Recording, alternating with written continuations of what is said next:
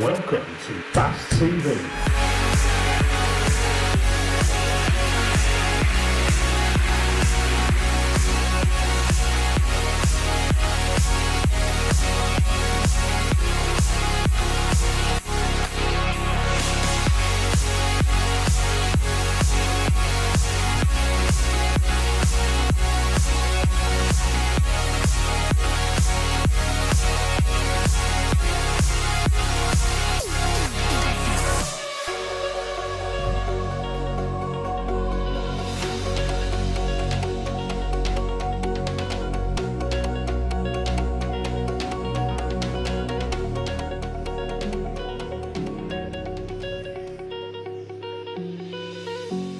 Let's go racing!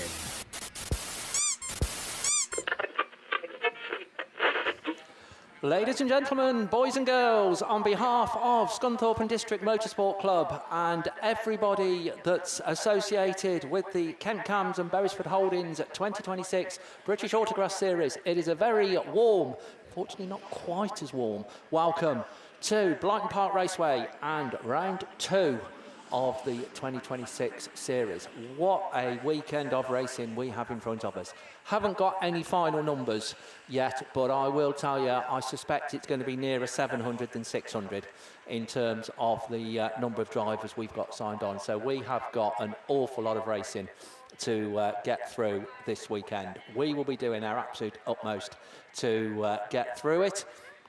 Fingers crossed, but obviously the weather equally doesn't help. We are going to be seeing the water cart out there, but we're going to be seeing cars out there. We're off on a slightly early start, so there we go. Hopefully you're up, ready and watching as race 1 of the first round of qualifying of the Class 1s gets underway. Daniel Brewer Property, overall sponsors here, and Harden Plant Tyre and Marks Vehicle Repairs, meeting sponsors. And the first one to show them, the St Neots 164 car on Herrick's Hill, going down the far side. Ollie Hadley, I think that is, tucks into second place in the Severn Valley 701 machine. Tom Retter runs third in South Somerset 103.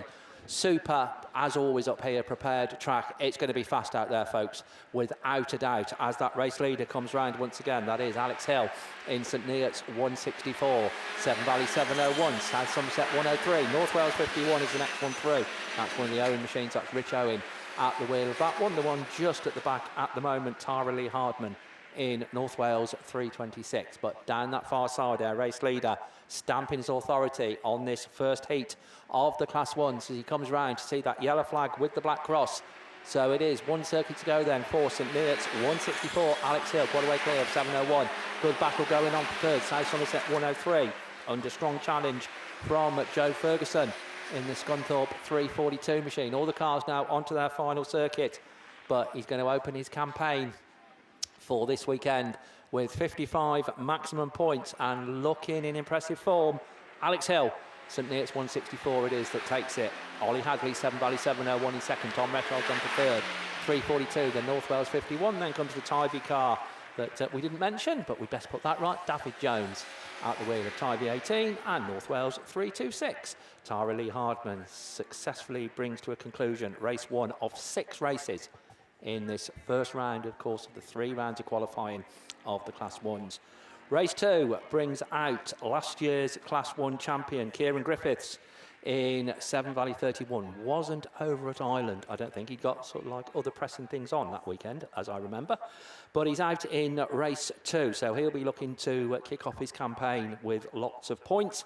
He's joined by Michael Stotton in North Wales 91, Gareth Stokes, Pennine 88, Simon Mills in Leewood 46, Will Henry in good form in SR 19, Rhys Roberts in PAC 157, Dave Owen in North Wales 97, and Harvey Paget in White Rose 220. Those are the cars that we've hopefully got out there, and all 8 of them making their way around that first bend and back towards it. And it is the North Wales 91 car, the first to show, Pennine 88 on his inside there. Will Henry in SR 19 looking to try and keep it nice and tight to those cones and gain a position. Not quite able to do it on that bottom bend, but Michael Stotton it is, North Wales 91.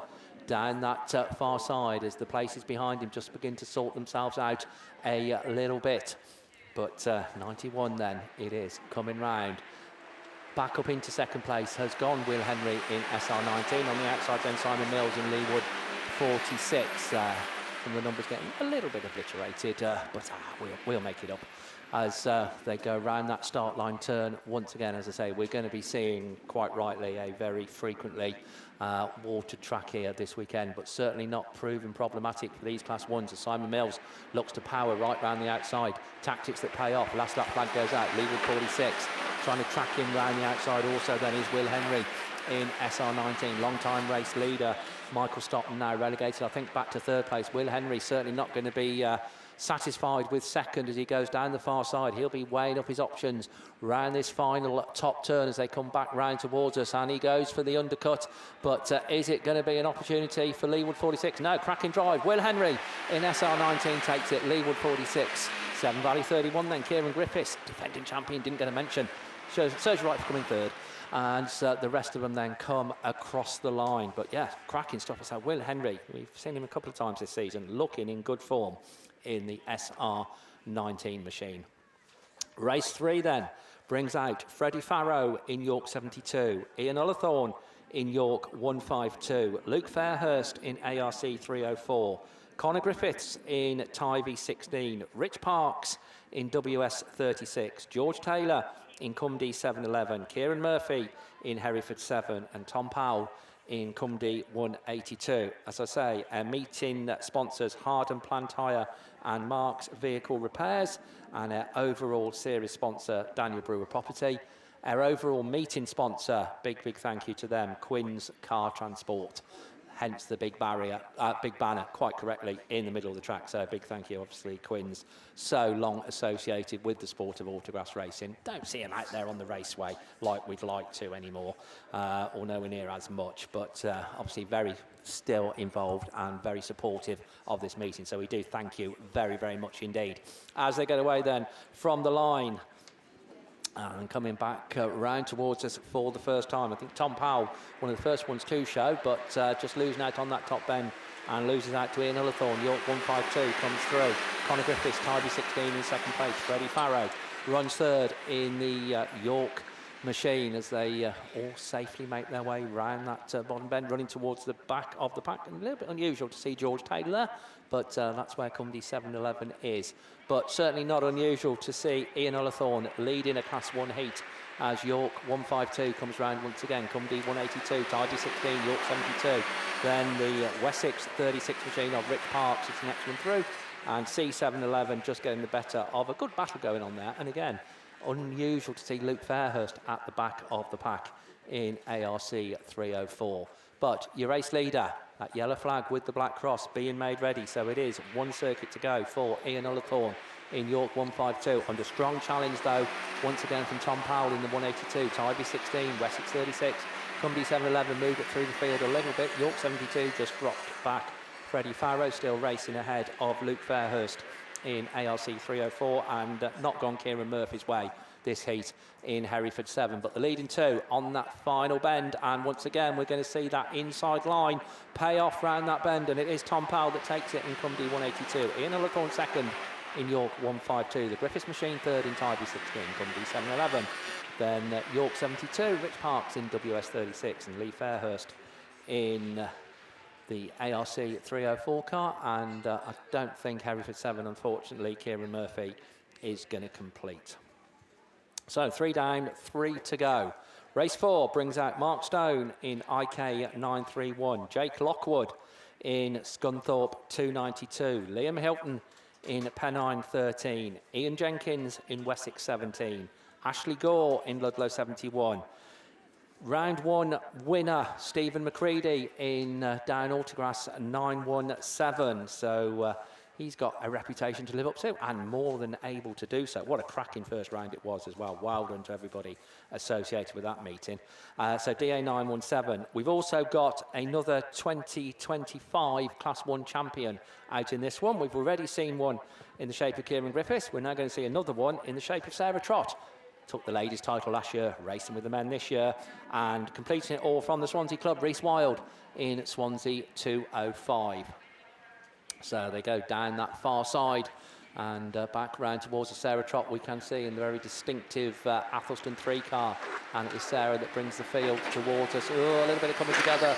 Oh, and WS17 heads very much towards the Armco. And we're going to be seeing, I think, red flags on that one. There's a little bit of damage to the fence post.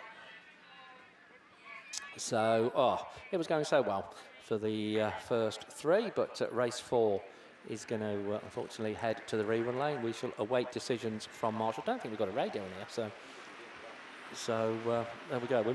We might have to make it up as we go along. A guest commentator for the weekend has made an appearance. He is. So there we go. I'll tell you what, we'll get him on the mic. We'll say hello to him. Because he's nervous, because he hasn't done it for a long time. But we're going to, we've convinced him. I don't know who's doing Class 6, lads, but you're not. So there we go. So there we go. We'll share something out. We'll sort it out. But yeah, taking you through Class 6 this weekend, and it really, really is good to see him in the commentary box. I'm going to say a very good morning to Mr. Ray Wyeth. Morning, Raymond. Good morning, Stephen. Thank you very much. Nervous? Yes, I am a little bit. It's been many years since I've done commentating at this level. We're going to get our words mixed up, I'm sure. We got the guys in here that assist us. No doubt Graham will give us a kicking, but he normally does. But yeah, what a wonderful day. That's how people remember you getting your words mixed up. So nice. That's it, yeah. Loads of money. I'm going to say we're certainly going to have one of those catchphrases, I'm sure. Yeah, you'll remember how to do it. And based on recent experiences, I think you'll be safer in here than out there on the track. Well, thank you. Yeah, I thought you'd bring that up. My little tumble last week. Yeah, but good to see you're all right. Thank you, mate. But what a lovely venue. It's cracking, isn't it? Absolutely. A lovely day. I hope everybody's covered up and been sensible with the cream and the hats. Yeah, it looks cracking. We just started today and all exciting. Raring to go. Yeah, no, it will be really good to see a little bit later. How many have we got to see through? 25 Class 6s, so 4 heats. Was it? Oh, that's not too bad. That's all right. Oh, you can get a cup of tea in that time. If you're really good, we'll give you some sheets with the numbers and names on as well. That would be really handy, Steve. We might just let you make them up. I must say, you look nice and tidy with your new flashy shirts, and everyone's working hard, doing a lot of writing here. Young Finn, he's coming up to become a commentator. Does very well. He's doing Sudoku, so don't get too excited. Is he? Oh, Sudoku, is he? Oh, wrong, so he is. That's 3 acrosses. Yeah. So yeah, we just give an impression that we know what we're doing and everything in here. So no idea whatsoever. So no, it's good. Right, here we go then. Here's a question. You're not getting away that easy. Not while they're doing this fence. We got some time to fill in. All right. Right. I don't know whether you were peeking at the sheet, but how many drivers do you think we got signed on then? What, total today? Total here today, this weekend. Well, an average what was put out this week, so I reckon there's about 700 drivers. 664. There we go. So, yeah. Always get it wrong. 664. Okay, right. We'll do an easier question. Which is the most popular class? What? Here. Well, Class 1. No, who's got the most signed on? Oh, Class 8. Correct. 90 Class 8s signed on. So, yeah, Liam and Finn, I think, are taking you through Class 8. So, yeah. I must admit, I cheated and looked this morning. About 10, 11 heats. 12 heats. 12 heats. Well, you're close as normal to one thing. I didn't have my glasses on when I was reading it. So, but, yeah. Good lady with you? She is, yeah. They sat up on the bank with the rest of the crew. That's why you're behaving Toasting. yourself. Yeah, I've got to behave myself. Yeah. So, yeah. We've got potentially semi-final. Class 1, you'll be a little bit miffed to hear that you miss out on potential semi-finals by 1 car, because the rule is you have to have more than 48. Guess how many you've got? 48. We don't do quarter-finals, Mr. Bennett. We have enough trouble doing semi-finals. So, no quarter-finals. But yeah, so Class 1, if there was one more of you here, then you'd have potentially had semi-finals. Class 7 works the other way. We need more than 48 for semi-finals. How many Class 7s we got signed on? 47. No? 49. There we go. You see, somebody's listening. Yeah, 49 Class 7, so potentially semi-finals there. Class 8s with 90. And haven't seen the sheets yet. Working so hard to do them. But oh, yes, we have. So there we go. Junior specials, we've got 53 signed on junior specials. So potentially semi-finals in that as well. So I told you, lots of racing to come your way this weekend. But yeah, we've got a little bit of fence repair work going on there. Important announcement. You need to come up to 9 o'clock. So when's 1 o'clock? 4 hours away. So you've only got 4 hours to get as much ice cream down your neck as you can. Because apparently the ice cream van is only here until 1 p.m.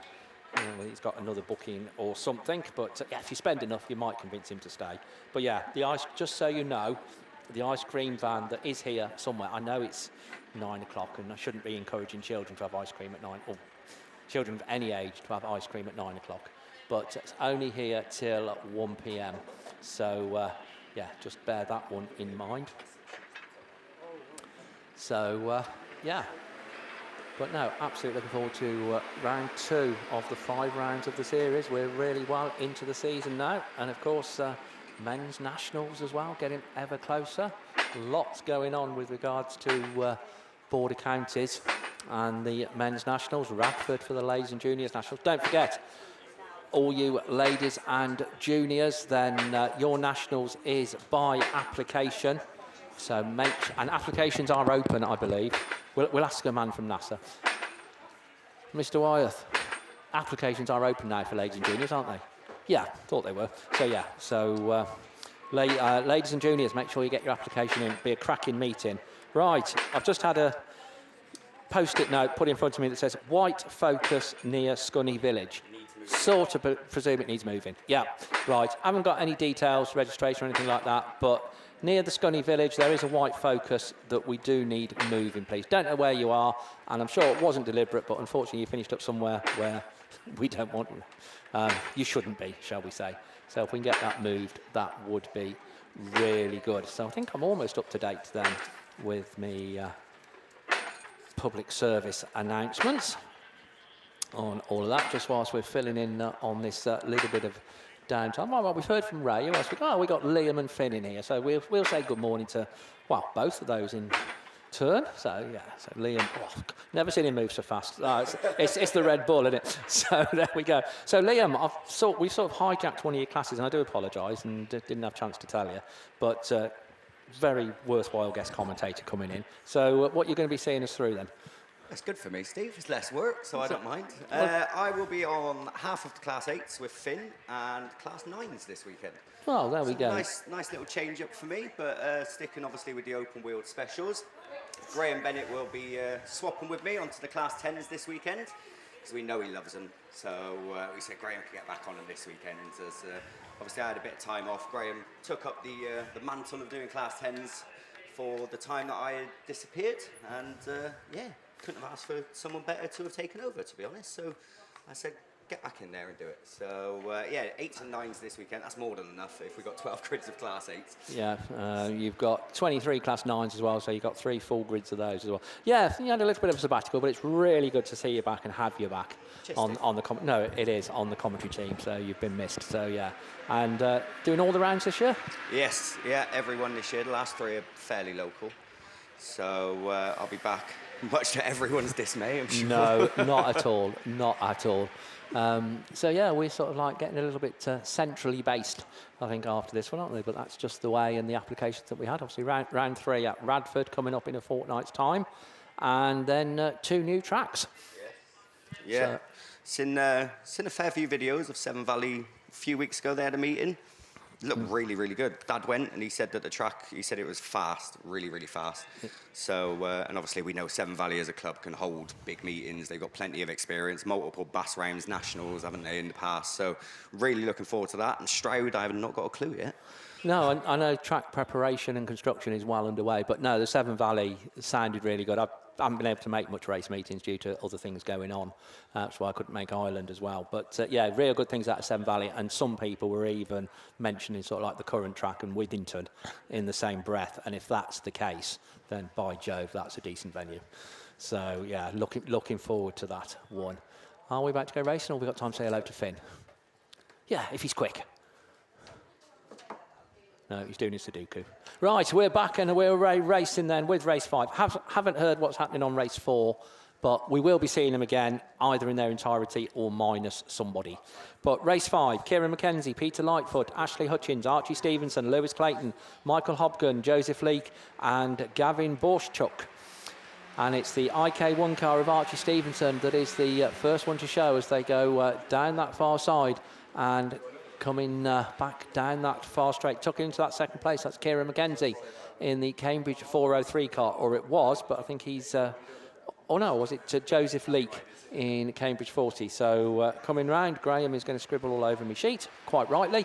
Tell me what's going on. IK1, CA403, CA40, the PhD 12 car is the next one through. Then Spalding 6, running just ahead of Michael Hobgon in the St Neots 361 car. But down that far side, and our race leader absolutely stamping his authority on this one. Travelled a long way to be here, Archie Stevenson, but going to make it well worthwhile as the Scunny 123 car just there on his outside. Cambridge 403 goes through in that second place slot, but all eyes over on the far side. Mark Stone it is. No, not Mark Stone at all. It's Archie Stevenson in Invicta Camp 1 as he comes round, the checkered flag being held aloft. IK1 comes across the line then in second. Next one across the line is the 123 car. But then Cambridge 403, Cambridge 40, Ashley Hutchins in PhD 12, the Spalding 6 machine of Lewis Clayton, St Neots 361 and Peter Lightfoot in Solway 24. So that completes that one. News from the previous heat. Unfortunately, Ian Jenkins is going to be excluded. So the WS17 car of Ian Jenkins going to be excluded from the previous one as the Scunthorpe car there of Gavin Borschuk comes round to successfully complete. Race 6 then, this is the final heat of the first round of qualifying of Class 1s, one in the rerun lane. Harvey Ford in Scunthorpe 229, Wayne Rees in PAC Treble 1, Andrew Owen in North Wales 397, Wayne Price in SR 53, Jordan Redfern in YD 266, Jack Saunders in Cambridge 82, Thomas Holden in Spalding 84 and Ben Gould in North Shropshire 443. So those are the lineups as they come past us. It's Wayne Price on the inside in SR53, on the outside Wayne Rees in the PAC Treble 1 car, absolutely neck and neck as they go round that start line turn at the end of lap 1. I think that's the Ben Gould North Shropshire 443 car just tucked into that third place, but all very tight at the head of affairs. Wayne Price keeping it nice and tight to the inside in 53, 443. PAC Treble 1 then also in danger of losing the place to Jack Saunders in Cambridge 82. We've sort of like broken up into two groups of 4 really, as going down that far side.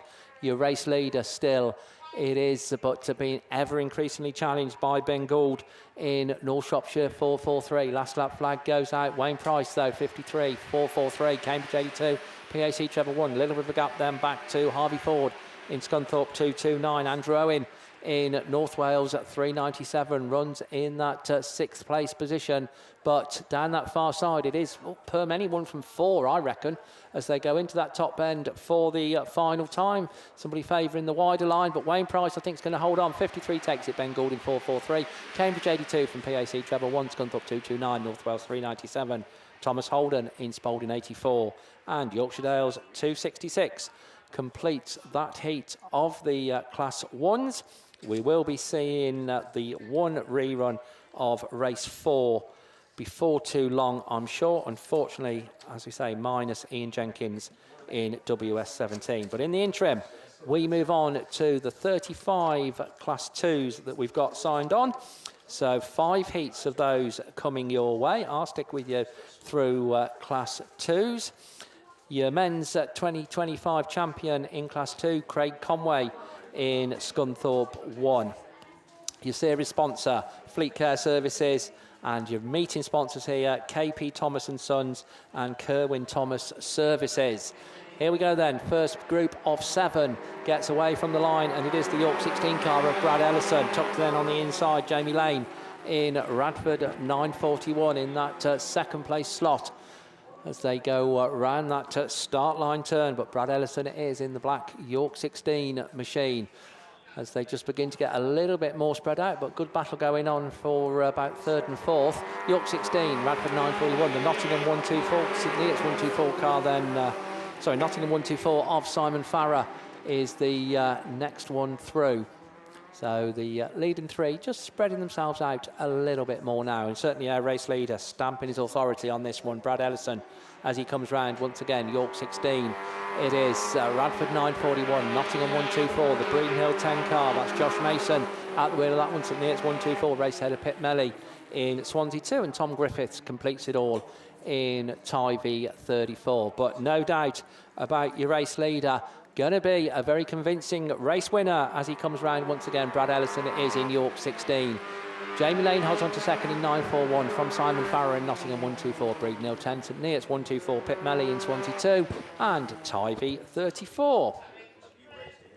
So race 2 then brings out Sam Doddridge in 515F, Jay Albrighton in Scunthorpe 156, Daniel Robbins in St Neots 34, Ash Rigglesworth in Scarborough Treble 2, Corey Paisley in Penhow 8, Ash Farrer in Scarborough 249, and Ryan Smith in PAC 1. The round 1 champion, just to let you know, was Ashley Lillington in South Somerset 38. We're going to be seeing Ashley in race 4 in this first round of qualifying. And say big thank you to Fleet Care Services, overall Class 2 sponsor. Big thank you to Kent Cams and Beresford Holdings, our overall British Autograss Series sponsors.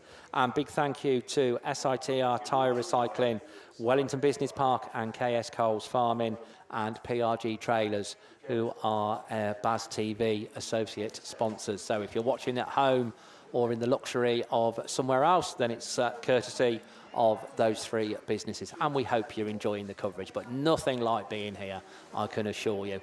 As they come round then, race leader, early stages, PAC 1, it is. PAC 1, yeah, Ryan Smith, as they go down that far side in that first place position. I saw this track racing very quickly as Ryan Smith back round towards us, but just being reeled in now a little bit by the car in second place. That's the St Neots 34 car of Daniel Robbins. Ash Farrer runs third in 2:49.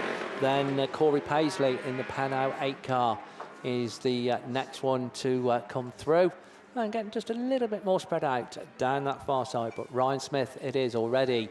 Last lap flag going out to PAC 1, St Neots 34, Scarborough 249, Penhow 8, 515F then race ahead of Scarborough Treble 2. That's Sam Doddridge and Ash Rigglesworth respectively. Just at the back of the pack at the minute, Jay Albrighton in Scunthorpe 156. But Ryan Smith it is that leads the way in the PAC 1 car. Takes a checker flag, takes a good win. Daniel Robbins in second, Ash Rigglesworth in third, Corey Paisley then 515F, Scarborough Treble 2 and Scunthorpe 156. So that completes race 2. Race 3 brings out Ashley Robinson in Scunthorpe 28. Unusually Ashley nowadays in a Class 2. George Cresswell in Scunthorpe 127. Tom Creed in Breeden Hill 40. Paul Morgan in Radford 22. Ben Fiddler in Yorkshire Dales 295. Sean Thompson in Scunthorpe 971. And Freddie Farrow in York 71. So lots of local interest in this one. All the races, of course, randomly drawn, and all the grid positions randomly drawn. So it's just the way that it happens to have fallen. The meeting here, as with all British Autograss Series rounds, closed to British Autograss Series members and host club members as well. So that's why you'll see some Scunthorpe members that aren't members of the British Autograss Series quite legitimately racing here, and they'll be in amongst it, I'll tell you, on home territory. But right in amongst it is Freddie Farrow in York 71 as he comes down this far side. One of the top Class 2s in this part of the world, though, Sean Thompson in Scunthorpe 971, but he goes into that third place slot because I think that's the Ben Fiddler machine that just slots into second place as Freddie brings the field back round towards us. York 71, York Dales 295, Scunthorpe 7-1 racing there with George Cresswell in 127. They'll know each other very well as they go around that far side. He's just pulling away a little bit from the cars at the back of the pack. But Freddie Farrow, it is in York 71. Race is flying by, so he's already onto his final circuit. Ben Figler runs second, 127. Now racing Sean Thompson, also getting in the mix. Then Ashley Robinson in Scunthorpe 28, and Paul Morgan in Radford 22, and Tom Creed out there in Breeden Hill 40. But checker flag time it is, and it's Freddie Farrow in York 71. Takes the checker flag, takes the good win. York Shares 295, Scunthorpe 127.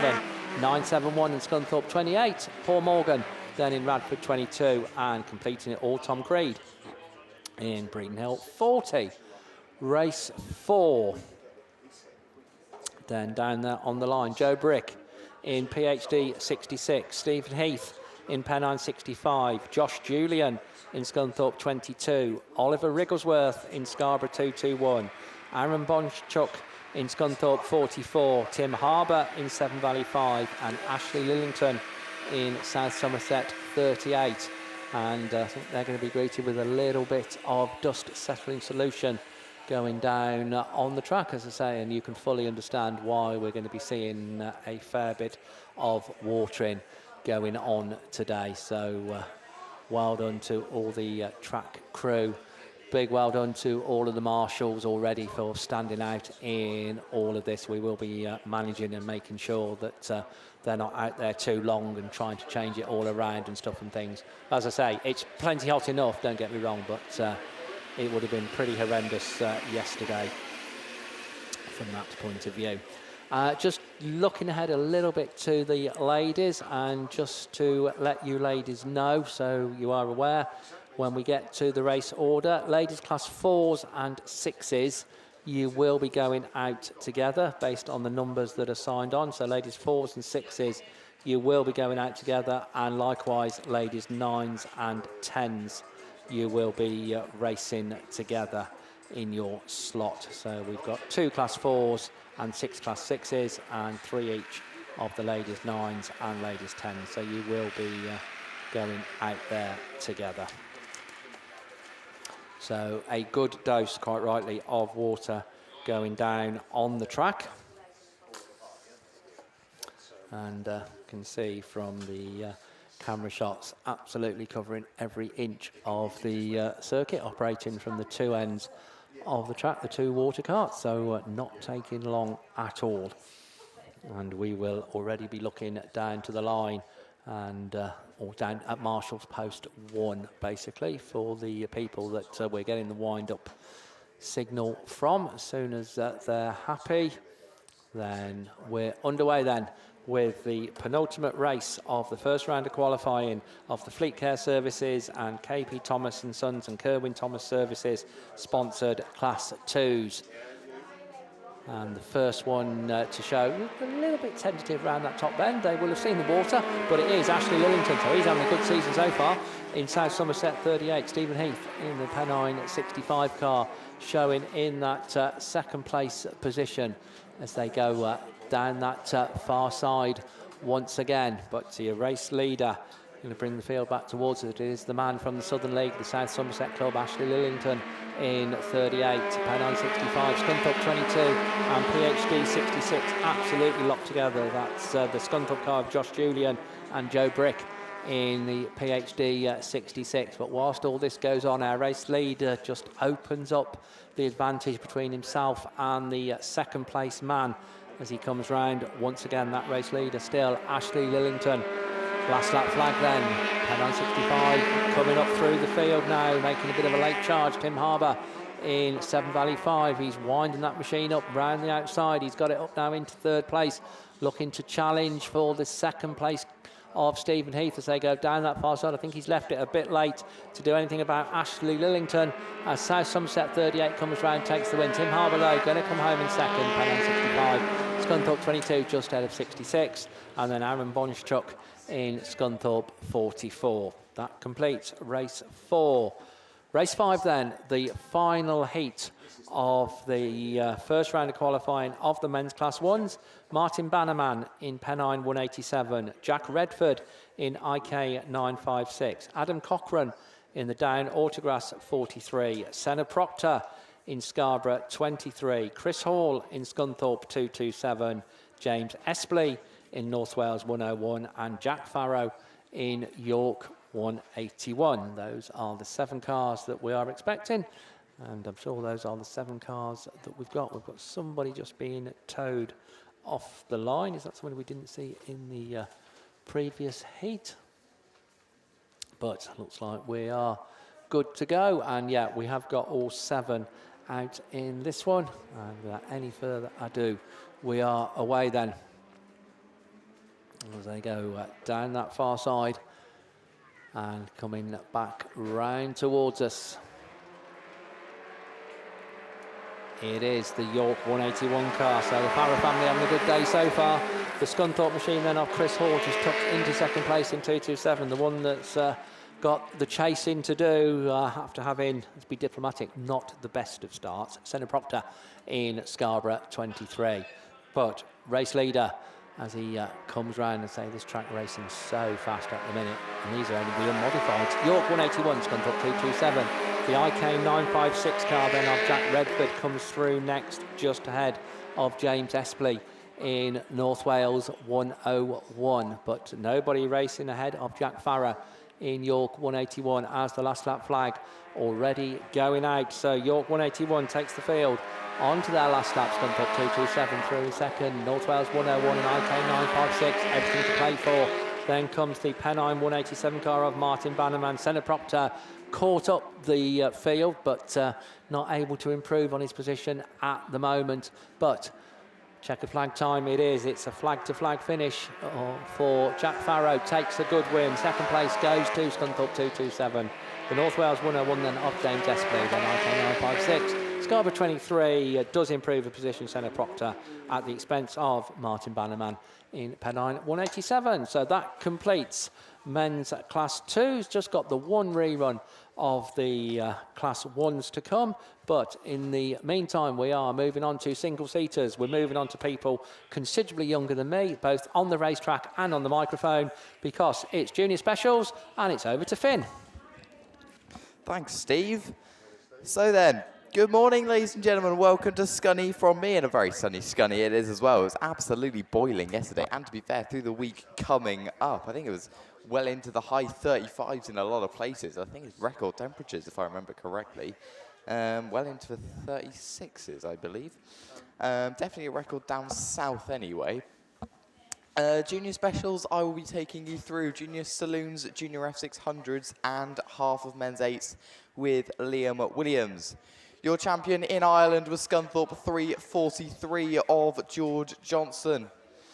Your sponsors is Diggett Plant Hire for Junior Specials. If you're watching on BAStv, you can see that in the bottom left-hand corner of your screen. Kai Owen, Jack Merrick, Thomas Pyle, Alex Jesse, Liam O'Brien, Finn Elford, Sonny Gilbertson, and Vince Pascal are the ones that are heading into turn 1. Finn Elford's there in PAC 43 as they come around turn 1. Gilbertson's there on the inside as well in leeward number 3, but at the head of affairs then is Vince Pascal in Hereford 450. Gilbertson chasing in leeward 3. They're 3 wide for third place. York 34 was on the inside, but he's fallen back on the brakes. Sonny Gilbertson's there. I think that might be Gilbertson running outside to take the lead as Vince falls back to what is third place. I think it might be Finn Elford there or thereabouts on the outside, as well as yellow flags come out for Finn Elford, who's spun just in front of commentary. Leeward number 3 then from down at 96 of Liam O'Brien, who slots into what is second place. A blue flag being handed out to somebody in the midfield. I can't see who, though. York 34 comes to the inside. It's 3 wide down the back straight for third place. York 34 falls away, so does somebody else, but your race leader still as they come round past commentary. I missed a change of lead. It's down 96 with 1 to go from Sonny Gilbertson in leeward number 3. Bradford 421, York 34, and North Wales at 103. It is still down 96 though at the head of affairs. Him and Sonny Gilbertson have really broken away from the rest of the chasing pack. It is down 96 though as they come around the final corner. It's going to take a very well-earned 55 points from leeward number 3. Bradford 421, York 34, North Wales 103, and Wessex 871 with Hereford 450 and Finn Elford after that spin a little bit earlier on in PAC 83 will complete. Race 2 then on the outside brings out Ellis James in North Shropshire 43. 7th in the BASt standings after Ireland. Regan Dixon in Border Counties 99 had a really good first round out. Charlie Clark in Spalding 5:41. Jacob Davies in Cumdy 55, 9th in the BASt standings coming into round 2. Kai Cooper in Evesham 3. Callum Peace in North Shropshire 35. Stanley Beard in Gloucester District 13. And your current annual round 1 champion of George Johnson is Scunthorpe 343, and Johnson it is that gets the best of the race. Scunthorpe 343 comes into turn 1. You're early race leader. Dixon's there on the outside as well in Border Counties 99 as they come round and past commentary. Dixon makes a move to the outside, and what a move it is. Scunthorpe 343 then slots back into second place. Cumdy 55 looks to the inside. Jacob Davies looking to elevate himself up to second place. Oh, contact as Scunthorpe 343 comes on 2 wheels going down that far side, but it is then Border Counties 99 of Regan Dixon who's just starting to stretch away from George Johnson in a Scunthorpe 3:43 as they come past Coventry. Spalding 5:41, Cumdy 55, North Shropshire 35, Evesham 3 and North Shropshire 43. It is then Border Counties 99 who is away and gone. Scunthorpe 343 is under pressure now on the outside from Spalding 5:41 and Charlie Clark. Who looks to the outside. He's later on the brakes, but he is a little bit wide, so I think Johnson might just be able to hold on to it. No, he doesn't. He's got it on the wet stuff, so 5:41 slots into what is second place as they move on with 1 left to go. George Johnson's there on the brakes, but can't make the move this time around, so Johnson's down to 3rd. It is then Border Counties 99, though, your race leader, Regan Dixon, into the final corner. Once again, a very well-earned 55 points this will be. Border Counties fighting for 99 then. It comes past Coventry and takes the win with a pump of the fist from Spalding 5:41 at Scunthorpe 3:43 and at Cumdy 55. I did miss a couple of names and numbers in there. Gloucester District 13, North Shropshire 35, Evesham 3 and North Shropshire 43. Nico Melly then will be on the outside for race 3 in Swansea 3. Neve Thomas in Border Counties 8. Elliot Grasby in Evesham 122. Harry Loader in Wessex 112. Your map champion, I believe. Seth Wright in Scunny 121. Easy American Rafford 42. Your BASt leader at the moment in Alex Hines in Breeden Hill number 5 and Dara Ryden in Mallow 32. It's Breeden Hill number 5 that gets the best of the breaks as they go into turn 1. Dara Ryden's there as well in Mallow 32. Harry Loader's gone right outside though. What a move for Wessex 112 to get him up into the lead. Border Counties, Breeden Hill number 5, should I say. Looking to the outside, we've got a little bit of a kerfuffle in front of commentary. Breeden Hill number 5 now under pressure from Dara Ryden in Mallow 32.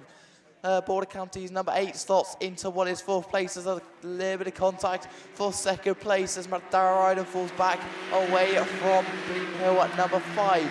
It is though Harry Loader in Wessex 112, your race leader, going into the top turn from Breeden Hill number 5.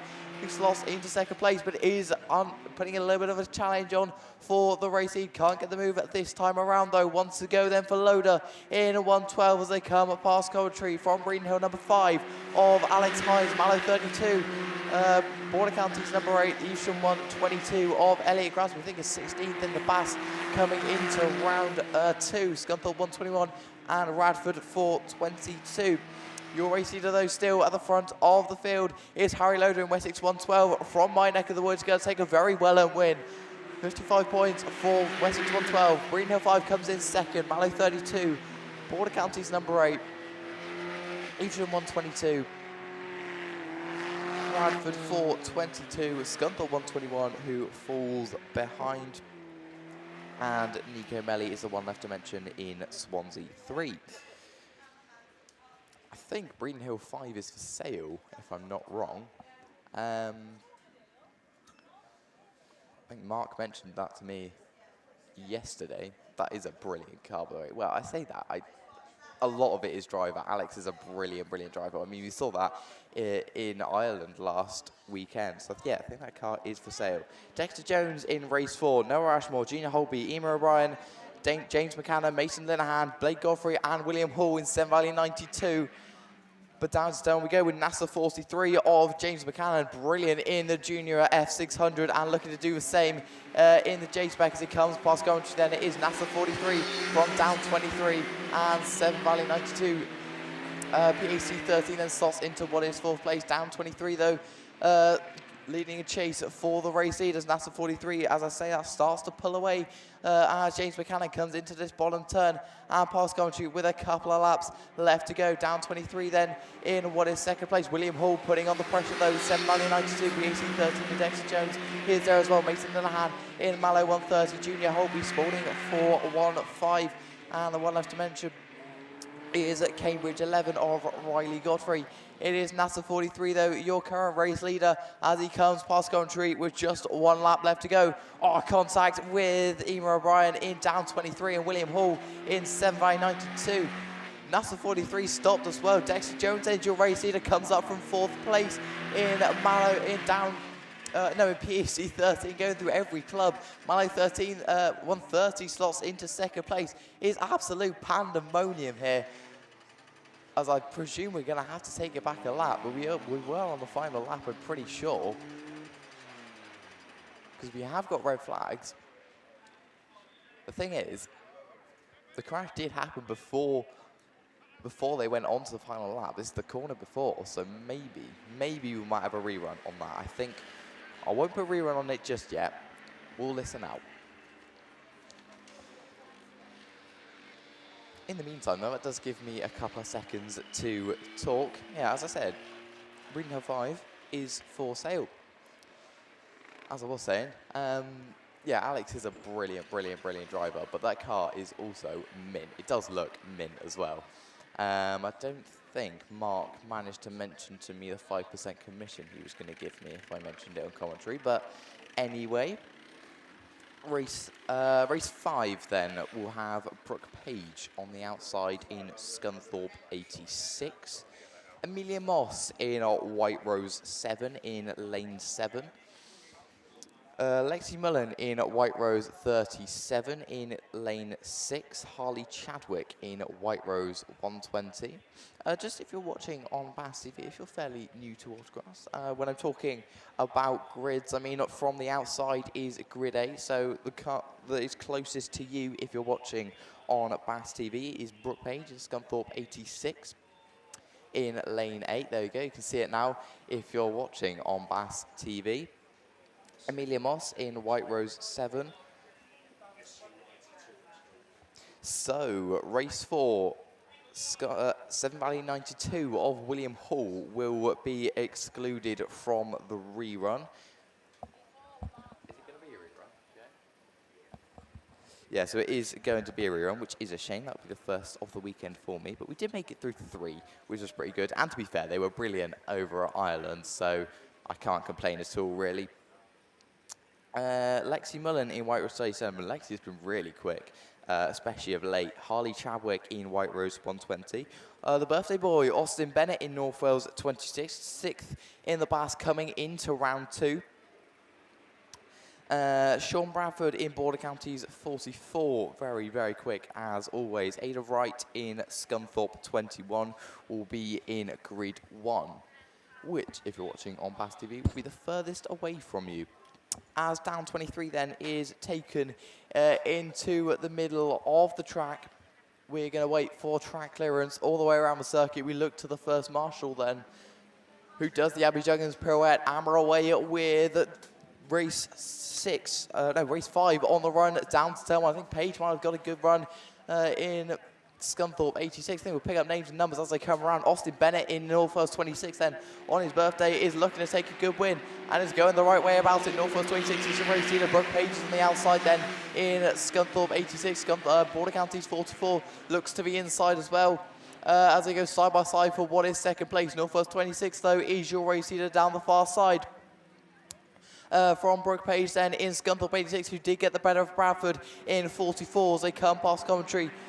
It is 26 from 86, from 44, from 37, who gets to be inside of Amelia Moss and White Rose 7, White Rose 120, and I think I missed one at the back of the field. I missed a name and a number, but at the front of the field, it is Austin Bennett as he comes round and past Coventry with one more to go. Under pressure now from Bradford in 44. It is Northwest 26, Border Counties 44, Scunthorpe 86. White Rose 37, White Rose 7, White Rose 120, and Scunthorpe 21. As Border Counties 44 gets the move to the outside and gets himself to the race lead on the final lap. Sean Bradford, what a move that is as he comes around the final corner. Checker flag time. Bennett won't have a win on his birthday. He's going to have to come in runner-up as it is Sean Bradford in Border Counties 44, Northwest 26, Scunthorpe 86, White Rose 37, Amelia Moss in White Rose 7, Harley Chadwick in White Rose 120, and Scunthorpe 21 of Ada Wright.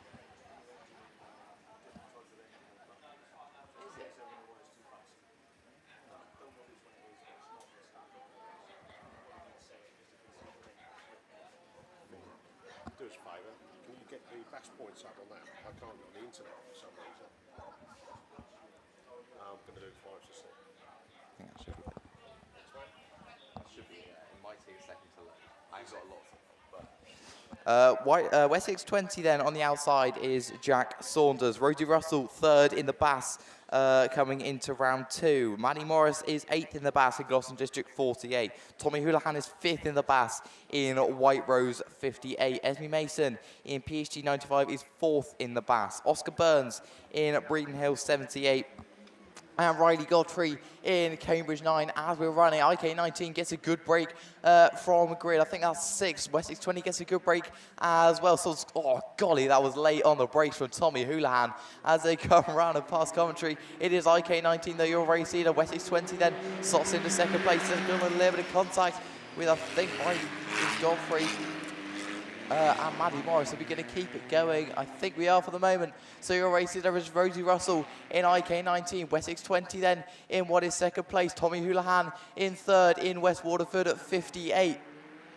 As they come round and past Coventry with a couple of laps left to go, then it is 19 from Wessex 20. It's absolutely keeping her honest. Wessex 20 from my neck of the woods. It is Jack Saunders who will be cheering him on then. West Waterford 58 at Breeden Hill at 78 then.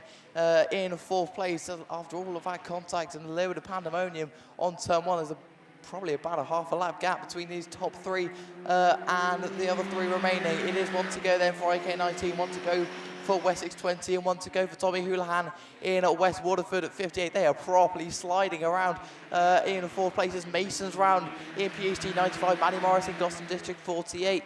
And Breeden Hill 78, the 2 left to mention as Mason's just about going to get it round in front of Rosie Russell, and IK19 is going to take the win from Wessex 20 and Tommy Houlihan in West Waterford 58. We then wait a bit for Maddie Morris in Gloucester District 48, sideways around the final corner and picks up 4th place. Breeden Hill 78 of Oscar Burns and Esme Mason in PhD 95.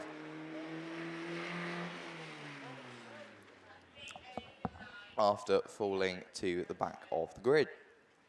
Adam Lind then on the outside in lane 8 in down Autograss 303 for race 7. James Smart in 777F, 9th in the Bass coming into Scunny. Thomas Davies, Cara Blaber, Evie Ross, Lola Jones, and Lily Poltimore on the inside. I think Lily Poltimore might be that's got the best of the breaks down into turn 1. As they come around past Coventry, 777F is there or thereabouts as well. It was Cara Blaber, sorry, in Atherstone 2 and 3. They got the best of the breaks from 777F down 303 and Forest 279. There you 1, 2, 3, Andrew 4. Cara Blaber then up to the front of the field, starting to stretch away from James Smart in 777F. I tell you what, Blaber has been on form recently, picked up a couple of good wins in Ireland.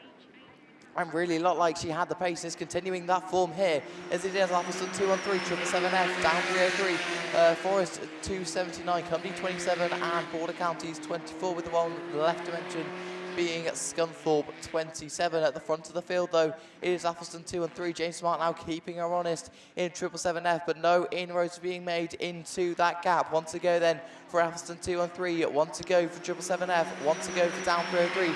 They are your top 3. Lily Poltimore then in Forest 279, a little bit further away from these leading three is 777F, just close a little bit up to the back of Atherstone. 213 still can't make the move this time around though, so 213 is going to come around the final corner. Carb Labour is going to pick up a very, very well deserved 55 points from James Smart in 777F. Amber Lind in down Autograss 303, Lady Baltimore in Forest 279, Lola Jones in Cumdy 27, Border Counties 27 of Thomas Davies, and Scunthorpe 27 of Evie Ross.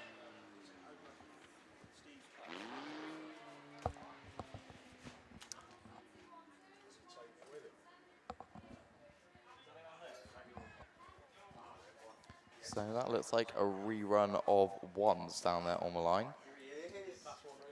And Steve comes running into commentary, running, metaphorically, of course. So I'm going to hand you over to Steve, who's going to take you through the ones. So you'd forgotten how well I'd mastered the art of just-in-time commentary, hadn't you? So, there we go. Right, this is the outstanding rerun, race 4 of the first round of qualifying of the Class 1s, running, unfortunately, without Ian Jenkins in Wessex 17, but we're certainly running with Sarah Trott, because that's the race leader in Atherstone 3 as she takes them round that bottom bend. Problems there for, is that the down Autograss car, I think?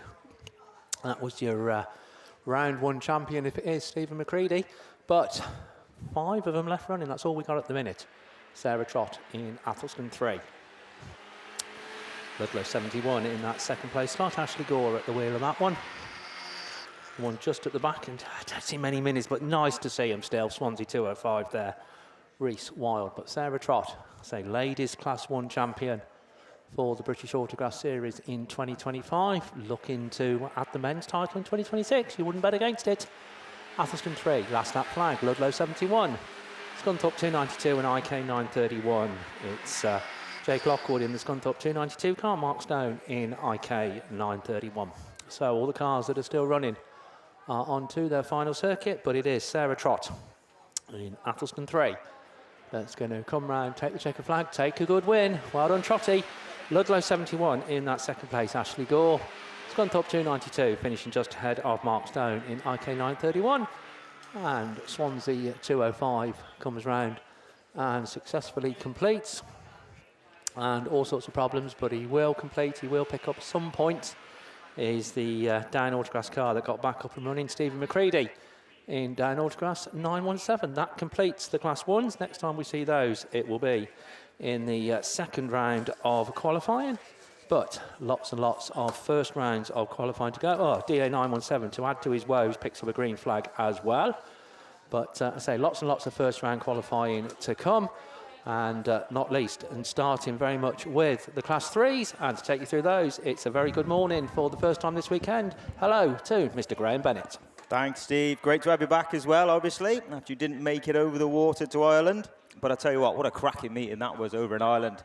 And it's going to continue to be so, isn't it? Slightly warmer, slightly drier here in Scunthorpe this weekend. One thing I've got to do before I do anything. Have I got time? No, let's go through. Class 3 then, on the line. We're away. Sponsors this weekend. Class 3 overall sponsors, Quinn, Cars Transport, Ram Developments overall sponsors into the first corner. And it is the guy that made the final in Ireland but chose not to go out, Rupert Lomax.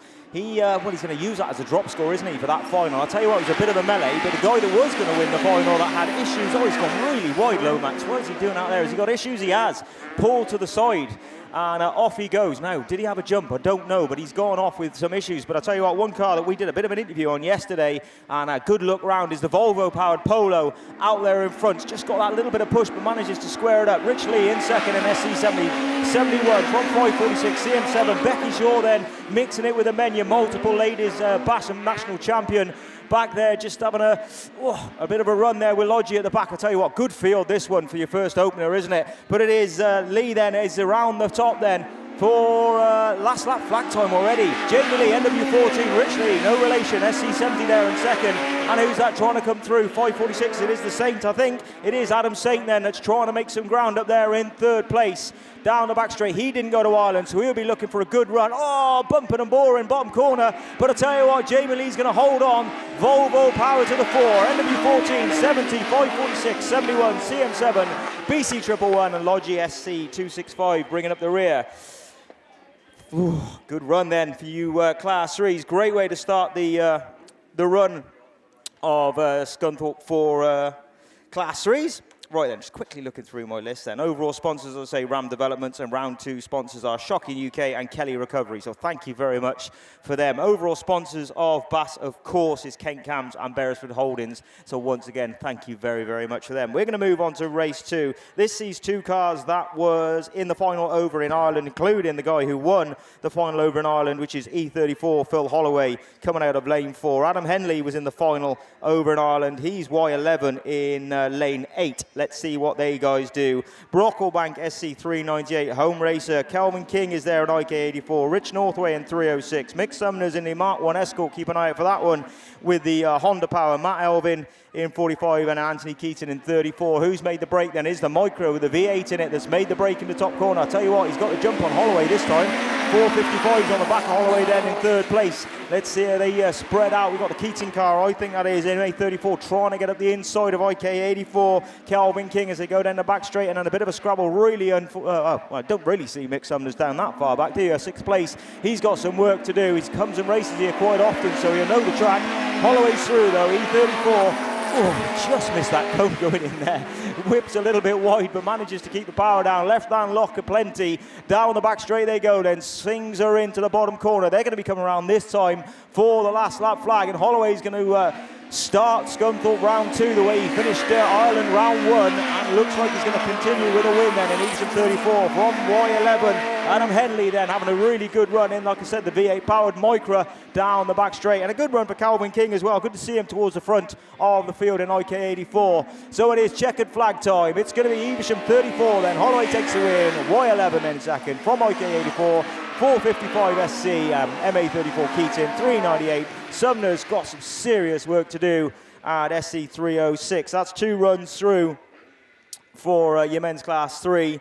There is 4 heats today, and race 3 will bring out Aaron McKenzie in Cambridge 401. MA247, your round sponsor Keith Kelly is in the V8 Polo. Graham Davis in PAC 41. Paul Stevens in the Duratec powered Nova. Had a rollover at Ireland, and not his fault in any way, shape or form.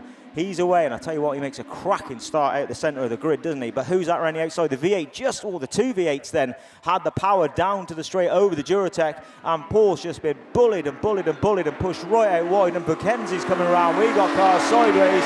Holloway, Tinker ended up nose to nose, but I'll tell you what, Allman's going nowhere because he's got wheels pointing left, right and centre, and he's going to have to be a little bit careful. Are they letting it run? He's literally got, it is, they've let it run. Kelly then, MA247, CA7, CA401, SV4 then back over the 4th, maybe trying to come up to the 3rd place. This is really bad luck for Allman. He got took out of the final over in Ireland in M270. That wasn't his fault whatsoever. Maybe VAR next door will have a look at that. We will have to wait and see. But it's last lap flag time, MA247. Vernon McKenzie having a good run through in 2nd place. He's up to 3rd place, is SV4. He'll be needing a good run, like I said, after his rollover in Ireland. And then the other McKenzie, CA401, Aaron McKenzie, brother obviously of the man in 2nd, is there in 4th. But it's going to be a race win for Kelly. The old V8 is singing away. MA247 from CA7, from SV4 then. A little bit of smoke out the back of that one. CA401, M270 the lap down, PAC41. And Tinker Y4 just over the line in, again, the other V8 Nova. So Allman's going to come round. I'm sure he's going to have a few words to say about that. Oh, my word. Right, okay. So the race is still continuing. Unfortunately, they've started watering the track. That's not what we normally see. We have got a few bits and pieces to sort out on the track. And there's a car up on the far side. So just a little bit of over-exuberance on the tractor there, but we'll push over that. Public service announcements. Right, Bravo Whiskey 14, Victor Zulu Bravo. It's a white Fiesta. Is it a Fiesta or? Looks Fiesta-ish. You'll know your car anyway. It's a white Ford. We think it's a Fiesta, and it's BW14 VZB. Please, can you move it? It's over by the start line area, is it? Oh, this end, this side, right. It's over by hospitality and catering this side. We please need that moved ASAP. Thank you very much. One thing I was going to do before I got on the mic earlier this morning, I completely forgot, and it's many apologies to the Bevans family. So Shirley Harris, who's in hospital, was in hospital. I'm hoping she's out now. I haven't had the nod to say that she's out now, but we had to give you a nod. I know you watch on BAStv, and I'm very sorry I missed you in Ireland. It was a bit chaotic, and we hope you're doing well, and I'm guessing you're probably out and going again. So, yeah, thinking of you all, and hopefully you'll be good, safe, and listening to us on BAStv. So, right, on to the next bit of business then. So, we're going to move on to race 4. Which is, he's your BAS champion, isn't it? Sam Gould, coming out of grid 8. Now, he's gone V8 this year from the favoured Duratec of last year. Sat next to one of his old cars, SC98 Ryan Power, who was your national champion from last year. I think I'll have to double check my facts on that. Last year it was. Stan Brocklebank, Evesham 13. Pete Robinson, ever quick. Pete Robinson in North Shropshire 72, and a very, very small car compared to everything else. I think it's a Suzuki Alto or something like that. Oh, the race is standing? Wow, okay. So very, very unfortunate then for Barry Almond. 4 heats, and he's got some work to do in the next run. But he did come around and get his points. So, yeah, he'll probably pick up 6 or 6 or 7 point there. We'll have a look. Anyway, going back to that race then. So this will see Pete Robinson, as I say, in the Alto in North Shropshire 72. ARC 27 is Lee Almond with the American Pinto in the Starlet, sat there in ARC 27. SC96 Barnbrook, who's had a really good run through qualifying, and we'll see him at the Nationals in the first weekend in August. Jeff Gibbs, who's had a terrible run over in Ireland, and he'll be looking to put that straight in again. The Nova, the bright yellow Nova with the boot. He's coming out of grade 1. So just again, these tractors just going round, and just going to keep this water down this weekend. It is hot. You can see the flags are cracking on the far side, so there's a little bit of wind, but be really careful out there. It's going to be certainly going to be a warm weekend anyway. And just having a look now. Just keep an eye out for your trade stands and everything round here over the weekend. Barnard Motorsports down there doing a bit of business, selling all your helmets and goggles and gloves and everything like that to get you going, as well as a range of others that we'll run through over the weekend, R&M Motorsport, etc., DH Alley Works. But we'll have a run through them as the weekend goes on. So, race 4 then, Class 3. Let's see what happens. Oh, the little Alto has a good start, but grid 7 seems to have the power down the back straight. But Gouldy just, discretion, better part of valor. Flicks it on the inside. Can he get the V8 turned in? Because I'll tell you what, the Duratec power of home racer SC98 power then gets away from 343, 72, 27, 96, E13, H1. And I'll tell you what, if you know your Class 3, you'd have probably picked this sort of running order as you go down. But we'll see. Let's see what the big V8 can do. It's new power unit for Gouldy this year. He's taming it and getting it in. So he's got the push on there. Couldn't quite get the back end to snap out. Maybe a little bit overgeared, but we'll have to wait and see. 98 from 343, 72, 27, 96, 13 and H1. Gibbs still not having no luck towards the back of the pack. And he does race all over the country, does Gibbs, so he deserves a bit of luck. But it is down the back straight then. Duratec, as I say, getting the power down. Probably a good 280, 300 horsepower there, but a good probably 400, 500 horsepower sat behind him, and he can't put the power down in the same way. So it's SC98 then from NS343. Then unusual to see Robinson, who normally doesn't really start fast, but he just got that very nimble Alto in and amongst it, but he's keeping that big Eslinger Pinto behind him, and he's under pressure now in 4th place from Barnbrook. But it is a win then for SC98. 343 then takes 2nd. Then S72 will be happy with 3rd. ARC 27 from Barnbrook from E13 H1. That's your men's Class 3, all done and dusted. No reruns whatsoever. Mickey B. First time on the mic, have you not been? Yeah, first time on the mic for Mickey B this weekend. And over to you for Class 5. Yeah, cheers, Graham. Morning, everyone. It's sunny Scunny and it's Class 5 time. So, main BAS sponsors, Kent Cams, Beresford Holdings. But let's get out of race 1 then. Alan Green, Tom Southgate, Anthony Nutter, Steve O'Donovan, Dwayne Walker, Nick Gruoskis, Simon Chapman and Tyler Davis. And it is Steve Donovan then, all the way down from the south coast, takes up the lead and exits turn 2 with that South Somerset 60. Tom Southgate goes with him. The PAC 60, Tyler Davis tucks into that 3rd place. The Radford machine of Alan Green looking. I'm a bit disappointed, Alan. You should have a green car. It really should. It's blue, but that's fine. He's doing all right. And while I've been talking about him, he's gone up to 3rd place. Come on, Alan. You get your foot down. Donovan then from Southgate from Green. PAC 6th, Tyler Davis. Then we go down to Dwayne Walker in York, 7.71. And tell you what, it's a fast track is Scunthorpe. It looks small, doesn't it, when you look at it? But it's got some speed and power. These guys, LM161, Anthony Nutter, parked on the grass. He can't park there. Last lap flag then. It's Donovan then from Southgate from green.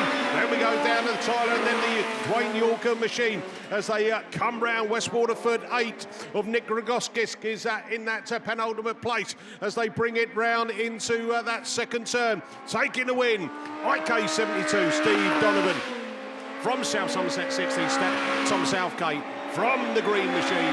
Then we go down to Tyler Davis, Walker, Grivoskis and White Rose 70, Simon Chadburn in that final place. Did not finish, Anthony Nutter parked on the grass. So well done. First race of the weekend for me with a tick in the box. So round 2 overall Class 5 sponsors, Quinn's Car Transport and Lorry Insurance are main BAS sponsors for the Class 5s. Round 2 sponsors, Andy Russell Landscapes and Godfrey's Garage. So thank you there to our main sponsors and our sponsors for the weekend, and much appreciated. Race 2, well, it brings out Mark Blobby Grice. He's come back racing this year in the York 44, the Orange Tango machine.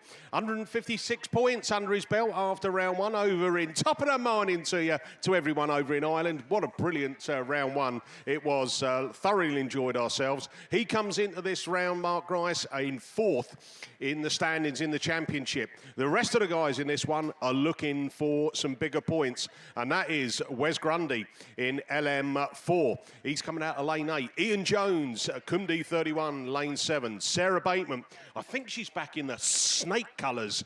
She's coming out of lane 6 in Stroudon District 45. Alex Fudia in the North Wales 3, lane 5. Sian Lewis in Border Counties 39, lane 4. Mark Blobby Grice out of lane 3. Josh Simpson, Scarborough 45, lane 2. Tom Evans, South Somerset 7, out of lane 1.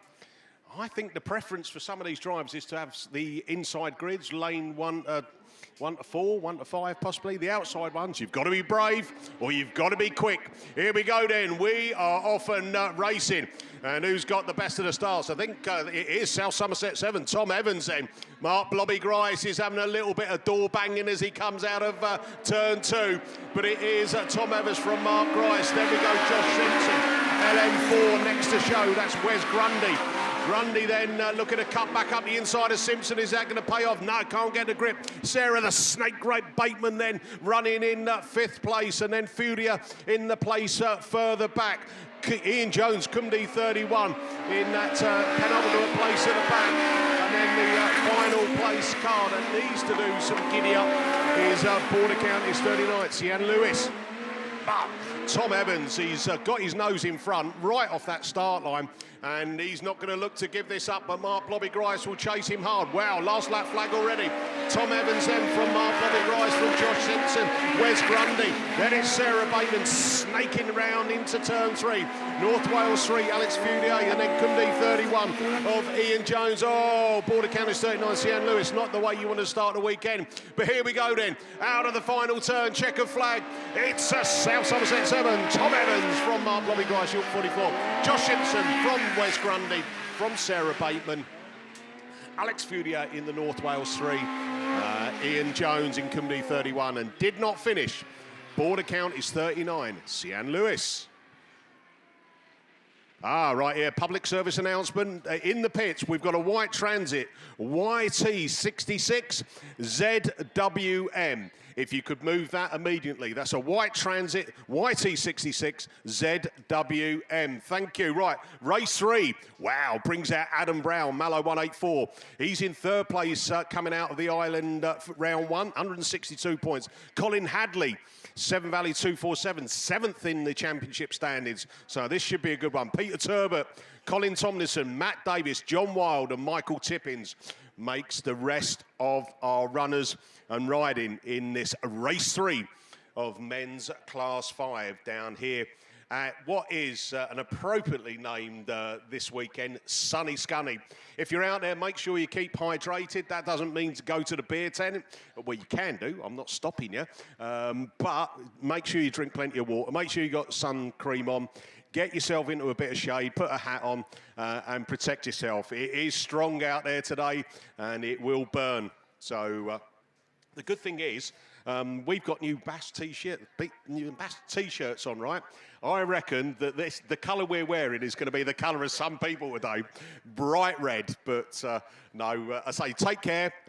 Everyone at home, good morning to you. Hope you're enjoying your cornflakes and Weetabix. There are other cereals available. And getting yourself nestled in for a good day's racing on BAStv, maybe with the odd fan in front of you as well, just to blow some of that air around.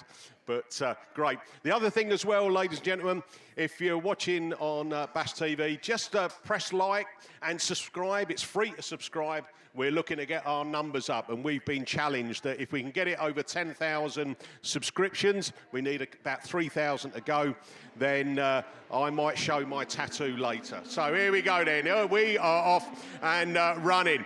And I tell you what, it looked like a good start on the outside line, but coming into it, I think Michael Tippins in the border counters machine, but he's been swallowed up because it's Adam Brown then from Tippins, from Hadley, then the Radford 120 of Peter Turbot.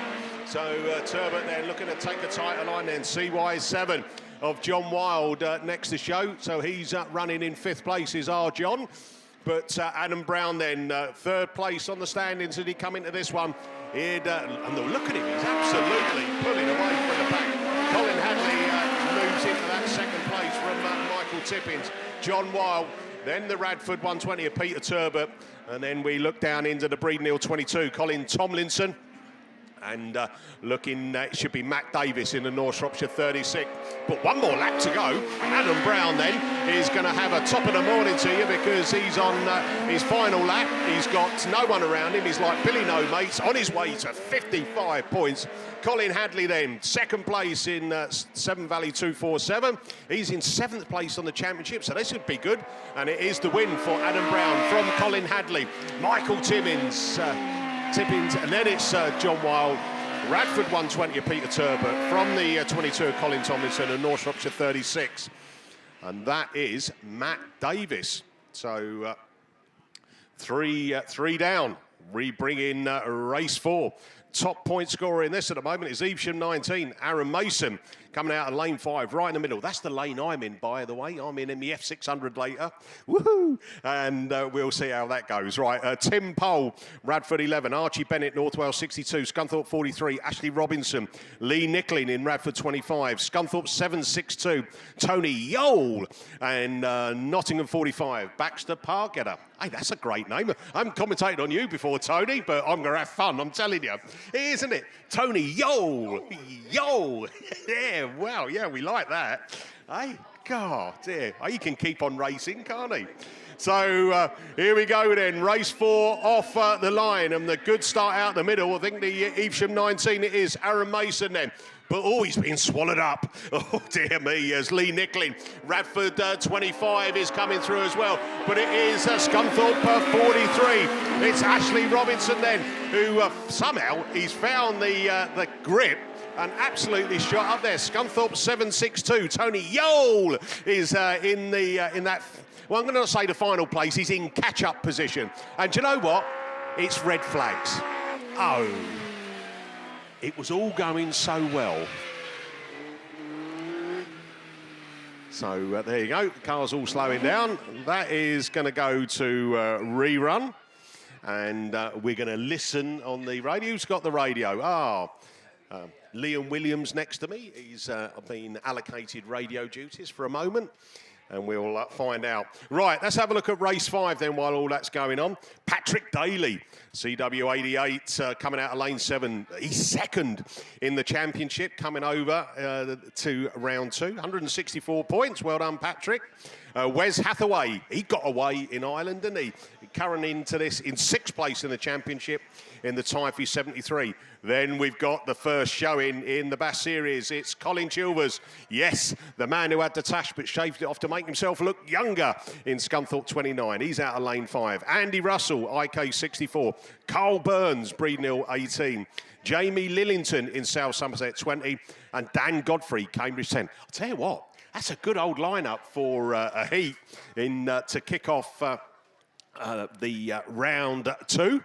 And I'm sure these guys were looking and going, oh, my life, I've got Colin Chilvers with, oh, I've got Wes Hathaway, oh, I've got Dan Godfrey. It's fine. If you can get that grip off that line, just get your nose in front. And then, look, this is my tactics, right, for later, Liam, right? Don't give them away. Right. No, I don't mind, because like, I'm going to be sat on the line, right? I'm going to be revving profusely, right? And it's about timing. You know, when that bungee lifts, you know, can you time it? And there are some experts in it where they've actually lifted at the same time as when the bungee goes. I'm in a position where I'm a bit old now, right? My reaction time's a little bit slower. So the bungee lifts and then I lift my foot off, you know, so that's it. I'm never going to get a black flag for a jump start, let's put it that way. But yeah, looking forward to later. And guess who I'm racing against in my race? Mr. Lover, Paul Glover. Yeah, he's in my heat as well. I don't know if he's next to me, but we'll find out when we get. He's got a brand new F600, brand spanking new. Oh, it's nice and shiny, right? So this is my tactics. He won't want to get it scratched. So if I kind of steer towards him, he's going to move out of the way. Yeah, you marshals out there, you didn't hear that, you know. Don't penalise me. Did you hear that, Steve? In my race in the F600s, I've got Mr. Lover Paul Glover, right? He's got a brand new car, right? And my tactics are to scare him so he don't want to get it scratched. Can't fault it, can you, really? But I've heard what his tactics are towards you, but there we go, we won't go there. Yeah, well, and look, the last time I came to Scunthorpe in the F600, I went through scrutineering, everything was fine, went to the holding lane for my first race, and I was parked behind Mr. Lover, right, and I thought, oh, great, I'm getting to race him. And then my fuel pump packed up. So I had to get towed back to the pits. I never raced that weekend, so fingers crossed. So we've done some proper preparation this time. Well, and I hope you have, because I'm never going to say that again. Well, but there is a story, Steve, because yesterday, right, we rocked up, got here about 6 o'clock. Scrutineer is still open. Well done, you guys, for standing out there till about 8, 9 o'clock. It was a brilliant effort. So go to my housekeeper, Jilly, right, and I said, Jilly, where's my licence? And she went, well, it's in the normal place. And I said, well, I can't find it. And the typical woman thing, she go, you're not looking properly. That's not, I am, honest. All right, but she went and had a look and it wasn't there. So then the drama started, where's my race licence?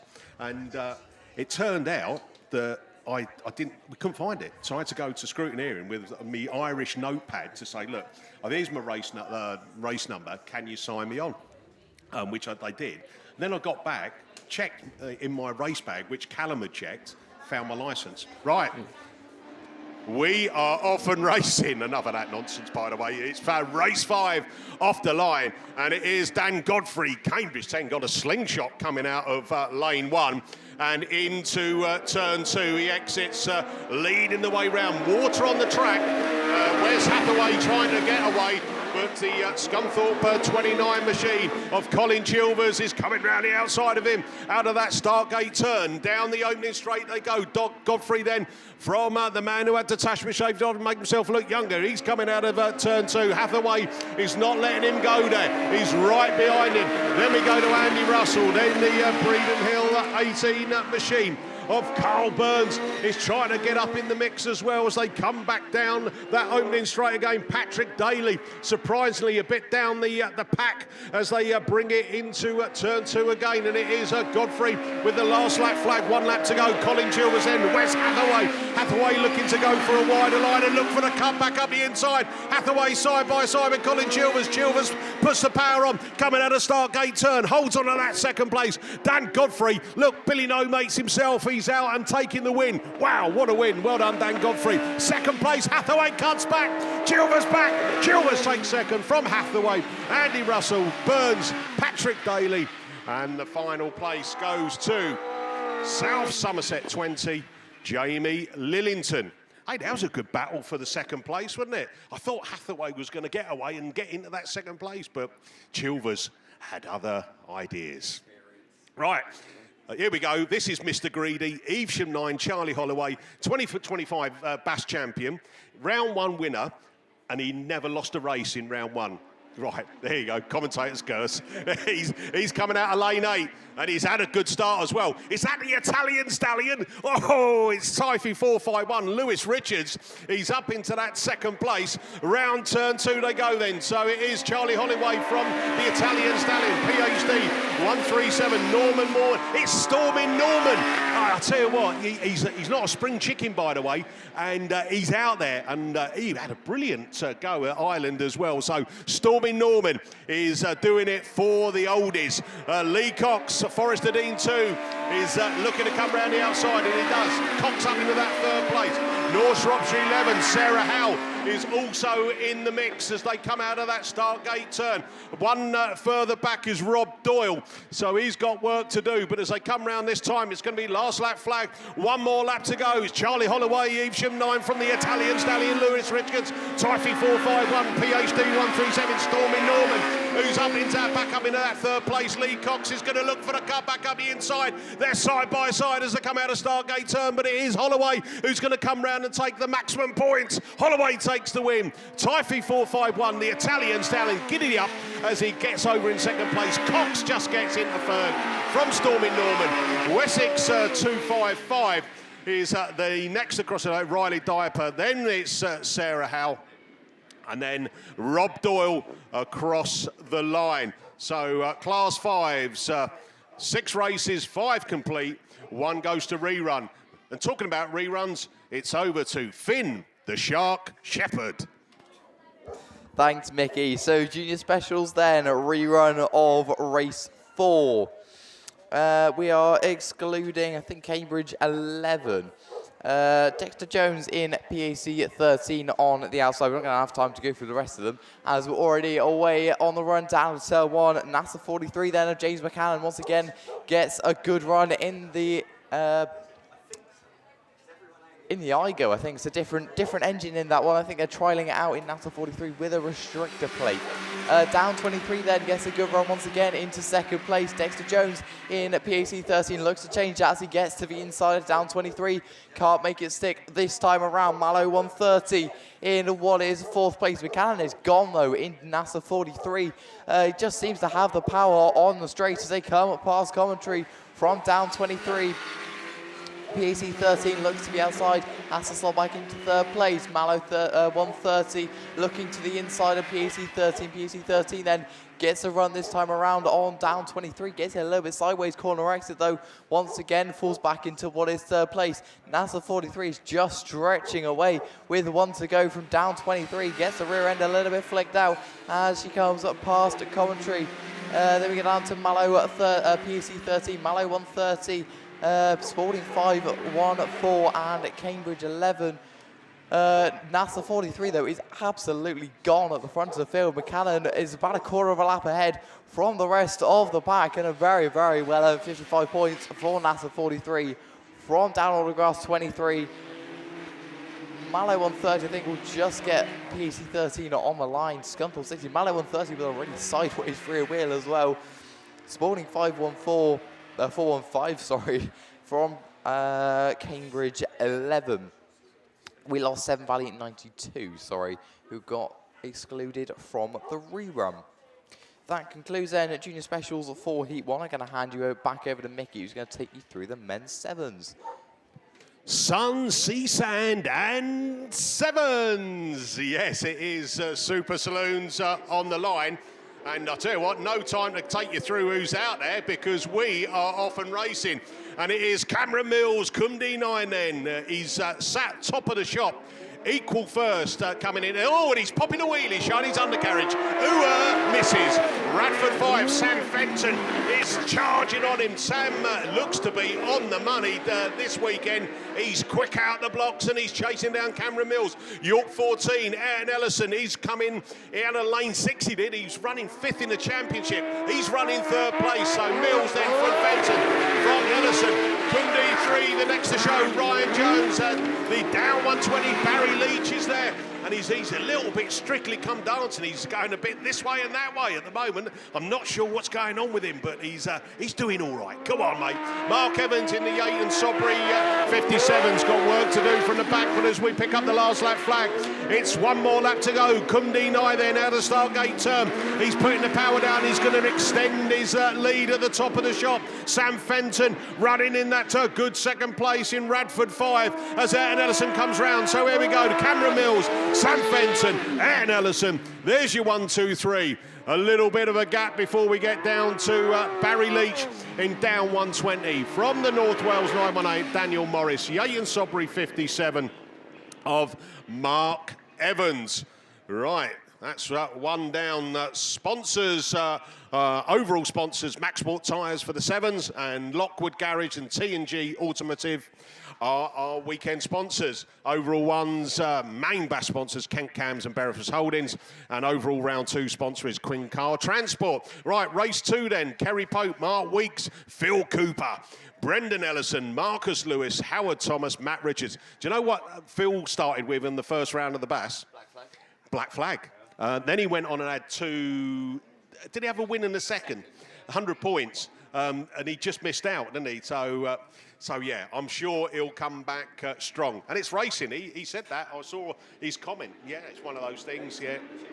He took it on the chin. I like that. And off he goes then. Cooper makes a good start there. But I'll tell you what, Matt Richards is up there as well. He's gone grey now, Matt Richards. He was blue last year. But it's Phil Cooper, Matt Richards from the Pope machine. York 219, Brendan Ellison this time. There's a cone, gets flattened down. That was Richards, but no problems there as he holds on to that second place. Spalding 82 though. It's looking to apply the pressure. Kerry Pope then in the green machine. And round they come, up past commentary. Down 26 is next there and there. That's Howard Thomas. And York 219 just drifted down a place there as the rest of the cars go there. Marcus Lewis in the P100 and Mark Weeks in IK 116. But last lap flag, ARC 5, Phil Cooper then from Matt Richards in the Radford 555. Kerry Pope Spalding 82. Then we go down 26, Howard Thomas. There's your top 4. York 219, Brendan Ellison running in 5th place. And then there's a battle going on as P100 of Marcus Lewis looks to make a place back up. But eyes back front, checker flag time.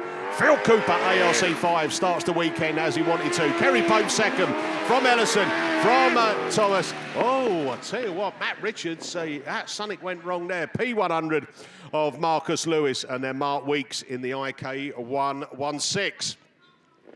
So race 3, Lewis Woodruff, White Rose 72, White Rose 4, Callum Ball, Radford 140, Damien Harris, Tony Goodsir in Scunthorpe 307, Liam Roach in CW 160, North Shropshire 77, Joel Edwards and CM 47, Phil Olsen.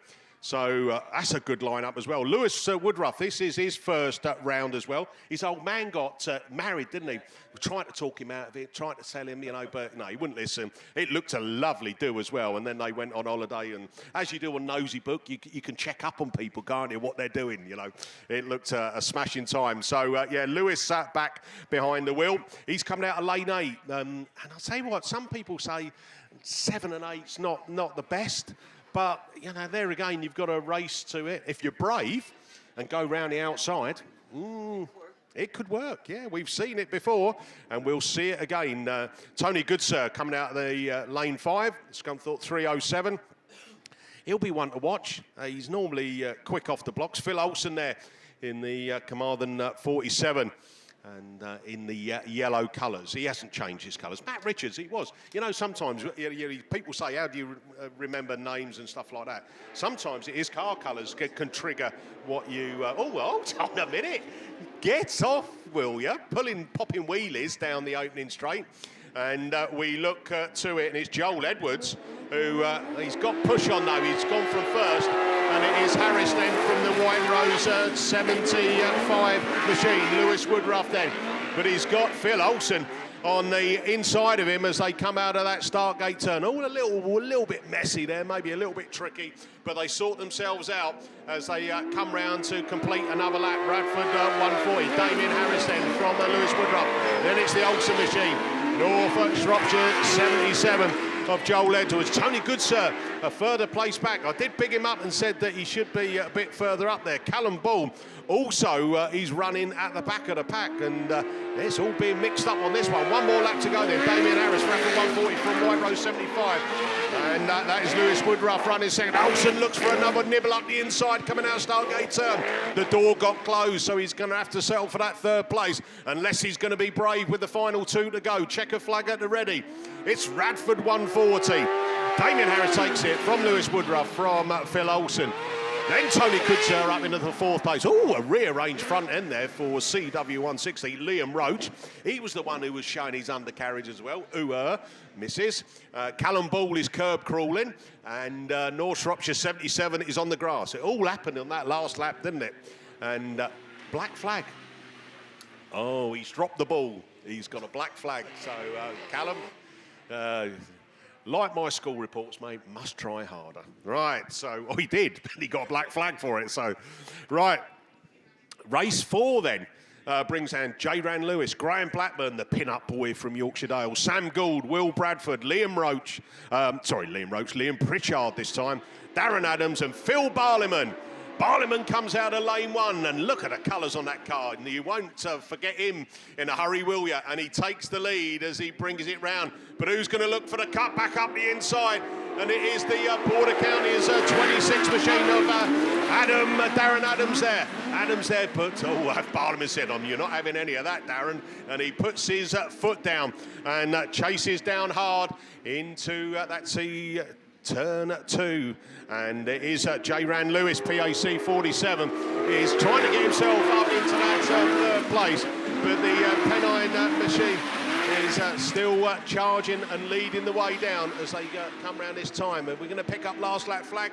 Yes, we are. So one more lap to go on this one. Phil Barliman then, Pennine 23 from the Pennine 8 machine as comes down. And looking down on my sheet, that car shouldn't be in it. It's not in it. So I don't know what's happened there, but it doesn't matter. The Phil Barliman machine's coming across the line to take the win. The Pennine mate is Andy Graney. Then we go J-Ran Lewis, Border County 26. North Shropshire 34, Sam Gould. Border County is 115. On Will Bradford, and then the pin-up boy from Yorkshire Dales, Graham Blackburn. Oh, hold on, NASA 7's arrived, Liam Pritchard. So that concludes that. Andy Graney was in the he's in the next race. That's why it threw me. He should be in race 5. Oh. He was a bit keen. He's keen. That's a definite jump start then. Right, race 5 then. Ryan Hall, Tom Boardman 6 on the points in the championship. Simon Hawthorne, Andy Graney, he was 4th on the points, but I don't know what's going to happen there. Luke Bennett, Sid Lomax, and Troy Holtby. So Troy Holtby coming out of lane 1. Good move there, Sid Lomax. And it is Holtby. He's looking to find a gap up there, a chip off the old block, as they say. So here's Troy Holtby, who's coming through. North Wales 621. Luke Bennett's up there. Bennett into turn 3. But Holtby looking to come round the inside. Who's looking to go? Lomax looking up the inside as well. But as they come down the opening straight, still Luke Bennett then holds off the charge as they bring it out of that turn 2. And Holtby square-wheeled it. There's a little bit of bish-bash-boshing. We've got one that's stopped on the corner. Oh my goodness gracious me. Come on, Tom Bourman, can you get it going? Press the green button. Start. Stop. Right, there you go. Never mind. Right, I'm trying to work out, right, let's have a look on who's come round. Why the 199's in, yeah, 621's in, Scunthorpe 161's in, Radford 176, Simon Hawthorne, 144's in, York 277. Yeah, so I reckon Andy Graney should have been in that. Ah, well, this is... I don't think so. I honestly don't think so. But, yeah, we were doing so well with the 7s, but I'm happy with that, to be fair. 4 complete, 1 rerun after 5 in the 7s. That's good. Right, who's in this one? Oh, Jack Houlihan, White Rose, West Waterford, 358. And all those over in Ireland, all the Irish racers, if you're not over, good morning to you. I hope you're having a cracking morning. And who else is in this one? Ian Lewis, Mark Jenkins, Tom Lewis, Ali Ashmore, Archie Bentley, Matt Thompson. Oh, this is a good one. Top point scorer is Jack Houlihan, coming into this championship running 3rd. 191 points under his belt. So well done, Jack. It's a long way to go, by the way. This is round 2. We've got obviously 5 rounds to come. And then it's all a bit of drop.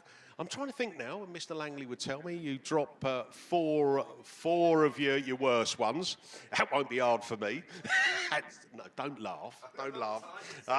Don't laugh, right? And then you get your double up of your best round. And then at the end of it, there's a champion in all of our respective classes. So good luck to our competitors. Right, race 6, bungee lifts. Let's go racing then with the Super Saloons. Archie Bentley, North Shropshire 7, gets the good charge. And they're all squaring up to cut that corner tight on 2. But it is Archie Bentley then from Tiny Tom Lewis. And look at Tom, he's got absolutely slingshot coming out of Stargate turn. That was a brave move, by the way, because the Armco is a bit hard when you hit it, by the way. And now he's got a bit of understeer. That's allowed Archie Bentley to come back at it. Then it's Tiny Tom Lewis. Then it's Houlihan. Then we go down to Matt Thompson in the South Somerset 36 machine. But the 3 breakaway cars are heading down there. The 7 machine of Archie Bentley. Bentley then, but hold on a minute, he's got company again. He's not getting his way there. As Tom Lewis comes up the inside of him. Tom Lewis now is looking to cut through the inside and take up the lead. Bentley goes on the outside as they out of Stargate turn. Archie Bentley fights back into that first place. Tom Lewis drops back to the second. Houlihan goes with him. Oh, there's all contact then. I tell you what, Houlihan could come through and take the checker flag. Houlihan comes through. Houlihan from Tom Lewis. From the North Shropshire 7, Archie Bentley. Then it's Thompson. Then the Spalding 5-1-4 across there, Ali Ashmore. My goodness gracious me. We go Jenkins and then the Lewis machine. So how many races? 50 races in the first hour. 50. Wow. That's it. That's got to be a world record. Right. Yeah, hold on to your hats for this one. Dan Johnson, equal first coming into this, 200 points and won the round 1. Andy Holtby, currently 7th in the standings. Jake Lee, Jamie Meehan, Dan Thomas, Hugh Jones, Craig Bagley. Oh, dear. Oh, dear me. Where's Dan Johnson? He's coming out of lane 8. All right, he's going to have to be brave. Andy Holtby, lane 6. That's not too bad. Jamie Meehan, 5. Dan Thomas, 3. Hugh Jones, 2. Craig Bagley coming out of grid 1. I think grid 1's not a bad one to be. Grid 2, grid 3. So, Craig, Hugh and Dan, we're watching you. See if you can do... I tell you what, I told you, I'm looking at lane 5. Because I'm trying to get some, oh, hold on. Mr. Lover, Paul Glover's coming to commentary with no shirt on. Oh, my life. Ladies, turn your eyes away now. I've just heard that you've got plans for our race. Oh, hold on a minute. I'm not telling you, but Nick has told me. Who's been telling you my tactics? You should have been listening, Paul. No. I mean, obviously, you got a brand new car. You ain't got a scratch on it, right? You want to keep it like that, don't you? I've got lots of scratches on it. You will have lots of scratches on it, mate. No, You've got to catch me first. No. Do you know what? My dad always said to me, Mike, be generous. Let others take some glory now and again. That's what, so that's, if I finish last, that's the reason. No, it's not that I'm not capable of winning. Wherever you finish is all intentional. Yes, that's it, yeah. Seeing his checker flag's a win for me. Yeah, no, that's it, yeah. No, I've got high hopes for you. And look, he hasn't had to put wooden blocks on the pedals because he's had this car built for you, haven't you? So well done. I'm looking forward to it, by the way, Paul. What grid are you in? 1. Oh, God, grief. So I'm in grid 5. So would you do me a favour? As you go into turn 1, can you just, like, go out wide a bit and leave a gap? And I'll try and sneak up the inside. Go on, mate. Yeah, thanks. Yeah, no, because we are friends. We are friends. Eh? I tell you, there's some good lads in there as well. Yeah, so I'm... The lad next to me come second in BAST last year and won it year before. Easy fodder. Something tells me the Class 7 boys down there on the line won't be saying the exact same thing as you two, I tell you. I don't think any of them will be sat down there going, "No, leave a gap for me, mate, will you?" That's it, yeah, you have to create your gap. Yeah, so, in Class 7s, you've got to find the gap and hope for the best. So what we were saying there as well about the YouTube subscribe on on BAS. So it's free to do it. It doesn't cost you a bean, but it would be really good if we could get some... it helps out a lot for... So, and that, as I said, if we can get up to 10,000 subscribers for this week, by the end of this weekend, then BAStv are going to show you where my tattoo is on my body. You know, if that's not an incentive to get subscribing and liking, nothing is. I tell you what, those watching on BAStv... All I'll say is that it's not seen very often. Right, engines revving. We're going to go racing with the Super Saloons. Here we go then. Bungee lifts. Let's go racing. And it's a cracking start down there. Dan Thomas, PhD 147. Look at how bunched up they are. Thomas then takes the lead, then Holtby comes through. Then we're going into the Bagley machine. West Waterford 133, Jamie Meehan up into that fourth place. Scunthorpe 383. Dan Johnson's not getting it all his own way. It wasn't 200 points he accumulated in round 1, and he'll look to try and fight his way back. Whoa, hold on a minute. Dan Thomas has gone out wide, and that's allowed Andy Holtby to try and find a gap out the inside. Thomas back at him, coming out of that Stargate turn, but Holtby's on the power. Bagley goes with him as well as they bunch up. Thomas comes back through the gap up the inside. Holtby looks for the switchback. Holtby up into first place again. One more lap to go. Thomas looking for the gap as Johnson comes up in the mix as well as they come out of that turn 3 at a Stargate turn. It's Holtby then from Thomas, from Johnson, who's moved up there. Bagley drops down into fourth place. It's around the final 2. Checker flag at the ready. Holtby cuts the corner and takes the win from Dan Thomas, from Dan Johnson. Dennis Bagley, Scunthorpe at 12, Jake Lee from Meehan, and the North Wales 35, Hugh Jones. Wow, cracking racing. Brilliant stuff. And what we've got is, what does that say? Brock to go to start line. Brock to the start line, whatever that means. Looking up on the line, is this my Class 5 rerun? Oh, they're being nice to me, because then they know that I've got to go and get in the zone and get prepared to go out in the 600. Do you know what Ali Ross is in, right? And it takes me about half hour. Do you know what? 5-point harnesses, and you know the one down the middle where you have to pull tight. It makes me talk like that, right? I know that's all I'm saying. And then you've got to put arm restraints on, the neck collar. Hold on a minute. I got tagged 2 weeks ago at Scarborough, right? I was doing nothing wrong, and all of a sudden I was just spun round, right? You know, luckily I survived, and I didn't need medical treatment. I was fine after a Guinness. It was no Guinness Zero. Sorry, by the way, just to let you know.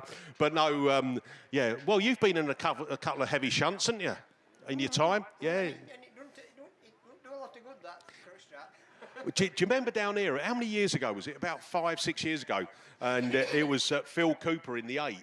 Ended up coming down the opening straight, and he went over the barrier, didn't he? Down in turn 1. And I remember him getting out the car, and then all of a sudden he just crouched down, holding what they known as crown jewels. That's it. That's what he was doing. So here we go. Let's go back. Yeah, let's go back to Class 5 then. And it brings out Tim Pole, Archie Bennett, Ashley Robinson, Aaron Mason, Tony Yole, and Baxter Pargetter. So there we are. Lee Nicklin got excluded from the rerun. And it is the Aaron Mason machine, but Scunthorpe 43 is looking to make a move, and that's Ashley Robinson, and he's got himself in front then. Aaron Mason, who came into this 8th in the standings on the Bass, is chasing him back down hard as we bring it into turn 2. It's already polishing the track, by the way. Running in that for 3rd place is Baxter Parketter.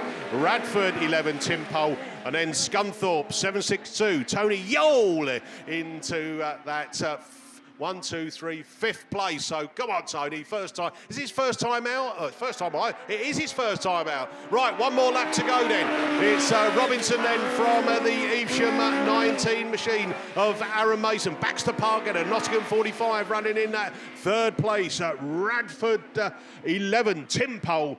And then you're going to get used to this. Scunthorpe 762. Tony Yole in that 5th place. But taking the win, Scunthorpe 43. Ashley Robinson from Aaron Mason in the Evesham 19. Nottingham 45 is Baxter Parketter. Radford 11, Tim Pole, and Scunthorpe 762, Tony Yole. So there we go. That is our Class 5s done and dusted for Heat 1. I've got a rerun of men's Super Saloons, but it's Class 8 time, lots of them, and it's over to Liam Williams. Thank you, Mickey. Good morning, everyone. You don't often say that when it's time for Class 8s, do you? So Class 8's obviously coming out a little bit earlier this weekend because we got 12 grids to come your way. So plenty of action-packed racing to come your way for your men's Class 8s. We have to thank our sponsors, ProLink Suspension, of course, your very kind sponsors for the series, as usual for Class 8s, and your sponsors for the weekend, ARD Race Cars. So a big thank you to Anthony for his sponsorship. As I said, 12 grids to come your way, and they're going to be on their best behaviour. They're going to all go through. It's going to be absolutely fantastic, and we're all going to have a laugh at the end of it, and it's all going to be brilliant. So there's optimistic thinking. As long as the first 6 go through, because that's all I'm doing, and Finn's doing the last 6, so every man for himself, I'm afraid, Finn. So race 1 then, down there on the line, ready to get going. Lane 1, Emily Jefferson in Scunthorpe number 20. So hopefully Emily can have a bit more luck on her side than she did in Ireland. She was having a very good run. I think it was Heat 2 maybe, it might have been 2. And she chucked it all away. She was saying about it yesterday, so we don't want to see any more of that. If she can get a good start, then she's going to stay level-headed and hold the pace and lead the race. So she's coming out lane 1. Lane 2 then, Kyle Bennett in Scunthorpe 305. Stu Clark in Scunthorpe 88 out of lane 3. Liam Nichols, lane 4 in Yorkdale's number 7. Lewis Middleton in White Rose number 20 in lane 5. Nigel Back in lane 6 in BC 81.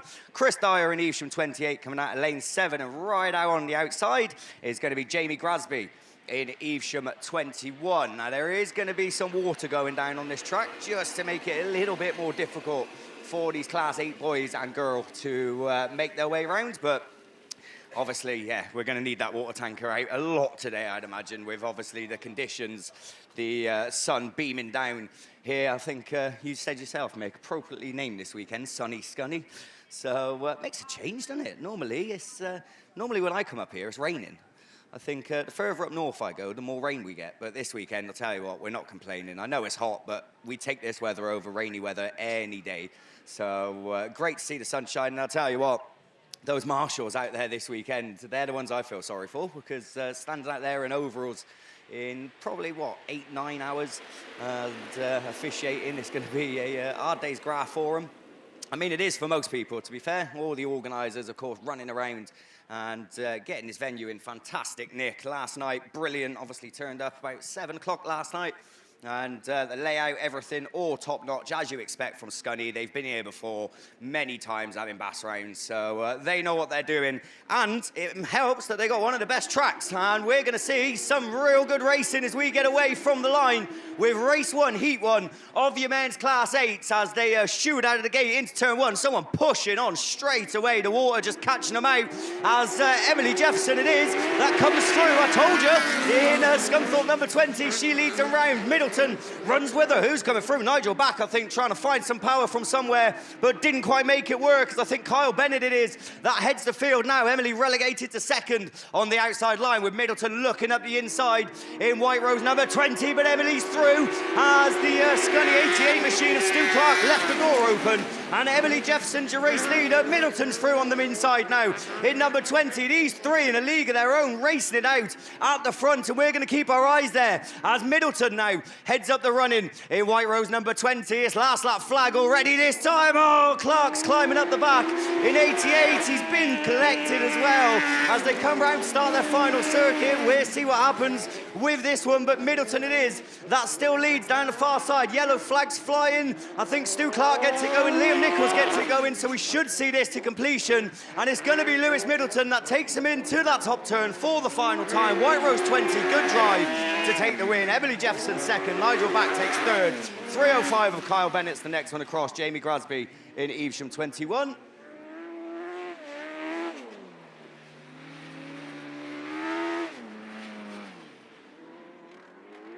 So, Liam Nichols then was the next one across, and Stu Clark in the Scunthorpe 88 is going to be your final finisher. So a little bit messy for the first race in Class 8. Not that you'd really expect much less, but race 1 done and dusted. Where's my pen? There it is. Race 2 then, down there on the line, and we're going to try and rattle these off because I think we're going to get going very quickly. Martin Perrott in South Somerset 71, Owen Price in PAC 71, Jack Gibbons, Leewood 17, Caden Cheetham in Scarborough 37, Jason Richardson, Pennine 6, Amber Powell in Ludlow 99, Darragh Roach in Carlow 163, and Lance Bowen in Border Counties number 1. Lance started from the outside. I'm sure he won't mind that. As we get away, race 2 is up and gone. This your former national champ then, Jack Gibbons. That leads them into turn 1 as they just slowly steady the pace and someone shoots through, and it's Caden Cheetham that takes up the running as they come past us for the first time in commentary. Gibbons looking back up the inside. Oh, Bowen's gone.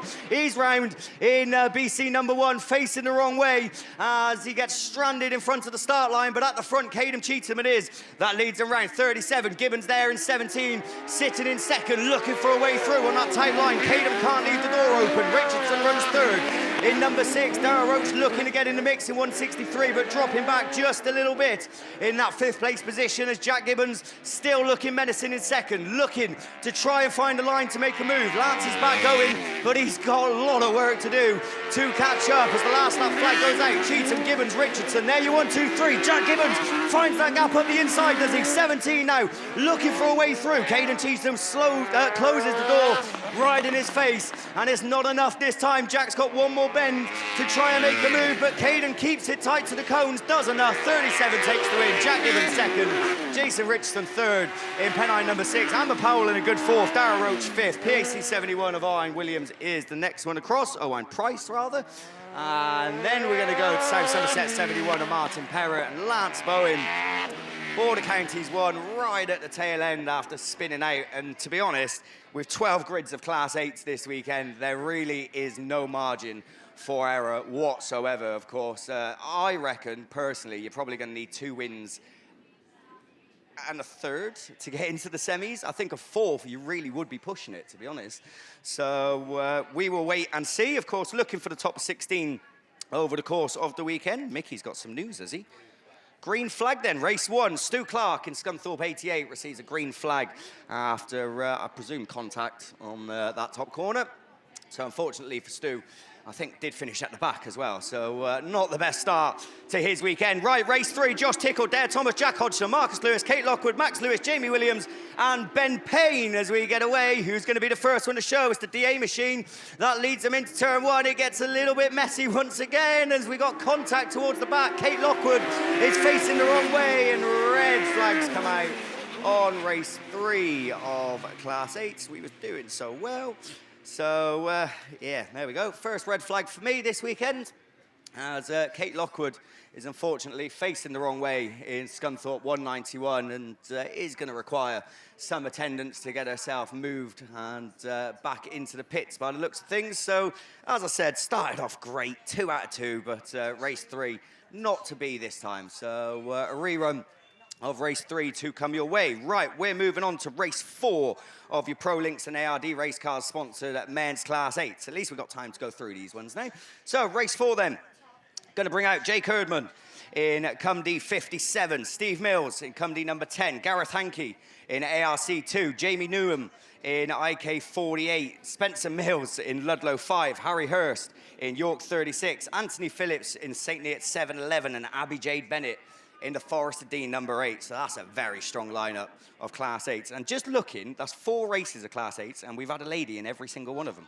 So good going for the girls in Class 8. Maybe not so much for Kate Lockwood, as she gets taken off, but we have got Radford 71 then from that last race. Max Lewis, unfortunately, is going to be excluded from the rerun for being the cause of the race stoppage. Just hearing as well, obviously the ice cream van going around. I'm sure you can hear the tones. He is only here till 1 p.m. this afternoon, so it's definitely worth going over and making the most of it until, I mean, what time is it now? We're 11:15, so just over a couple of hours. So if you do require an ice cream, then make sure you do get over there. Feel free to bring us one back as well. We won't say no. So 1 o'clock and he is out of here, so make the most of it. Ah, he's a traitor. There we go. We just found out the ice cream man is changing meetings. So obviously the UK series taking place, what, 15 minutes down the road, 10 minutes down the road from here, I think. Not far at all, is it? So I tell you what, all the Lincolnshire lot, they must have been petrified over the weekend, seeing 1,000 grasses all turn up in the same location. It must be the first time where we've had a UK and a BAS in the same, so, yeah. So close. I think it is. I can't ever remember one. In the same county. In the same, yeah. First time in the same league. Yeah. Oh, there you go. There you go. Scunny making history once again. Look. We won't give credit to them lot. We'll give credit to the BAS lot. So, well done, Scunthorpe. So, not that there's any competition whatsoever, of course. We do wish everyone competing in that series good luck. But we're here at the BAS. We do things properly, don't we?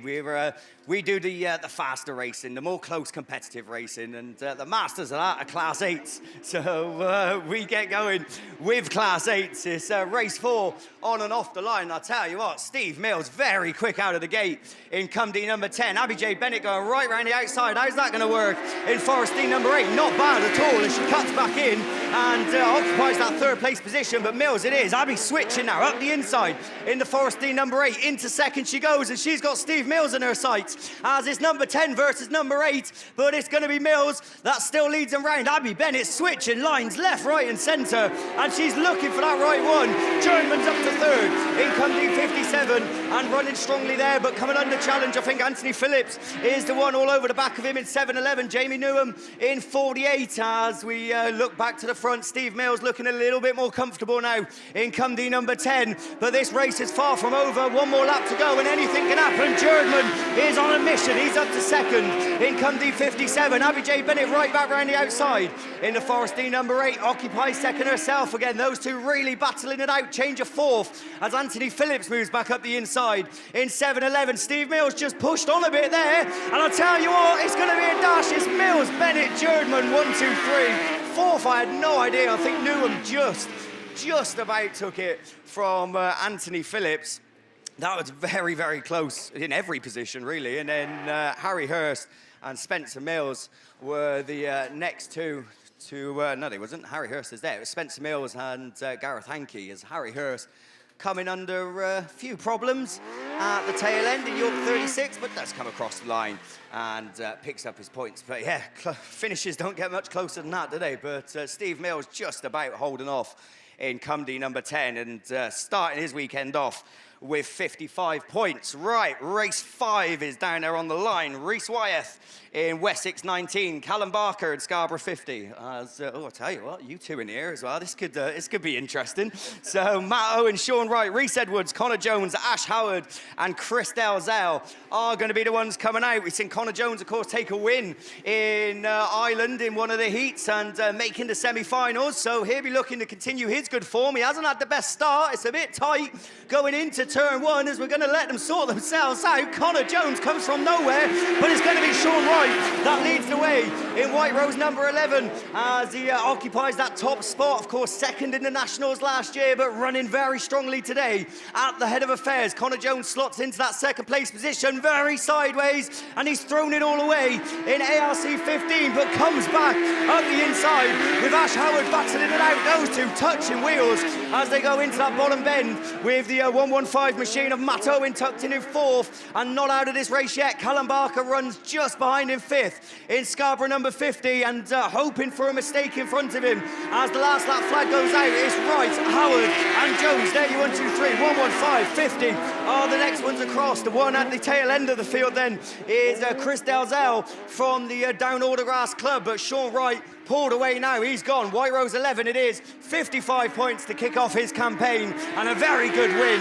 Ash Howard takes second. Connor Jones, Owen is the next one across. Then we're going to go to the Callum Barker machine, who was next one across. Reese Edwards and Reese Wyeth was then next, and Chris Dalzell in Down Autograss at number 3, finishing it all off. So good stuff again. I'll tell you what, Sean Wright definitely on the pace this morning. White Rose 11 taking a storming win in that one. We are going to move on to my final scheduled race of the Pro Links and ARD race cars sponsored men's Class 8s, because we got race 6 down there on the line. Another strong lineup, as every race is in Class 8s. Race 6 brings out Harry Russell, IK 65, Dan Stead, Border County 6, Adam Clack in Athelston 2, Dan McKenzie in CA 44, Steve Young, York 47, Adam Fiddler in Scarborough 24, Chris Pope in Spalding 8, and Neil Tivey in White Rose, West Waterford 142. It's the sun, it's getting to my head, that's all it is. So Neil Tivey, again, flying in Ireland during spells, but this weekend, no margin for error whatsoever with the amount of numbers we have signed on. Is it 90? Was it 90 Class 8s or something like that? 97. There you go. So, something ridiculous like that, wasn't it? So, obviously, the most popular, the biggest class in Autograss, I think basically everywhere you go now. I think any meeting you go to, it's normally Class 8s that have the biggest number, whether it be a club meeting or a BAS or whatever. I think the only time that the Class 8s haven't got the biggest number is at the Nationals, because obviously everyone has the same. But yeah, Class 8's ever so popular, and hopefully everyone trackside's enjoying it. Hopefully you're all enjoying it on the live stream as well. As Mickey said, don't forget, like and subscribe on BAStv, because it really, really does help with the YouTube algorithm. Algorithm, hey? Big word for a Saturday morning, Liam. So, tell I had a light night last night, can't you? If I'm throwing words out like that, I'll tell you. So, but yeah, honestly, do like and subscribe, because as Mickey said, well, I don't know, do we say you'll have a treat for him if we hit 10,000?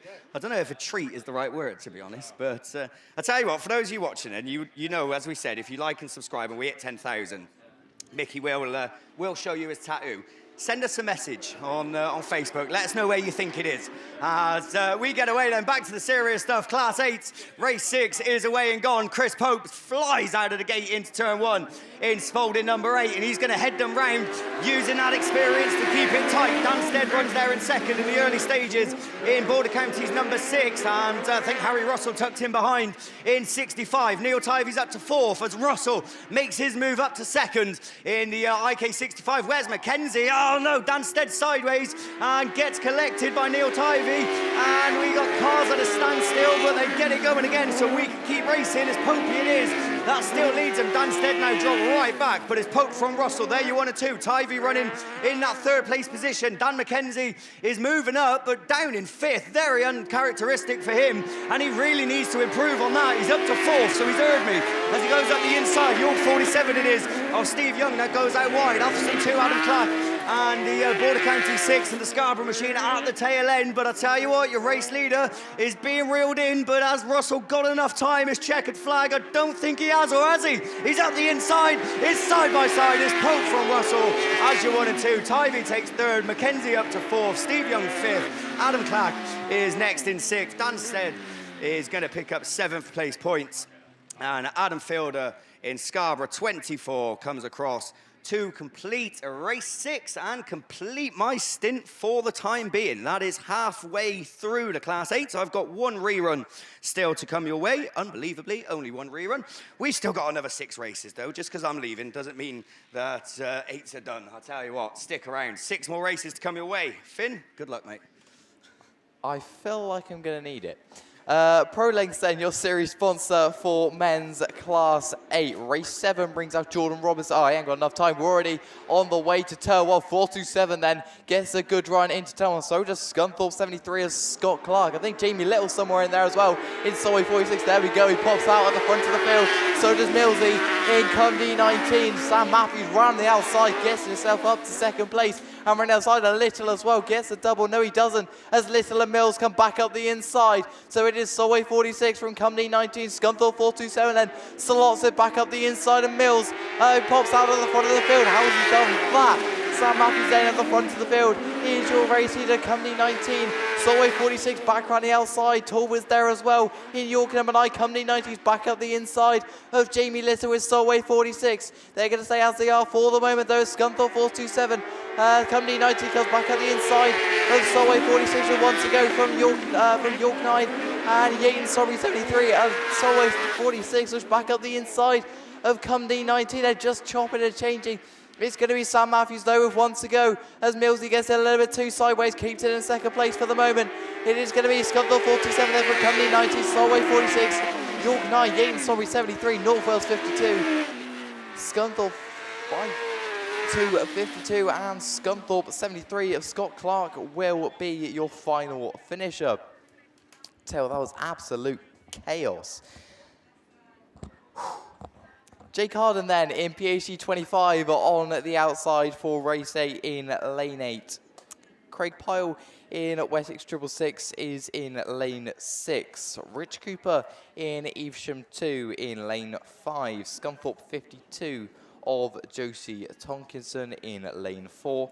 Jamie Meehan in West Waterford 132 in lane 3. Adam Jones in Border Counties 69 and Zach Yardley in Scunthorpe 68. I'll tell you what, Jamie Meehan was on fire in Ireland. He actually didn't make it through out of the semi-final, but he was on 3 wins coming into it. We're going to see if he can continue said form. Oh no, we're climbing cars off the line. I think we're going to go to red flags on that one. Yeah, we are. Race 8 then, it will be a rerun. And we'll listen to see if there's any exclusions or decisions made. Well, that was quick, wasn't it? Bryn Powell then in race 9 will be on the inside. Simon Hawthorne in Radford 76. Ben Herdman in Radford 207. Adam Alderton in Scunthorpe 327. Owen Bradford in Border Counties 16. Chris Juggins in Scunthorpe 50. And James Bow on the outside in Pennine number 9. I'll tell you what, I think this is the first time I've ever commentated a class that has 2 sheets in the BAS. I mean, we could fit 10 races on a sheet, so basically we could fit 80 cars on a piece of paper. And the fact we've got more than that is absolutely mental to think about. But there we go. It's an increasingly popular class ever since I've started doing the BAS, since I've been watching. I'll tell you what, I was just thinking earlier, I do remember like sitting at home, I think 2022 maybe. I think it was the year before I did my first BAS meeting in North Shropshire, watching all of the people I'm now surrounded by on BAStv, which is really, really weird to think about. We're away though with race number 9, should I say, on the run down the tail one. Bryn Powell gets a good run in Lud number 4. He's going to be your early race leader as they come around and past Coventry. It is then Lud number 4, Pennine number 9 and James Bow, Border County 16 of Owen Bradford. Radford 76 all the way at the back of the field. Lud number 4 then your race leader as they all slowing each other down. We've got 2 facing the wrong way. We're going to keep it going. I think we are for the moment. It is then Lud number 4, your race leader as they come past Coventry. James Bow, no response this time around. In Pennine number 9, Owen Bradford, Border County 16. In what is third place, Scunthorpe 327 of Adam Alderton. in fourth. Radford 207 and Radford 76-2. Left to mention it is Pennine number 9 though, your race leader, as he got past Bryn Powell in Ludd number 4. Border County 16 looking to do the same as Owen Bradford gets himself up to second place. Powell then falls back to third. One to go then for Bow, one to go for Owen Bradford, one to go for Bryn Powell in Ludd number 4. He's now under pressure for third place, should I say. Pennine number 9 though, with 1 quarter to go to pick up a well-deserved 55 points. James Bow then it is your race winner. From Border County 16, Ludd 4 just for Chris Juggins in Scunny 50. Scunny 327. Ben Herman in Radford 207 and Radford 76 of Simon Hawthorne. This can be a cracker as well. Alfie Ross in Scunthorpe 72, Kenny Smith in Stroud District 41 in lane 7, Daz Mullen in a White Rose 38, Dan Page in Scunthorpe 85, Kevin McBride in Solway number 4, Dan Thomas in PhD 47 and Mitch Wells in Evesham 356. I'll tell you what, this is gonna be mega. Mitch and Dan next to each other is probably not the best pairing, I've got to say. I'm not going to say anything else on the subject. ProLinks then, your series sponsor for men's Class 8. We're away. Oh, we're climbing cars already. I think that is Alfie Ross and Scunny 72. PhD at 40, PhD 47 there as well. I think we're going to have red flags already.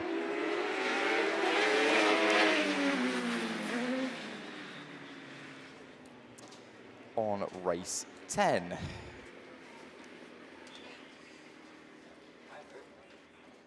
I think we'll just move on. Corey Mumford then in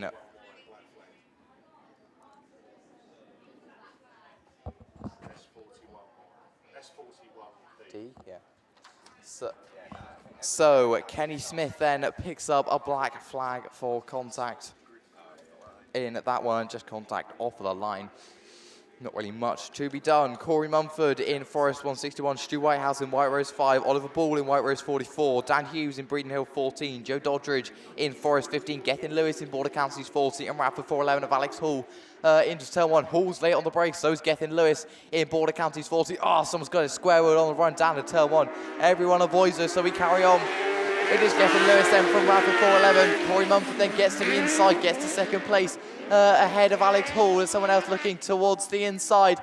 It is though Border Counties 40, your race leader. We are going to Reds once again. This is ridiculous, I'll tell you what. You had one job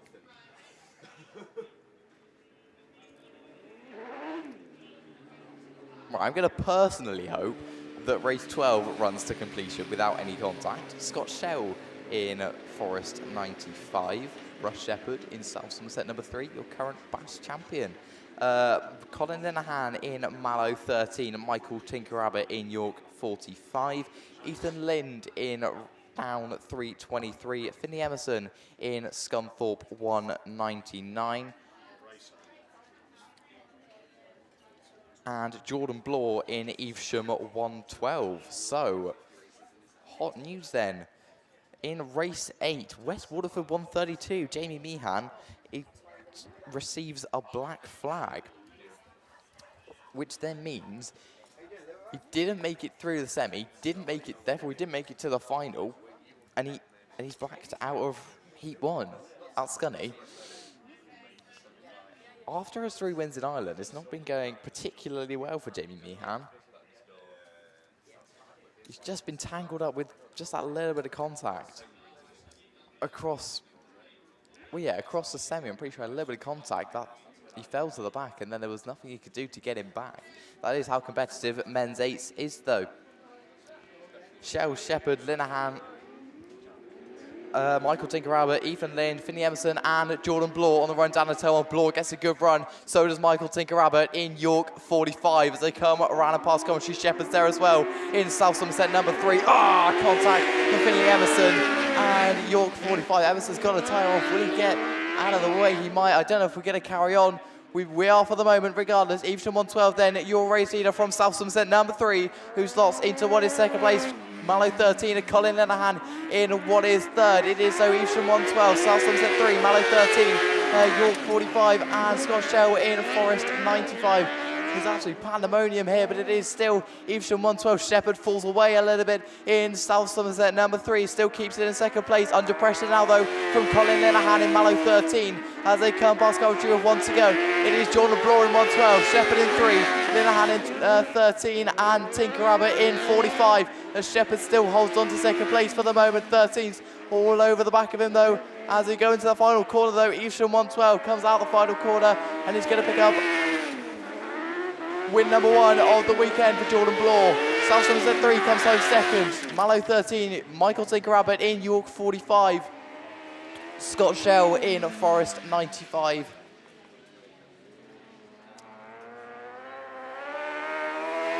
And Lind in Down 323.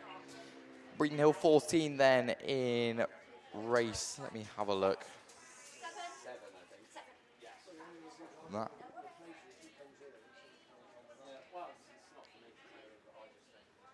In race 11, we'll pick up a black flag and will not be out in the rerun.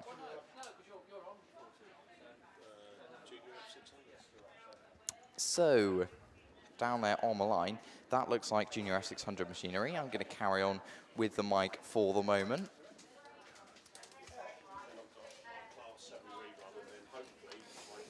So, let me just fiddle around with some sheets for 2 seconds. Serious racer time then, Nick.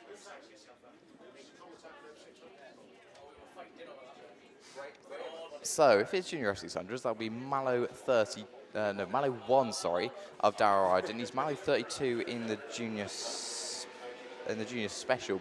Regardless, we're away though into toe on. Only 4 of them coming out in this one. Bradford then gets the best of the brace. Sean Bradford, Euro Cedar McCannon's on there on the outside. Mallow 1 is involved as well. Darragh Ryden comes back up the inside and gets himself to the race lead. Border Counties number 4 then slots into what is second place. Whitehouse slots all the way back to 4th place as James McCannon gets the run in Down at 92. These 3 just starting to break away from White Rose number 1. It is Mallow 1, though you'll race here as they come past Coventry with a couple left to go. 1 there from Sean Bradford in Border Counties 4, who looks to the inside, can't find a way through as Darragh Ryden is sturdy in his defence. McCannon in 3rd place, trying that outside line, but it's not working for him. He's got it 2 sideways. He's going to fall away. It's a 2-car battle for the lead then. It is Mallow number 1 as they come past Coventry. 1 to go for Darragh Ryden. 1 to go for Sean Bradford in Border Counties 4. He's got 1 more lap to make an attack. And Darragh Ryden has just been sturdy in his defence. There's no way through for Sean Bradford so far. McCannon's just falling away. He's got it 2 sideways once again. He's going to be about a quarter of a lap between his top 2 and Down 92. Out of the final quarter, though, it's going to be Mallow 1, a well-earned win from Sean Bradford in Border Counties 4. James McCannon in Down 92. And White Rose 1 of Denver Whitehouse will be your final finisher.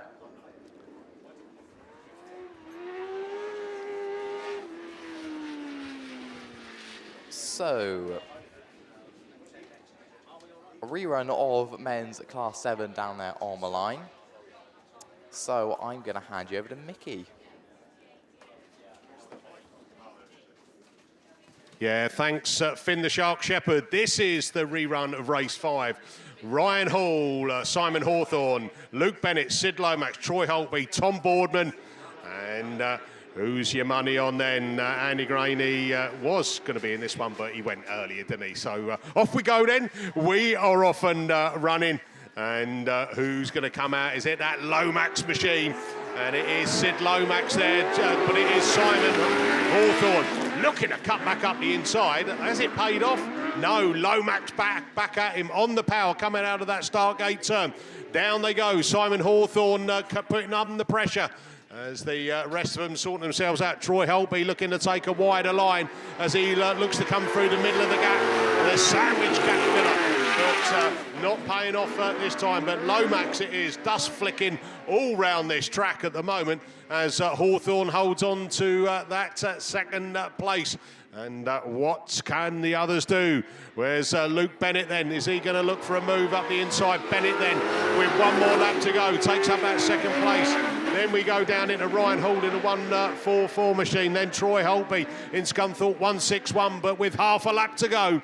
It is that North Wales 1.99. Sid Lomax running 8th on points in the BAS Championship, and the win will do him all the power of good. But hold on a minute. Woohoo! Luke Bennett, a close second. Simon Hawthorne, then Ryan Hall. Then we go down to Troy Holtby. So, race 5 is done and dusted, which means that now 5s and 7s done for me for Heat 1. I'm off to prepare for my mission. Blow, Simon Hawthorne, Radford 176, black flag for hitting a cone and gaining advantage. OMG. Class 9s, over to Liam Williams. Yeah, thank you, Mick. Good luck in the F600. Of course, Mickey racing this year, so we'll be seeing him fairly shortly, I'd imagine, because obviously we've done 2s, haven't we? So after 9s, I think we'll be going juniors, then 4s, 6, and then we shall be seeing Mickey in the F600. So he's going to have a light jog down to the car now, just to shed off as many pounds as he can to get the weight distribution right. So we're going to get racing with Class 9s. A little bit of a change for me this weekend. I haven't done Class 9s in a good few years. I don't think I've ever done them at a BAS, so this could be interesting, couldn't it? So we got 3 races scheduled to come your way for your men's Class 9s. Big thank you to our sponsors, Extract Shocks, your very kind series sponsor, and your sponsor for the weekend, MJA Race Engines. So a very big thank you to them for their very, very kind sponsorship. As I said, 3 races scheduled to come your way. We have got the winner from round 1 coming out, but you're going to have to wait because he's in race 2. So we're going to go race 1, which is going to be a very slippy race because we've got 2 water bowsers out there on track. So, well, as I said, they are needed in order to keep the dust down. We know this track does polish up over the course of the weekend, and as I said, Scunthorpe team will do everything they can to keep this track in the best possible condition over the course of the weekend. One extreme to the other in Autograss. You go to one BAS round, it don't stop raining. You go to another BAS round, and we need rain. So I think I could say it, Lou. I don't think we're going to get any, mate. Don't worry. So yeah, as I said, one extreme to the other. But as I said, this club more than well equipped in order to deal with the conditions we've got. And hopefully, all of you out there in spectator land are keeping yourself happy and keeping yourself safe as well. I know that not everyone's accumulated to the sun and doesn't really bode well for everyone's, but there are plenty of shady spots I have seen over on the track. And I tell you what, obviously, if you're not driving, there is a very, very shady spot in a tent somewhere. So I'm sure you could put 2 and 2 together. So, and as Mickey said, keep yourself, your sun cream, keep hydrated and everything, and just enjoy it because we don't get it very often. Right, race 1, Class 9s, Dave Palmer, Adam Robinson, Maxton Young, Ben Wilson, Ben Gibbons, Andy Hornshaw, Mark Barker, and Henry Deprez. I tell you, that could be the final. So very, very strong lineup of Class 9s to kick things off. As I said, only 3 races, but all 3 races are so competitive. So obviously a lot lower on numbers than Class 8s, but equally as competitive as we get away from the line. I don't think we're going to be getting very far off the line. There you go, called it. Red flags on Class 9s. So I think that might be the shortest race so far this weekend. Slow it down, boys, as you got it to do all over again.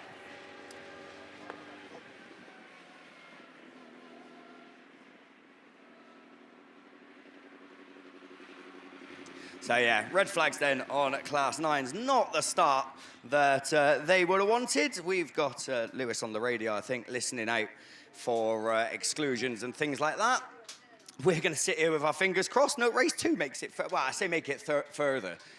Couldn't really not, could it? Because I don't even think we got to the first Marshall's post before the red flags come out. So, race 2 then, Andy Adams, Marcus Mills, Callum Allison, Lewis Farrer, Neil Tivey, Barry Smith, Aidan Llewellyn and James Heselton. Aidan Llewellyn, of course, took victory at the first round of the British Autograss Series in Ireland. What's he got in the tank for round 2? He's not had the best of starts, but he is well down down the order, and he's got a lot of work to do in order to catch up with the rest, as your race leader already extending that lead at the head of affairs. Andy Adams, I think, is in the mix as he has just dropping back a bit. It's all going on in the Class 9s, but your race leader steadies things up and comes round, and it is 34 that leads him, but Aidan Llewellyn is on an absolute mission. Right round the outside of Allenson he goes. He's come from absolutely nowhere and takes up the run-in on that wide line. He's certainly found the speed as he heads him round. He's going to keep it wide, and I'll tell you what, it's probably going to work for him because he's just pulling away onto his final circuit. Allenson runs in second.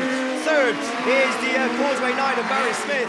He's running very strongly but coming under challenge, as I think it's the Heselton machine is 75. That's gone right round the outside and made that third place his own. We've got a back marker. Is he going to get in the way? Oh, that was tight. Aidan Llewellyn gets the victory. Allenson takes second. Hesse in third.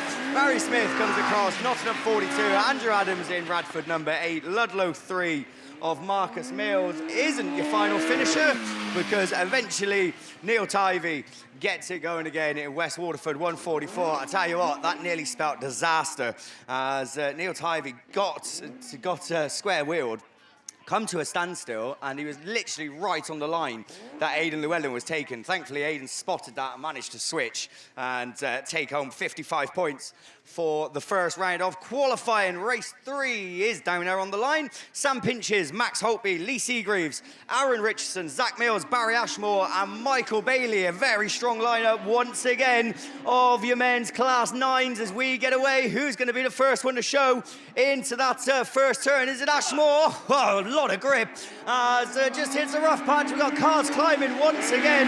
It's all going on, but it is going to be Michael Bailey that leads him round in 31. On a wider line, Seagreaves looking up the inside in ARC number 3. Not enough. We've lost Max Holtby in Scunthorpe number 6 as he finds himself in the middle after early problems. But your race leader's done too much. Bailey's round, facing the wrong ways, took Seagreaves out with him, and Ashmore just laughs and flies through in 514 as he gets the lead very easily. Pinches now, I think, slots into second in Radford 35, and he's going to come under challenge as well. Seagreaves down in 4th. Your early race leader, Michael Bailey, down in about 6th place as the last lap flag goes out. If Ashmore stay level-headed, it's going to be a good win for him, as Richardson is still in the mix in Pennine number 5. He runs there in 3rd, but Seagreaves is looking up the inside of him. Richardson seems to have a bit more traction round the outside, and it seems to be working for him at the moment, as Max Holtby got it going again, but a little bit too late in Scunthorpe number 6. But Barry Ashmore gifted a victory, but still had to work for it. Sam Pinch is 2nd, Aaron Richardson 3rd, Lee Seagreaves takes 4th, Zach Mills comes across in 5th place.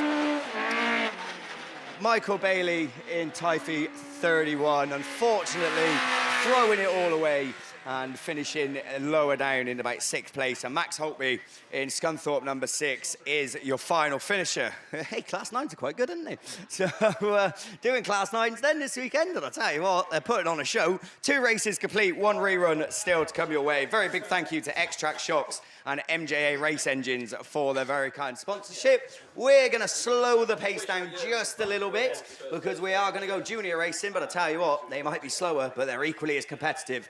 And we're going juniors, and to take you through that, it's going to be back over to Finn. Thanks, Liam. So, race 1 of the 4 that we're going to have today of USBD Electrical Contractors Limited sponsored junior saloons. York 81 of Jacob Farrow is your round 1 champion and is leading the BAS overall. He's there on the inside in York 81. Darcy Phillips in St. Neots 18. Keaton Bridges in White Rose 114. Ben Hughes in Evesham 127. Finley Rowe in Forest 408. Harris Barnett in Cumdy 515. Zach Southgate in South Somerset 50 and Harrison Hurst in York 63. York 81 though of Jacob Farrow will get the best at the brakes on the run down to turn 1. Barnett's on 2 wheels in Cumdy 515. We keep it going though. South Somerset 50 is that on at the outside. Zach Southgate will get the run. He might just about get himself up to 2nd place. Finley Rose got something to say though as he looks to the inside in Forest 408. South Somerset 50 on the outside. They're going to be side by side down that far side. I think Southgate's just about going to get the run and get himself up into 2nd place in South Somerset 50.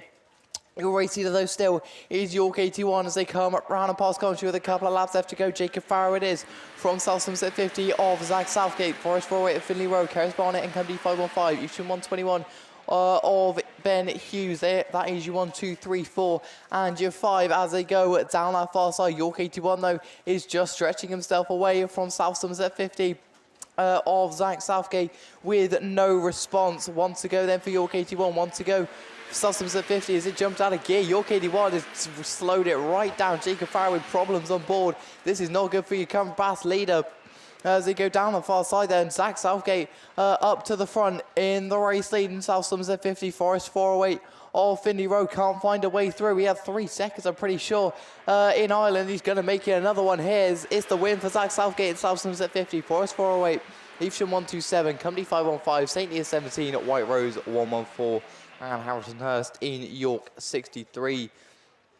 As not even sure York 81 is going to finish. As he is still moving on the far side. But regardless, race 1 will run to completion. Race 2 then brings out your current 15th finisher in the BASt standings. As it stands, Carmarthen 30 of Katie Jones on the inside in lane 1. Blake Crowther in White Rose 18. 6th in the BASt as it stands is Rory Power-Sinnott in Carlo 175. Yorkshire Dales. White Rose 13 of Lottie Marie Chadburn in lane 4. Amy Draper in Yorkshire Dales 126. Cumdy 182 of Ella Powell. And South Somerset 444 is Freddie Atkins in lane 7. SBD Electrical Contractors then, your sponsor for Junior Saloon. Your main BASt sponsors are Ken Cams and Beresford Holdings. Your round 2 overall sponsor is Quinn's Car Transport. And your round 2 sponsor is Tim Russell Electrical for the Junior Saloons. We're away then with race 2 on the run down to turn 1. White Rose 18 then gets a good run. So does Katie Jones in Carmarthen 30. I think that's South Somerset 444. Freddie Atkins there on the outside as well. I think Atkins might just about have the grip to get himself up to the race leaders. 444 then. It is your race leader. White Rose 18, Carmarthen 30, Carlo 175, and Yorkshire Dales 126 as Draper has contact with Rory Power-Sinnott. But it is still South Somerset 444, your race leader. Blake's got a good run, though, to the inside. White Rose 18 might have just got himself up to the race leader. Got a brilliant exit out of his turn to the left of Coventry. White Rose 18 then is your race leader. South Somerset 444, Carlo 175, Carmarthen 30, Yorkshire Dales at 126, and Cumdy at 182. White Rose 13 and at the back of the field for the moment hasn't got a mention so far is Lossie Marie Chadburn.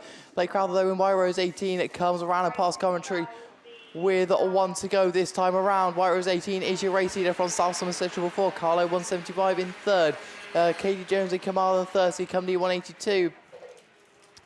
And Yorkshire Dales 126 is a little bit slow. White Rose 13, the back marker isn't making much of a difference to these guys at the front of the field. White Rose 18 comes around the final corner, 55 points, I think, gonna be well earned. South Somerset 444 chased him all the way, but it's gonna be too little too late. Rory Power-Sinnott in Carlo 175, Katie Jones in Carmarthen 30, Cumdy 182 of Ella Powell, and White Rose 13 of Lottie Marie Chadburn.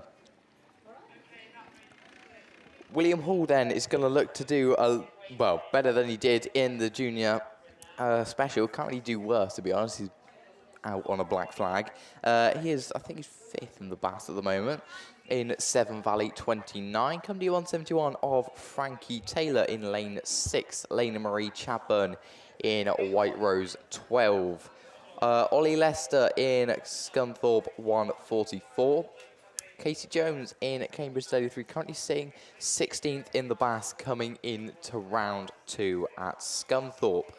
Oakley Stokes in Pennine 88, and Charlie Rayfield in IK 273. Charlie Rayfield was very, very quick at Ireland a couple of weekends ago. Subsequently is 2nd in the BASt. I think he went in on 2 wins and a 2nd into the final.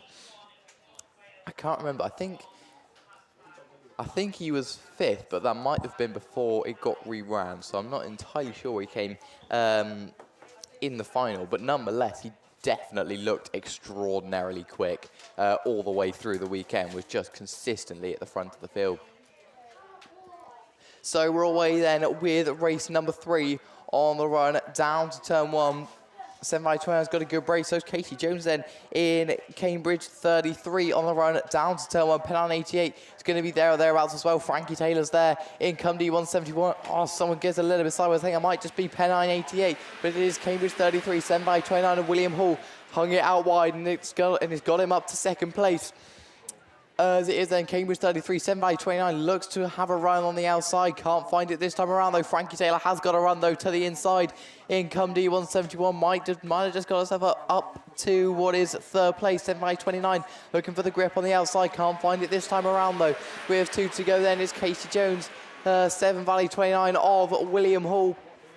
As they all just sorting themselves out. I'll tell you what, Charlie Rayford hasn't even got a mention yet in IK 273. Back in what was 5th place is now 4th.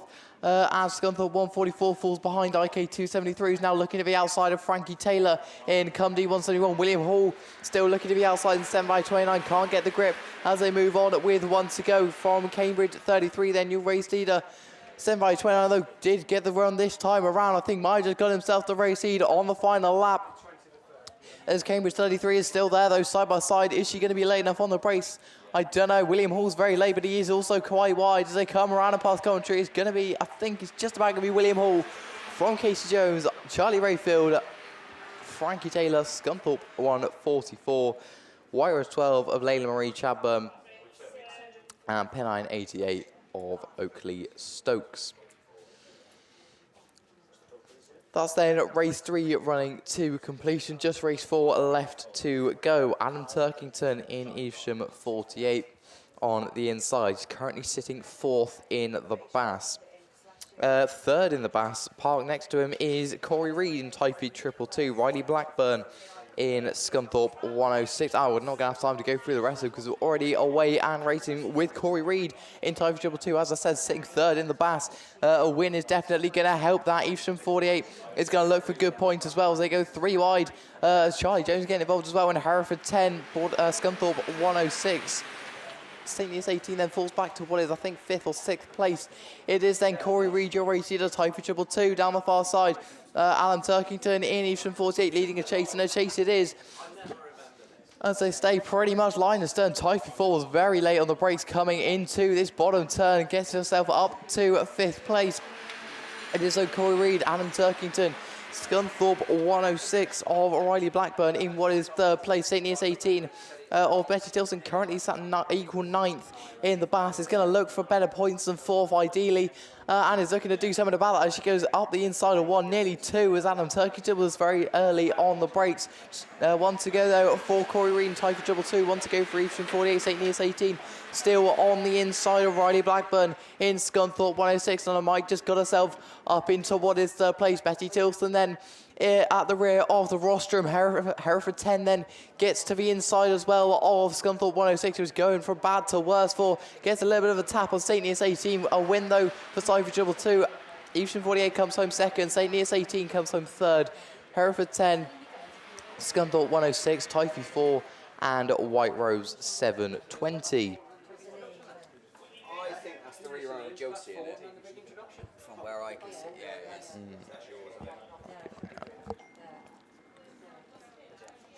So I'm going to stay on the mic because this is the rerun of race 8, I think. Actually, I don't think it is. Scunthorpe 72 is the race behind. We're missing Jake Harden in PhD 25. We have got Craig Pyle in Wessex 666. We have got Cooper in Evesham 2. Josie Tonkinson in Scunthorpe 52. We're missing Jamie Meehan in West Waterford 132 after getting blacked out of the rerun. Adam Jones in Border Counties 69 and Zach Yardley in Scunthorpe 68. We look to first master who does the Abbey Juggins pirouette and roll away with men's class 8 on the run down to turn 1. Scunthorpe 6. Border County 69 is your early race leader. Scunthorpe 52 then of Josie Donkinson. Slots in the second place is wide though, so Yeardley and Cooper come back up the inside. It is then Border County 69, your race leader into this top turn from Scunthorpe 68 of Zach Yeardley. Looking all over the back of Jonesy, but can't find a way through this time around. Coops is a little bit further behind in Evesham number 2. Tonkinson just behind him. As it is, so Jonesy in 69. Yeardley got a little bit too wide, corner exit in Scunthorpe 68. That loses him a lot of ground to Jonesy in Border County 69, but they're going to stay line astern for the moment. It is Border County 69, Scunthorpe 68, Evesham 2, and Scunthorpe 52. Looking to the inside of Cooper is Josie Donkinson, but can't find a way through this time around. Or can she? Yes, she can. Gets the grip to the inside. It is so Border County 69, your race leader still. Yeardley can't find a way through in Scunthorpe 68. For the moment, but he is definitely keeping him honest. These two at the front of the field are stretching away from Tonkinson in a 52. Checker flag is ready, and Jones is going to take 55 well-earned points from Yeardley in 68. Evesham 2. Well, I'm not going to call that on the line between him and Josie Tonkinson. And then the one left to mention was Wessex 666 of Craig Pyle. Down there on the line, that looks like Daz Mullen, which means we're going to go to race 10, the rerun of race 10. So we've got another public service announcement. We need to make sure that all of our gazebos are strapped down because it is windy out here. So we need to make sure that they don't go flying off because that is obviously a health hazard. Alfie Ross, Kenny Smith, Daz Mullen, Dan Page, Kevin McBride, Dan Thomas and Mitch Wells. We look to First Marshal, who does the Abby Juggins pirouette and roll away with race 10 on the run down to turn 1. Thomas gets a good run in PhD 47, so does Daz Mullen in White Rose 38. Eastern 356 is there as well. It is so PhD 47, Dan Thomas, your race leader, looking to pick himself up a well over 55 points. It is so White Rose 38 who's got something to say about that. Eastern 356 has got a little bit too sideways.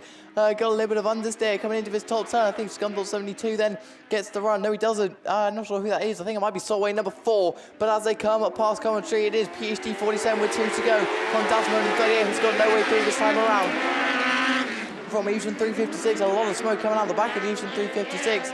As he came past commentary, it all seems to have gone now though. So PhD 47 really under pressure from Daz Mullen in White Rose 38 as they come around this bottom corner and past commentary of 1 to go. It is PhD 47, White Rose 38 still with no way to go. With no way through. Evesham 356 once again. A lot of smoke coming out the back of 356. No blue flags this time around though. They are really tucking themselves together at the front of the field. It is literally nose to tail. 356 goes to the outside. What else can you do? There's no way through on the inside. PhD 47 will take the win from White Rose 38. Easy 356 and will get it over the line. Scunthorpe 86 to Dan Page, Alfie Ross and Kevin McBride in Solway number 4.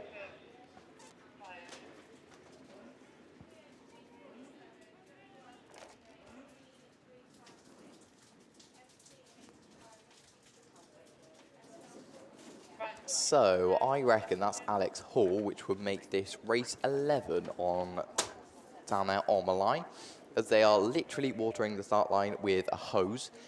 Alex Hall then, he ran for 4:11, as I said, on the inside. Gethin Lewis in Border County's 40 was leading it before it got stopped. Joe Doddridge in Forest 15 with missing. Dan Hughes in Breeden Hill 14 got black flagged. Oliver Ball in White Rose 44, Stu Whitehouse in White Rose 5 and Forest 161 of Corey Mumford. ProLink Senior Series sponsor for your men's at Class 8. As we look for track codes, we look to First Marshal, who does the Abby Juggins pirouette and we're away with the race 11 on the run down to turn 1. Gethin Lewis gets a good run in Border County's 40, so does Radford 4:11. There's someone else there on the outside. I think that's Corey Mumford in Forest 161. Oh, Gethin Lewis has got it way too sideways. Goes all the way to the back of the field. As it is then White Rose 4:11, your race leader, Corey Mumford, though, gets the switch back to the inside. Forest 161 then, and Radford 4:11 side by side down the back straight. 4:11 then falls behind. So it is Corey Mumford, your race leader, in Forest 161 from Radford 4:11. Gethin Lewis in Border County's 40 in what is third place. White Rose 5 is Stu Whitehouse and Joe Doddridge in Forest 15 goes side by side for what is 4th place. It is though Forest 161 at the front of the field. Corey Mumford's looking assured from Radford 4:11. Alex Hall just has no response from him at the moment. Gethin Lewis in Border County's 40 is in what is third place at the rear of the rostrum. Once to go though for Forest at 161. Rafford 411 look to the inside, hasn't got the grip this time around though. Border Counties forcefully slows everyone up. Wyrose 5 then gets to the inside for third place. I think Joe Doddridge is round in Forest 15. But you'll already see that at the front of the field, it is Forest 161 who takes up 55 points. From Rafford 411, Wyrose 5, Border Counties 40 and Wyrose 44, with Joe Doddridge being your final finisher in Forest 15. So race 3 down there on the line, so I'm going to hand you back over to Liam. Class 8 second heat.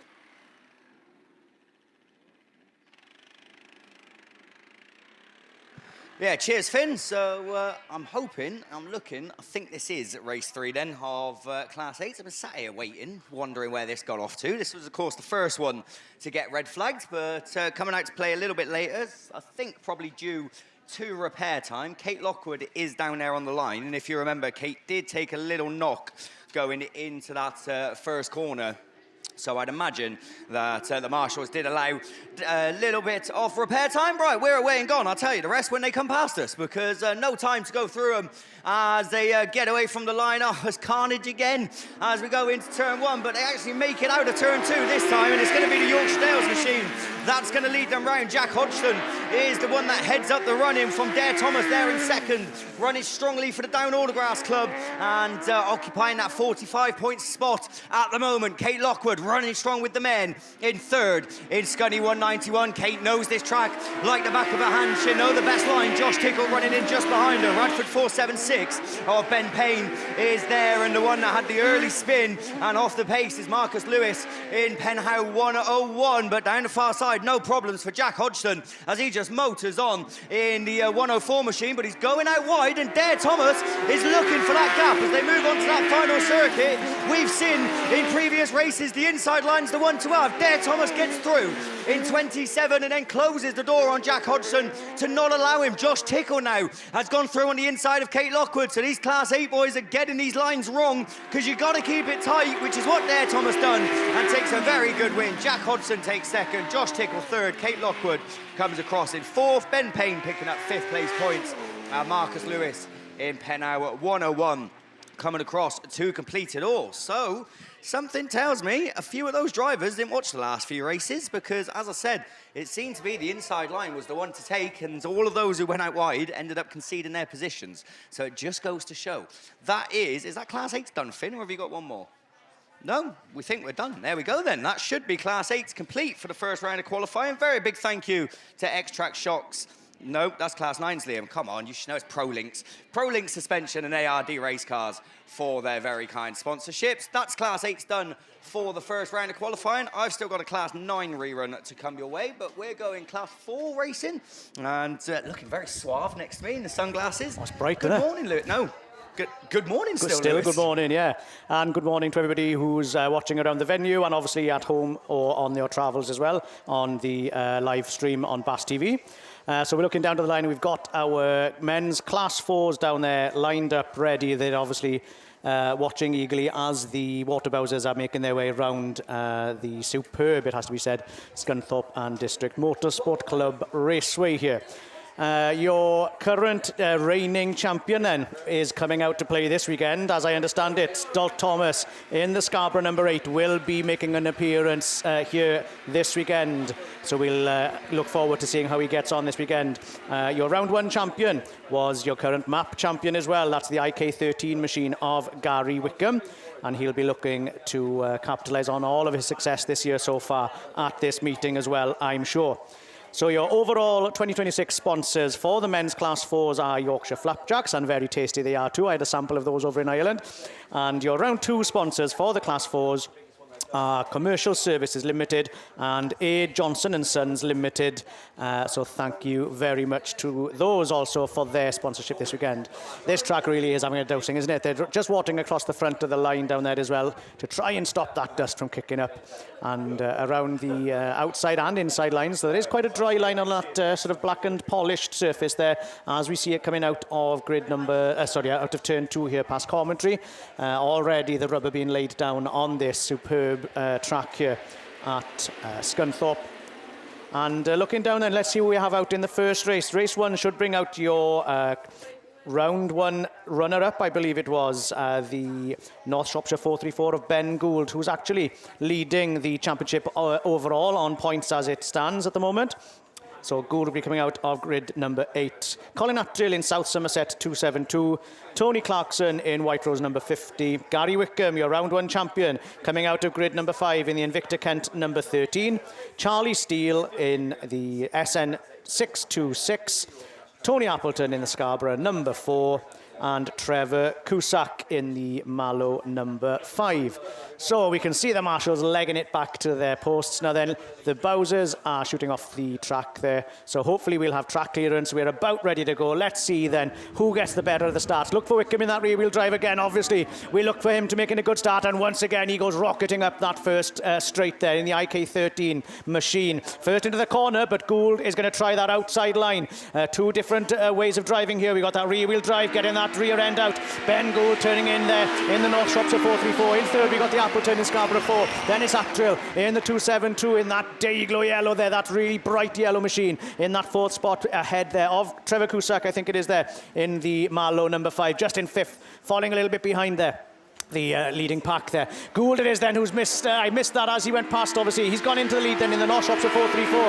Ahead now of the Wickham machine. Attrill is up into that 3rd spot ahead of the Appleton machine with Cusack there trying to get up into that 4th spot on that inside line down that bottom corner. Onto the start straight once again. Having to anchor on there, I think, just to avoid contact with the Scarborough number 4 as they exited turn 4 down there. But it is Gould pulling away here. Coming up this time. He's flying around here. Look at him go. 434 it is then for the last lap flag. Attrill now up into that 2nd spot. Obviously the track conditions here not suiting that IK13 machine at the moment. We'll see if he can get it dialed in there for the 2nd heats later on. But Gould then it is who's coming around here for the final time of asking around turns 1 and 2 on that dry polished surface. Here he goes then, takes the win in North Shropshire 434.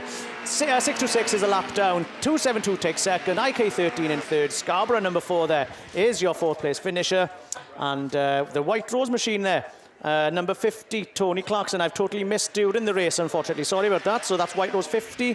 But I'm not sure where these 2 cars are positions-wise out on track. I know that the SN 626 there is at least a lap down. But the White Rose 50 there, Tony Clarkson, has pulled off. So maybe he was on the same lap as the leading cars. A puncture on board, unfortunately, for the St. Neots 626. That must have happened early doors because he was losing a lot of ground quite early on in that race. So then race 2 should bring out BC 25 Richard Williams, Melton 60 Nick Williams, SR 50 Andy Whittingham, St. Neots 261 Paul Birrell, Severn Valley number 7 Paul Regan, Scarborough number 8 your reigning BASt champion Dalt Thomas in grid 3, and Border Counties number 18 Nigel Bache coming out of grid number 1. They would all have been watching that previous race with a keen eye to see where the quickest lines around this raceway are today. Oh, I can see just Cusack, I think it is, on that far side, is it? I totally missed what happened there. Unfortunately, he's totally on stop there on the entrance into turn 1. We can see the heavy machinery there, unfortunately, being deployed to try and give him a lift off the track. Steve is poised. What's up? No, I was just saying, totally missed what happened. I mean, you've been a real sort of like top commentator for many years, but you're a proper commentator now if you missed what happened.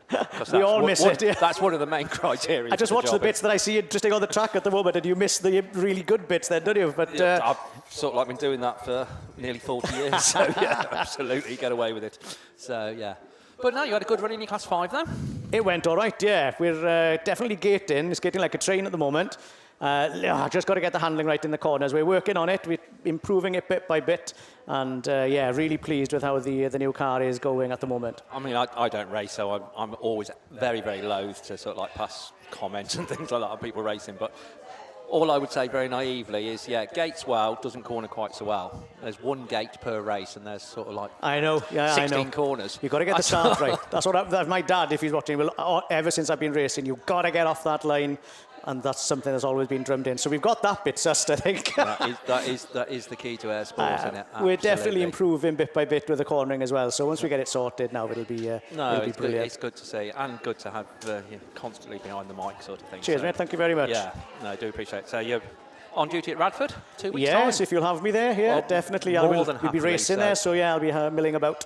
So yeah, I think commentary team at Radford is going to look like this week's commentary team, plus Kevin Herdman will be back in town at Radford, so couldn't make this weekend. I think I can say it now because it was a secret, but it's not anymore. He's had a wedding today. So yeah, couldn't make here, but he will be at Radford. And yeah, looking forward to it. Oh, yeah, fantastic. Only 2 weeks. It does Constantina up a bit, doesn't it? Yes, yeah. Well, obviously, we're only in 3 weeks Ireland to a the couple of Nationals. weeks ago, weren't we? So, yeah, they're certainly rolling in thick and fast at the moment. And obviously, the Nationals will be just after that as well then. Just a month away or so for the Nationals, the Men's National Championships. Obviously, going to be held by Border Counties this year. So, yeah, we'll be hot-footing it there in a few weeks as well. They're going to town, I think, aren't they? Absolutely. Right. Border Counties? No. Yeah. There we go. I shall leave you in peace. I think you've got some more cars on the line. Thank you very much. Yeah, we've already introduced our second race. It does include your reigning champion. Let's see if he still got it. Here we go then. Dalt is there from grid number 3 on the inside line there, just ahead of the Melton number 60 then of Nick Williams there. So it is your reigning champion who's gone into the lead, but he's gone out quite wide. Nick Williams is no slow coach either. Look at him there in that second spot ahead of the St. Neots 261 there. In that third at the moment, Paul Birrell there it is, just chasing down the Melton number 60 there. There's a good battle on though, just behind them for that third and fourth spot. BC 25 just drifting out very wide there as he came out of turn number 4, allowing that star number 50 there of Whittingham just to pull ahead of him. But it is Dalton then your reigning champion. That's why he's a champion. Look at him pulling away on this Scunthorpe Raceway, putting a good few cars lengths between himself and Nick Williams, who also is a very experienced Class 4 racer with a lot of success over the years. It is Williams in that second spot in the Melton 60. Unfortunately there we see the Border Counties number 25 there, Richard Williams, not having the best of days so far, just having to tootle around on the outside there, hoping for a stoppage possibly in this race. But it's Dalton Thomas then, away and gone in this one already, pulling away then from your second place car there of Melton number 60 with the St. Neots 261 there, just drifting a little further afield. That's Paul Birrell in that third spot, being chased hard there by the Andy Whittingham machine. That mini pickup in fourth. It's checkered flag already though. Thomas takes the win from Williams. Then we got the 261. SR50 is the next car over. Border Counties number 80. Then your final finisher there is the Severn Valley number 7 of Paul Regan, your final finisher there in this race. Looking down there now then, I think we're going to be moving on to our Class 6s, and it's handing over to Ray Wyeth. It is, so there we go then. Guest appearance time. Far too long since we've had him behind the microphone. Mr. Wyeth been busy. Obviously, he still is very busy with NASA duties and things like that, and was racing in Class 7, but that's not very well at the minute. So very, very pleased, and we do thank him very much for coming back in. He's a bit worried he won't remember how to do it, but we all know he will. So yeah, Class 6, the one, the only, Mr. Ray Wyeth. Good afternoon. Good afternoon, Stevie. Thank you very much. Well, I don't know what to say about that, really. It's my head's too big for me cap. But anyway, we got 4 heats to 6 this morning. Race 1 should have SP5 Lewis Clayton, SN 668 Ollie Soul, Y35 Jordan Tinker, Y77 Carl Proctor, Radford 205 Shane Jenkins, Radford 27 David Holton, and PAC 70 Elaine Lewis. If I got that incorrect, I do apologise. But as we look towards the start line then, quite cloudy, a bit breezy. Hopefully the temperature's not too hot, but away we go then. And it looks like it's that man, Ollie Soul. Oh, there's a tumble at the rear of the field, so we'll draw a close to that one, I believe, while we sort that one out. So red flags are flying. Welcome back, is what they said. But yeah, so we just go quiet for a little bit while we sort this one out, ladies and gents.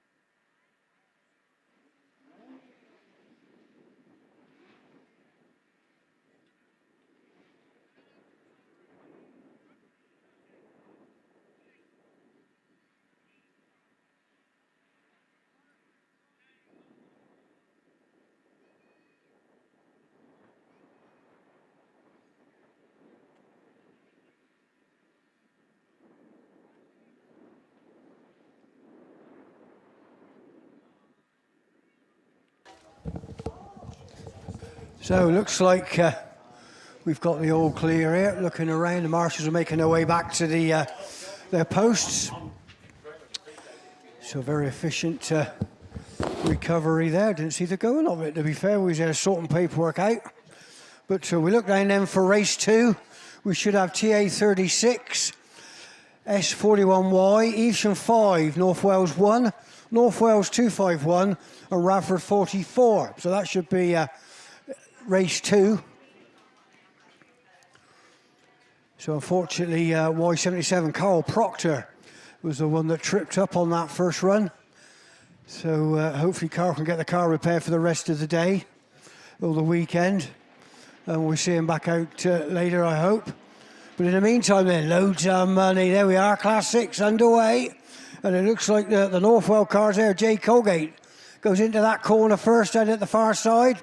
Get out in the loose, bit of push on there. So TA 36 then comes through. So the rest of the field, Mick Manning there, back in 3rd or 4th place. But the race is on there. There's a TA 36. That's Tristan Daniels. 2 cars ahead now, going into that top corner, the bank corner. Then we got second spot is North Wales 1 J Colgate. Then we got S41Y, E5 and Radford 44, and the rear of the field, North Wales 251 Phil DePrez. But they're pretty well spread out now. And it's still Tristan Daniels then, your race leader, coming round the top corner. Going to take the last lap flag this time. Colgate there still in second spot, S41Y. That's Darren Bryan in 3rd place. But the race is on for that 4th. Mick Manning's climbing all over the rear of the car there. No contact, but he's doing his best to get past the Radford car, 44 Josh Griffiths, but to no avail. But it's checker flag then for TA 36. NW1 in that second spot, S41Y in 3rd, Radford 44, Evesham 5 and North Wales 251 at the rear of the field.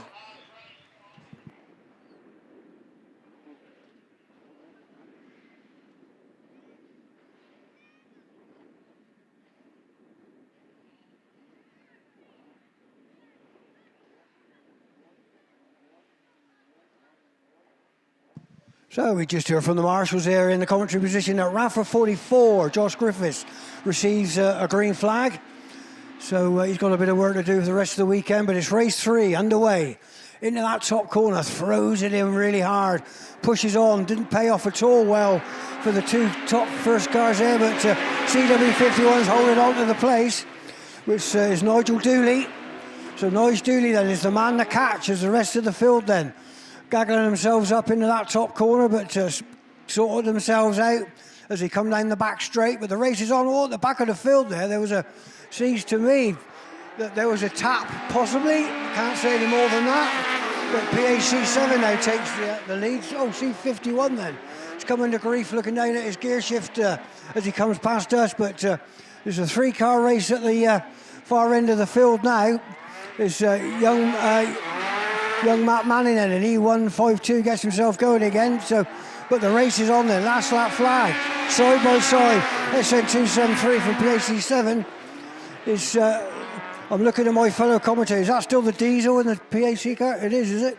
So it's a diesel power, but who's that in the red? It's like a Scunthorpe 108. Oh, goes into that top corner, a bit of a tap, but it's PAC then. PAC7's took the advantage. You take the checker flag, win the race from St Neots 273, SC 108, SC 65. It's not diesel, no. So it's not the diesel car then. But no. But then young Manning then, E152, coming to grief on that far side, comes over the checker flag at the rear of the field.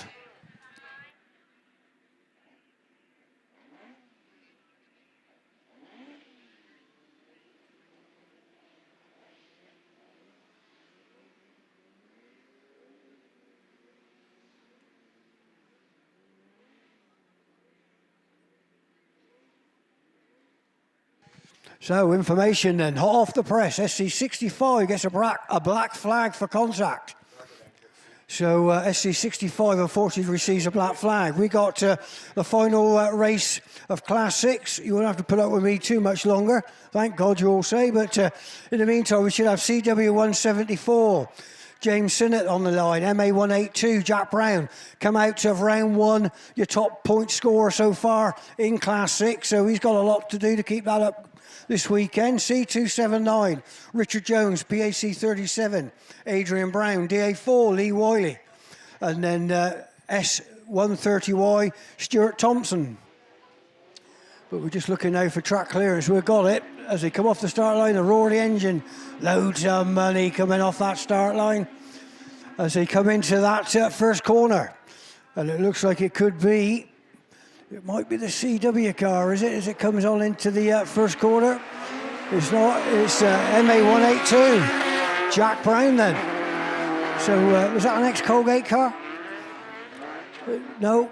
It comes out of the same stable, I would imagine, but it's MA182, Jack Brown. Useless bit of information I'm throwing out. I sound good, but we got some red flags flying. It was Andy Russell's old car, was it? So it's still come out of the... So that race 4 there will be a rerun later on. But in the meantime, we got a Class 9 rerun, have we? So we got Liam. Shall I move out the way, Liam, or what? You're going to sit on the higher chair, are you? On the boss's chair. Over to you, my mate. Cheers, Ray. Good to have you back, mate, I tell you. Not the best start, was it? But good to have you back nonetheless. So we have got a rerun then. Race 1 of your men's Class 9s is down there on the line. We got off to a terrible start with them, didn't we? One job. I know, one job.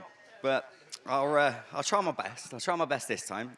I'm not taking responsibility. It's the drivers down there. And when I go through the names, you'll understand why. Dave Palmer, Adam Robinson, Maxton Young, Ben Wilson, Ben Gibbons, Andy Hornshaw, Mark Barker, and Henry DePrez. So there you go.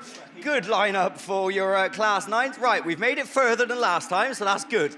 As we approach turn 1, keep it level-headed, boys. As you all go into there, Hornshaw's chucking it in, of course he is, but Ben Gibbons is chucking it in. But none of them are making an impression on Maxton Young, who pops out in front and already pulling a bit of daylight between himself and Hornshaw, who left a gap open up the inside there, and Gibbons goes through. Hornshaw nabs it back in 78 and leaves Ben Gibbons in his dust. Mark Barker running in 4th in Evesham 26 and looking to try and make some ground, but not quite working at the moment as he's coming under challenge from the 143 machine. 252 it is at the tail end of the field, Henry DePrez. So we're running without Dave Palmer in North Wales 31, so not too sure why Dave isn't out there, but no problems for Maxton Young.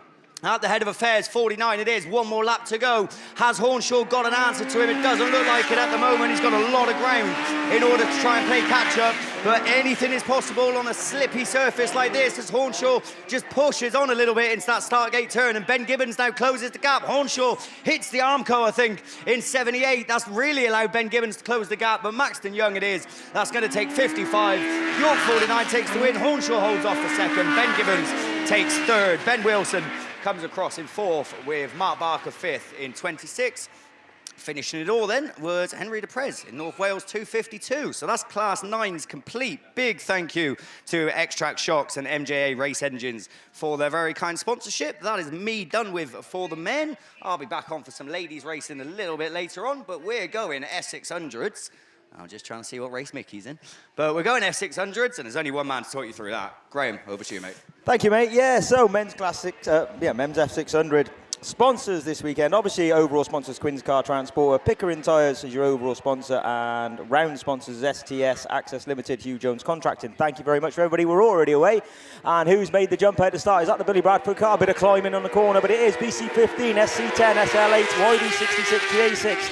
Wind must be blowing the other way because I never heard him. There's your round 1 winner. Daly got issues at the back of the pack. Now, he took 4 wins over in Ireland and was completely unstoppable, but that looks pretty terminal to me. Good, let's have a look what happens, though. One that is flying along then is going to be the Bill Bradford car in the BC15 then. He's got Tony Wilson, SC10, all over the back of him now, though. SL8, YD66. He's there in 4th place. Now, let's see what happens. Can Billy keep it in? He does. SC10 then. Oh, I'm getting it right. SC10, Tony Wilson down the back straight then into the bottom corner. And it is Bill Bradford coming around for his last lap flag. SC10 tucked in behind him. SL8 having a really good run there in second place. YD66, problems for YD66, just completely not stopped but dropped back. And I'll tell you what, the Herbert car, we're used to seeing Tom Herbert ride up the field, aren't we, in F600? And he does just exit stage left as a Solway car. But down in to the last lap, last corner of the race, and it's checkered flag time. It's going to be Bill Bradford then. He's going to take the win. BC15 from SC10, from SL8. TA6 then takes a good fourth. S31D. And then Noel Shropshire 255. Andy Warrener, which I think, if it's not his first time out in F600, it's very close to being an ex-Class 5 driver. And YD66 does come around Graham Foster-Viggers to complete. So, F600, then, as we say, your overall champion from last year is Bill Bradford in the men's, Terry Mumford in the ladies in 161, who's obviously gone into ladies class 8. And problems for Patrick Daly. I mean, they do carry a ruck of spares, but that looked really dodgy to me. But we'll have to just wait and see what can be repaired on that one. As I say, he had a maximum in round 1 over in Waterford 3 weeks ago, and this is not how he would like to start his round 2 here at Scunthorpe at the second round of the British Autograss Championship. Main sponsors Ken Cams and Beresford Holdings. Again, thank you very much to them. It's much appreciated. So we're going to go on to race 2, and this sees 3 cars that made the final over in Ireland. Lee Deegan back in Autograss again. In and out is Lee Deegan, but always at the front of any field he jumps in, and a superb, fantastic driver he is too. In more ways than one. Saloon car driving on tarmac is just unbelievable. And we've watched a few of his videos trying to get Abs a bit moving on. So, yeah, thanks, Lee. CA48, E1 Dylan Grasby, Mark Pascal, H150, Sue Herdman, C56. Darren Grasby was one of your finalists at Evesham 202. Darren Thomas, I didn't see him over in Ireland. And Ocean Hughes, he had a 5th in the final over at Ireland. So that's your run for this one. So like I say, 3 cars that made the final over in Ireland away. Good start from the outside. Looks like the Evesham car of Dylan Grasby, who has a good run. And coming up the inside, have been quite fast, but just does back out at the last minute was the Darren Thomas car of TA66. Somebody's trying the outside line. Darren Thomas has gone on the inside line though, trying to get the drag up on E1, but it is E1 66 202 H150. Tucks himself in. Gets on that inside line, it's quite wet on there though, and allows another car to come at the inside of him, but down the back straight they go. Then it is E1, Dylan Grasby, then down the back straight. Darren Thomas then, TA66 sat there in second place. Deegan's out there, wide line. Can he get that back in? Because Evesham 202 is trying to come through Darren Grasby, and he does come through, so he's into third place. H150 and C56, Sue unusually towards the back of the field. And they'll be battling amongst themselves, Will Sue and Mark Pascal. They've just finished qualifying last weekend, racing against each other, and they turn up a Bass and doing it again. In the meantime, though, Lee Deegan's trying to come through at the inside. A little bit of push on from Dylan Grasby, but he's going to have one over the old man, I tell you, because he's driving superbly. E1, 48, 66, and 202. Darren Grasby in third place now at the inside of Darren Thomas, so he's got that run there. Deegan's just a lot of sideways and just didn't get the power down and allowed E1 to pull away from him. So Dylan Grasby drove absolutely superbly well all the way through this, and like I said, he's going to beat the old man over the line. Oh, gives him a little tap. E1 then 202, 48 picks up a punch on the last corner, 66, 56, H150, and Ocean Hughes, very, very unusually, Ocean Hughes that is, very unusually at the back of the field. Yeah, very unusual, because like I said, he was a finalist over in Ireland. So 2 heats done and through. Race 3 sees Adam Robinson, your reigning Class 9 national champion, Border F600 of PWL this year, NS20. C22 Stu Smith, always towards the front. Fellow commentator S31Y picked up a 3rd last weekend in the final, so he's getting quicker. Let's see what he can do. We'll get down the back straight, the first straight, then I'll tell you who it is, though. It's your James Brown, SC811, a former British champion is James Brown in the Scunthorpe 811 car. He gets into the corner first. Who's that trying right around the outside? Brian Neal is it, PAC16, and pulls it off. NS20, C22, B4H, S31Y, and WR2, Paul Glover, towards the back of the field.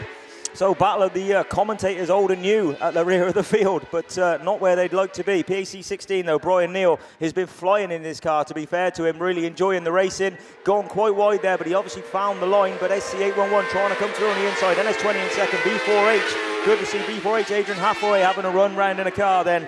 He's there in 4th place. He lost his Class 5 drive, didn't he? He spoke too soon. Commentators curse. Mickey's missed him. Everybody's missed him though. Sorry, Adrian. Right then, last lap flag time coming around here. Now, can he get that going? He does get that going. Here's BAC 16, from an S20. SC811 dropped back to third place, and Adam Robinson moved up. And a good little driver is Adam Robinson, gets up there into second place. He's going to be trying to hound down the PAC 16.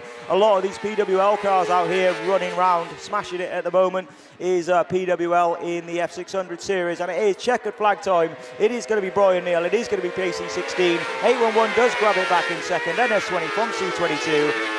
Mickey B, then Paul Glover WR2, and ringing up the rear then after a spin, but a good run was Adrian Hathaway in B4H. We're going to move on to Stockhatch. And is this a men's rerun, is it, mate? No, first heats of men's Stockhatch. First heat of men's Stockhatch, right, okay. Over to you, Lewis. Cheers, mate. Thank you very much. Yeah, we're down there already ready to go with the first heat here of the men's Stockhatches. This weekend, sponsored by Swift Groundworks Limited and DSR Motorsport Preparation. And your overall sponsors for 2026 in the British Autograss Series are D&D Transport. And, of course, your main BAS sponsors for this year, Kent Cams and Beresford Holdings. Who do we have then? Well, who do you need to look out for? Well, you need to keep an eye on your reigning champion. That would be the Penhow number 9 machine of Josh Holden. He is your reigning champion, and he is also leading the points after round number 1 over in West Waterford. Closely followed by his clubmate, Penhow number 23. That will be Iestyn Mayo at the wheel of that one. So the two Penhow cars there leading the way in the Stockhatches. Only 11 Stockhatches by how my memory sort of serves me over in Ireland. And we've more than doubled, almost trebled our signing on here for the men's Stockhatch this weekend, with 29 drivers actually signed on to race in the men's Stockhatches this weekend. Race number 1 then is already down there on the line. We should have in grid number 8, the Cambridge 201 of Jacob Leake. Logan Gardner in the PAC number 22, come from grid 7. Grid number 6 will be Dean Smith in the Radford 248. Then we have in grid 5 Mark McAvoy in the Carlow 903. Michael Aiken in the North Shropshire 192. Ryan Taylor coming out of grid 3 in the Radford number 60. Dean Munford in the IK 505 in grid 2. And Iestyn Mayo, who's currently second overall in the points, as we just mentioned, in Penhow number 23, coming out of that inside grid in number 1. That might do him some favours as they come into this top corner. We can see the outside lines here getting quite a bit of water on the looser, sort of dustier surface. But obviously some of that spray is also obviously inevitably sort of slipping over into that harder polished surface there towards the inside of the track. The cones there you can see just on the sort of the edge of the grass there. So it'll be interesting. Oh, we're having water along the cones as well, just to maybe encourage these Stockhatches now then to sort of try and keep away from those cones. We need to get through these races quickly. I think I heard earlier we're on 644 drivers signed on to race here this weekend. So there's a lot of races that we need to get through. And obviously, every time those cones are hit out, it eats into the time it actually takes then to get through these races. I know there was a target, I think about 19 or 20 races per hour, and the last count, I think Nicola Jesse came in earlier and said we were on about 18 or 19 over the last hour or so, so that was very good going, to be fair. Obviously, we have incidents, unfortunately. I think we saw that quite a big role, I think it was, in the Class 6s earlier on, which obviously eats into our time then out on track, but obviously things like that happen. This is motorsport at the end of the day and can be quite dangerous, and incidents like that do happen. But yeah, we got those drivers down on the line then, ready, raring to go. They're watching with a keen eye, I'm sure, to see where the water has actually gone down. They'll get the idea. They'll know that there's that polished surface that they've probably tried to avoid with the water, and they'll be aiming for those drier lines, I'm sure. But obviously not everybody can get on there. So it's interesting then to see how the drivers sort of try and pick their different lines around the corner to get a little bit of an advantage, to get in front of the cars in front, and obviously stay in front of the cars behind. Do you drive cautiously? Do you just go for it? Do you defend your lines? Do you forget who's behind you and just go and race your own race? It's all to think about, and it's all to play for, obviously, with 29 drivers, as I said, signed on to race in the Stockhatches this weekend. There's only room for 8 of them in the finals. A little bit different to Ireland, where we just had the 11 or 12 signed on to race. So they do have to earn those points to get into the top 8 and get into the final tomorrow. We've got track clearance though, and we are already up and running with your men's stock catches. Pennow 23 then from grid 1, storming up the first straight on that inside line, braking hard into the first corner. But brakes too hard, slips it sideways ever so slightly and got collected by that car on the inside, I think, of the Radford number 60. But it is Carlo 903 then, Mark McAvoy, who's in the lead there, heading them into those bottom corners for the first time, but opened the door and allowed, I think it was the Radford 248 of Dean Smith there to slip through into the lead. So he's been demoted down then into that second spot. But we've got red flags, unfortunately, on that one. It was the Carlo 903, your early leader. 248 obviously slipped into the lead, but we've got reds. Could it be possibly for that first corner incident? I'm not sure, but that one will be heading back into the pits. They'll get fueled up and check their cars over. I haven't heard a decision as yet, but we'll try and keep an eye out on there to see if there are any flags issued for the reason of the stoppage. Unfortunately there, seeing a black flag issued to the Cambridge 201 of Jacob Leake for dangerous driving off the start, unfortunately. So that race will go back into the rerun lane, and the rerun will be excluding Jacob in the 201. But we'll be looking down then to see race 2, PAC 9, York 775, Breeden Hill 25, Solway 91, B125H, Star number 5, and North Shropshire number 19. Darren Aiken there, I believe, is your champion a couple of years ago. Or was it last year? I'm mixing my years up now, but yes, in the stock catch. Solway 91 it is, though, who's gone into the lead.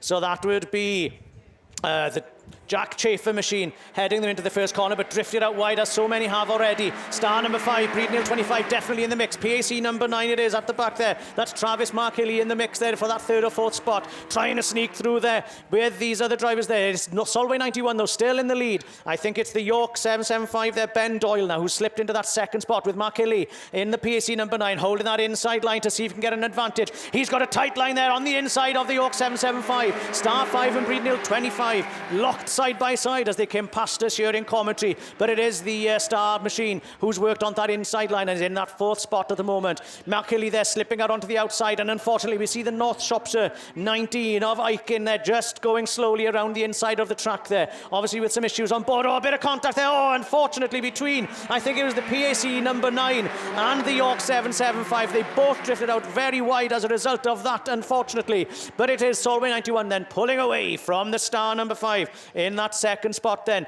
Bit of gap there between him and the third place car of Breeden Hill number 25. That's Jordan Regan in third spot at the moment. Obviously we've got a change there then towards the back of the pack, but it's a win for 91 from 5. Breeden Hill 25, Breeden Hill 125, PAC 9, York 775, and Aiken there then in the North Shropshire 19, your final finisher. But there was a hell of a lot of bumping and barging at one point in that race. Aiken there, not new to this. He knows that he needs to go around to get that checkered flag to earn those points, which might sort of leapfrog him into that final later on. He seems to be slowing down more and more, though, as these laps are progressing. But the checkered flag is being raised a lot for him. Coming over the line, he will be then to take his points to take him through. Hopefully, if he can get 2 good results under his hat for heats 2 and 3, then he'll sneak into that final tomorrow afternoon. So he's just about there. Yes, he is. Just gets that checkered flag then. And seems to find a bit of turn of speed there from somewhere now as he went past. But anyway, race number 3 then. Pennow number 9, as I said, your reigning champion and leader after round 1. Tyre 221, I think that's Reed in there. He's third place overall after the first round in Ireland. And then PAC 66, Josh Blackmore. Solway 92, Tommy Harrington. PAC 26, Nigel Bush. Severn Valley 22, Alan Hawkins. And Solway number 90, Paul Harrington. Unfortunately then, just hearing after that incident on track, Travis Markhilly there with a green flag for contact in the PAC number 9 machine. Here we go then, the bungee has lifted and we've got a very level break for those outside grids. Solway 92 there in sort of the middle of the pack there. Tommy Harrington is the one who leads them into turn number 1 though, with the PAC number 66 of Josh Blackmore going extremely wide there as he comes around turns 1 and 2. Severn Valley 22, Solway 90, Solway 92, almost neck and neck as they were were coming past us here in commentary with Reed there in the Tyre machine, on the inside there in that 4th spot with your current leader overall, Pennow number 9, just slowing rapidly there, unfortunately, as he goes up that far straight with some problems on board. Solway 92 then drifting out very wide again, trying to sling it back in to come down onto the nearest straight here. Nigel Reed there it is in the 221 machine there, Neil it is, sorry, who's worked his way up into that 3rd spot. But as I say that 92 machine is flying around some of these corners, but just going too wide and losing a lot of ground then, and allowing some cars to come on that inside line. 22 it is, though, in the lead still. Alan Hawkins it is there, and I say it, Solway number 90 has snuck up on that inside line. 22 there into the door as they come into turn number 3 on that inside line and hugging those corners. Neil Reed then just trying to follow round on the outside line there, but drifts out a little bit too wide. Will the PSC 66 there be able to sneak up into that 3rd spot? It looks like he's got the line, he looks like he's got the grip, but will it count as they come onto the final straight for the final time? It's neck and neck, it's Solway 1922, I don't know who won it. 66 third, 2-2-1, Solway 92 and PSC 66. Well, as they cross the line, who won that? I'll have to double check in the lap scorers. Pennow number 9 then, unfortunately, at the back of the pack after issues early on in that race.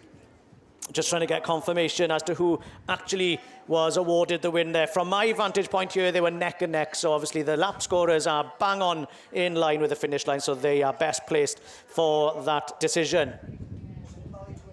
It looks as though Seven Valley, number 22, did take the win on the line there. So we're on to the last race already. DA25, Lud 64, Bree 1H, SC95, Marlow 4, SS16 and SS44 were down on the grid as they left the line. Bree B1H it is then. Oh, as I say it, there are about 4 of them neck and neck as they come past 64 from 95. Breednill 1 number 1 and Melton number 4 were your top 4 as they come past commentary for the very first time of asking. Ludlow 64 it is on the inside line though. Ollie Stevens in that orange car then, just pulling a car's length maybe ahead of that 2nd place car. I believe that might be your Scunthorpe number 95 of Paul Lickley in 2nd, but as I say that, he opens the door and allows the Melton number 4 of John O'Crosby there to sneak up on the inside.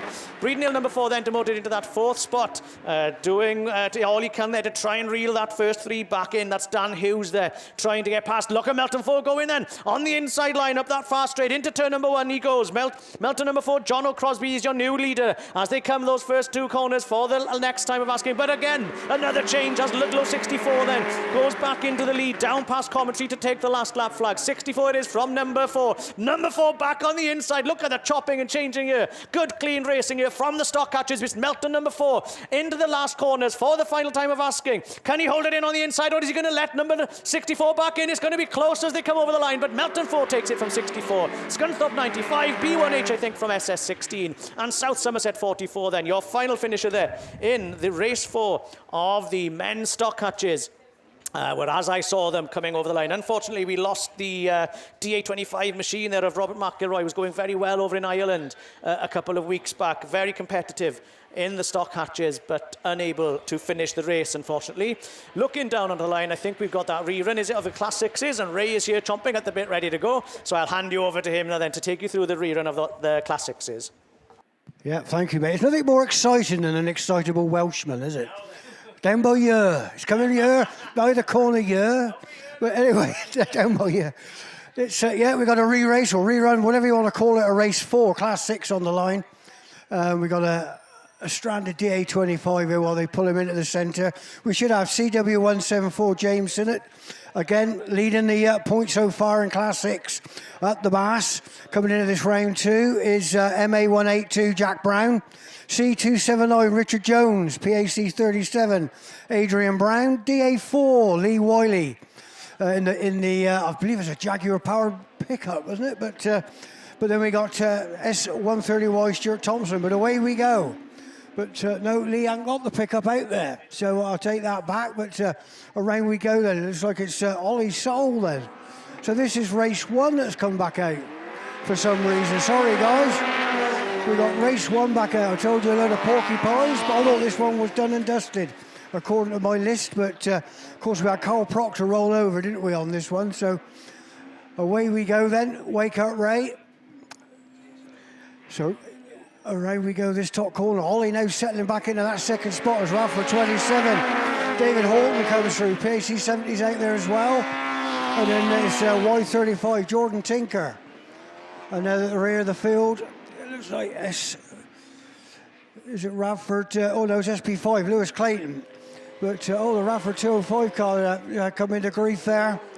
That's Shane Jenkins, but it's Ollie Zola back into the lead from that second spot, Radford 27, who's been challenged now by the third place man, but the fourth place guys coming around the outside. Nope.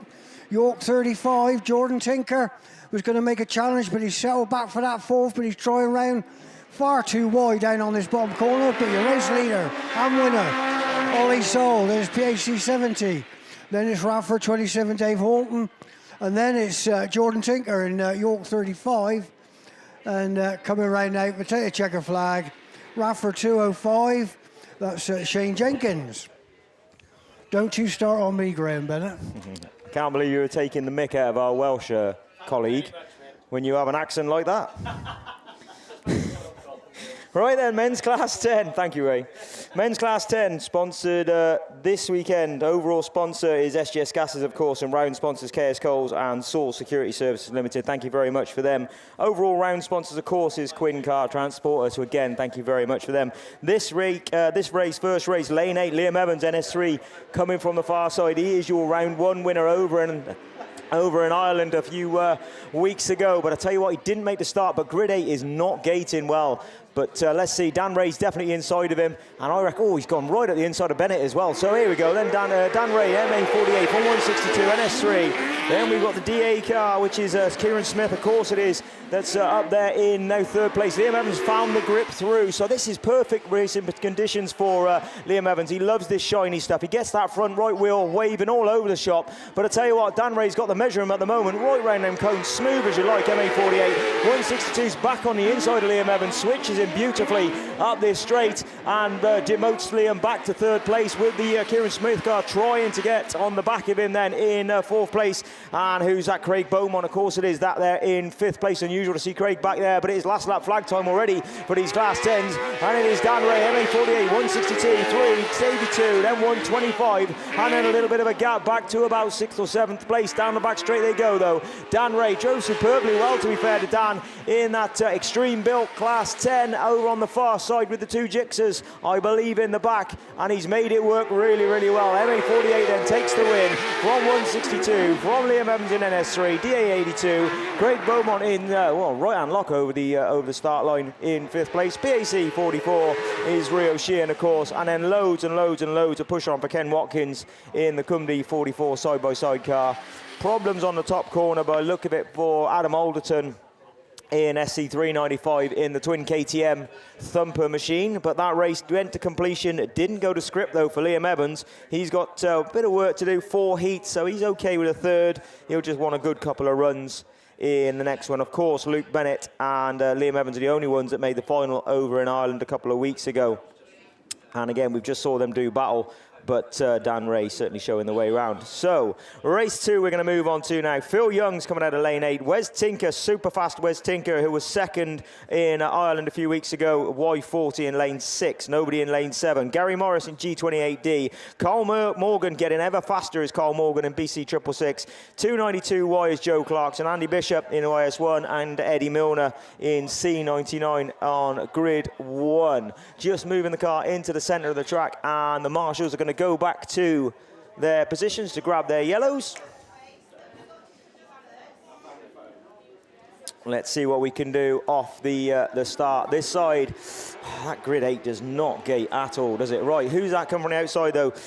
Tinker did gate, didn't he, from lane 6. Oh, Clarkson's over the front of Gary Morris, I think that is, and right out towards the end. Oh, who's this at the inside? Bish then, at the inside of Y40 from 666. 99-23 G28D, and at the back of the field is the Clarkson car, who had some issues first corner. Down the back straight they go, though. It is Bish, though. Down the back straight with the Kawasaki, twin Kawasaki Extreme car that's down the back and into the top corner. Now, what can Tinker do? He's on the inside trying to make his way through. Unusual driving for Tinker, but super smooth Y40 then in second place. Bish has now gone for the big wide line. He's going to leave a gap at the inside, but he manages to get the grip and fire it down the back straight. Pulls a 2, 3, 4 car lengths as they go down the back straight into the bottom corner. They're going to come around this time for the last lap flag. And I tell you what, fantastic driving for Andy Bishop, who had nothing but trouble with this car at the very, very beginning, but it's certainly serving him well now. Like I said, the 2 Kawasaki's in the back of that machine, serving its purpose. 2 Zixelbaus in the back of the Tinker machine. Let's see who's got the legs down the back straight. Both XC Works cars, XC Works cars they are, sorry, as they go down the back straight into the bottom corner for the final time. Checkered flag time, there's a switch. Who's got it? YS1 gets the grip back from Y40, 666 from Evesham 23, 28D and Eddie Milner C999, and unfortunate Joe Clarkson then bringing up the rear. We're just putting him at Graham, a sterling job he's doing there, and he's getting his words slurred. We've just been handed a mobile phone that's lost or found towards the main car park. So if you lost a mobile phone, come to commentary, describe what it is, and we'll see if it's yours. Thanks, Graham. So race 2 then sat down on the start line. This is, race 2 complete on the down there. Race thrown me off now, you see. Race 3 then, we're going to go 2 finalists from Ireland then. ARC1 Lee Seagraves had a 4th over in Ireland, and Lance Bowen had a 5th after a fair bit of damage. And I'll tell you what, great bit of driving from Lance over in Ireland. He saw the Irish car fly over and roll, and it was either just nail him, which was Tyrone Cusack, which is here today, or edge himself into the Armco, and he chose the Armco route. So props to Lance for that. Caused himself no end of damage, but that was definitely a good move, and fair play to him. So we got Lee Seagraves, RC1, Mark Pascal, 250, who's just qualified for nationals in that one against Lance Bowen as well, actually, in the West Midland League. BC22, Revs are rising, and we'll run through them as they come by. So with James Pottermore, Jack Rawlinson, Carl Best and Dean Brown, down the straight they go. And I tell you what, that twin R1 with the flat plane cranks didn't have to put the power down then, didn't he? Into the bottom corner, goes right out wide though, picks that grip. Who's going to try and come at the inside? Tyrone Cusack is there. Is he? No, it's 495. Where is Tyrone? Oh, he's in the next run. That'll be why then. So it's the other Irish car, that's 495, tried to come at the inside, Dean Brown, but he didn't quite make it. Down the back straight though, we got Lance Bowen, and then we got the twin booster car then, Lee Seagraves, who tried the inside and then switched to the outside, dropped the grip, and I tell you what, there's grip on that inside. If you can just keep it in, the old flat planes, as I say, giving her death out of the straight and into the top corner. Now Lance is driving the unusual Lance line round the tyres, and he's got a point to prove this year, isn't he? He's going to run the Nationals in a couple of weeks' time at the Border Counties. He has qualified, he's going to be there, and he'll love to do the business round there. But in the meantime, he's got a British Championship to make good, isn't he? So it is BC22 from ARC1, H250 in third, YSC 13, 495, 79F Baltimore, and BC3 unusually at the back of the field. Brace on though for the back straight, and Seagraves is doing what he can. Is he going to go for the big dive around the outside? Lance backs it off. It's the break. Seagraves, he's right tight to him, but I'll tell you what, he gets the grip off the corner. 22 then from ARC1, H250, SC13 then, Jack Rawlinson of course, Baltimore in 79F, BC3 does come through on Brown in Hereford 495. Another run through for you Class 10 boys, top driving, so well done to you. This one does see, as I say, Tyrone Cusack, who had a huge roll over in Ireland. It looks like they've got that car done. And back here on the race circuit for the British Autograss Series Round 2. That's MA25 coming out of 8. Sam Burbridge with the twin booster car is ST40 in lane 7. Paul Coles qualified for Nationals, we saw on Facebook this week as well. So we'll see Paul Coles in a couple of weekends' time in SS9. Andy Ornshaw, super fast in the twin booster car. Kelly Bishop's just saw her dad have a win. She's in YS37. Liam Grasby, one of the young guns, and Brandon Young, another one of the young guns from Evesham that are super, super fast. Brandon Young being the only one in this one that made the final in first round of BAS Round 1. I'll tell you what, Paul Coles, though, put that 2 Gixxer cars to use then, didn't he? Got the grip and got the drive straight out. Realises there's a little line on the inside, but he just steps wide. Too much power, gets the back end out. Oh, it's not, it's the Millington car. Right, sorry, so Andy Ornshaw looks like he's in the Millington car in this Class 10, so he's given her a few more CCs and stepped up a class. This was his Class 9 car, I reckon, unless he's got 2 of them, because he's greedy. But it is the Millington-powered car then, so he'll be able to gear this wherever he wants with that box on the side of that, so that'll get quicker and quicker as the weekend goes on. Y7 from SS9, and then who's that sat there in third place? It is Brandon Young in the Beresford car, that there in third place. Down the back straight they go. Tyrone Cusack looks like he's sat there in fourth place of the car, looks to be all holding together and doing well, but his last lap flag time, and it is the Millington powered car, Y7 from SS9 from 223. MA25, ST40, YS37, and Evesham 121. And usually Dylan Grasby towards the back of the, Liam Grasby towards the back of the pack in Evesham 121. But it is checkered flag time. Oh, he's just gone at the inside of him. But last lap flag time. And I'll tell you what, keep an eye out for this car over this weekend. Y7 then, Millington Power to the fore from SS9, from E223, MA25 and ST40 side by side. Evesham 121 does gain a place from YS37, which was of course Kelly Bishop. That's all my class 10s done and dusted. Don't think I've had a single rerun today, so far, which means I'll have 73 later on. In the meantime, Ray Wyeth is back on the mic. Is this another rerun of class 6, Ray? Rerun of men's class 6, so over to Ray Wyeth. Thank you, Graham. Yeah, we got race 4, got it right this time. We got the right order. Race 4, CW174 in gate 8 there of James Siddick. MA182 Jack Brown, C279 Richard Jones, PAC37 Adrian Brown, DA4 Lee Wiley, but I didn't see Lee out there, and S130Y Stuart Thompson. So this is a rerun, and away we go then. So there is Lee out in the pickup. He is there. As he come into that top bottom corner, whichever you want to call it, it's CW184 then. I can't see him, but MA182 Jack Brown goes through, but it's also the Cumdee car of 279 Richard Jones. All know him as Dusty, but it's Rich Jones then. Takes it a bit wide into that top corner, a bit of coming together there between third and fourth position, but no harm done. But it's the MA182 car then. He's now taking the lead. That's, of course, that's Jack Brown. As I said earlier, comes into this round at the top of the shop for walking away from round 1 with maximum points. So he slows it down as he goes into that top corner. His last lap flag this time then. Third place, DA4, Lee Wiley. Then it's the S130Y Stuart Thompson. And I didn't quite see who's at the rear of the field there. Is it the PAC car there, PAC37 Adrian Brown. So the field's spread out now, but your race leader at this time is still MA182 Jack Brown. Then Dusty Jones at 279, Lee Wiley DA4, S130Y. Comes through Stuart Thompson. And at the rear field was PAC37 Adrian Brown. So that one was a finish with no problems. Just like to thank the sponsors of Class 6 this weekend. The overall sponsor, Total Civic Solutions. And the round 2 sponsors, Brown's Mobile Homes and Liam Evan Tyres. So it's back over to Steve where we ladies ones. Is it over to you, Steve? It is. Thank you very much then, Ray. So cracking stuff. So yeah, first round of qualifying for the ladies ones.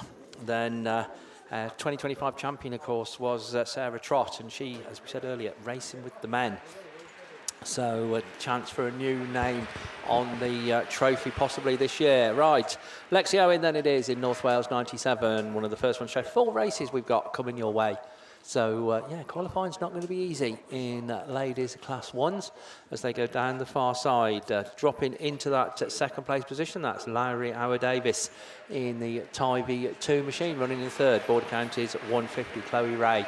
North Wales 397 and York 169 racing together there. Rebecca Owen in the 397, Jessica Graham in the 169 machine. But the field just beginning to get a little bit more spread out now as they go down the far side and brought back towards us by Lexi Owen in North Wales 97. Still the Tyre 2. Close battle between Border Counties 150 and York 169 still. Then North Wales 397. Rebecca Owen races ahead of Caitlin McCready in the down Autograss 917 machine. But looking to that top bend for the final time, it's getting a little bit closer at the head of affairs, but checkered flag.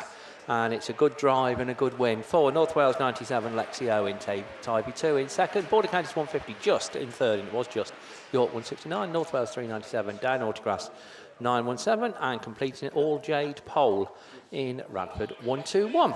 So that was race 1. So on the line, no surprises. Race 2, Maddie Tilson in St Neots 16, Nia Jones in Tyre 352, Becky Faulkner in North Shropshire 443, Emily Lodge in Scunthorpe 342, Sylvie Brocklebank in Evesham 24, and Katie Tippins in Border Counties 35. Nia Jones in Tyre 352, ladies round 1 champion over there in West Waterford. Daniel Brewer Property, our overall series sponsor, and Harden Plant Hire and Marks Vehicle Repairs, our meeting sponsors here at the Blyton Park Raceway.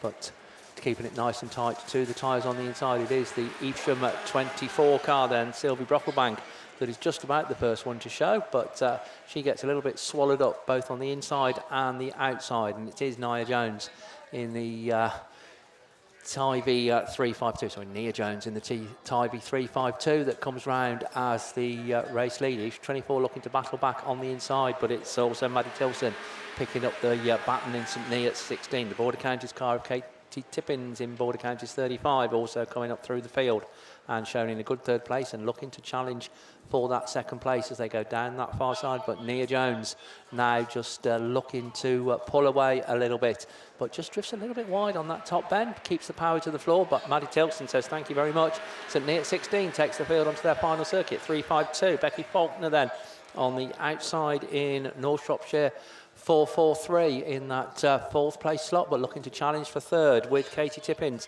in Border Counties at 35 and Emily Lodge in Scunthorpe 342. We haven't mentioned, but we have now. But it's Maddie Tilson that takes the win. Nia Jones and Tybe 352 in second. Katie Tippins third. Becky Faulkner comes fourth. Evesham 24 then is Sylvie Brocklebank, and completing it all, Emily Lodge in Scunthorpe 342. That was race 2. So race 3 down there on the line. Just having a double check that that's what we have got on the line. And it is. So it's Faye Steventon in North Shropshire 89, Grace Williams in Cambridge 142, Victoria Tilson, she'll just see Maddie take a good win, she want to do likewise in St Neots 296, Frankie Dunmo in Scunthorpe 59, Jessica Farrow in York 72, and Catherine Hardman in North Wales 326. Those are the cars down there. All the races, if you're new to British Autograss Series, then are randomly drawn. All the grid positions are randomly drawn. So North Wales 326 will be coming out of grid 1 in this one. And then Jessica Farrow, York 72, grid 2, Scunthorpe 59, grid 3. Nobody's coming out of 4 or 5. St Neots 296 in 6. Grace Williams, Cambridge 142 in 7. Faye Steventon, there on the outside in North Shropshire 89. So it's a very, very level break as they go into turn 1. But it is just the Cambridge 142 of Grace Williams. It's the first one to show. York 72, North Shropshire 89, then Faye Steventon looking to go round the outside and up into that third place position, but having to settle for fourth at the minute. I think running there behind Frankie Dunmo in the Scunthorpe 59 car. But Grace Williams it is in Cambridge 142. Another lap completed. York 72, Scunthorpe 59, North Shropshire 89, then Victoria Tilson in St Neots 296, and completing it all, Catherine Hardman in North Wales 326. So it's going to be the yellow flag with the black cross next time round, and Grace Williams then having to battle quite hard to hold on to this couple of cars advantage that she's got as that yellow flag with the black cross goes out. York 72, Jessica Farrow just looking to see if there's anything that she can do. Frankie Dunmo not out of this one totally yet in Scunthorpe 59. Bit of a gap then back to Faye Steventon in North Shropshire 89. But Grace Williams keeping it measured and controlled. I think she's done enough. Cambridge 142 then comes round for the final time. York 72, Scunthorpe 59, North Shropshire 89, St Neots 296, and completing it all then Catherine Hardman in North Wales 326. 3 down, 1 to go. The final race of this first round of qualifying of the ladies class 1s here at round 2 of the Kent Cams and Beresford Holdings sponsored 2026 British Autograss Series. It brings out Maddie Owen in North Wales 51, Amber Powell in North Wales 52, Claire Compton in North Shropshire 951, Lily Chapman in 10F, Laura Henry in SR19, and Sarah Lovett in IK37. Those are the cars then away from the line. And it's the North Wales 52, I think that's just about the first one to show as they go into that first bend. Does just drift a little bit wide, but comes past us as the race leader. North Wales 51, then North Shropshire 951, 10F And very uncharacteristically, Laura Henry there just at the back of the pack in the SR19 machine. But your race leader down that far side, it is Amber Powell in North Wales 52. Still the North Wales 1-2-51 in that second place position and looking to challenge for that lead. Claire Compton runs third in 9.51, IK37 and 10F, and Laura Henry in SR19, certainly within striking distance of the two cars in front of her as she looks to make a move up there through the field. But this North Wales battle goes on at the head of affairs. Maddie Owen against Amber Powell, North Wales 51 against North Wales 52. That's the race order. If they take that last lap flag, North Shropshire 9.51 in third, 10F comes next. Laura Henry has improved her position in SR19 at the expense of Invicta Kent 37, but 51 it is. Maddie Owen then into that top bend. Is there going to be anything that the 52 car of Amber Powell can do? I don't think there is. 51 takes it. Amber Powell 52 in second. Claire Compton third in North Shropshire 9.51. 10F is Lily Chapman.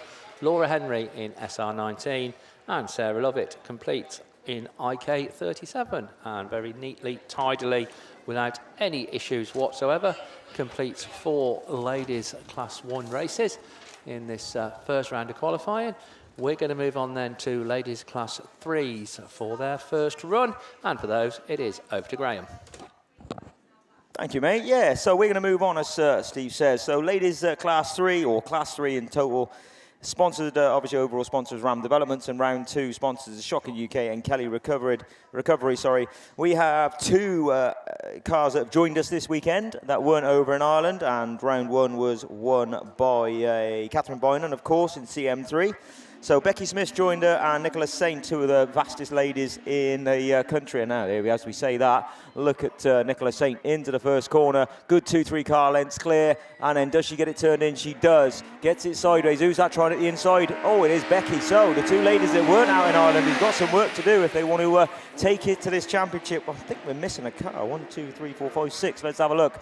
Yes, we are. We're missing one, which I reckon must be the Erin Almond ARC 27 doesn't look to be there in the Starlet. CM7, unfortunately, at the back of the field. Gwen Jones had a problem coming off that corner, but back in front then, NS334. She knows that she can't drop any races now until the end of the year, because they're, well, of course, you drop 4 races as you go through the series, but she missed the whole of round 1. So down the back straight, staying with Nicola Saint in CA 546, sat there in second place. Good points, but you're going to need wins all the way through to make it, I would think. Oh, right, there's a cone. So last lap flag time. NS334 then from CA 546 on her case now. Nicola Saint trying around the outside. Is she going to hit the brakes, try and tuck on the inside coming off? She does, but just gives her a little bit of a love tap. Robbins racing Harry. Down the back straight they go then. 334 from CA 546. And his last corner, checkered flag time, it's not going to happen. Good drive, Becky Smith then in NS334 from CA 546. Beth Almond in 270. Catherine Boynan, your round 1 winner in 4th place in CM3. And then problems for CM7, Gwen Jones, who just spins out there on the last corner. She will come round hopefully to get her points then in 5th place. And continue on from there. We're going to go ladies class 5. That means Mickey B needs to get his paperwork sorted a bit quick and jump in the hot seat. And he's all sufficiently fed and watered after his run round in his F600, so he's about ready and good to go. What it is, Graham, is power to weight ratio. So I don't eat before my first race. So I'll get slower as the day goes on once I've had sandwiches and chocolate and cakes. Did someone say cakes? Right, this ladies class 5s. Nicola Jessie, Lynn Olsen, Lindsay Pittman, Jan Doyle, Natalie Green, Lynn Bradley and Sandra Jones. And it is the South Somerset 7, Lindsay Pittman. And, oh, you spin me right round, baby. And 2 of them have gone a bit strictly dancing. But Sandra Jones takes up the running then. Lynn Olsen, and there we go. We go red flags. So... there we go. So not an interesting first corner. That's what we'll say. Yes, Mickey, interesting first corner. So yeah, enjoyed me F600 little exploits there. It was good fun. I don't think I disgraced myself, but you know, God loves a trier. That's what I say. Right, ladies 5. So. Overall sponsors for Ladies Class 5 in the BAStv Series is Laurie Insurance, And our round 2 sponsors, Andy Russell Landscapes and Godfrey Garages. So thank you to them. Main BAS sponsors always Kent Cams and Beresford Holdings. Right, race 2 brings out Sarah Chilvers, Vicky Appleton, Lucy Wickham-Jones, Georgia DeCrow, Jess Bradley, Kirsty Godfrey, Kat Cox, and it is the North Shropshire one, ping pong, of Vicky Appleton that leads them into turn. There's a little bit of climbing going on behind her. That's Kirsty Godfrey, then Kat Cox, PAC 11, Lucy Wickham-Jones into that 4th place. But as she left the door open, that is the question, as Jess Bradley is looking to come through, and she does move herself up into that 4th place. But it is North Shropshire one then, Vicky Appleton in the 5 and leading the way. Kat Cox up in the 2nd place from Kirsty Godfrey. Then that Lud 24 of Jess Bradley. And Jess is not picking them off, isn't she? Because she's now moving up into 3rd place. Kirsty Godfrey comes back up the inside and trying to make that move. Sarah Chilvers, the daughter of the man who had the attachment shaved it off to make himself look younger, is down the pack at the moment, running in 5th place. Lucy Wickham-Jones, and then the PAC 84, Georgia DeCrow. But we're on the last lap.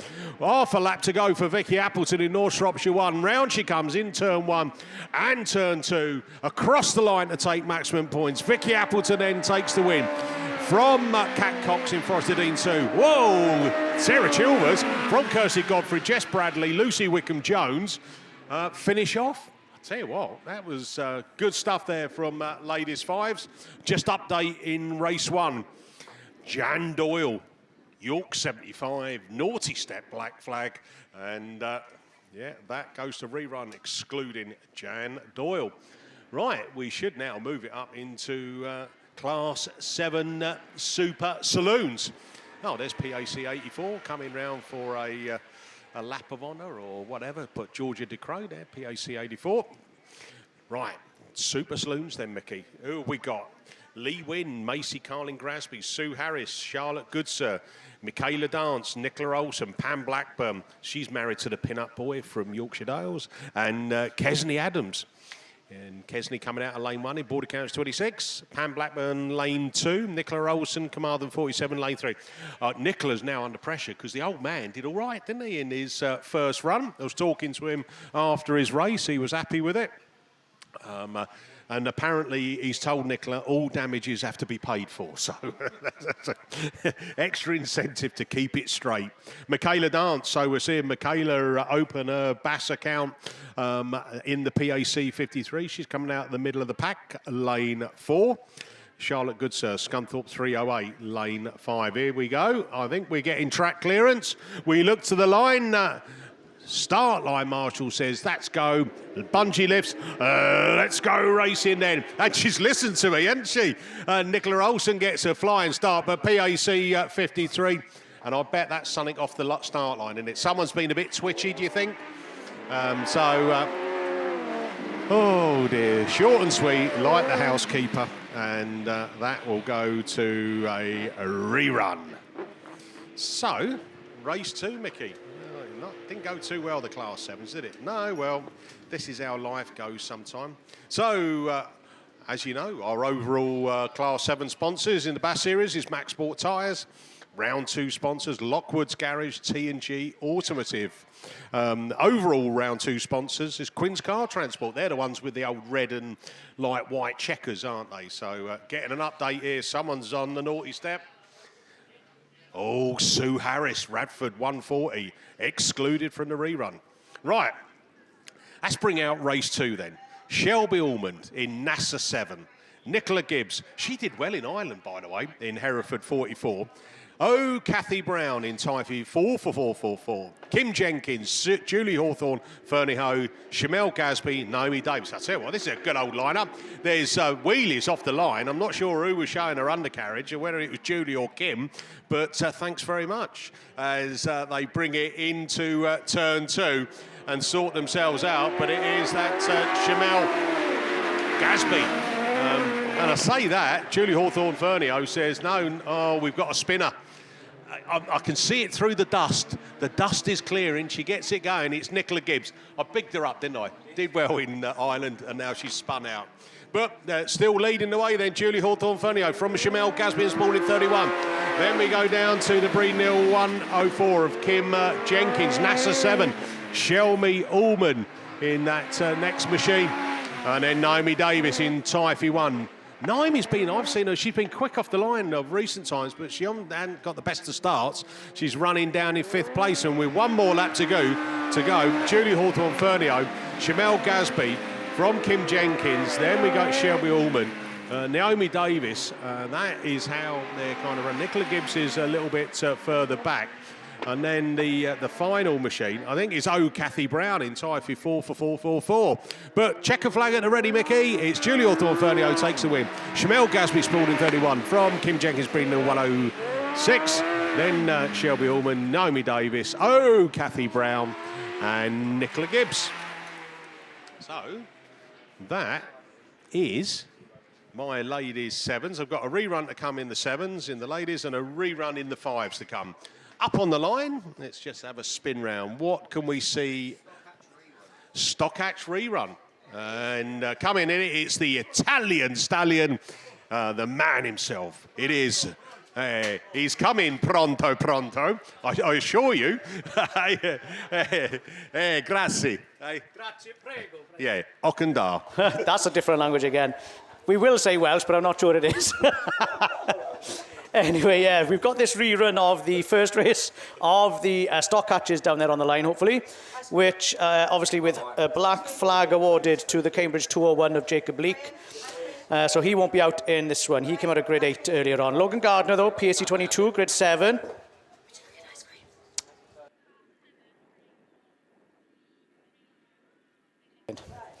Sorry, distracted there by ice cream talk, so yeah, so I had to switch the mic off there. Anyway, yeah, Logan Gardner in grid 7, Dean Smith in the Radford 248, grid 6, Carlo 903, Mark McAvoy, I think the early race leader earlier on before that race was stopped, coming out of grid 5, North Shropshire 192, Michael Aitken in lane 4, Radford number 60, Ryan Taylor lane 3, Dan Munford in Invicta Kent 505 in lane 2, and Iestyn Mayo in lane 1 in the Penhow number 23.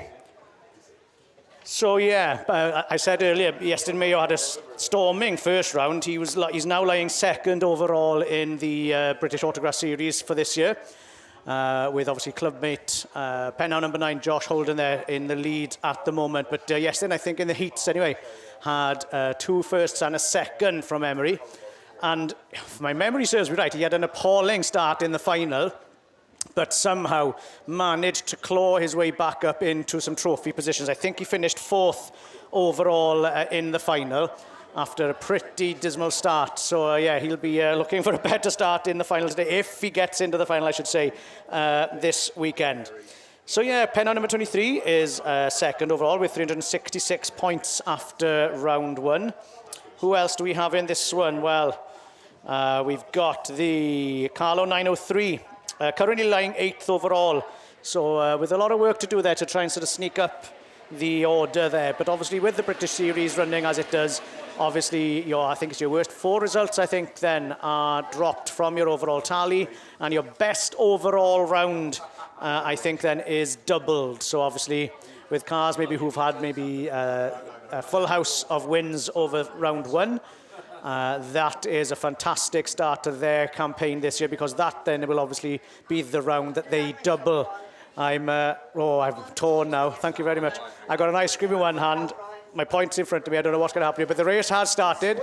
I'll hold this ice cream and hope it doesn't melt in the heat here. But let's have a look then. Who's had the better of the start? Penhow 23 again on that inside line. Drops back, though, as they head into that first corner. It's Invicta Kent number 505, though, who's on that inside line then, trying to lead them around that first corner. Dan Munford it is then in the 505 from Mayo in the Penhow 23. North Shropshire 192 it is then in that third spot, holding in that tight line behind the Mayo machine. In second, still behind the Invicta Kent 505 there, who's now in the lead, pulling a car's length away from Mayo in that second spot. I think then we got the Radford 248 Dean Smith there. I was going to big him up there, but he's drifted out wide, unfortunately, allowing the NS192 and I think the Carlo 903 to sneak through then into those 4th and 5th positions. But it is the 208 248, sorry, who snuck back into that 5th spot out on track. It is still 505, though, who's leading the way ahead of Mayo, who's trying to drift around the outside there to take a wider line to come past us here for that last lap flag. 192 it is there in third, 248 from 903, Radford 60, and PSC 22, Logan Gardner there at the back of the pack, but still with that chasing pack there towards on this last lap. A big move there for the 903, Mark McAvoy in the car, low 903, to see if he can pick up a position there. Trying to force an error, but it's not worked. 505 takes the win from 23. Then we got the 192, Radford 248, Radford 60, Carlo 903 there, and then the final finisher, Logan Gardner in the PAC number 22.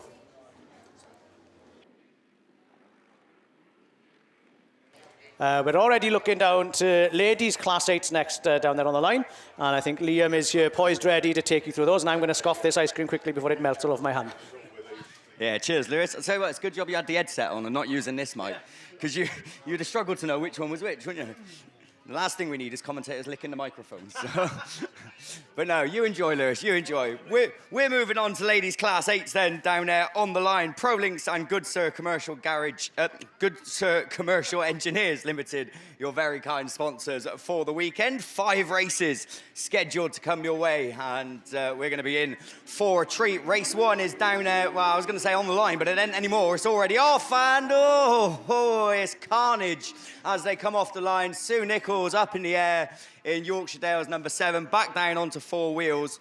But yeah, could have been a lot worse, but she has come back down to earth as 3 of them got tangled up. I think Erin Olmond was involved in the Border County 6, and I think it might be Amy Whitton as well, who's caught up over there on the far side. It's Ellie Mae Davidson in Scarborough 74.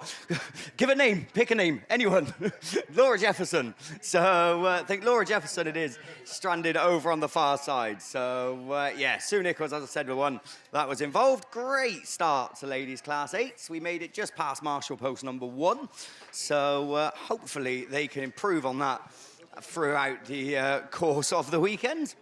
We're going to have race 2 down on the line once Sue Nichols does get that car back. I don't think she's getting that car back in the pits. I think she's going to need quite a lot of attendance. Back wheels off as well by the looks of things. So issues over there for the YD7 machine, and going to require assistance back into the pits. Whilst that happens, then we can look at race 2 and let you know who is down there. The ladies class 8s, just like the men, every race is so competitive and really could be a final of his own. And race 2 is going to bring out Nicole O'Brien in Mallow 18. And Nicole gets second here last year in the class 8 final, I think. I think she had a really good meeting, and I think ended up second in the final, the last pass round they had here. So she'll be looking to go one better this time round, and she's coming out of lane 1. Lane 2 is going to be Charlene Hankey in ARC number 2. Sandra Jones in Cumdy number 10, coming out of lane 3. Sophie Pitt in South Somerset 72. Lane 4, no one in lane 5, so that gives us Taylor Jade Pascal in Hereford 350, coming out of lane 6. Lane 7 is Cassie Gunn in Pennine 9, and Tilly Clark in Radford 76, coming right from the outside in lane number 8. So there your runners and riders coming out in the second race of ladies class 8. Just looking at the time, just coming up to 1 o'clock, not quite yet. So you have to take your hat off. They have really pushed through these first set of heats this morning, and as I said, they will be on the ball getting everything done to try and ensure we get as much racing, if not all the racing, sorted out with the first 2 heats today. Obviously moving on tomorrow then, where things really heat up. We're going to have semi-finals. I know we've got semis and 7s and men's 8s, but I'm not too sure what else. There are obviously quite a few numbers signed on this weekend. Just going to have a little watch this replay. Ooh, definitely could have ended a lot worse. So I'm sure Sue would be happy that it ended that way, to be honest. So YD7 then taken into the pits. I was going to say she's too old to be climbing cars now, but I better not. So too experienced, that's what I should say. She's too experienced to be climbing cars. So hopefully they can get that car repaired. We're going to move on to race 2, which is down there on the line, off the line. We're away and racing. Taylor Jade Pascal gets a great start in 350. No one's going with her because she's already clear going into turn 1. Very rapid, but throws that car mega wide, and it's 4 abreast as they come through, and it's Sandra Jones in Cundy number 10 that takes up the run in. Nicole O'Brien slots into second. MA18, great to to see that number back on track on the side of a Class 8, and she's running strongly. But third, who is it? Cassie Gunn, I think, just making the move now in the Pennine number 9 machine and launching that car around the outside as well. I don't think that line's going to work, is it?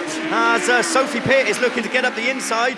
As we go to 72 there in that 4th place position. Taylor Jade Pascal, your early race leader, well down the order now, battling it out for 6th and 7th with Tilly Clark, and Charlene Hankey is well off the pace in number 2, but the race on the field's for the minor positions because your race leader, Sandra Jones, just chucking that car round, and it is all going on for 3rd, 4th, 5th and 6th as Taylor Jade Pascal's got her way back up now into that 3rd place position. Sophie Pitt making contact as the two of them head towards the Armco, towards the back. I think Tilly Clark involved as well, so it's all got messy towards the end. But at the front, storming drive, Sandra Jones, 55 points, become the number 10. Nicole O'Brien, 2nd in number 18. Taylor Jade Pascal done well to come back to 3rd. Cassie Gunn, 4th. Charlene Hankey moves up to 5th.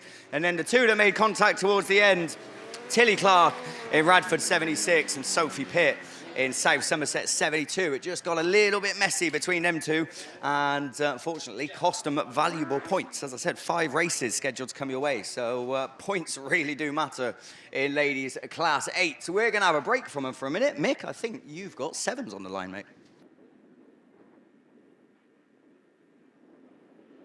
Yeah, thanks very much. Well, I think they brought them round. I've got a rerun in the 7s.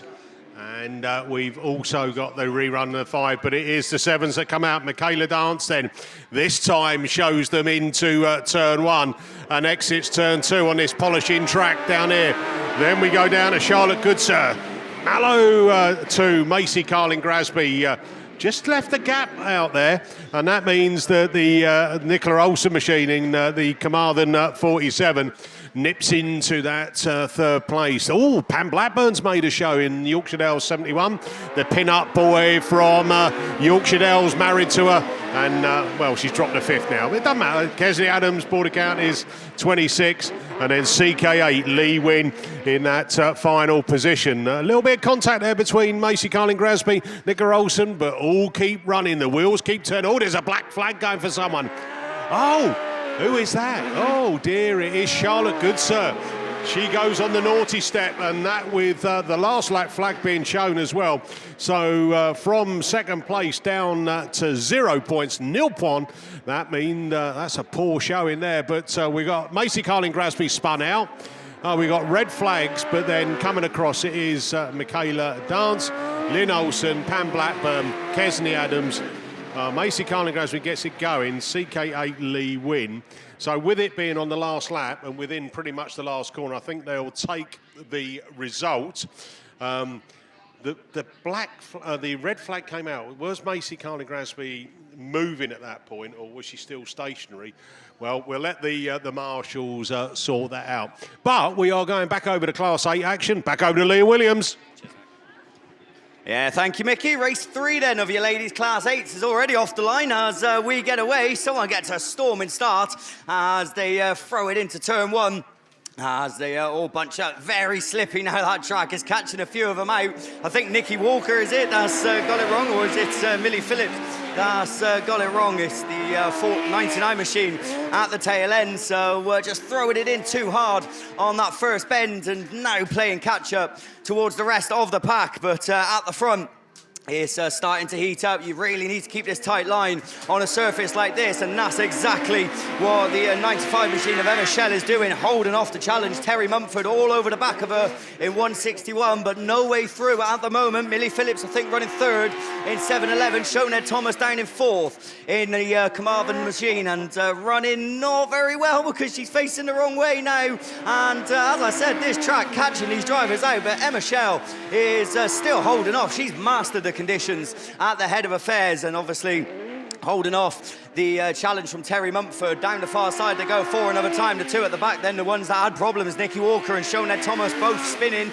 and both finishing towards the tail end as the checkered flag comes out. Emma Shell, great win from the Terry Mumford machine there at 2nd. Millie Phillips takes 3rd. 4th is going to be Georgia Bennett. Then we're going to have a little bit of a wait as Nikki Walker comes across in York 99 and Shoned Thomas in Carmarthen number 20. Disappointing results for them, as I said, spinning on that top turn. I mean, for those of you that are here, and even those watching on the live stream, you can see this track is getting blacker and blacker, really polishing up, and it will catch a lot of these drivers out. So obviously, no margin for error in any class, really, but especially Class 8. So it really will throw a spanner in the works when you start taking in points and things like that, and people obviously missing out. So we're waiting to see. I think Lily Rose Pratt, we actually lost over on the far side as well in Scunthorpe 76. So not the best start to her weekend as she finds herself square-wheeled, and I think going to need assistance to take that car back into the pits. So we'll look down then. Race 4 is down there on the line. 2 more to come your way. Race 4, oh, this is going to be a good one. Georgia Beattie in Melton 58. Claire Beresford in North Shropshire 55. Chloe Richardson in Pennine number 6. Macy Carlin Grasby in Evesham 21. Jen Houlihan in West Waterford 158. Tia Reese in PAC 21. And Ellie Hines in Breednail 14. And to be honest, any single one of those drivers could be in that final tomorrow, if not most of them. So this could be very, very interesting. I'm just looking to the line, though, and I'm thinking they're going to try and catch me out, because that, to me, looks like race 5 down there. Yeah, so there you go. That is race 5. It's a good job I looked up. So race 5 is that. So just ignore everything I just said for those that were listening, all 6 of you on the field. Race 5 is going to be down there instead. So race 5 is going to bring out Sophie Morgan in Radford 71, Kirsten Bartlett in South Somerset number 2, Ruby Emerson in Scunthorpe 199. Your round winner from round 1, Lindsay Mullen in White Rose 38. Beth Tompkinson, your national champion, in Scunny 51. Cordine Owen in Cumdy 115. And there is another driver, but we've made a deal that I'm not going to mention her for the whole weekend. So you could figure it out. She was out in the class 5. She was out in the class 5 and she had a win. So that's all I'll say. But yeah, if you hear me ignoring her, then it's a little pact that we got going. And if I break that rule, then there'll be hell to pay, Lewis. Put it that way. You'll be for it. That's one way of putting it. I'll be on that early train home, put it that way. I'll be leaving. So that's going to be race 5 then, down there on the line.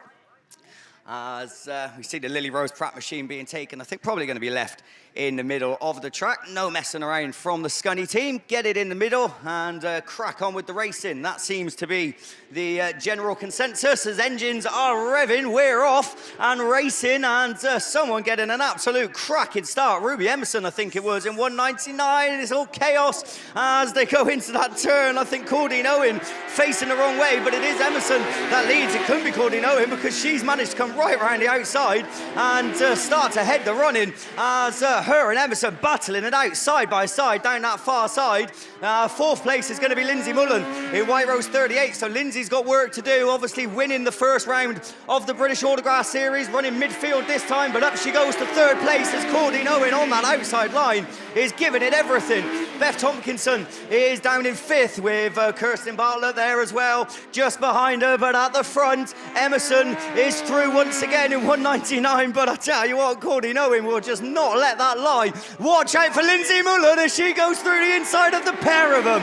Up into 1st place, onto the last lap she goes. That's why she was the round 1 winner, because when you can pull moves out like that, then you can be an absolute unstoppable driver. And look at her now, already looking to pull away from Ruby Emerson. As 38 it is, looking to pick up where she left off a few weeks ago. 55 points, Lindsay Mullen with a cracking win. Emerson takes 2nd, Beth Thompson got up to 3rd. 5th was Cordine Owen in 115. So Kirsten Bartlett then off the pace, unfortunately, in South Somerset number 2. Likewise, Sophie Morgan, early issues in Radford 71. But I tell you what, that might be that is driver today for me so far. I think absolute brilliant stuff from Lindsay Mullen. She was 5th, I think, in the early stages, and she just finds that gap, doesn't she? She just always, someone says she manifests it into existence. So well done, Lindsay. Brilliant win in White Rose 38. I'm not too sure where race 4's gone off to, but it's disappeared from me. I'm guessing it's because we got drivers in other classes. But I have got race 4 still to come your way. I've got a rerun of race 1 to come your way, but we are moving on for the time being. So a very big thank you to Good Sir Commercial Engineers Limited for their sponsorship, along with ProLink Suspension for the series. We've got Class 2 machinery down there on the line, so it's back over to Lewis. Cheers, Liam. Yes, the ladies' Class 2 is coming out now then for their first heats this afternoon. Obviously, the round 2 sponsors for the ladies class 2s and the class 2s overall, KP Thomas and Sons and Kerwin Thomas Services, and your overall 2026 sponsors are Fleet Care Services, as you can see on the screen there. So we've got race 1 down there ready on the line. They can see this Bowser going around on that inside line there. And in this one, we should have your overall leader so far this year. That'll be Claire Horner-Williams in the Melton number 62. Sorry, she'll be coming in race number 2, but Claire is your overall leader leading into round number 2 here. And your last year's champion, Jess Conway, SC number 1, again not out here, so I'm assuming maybe not coming out at all this year to try and defend her title in the Scunthorpe number 1, especially here on home soil. But in race number 1 then, we should have Vicky Robbins in St Neots number 34, Rona Pelham in PhD 66, Hannah Lewis in the Athelstan 212, Gabby Smith in Scarborough 249, Katie Barras in Scunthorpe 44, and Jessica Farrow in the York number 2, coming out of grid number 1 there. So a few drivers here this weekend who are out in Ireland and performed very well. As I mentioned already, Claire Horner-Williams, your overall leader after round number 1. But we're already up and running with race number 1. And let's see who gets the better of those starts. I can see a break from the middle there. I think it's the Gabby Smith machine. The 249 Scarborough car there leads them into turn number 1. York number 2 there on the inside. Jess Farrow just, look at those. Almost all of the cars coming around that first corner side by side. A little bit of bumping and barging there was inevitable, unfortunately. And but the one who's come out best from all of that was your early race leader. That'll be Gabby Smith in the Scarborough number 249 then. Pulling away now then from the second place car of St Neots number 34. That's Vicky Robbins. These two pulling away from Hannah Lewis in the third place car there. The Athelstan number 212. All of these then more or less in a line. 2 cars, unfortunately, you just look down there now. 2 cars on stop. So red flags have had to come out on that one. That's not a good start to the ladies' class 2s, is it? But unfortunately then, that first race will go back into the rerun lanes and we'll see if anything comes of that incident down on turns 3 and 4 as those cars head back into the pits. Race 2 is already down there, and we should have Rebecca Starbuck, Sally Doddridge, Claire Horner-Williams, Linda Thomas, Amanda Mason and Natalie Green out in this one. So that's Yorkshire Dales, Forest of Dean, Melton, PAC, Breeden Hill and Radford, all different clubs out in this second race of your Heat 1 of the ladies' class 2s. Just looking around there, we do have track clearance from most of the marshals posts here.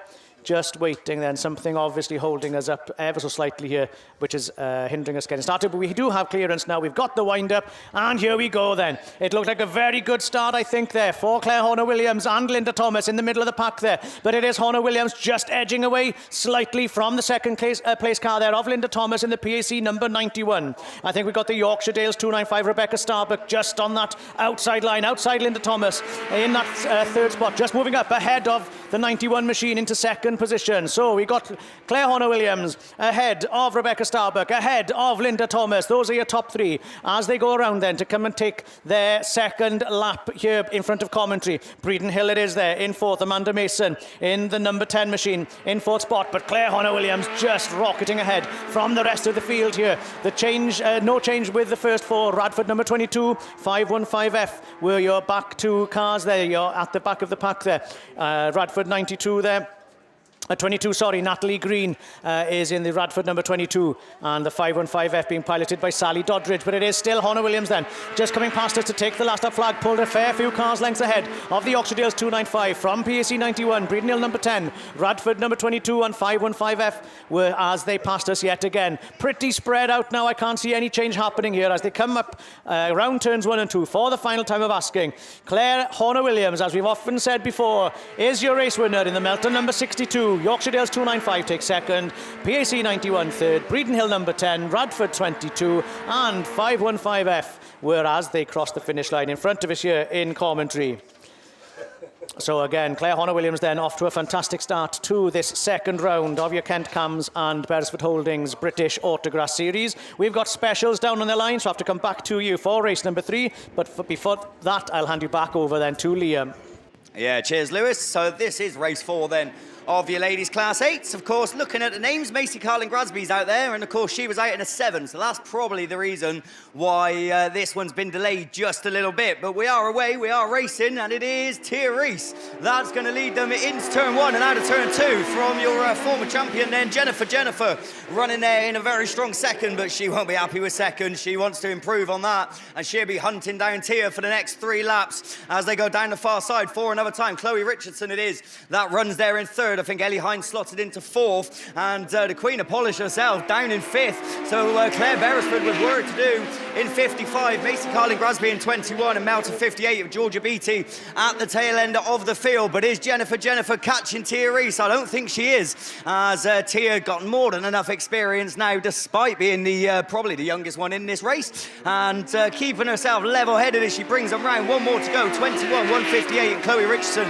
in number 6. Ellie Hines running strongly in 4th, but she will have that 3rd place in her sights as Chloe Richardson just makes a slight mistake in the Pennine machine, and that allows Ellie to close the gap just a little bit more in Breednell number 14. But a checkered flag already is 55 points for 21. Tyre takes the win. Jennifer takes 2nd, 3rd just about Chloe Richardson. Ellie Hines holds on for 4th. Claire Beresford just about getting 5th from Macy Carlin Grasby, and Georgia Beattie in Melton 58 is your final finisher. So good stuff then from your ladies class 8. That's race 4 done. I've got 1 rerun still to come your way, but apart from that, that is them done with for the time being. So a very big thank you to ProLink Suspension and Good Sir Commercial Engineers Limited for their sponsorship. We're going back to class 2s, the old switcheroo again. Back Here we go. Lewis. Yeah, race 3's down there. That's York 181, Scarborough number 40, Radford 92, York number 16, and Swansea number 2. So that brings out Maisie Farrow, Abby Juggins, Nicola Bettany, Alex Tinker, and Courtney Lewis. Courtney coming out of grid number 1 in the Swansea 2 machine. Alex Tinker, York 16 in grid 2. Nicola Bettany in the Radford 92 in lane 5. Abby Juggins in lane 6 in the Scunthorpe number 40. And Maisie Farrow in the York 181 coming out of grid number 7.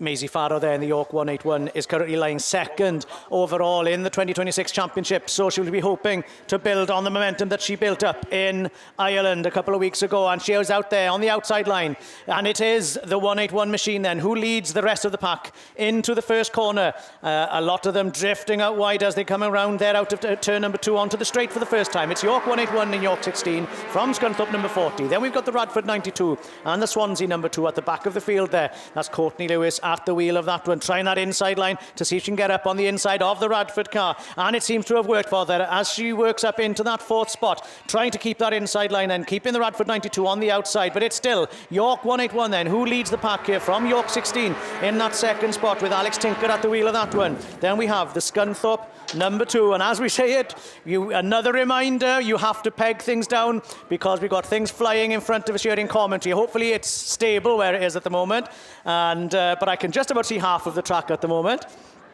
But yeah, 181 it is who's kicking the last lap flag at the moment.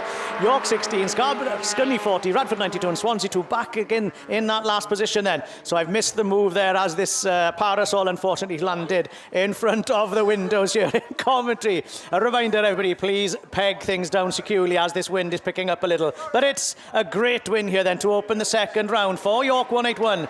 York 16 then keeps that 2nd spot from Scunthorpe number 40, Radford 92 and Swansea 2, whereas they cross the line there to complete race number 3 of your first heat for the ladies class 2s. And looking down there then, I think we might have ladies class 4s and 6s, which should take us on to Ray Wyeth, I believe, but Liam, I think, might have something to say here. No, I was just going to say, they don't want to make it easy for you this weekend, do they? They made you commentate with an ice cream in your hand, then they chucked an umbrella in front of the window. And I think I've coped amicably. I resisted eating the ice cream while on the mic, but yeah, that probably I could do nothing about. An easier race for you next time, Lewis, I think. It's over to Ray then for the ladies, 4s and 6s. Yeah, thanks, guys. Well, I wonder what the crash and the bang was. I thought some blooming great mice they got upstairs. But we got class 4 and 6s out together. We should have, in the class 4, we should have MA5 and NS 434, and the remaining guys are class 6s. There's NW1 then, and PAC 70 are making a good start. Oh, NW340, a big bang as it came past the commentary here, and it's come to a standstill right on in the approach of that corner. She's trying to move it out of the way, but Looks like come out again. Oh, it's got herself going. So anyway, back to the race. NW, Leanne Husker from PAC 70 there. That's Chelsea Jones. Then it's MA5. That's the class 4 of Jasmine Cusack. And then at the rear of the field there's Claire Compton. But it's last lap flag this time. As NW1, Leanne Husker comes through from PAC 70. Then it's the MA5 car, Jasmine Cusack, Radford. Is it Radford 44 at the rear of the field? It's not a 205 actually, which is Valerie Harrington. Of course, sorry about that, Valerie. But check her flag then. For NW1, second spot, PAC 70. MA5, first of the class 4s comes through. Then Radford 205. PAC 37, Hannah Brown, we give her a mention. Radford 44, that's Imogen Fox, and at the rear of the field, which I thought the car had popped as it came into this first corner, that was Claire Compton.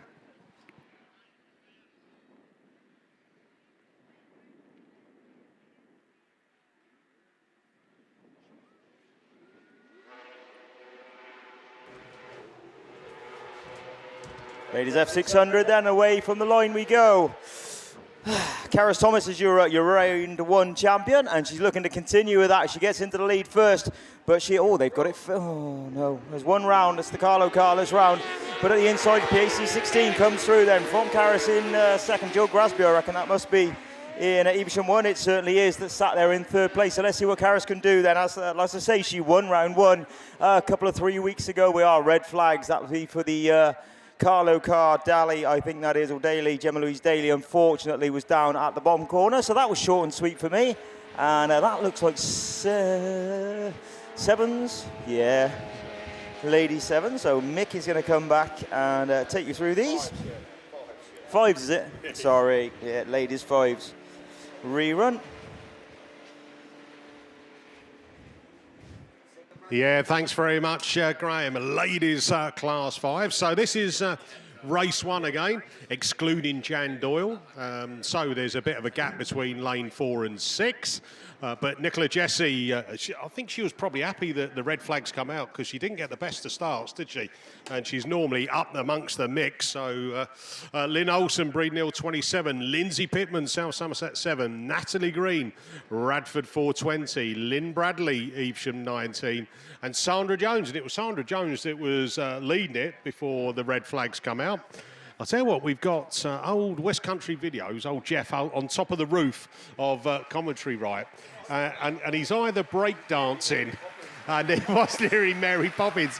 I think that there was a bit of a gust of wind, got hold of his umbrella that's obviously keeping him out of the sun, and it ended up in front of the commentary window.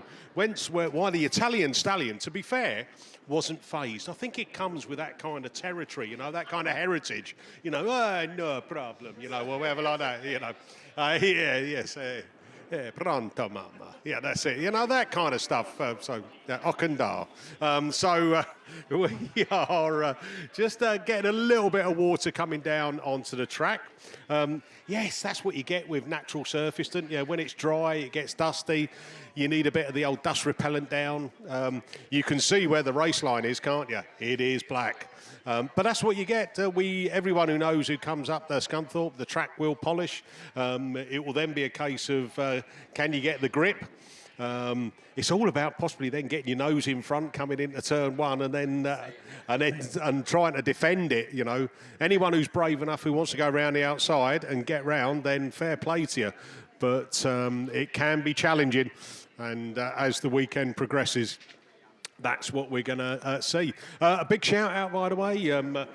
Callum has got a bit of squeeze, and so Sienna, if you're listening in, so happy. She's a very nice girl, by the way, but he's punching above his weight. A big style. It's a bit like Jilly with me, you know. Oh, is it the other way round? I can't remember. No, and also I think I've got a couple of the grandchildren listening in. So old Tommy and Charlie, here we go then. And it is that Lindsay Pittman machine. She's got another flight. No, it's not. It's Sandra Jones. If they washed the side of their car, it would be good, wouldn't it? But it is Sandra Jones who's picking up where she left off. Nicola Jesse is into that second place and looking for a cutback already up the inside of Sandra Jones. Sandra Jones defends it and continues to lead it, but she's going to be under pressure all the way now as Nicola looks for a nibble round the outside, put some pressure on and try and find that gap up the inside. Breenhill 27, Lynn Olsen there. Then it is Lindsay Pittman, Evesham 19 of Lynn Bradley up there, and the final car that is trying to do some stuff is Natalie Green in the Radford 420. But eyes back front as we come round for the last lap flag, and then right on cue, Nicola Jesse then takes up that first place position up into turn 3 and Stargate turn as Sandra Jones. Have you got anything to show now as Nicola Jesse just starts to extend that lead with half a lap to go? Then we go down into that Breenhill 27, Lynn Olsen. But this is going to be York 44, the Tango machine. Nicola Jesse takes the win from Sandra Jones, Cumberland 31, Lynn Olsen in the Breenhill 27, Lindsay Pittman. Then we go Jess Bradley and the 420 of Natalie Green. So that's fives done and dusted. And we will now be getting ready for our second heats. But before then, we are going back over to the Italian Stallion. Grazie, amici, grazie. I got stopped doing that. It's just encouraging him, isn't it? Anyway, I think we should have the ladies' stock catches down in the line. So we should have E98, B125H, P10, P9, R247 and Lud 64.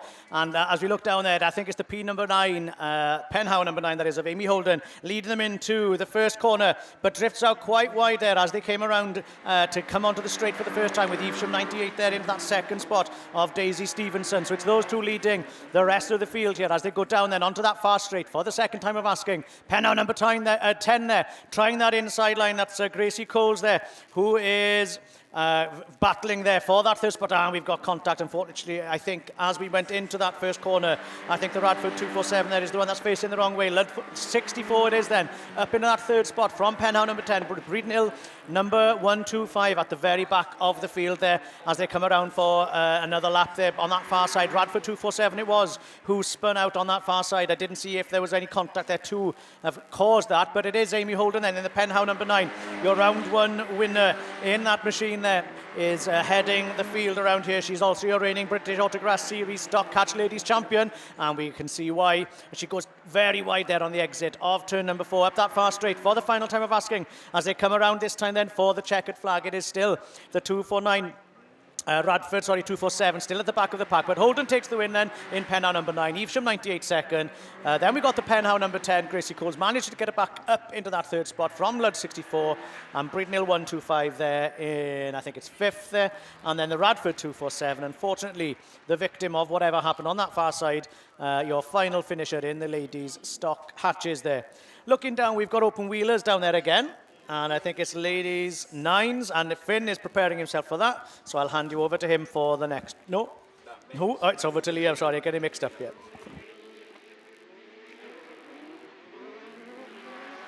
Yeah, thanks, Lewis. So, tell you what, just knocked 15 years off my age as well, getting us mixed up, so I'll take that. So, we're away with the ladies' 9s and I presume 10s as well, as they get away from the line. Who's going to be the first one to show? Evesham 121 it is, then Joe Grasby, who's going to be the first one out there, ready to go and do battle and looking to pull away in the early stages. But I think Lily Rose Pratt it is running there in that second place position. So we got class 10 versus class 9 in this one. And I'll tell you what, up the inside the class 9 goes. Hasn't quite got the power, but running with the best of them. So Heidi Dealey-Seagraves runs there in third on track, but second in the class 9 class. Sharon Barker just behind in Evesham 26, and I think it's the Mallow 48 machine at the tail end of Nicole O'Brien.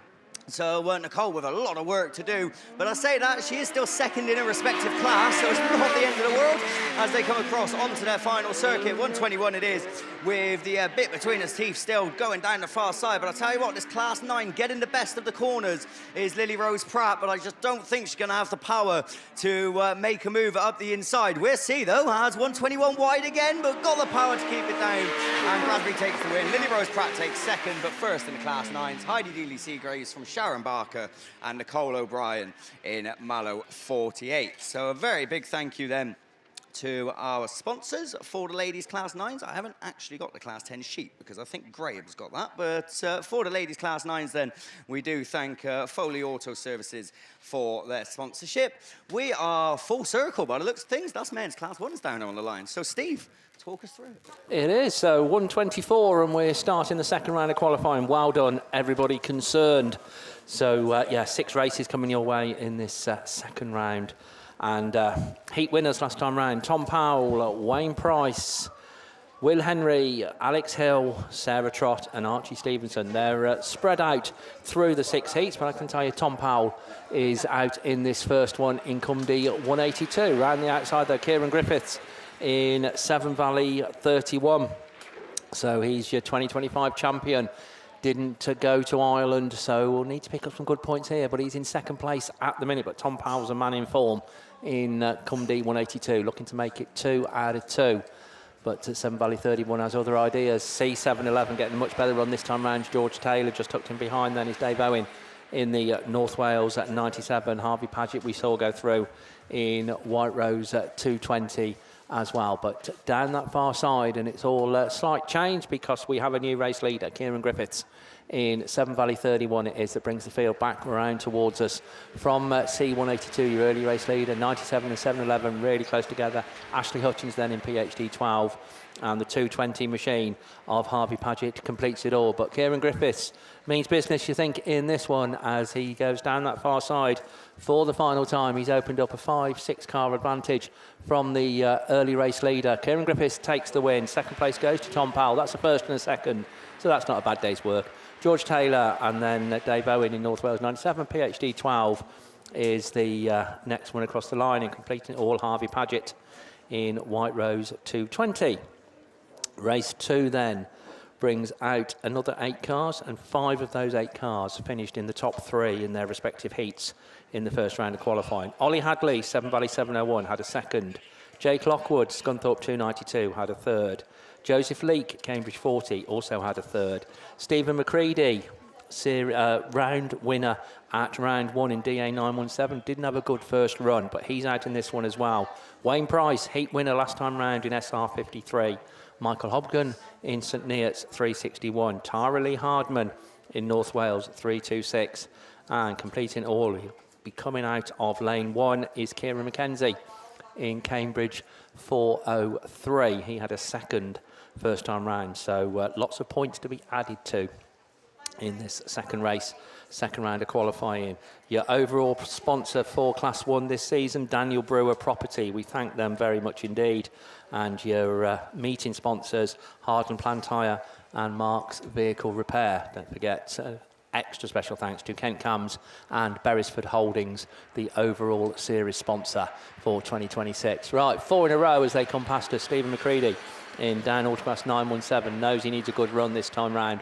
Right there on the outside, is he going to pop through as the race leader? But absolutely nothing to choose between this leading, certainly 4, and looking to make it 5 as they come back round towards. We've got problems on that top bend for the Cambridge 40 car of Joseph Leake, I think it is, but he's certainly out of the way as the 403 car of Kieran McKenzie motors on. If he can take a win here, that'll be a second and a first for Kieran as well, so that's looking quite good. Stuff down there for some entertainment, and then on the TV at 10 o'clock, then all the football fans, just basically anybody English in it, let's be truthful, let's get some patriotism.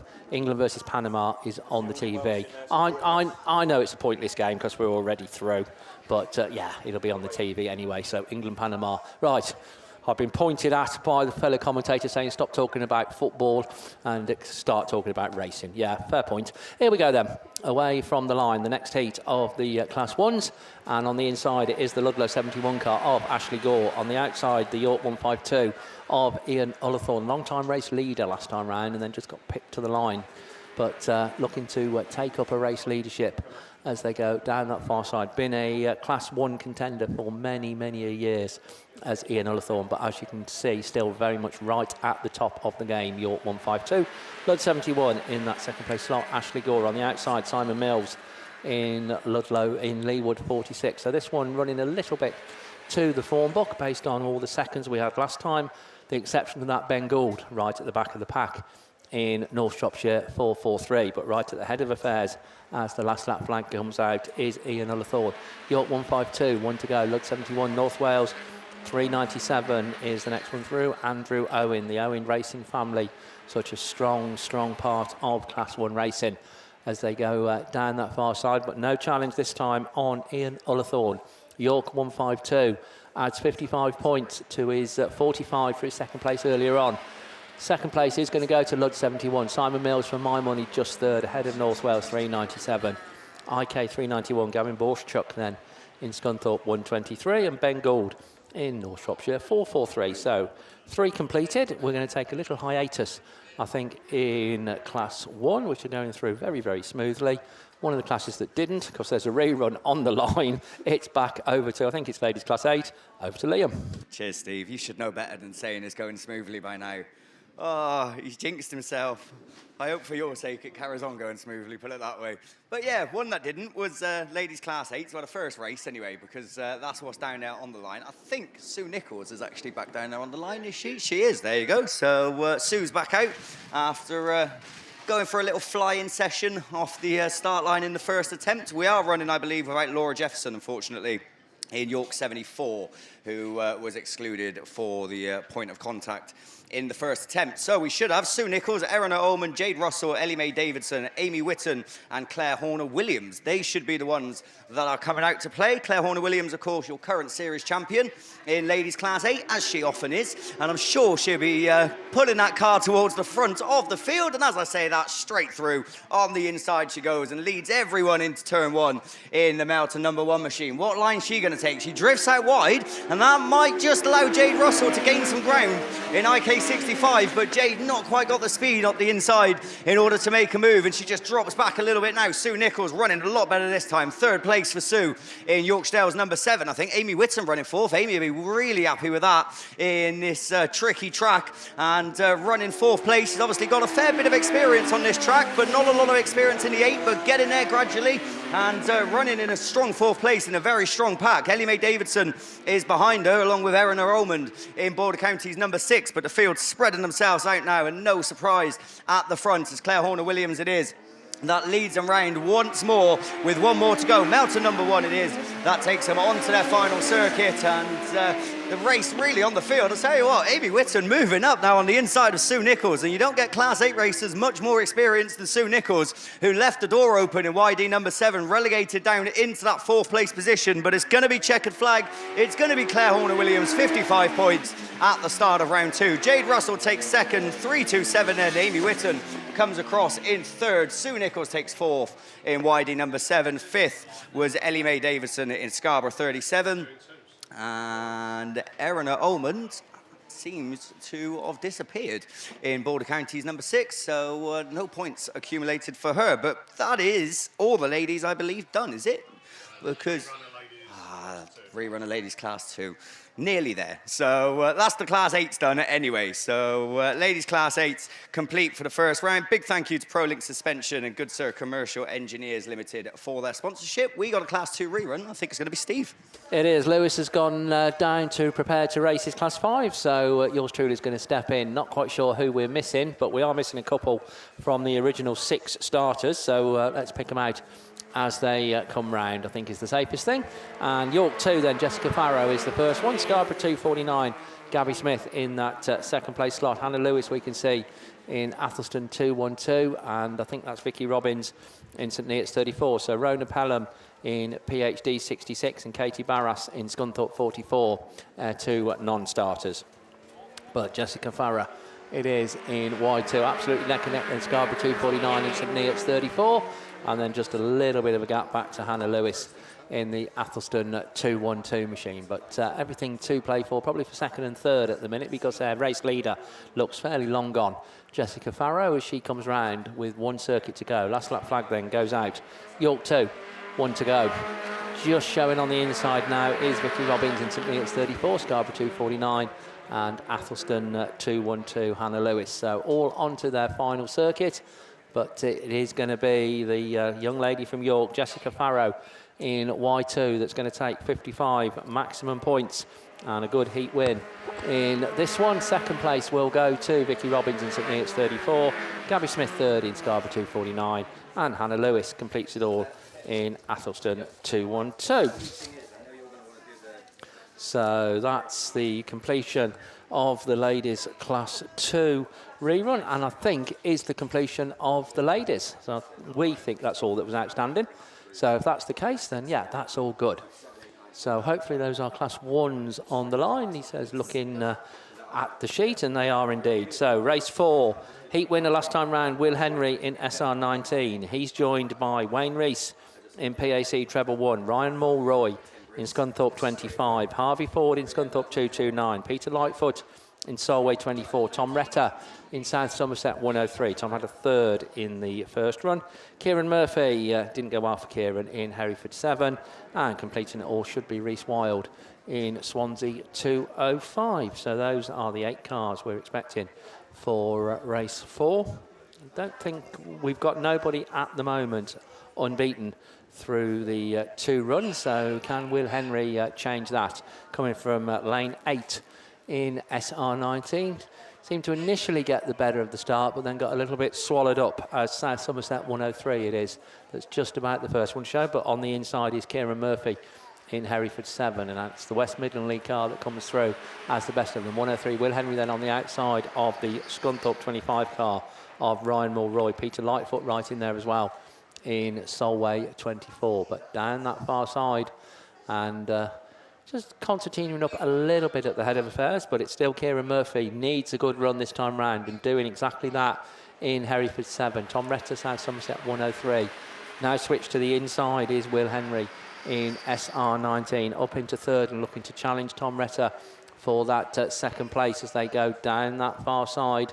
But time is ticking away because the last lap flag is already coming out, and it's coming out to Kieran Murphy in Hereford 7. Will Henry in SR19 now showing ahead of the South Somerset 103 of Tom Retter. Swansea 205, then Reese Wild just completes it all as he starts his last lap, but down the far side, cracking drive from Kieran Murphy.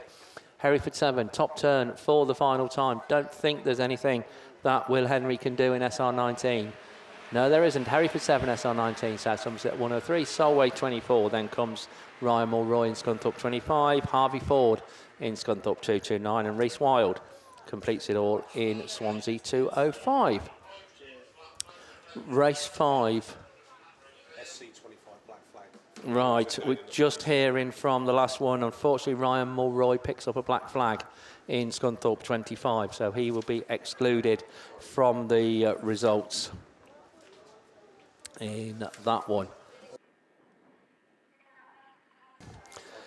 So it is Rich Parks in Wessex 36, Connor Griffiths in Tyre 16, Jack Saunders in Cambridge 82, Joe Ferguson in Scunthorpe 342, Lewis Clayton in Spalding 6, Alex Hill in St Neots 164, Sarah Trott in Athelston 3, and Thomas Holden in Spalding 84. That's race 5. Still nobody totally unbeaten. We got 2 chances in this one. Alex Hill and Sarah Trott, both heat winners from the first round of qualifying in St Neots 164 and Athelston 3. And picking up a couple of thirds were Connor Griffiths in Tyre 16 and Jack Saunders in Cambridge 82. So I think we're just having one towed off the line. I think that's unfortunately is Wayne Rees in PAC Treble 1. As soon as that's all clear, then we should be back underway with this penultimate heat of the second round of qualifying of the men's Class 1, and it is Sarah Trott in Athelston 3 came out of lane 2 and one of the first ones to show, but on her inside then Connor Griffiths in TA16, and it's Connor that's the first one to show. St Neots 164, Spalding 84, Spalding 6, Cambridge 82, and that was not a good first corner for Sarah Trott, and it's not a good first corner full stop, because red flags come out on race 5. So we shall Mickey will keep his ear pinned to the radio, and we shall have a listen as to exactly what happened and what, if any, decisions there are from the marshals as the Tyre 16 car of Connor Griffiths brings the field back towards us, back towards the pits. Joe Ferguson, I think, was the car that picked up the problems there on that top bend in Scunthorpe 342. But for whatever reason, it's going to be a rerun on race 5. Race 6, Rich Owen in North Wales 51. Daffy Jones in Tyre 18. Gareth Stokes in Pennine 88. Luke Fairhurst in ARC 304. Jordan Redfern in YD 266. Freddie Farrow in York 72. Reese Roberts in PAC 157. And heat winner from last time round, Archie Stevenson in IK1. So we do have the one rerun, but other than that, Archie, you're our last hope to have an unbeaten car in Class 1 after the 2 rounds of qualifying. Coming out of lane 1, the Invicta Kent 1 machine. Big thank you to Quinn's Car Transport for the overall sponsorship of this meeting. Good to see some of the Quinn family here this weekend as well, and sure catching up with lots of people. But big thank you to Quinn's Car Transport, overall sponsors of the meeting here at the Brighton Park Raceway. As they get away then, it is the York 72 car of Freddie Farrow that's the first one we can pick out as the field comes past us for the first time. Then there's about at least 3 in a row. ARC 304, Luke Fairhurst right in the mix as they just jostle, we'll be polite, jostle for positions down there. Somebody just losing out, but York 72, Freddie Farrow, will certainly be hoping that this will continue racing, because he's got himself quite a way clear of this leading bunch. Invicta Kent 1, Archie Stevenson with Bumper trailing in the breeze. He's running back in about 3rd place at the minute. Problems for Luke Fairhurst there in the ARC 304. So it's all happening down on that start line turn, but it's not going to concern Freddie Farrow as York 72 comes round. 1 lap to go then. Yellow flag with the black cross goes out. Pennine 88, North Wales 51, Rich Owen just ahead of IK1. Then the PAC 157 car, Reese Roberts racing ahead of the Yorksdales 266. Daffy Jones in Tyre 18 completes it all, but Freddie Farrow it is in York 72 that comes round, takes the checkered flag, takes a good win. 2nd place goes to Pennine 88, North Wales 51, then the IK1, PAC 157, and Yorksdales 266. Unfortunately, you only ever give me bad news, don't you, Mr. Barker? So, well, it's not particularly bad news for me, but it is for Yorksdales 266, because unfortunately he picks up a black flag in that one, so will be excluded from the results. But as far as we're aware, race is standing, but unfortunately no YD at 266. So that was men's Class 1, sticking with the same race order that we saw in the first round of qualifying. We're moving on to men's Class 2, Heat 2. And big thank you to Fleet Care Services, British Autograss Series associate sponsor for Class 2, and to KP Thomas & Sons and Kerwin Thomas Services, round 2 sponsors here at Scunthorpe. So defending champion Craig Conway in Scunthorpe 1. Oh, we've got ice cream and all sorts of things thrown at us now. Well, not thrown at us, but produced. Thank you very much. Now I can eat ice creams and commentate. Stress not in any shape or form. It doesn't sound very good, but it doesn't sound very good anyway, so it's all right. So, right, they're very kindly going to water the track as well. I've got. Can we give brand names? No, we haven't better, had we really? But it's very similar to a Cornetto.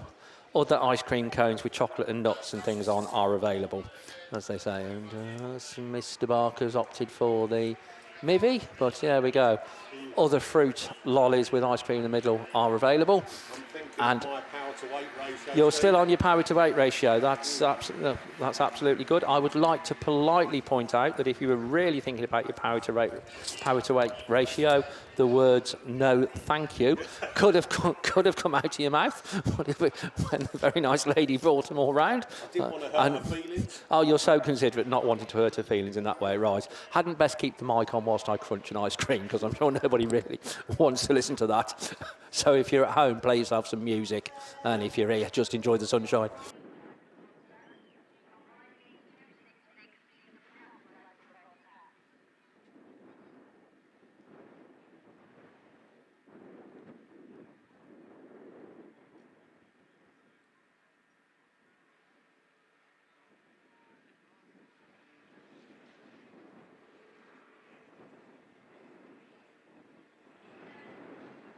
So we could coordinate a conversation here, couldn't we, Mr. Barker, if we switch ourselves on? So, right, you go, I'll go for ice cream.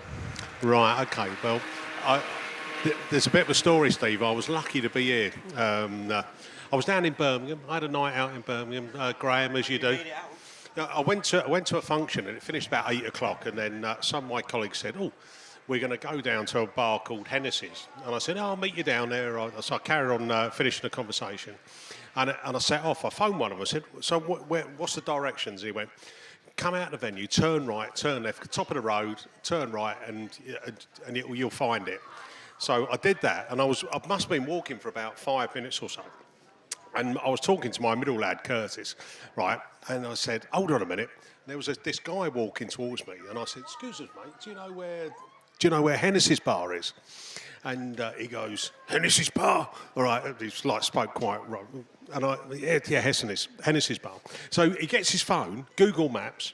He says, "Follow me," right? He turns on his heel, so he's going the opposite way he was coming, right? And I'm saying to Curtis, I said to him, "Yeah, I'll follow you, mate." And I'm saying to Curtis, "If I don't speak to you again, it's been nice knowing you and having you as my son," right? And I didn't know if I was going to get killed or what. Over to Steve. And you're covered in the will. Right, here we go then. So thank you very much as we get back underway then with the men's Class 2s as they come around towards us. And the first one to show on the inside is the Pennine 65 car. That's Stephen Heath at the wheel of that one. So this is race 2 going down that far side, and already race leader just pulling away a little bit as he comes already out of that top bend. So it is Pennine 65, and on the outside, Ashley Robinson in Scunthorpe 28 having a much better run this time round. Pit Melly in Swansea 2 goes through into that third place position, but down the far side, race leader absolutely extending his advantage all the time as comes round, picked up a third last time round, did Stephen Heath in Pennine 65. The Penhow 8 car then of Corey Paisley now up into a good second place. Has to battle hard to get through into that position, but not sure there's too much he can do about the race leader as the checkered flag gets made ready. And Stephen Heath it is then in Pennine 65 that takes a good win. Dash for the line for second. Ashley Robinson in 28, Penhow 8, Swansea 2 then just ahead of 956, Scunthorpe 44, and Simon Farrow in Nottingham 124. So that's race 2 successfully completed. Try and identify cars that we can see down there on the line. So let's see, 227 I think that is. So we do have to watch that car races come out of slightly different order. So I think this might be race 4, obviously with the delayed ladies class 2 rerun. Then I think we have shuffled this around a little bit. Yeah, this is race 4 coming off the line. And on the inside then it is Scunthorpe 227 from Scunthorpe 127. So that's Chris Hall in 227, George Cresswell in 127. 227 picked up a second, 127 picked up a third last time round. One heat winner from last time is Ryan Smith in PAC 1. Tom Griffiths playing a bit of catch up already in PAC 34. Problems for somebody over there on the far side. I think that's James Espley in North Wales 101. Race leader 227, then 127. The Pennine 187 car of Martin Bannerman runs next. Paul Morgan in Radford 22, having a good battle there for about 5th place at the minute as the Tyre 34 car comes round, and North Wales 101 trying to get back up at least a couple of positions. But Scunthorpe 227, Chris Hall then takes the field onto their last lap from George Cresswell in 127, Pennine 187, Ryan Smith in PAC 1, Mason just ahead of Paul Morgan in Radford 22. So all the cars now onto their final circuit, but it is going to be a good win for Scunthorpe 227. Chris Hall takes it from 127 in 2nd place. It's going to be close for 3rd. It's going to be 187. Then Martin Bannerman just ahead of Ryan Smith in PAC 1. And honours in this little battle that's been going on are going to go to Tom Griffiths in Tyre 34 from the North Wales 101 car of James Espley. But doom and gloom, Merchant Barker is going to... oh, we're only on a green flag this time, say only. So we'll go back 2 places rather than being totally excluded, but unfortunately not good news for Ryan Smith in PAC 1. So he picks up a green flag. Right, who can we identify on the line? The answer, nobody, because they've left the line as they go down the far side. Race 5 it is then that we've got, thanks Chris, as going into that top part of the circuit and sorting it all out. Then on the outside it is the Yorksdale's 295 machine, that's Ben Fiddler. He was the best of the scorers from everybody in this race last time round. He picked up a 2nd, he's looking to add a 1st, so that is a good day's work, as we keep saying, as he goes down the far side. But he's certainly not going to have this one all his own way by any shape, as they all dive into that top corner. And yeah, a little bit keen, shall we say. 295 down Autograss 43, Adam Cochrane in that 2nd place slot. Ash Wrigglesworth in Scarborough Treble 2 runs in 3rd, but very little to choose at the head of affairs as they go down there. I think that's Jay Albrighton in 4th, completing his leading quartet in Scunthorpe 156. Brave man there to pick a race winner out of this lot. Treble 2 then just about the first one to show, Ash Wrigglesworth, as they take the last lap flag, and they've all taken that last lap flag. And it is the Scarborough Treble 2 car, though, that has just put a few cars daylight between himself and the other 3 as he comes around for the final time. It's going to be Ash Wrigglesworth, I think he's going to take it. 156 down Autograss 43, Adam Cochrane, Ben Fiddler in Yorksdale's 295.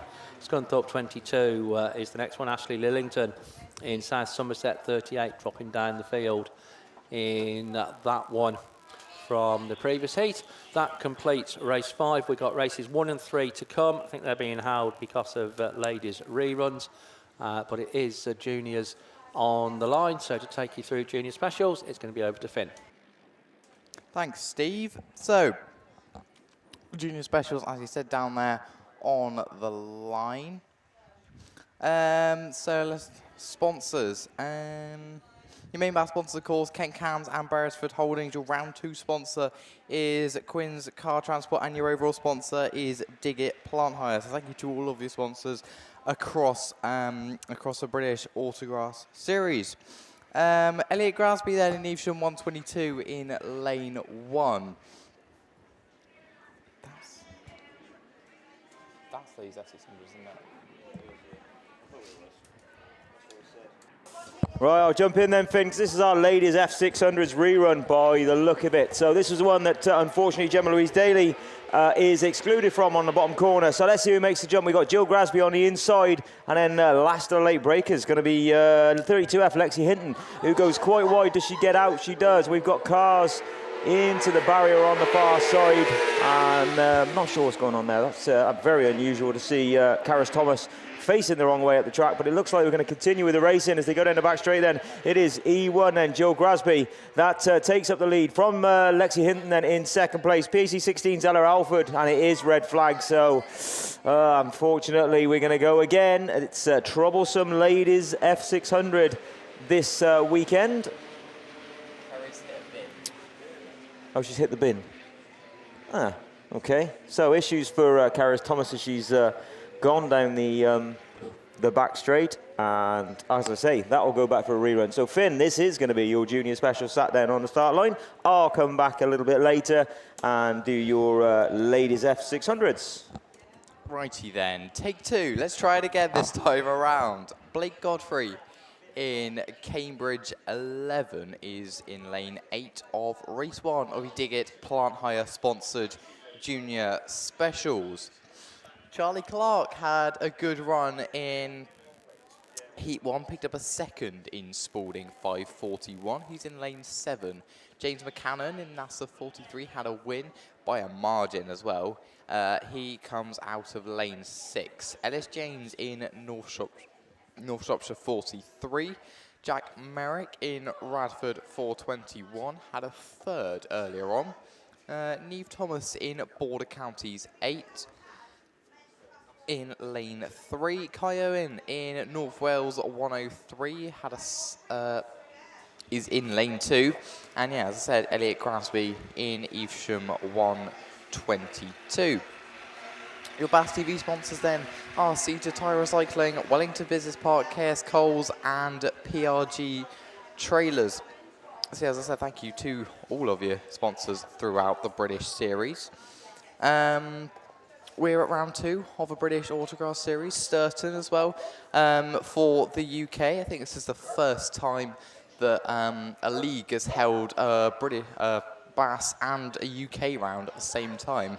So there's probably about 1,000 cars in the same kind of place in the country. We're away though with the race number 1 of Junior Specials down into turn 1, NASA 43. Then James McCannon, I'll tell you what, that car just gets going. It's properly quick in a straight line. NASA 43 then will be your early race leader. Someone's a little bit sideways coming into the bottom corner. Spalding 541 of Charlie Clark then slots into second place. North Shropshire 43 of Ellis James in what is third or fourth? I think I might be fourth. It is NASA 43 of James McCannon into his bottom turn. Spalding 541 still can't close up just that little bit more of Charlie Clark. We then get down to Radford 421 of Jack Merrick, North Shropshire 43 of Ellis James, but it is still NASA 43 coming under a little bit of pressure now from Spalding 541 of Charlie Clark, who's got a lot closer on the brakes, to be fair to him, as 43 though still at the front of the field, but Clark is coming towards him, as is Radford 421 of Jack Merrick. North Shropshire 43, then Evesham 122 of Elliot Grasby. We've got Border Counties 8 stopped beside the Armco on the bottom corner. Cambridge 11 of Blake Godfrey, the one left to mention. Checker flag is out though. NASA 43 is going to make it 2 out of 2. It is James McCannon, your race leader and race winner from just about, I think, Spalding 541. And then we get down to North Shropshire 43 of Ellis James, and Radford 421 I think came in third. Elliot Grasby in Evesham 122 I think was 5th. North Wales 103, Cambridge 11 and Border Counties 8.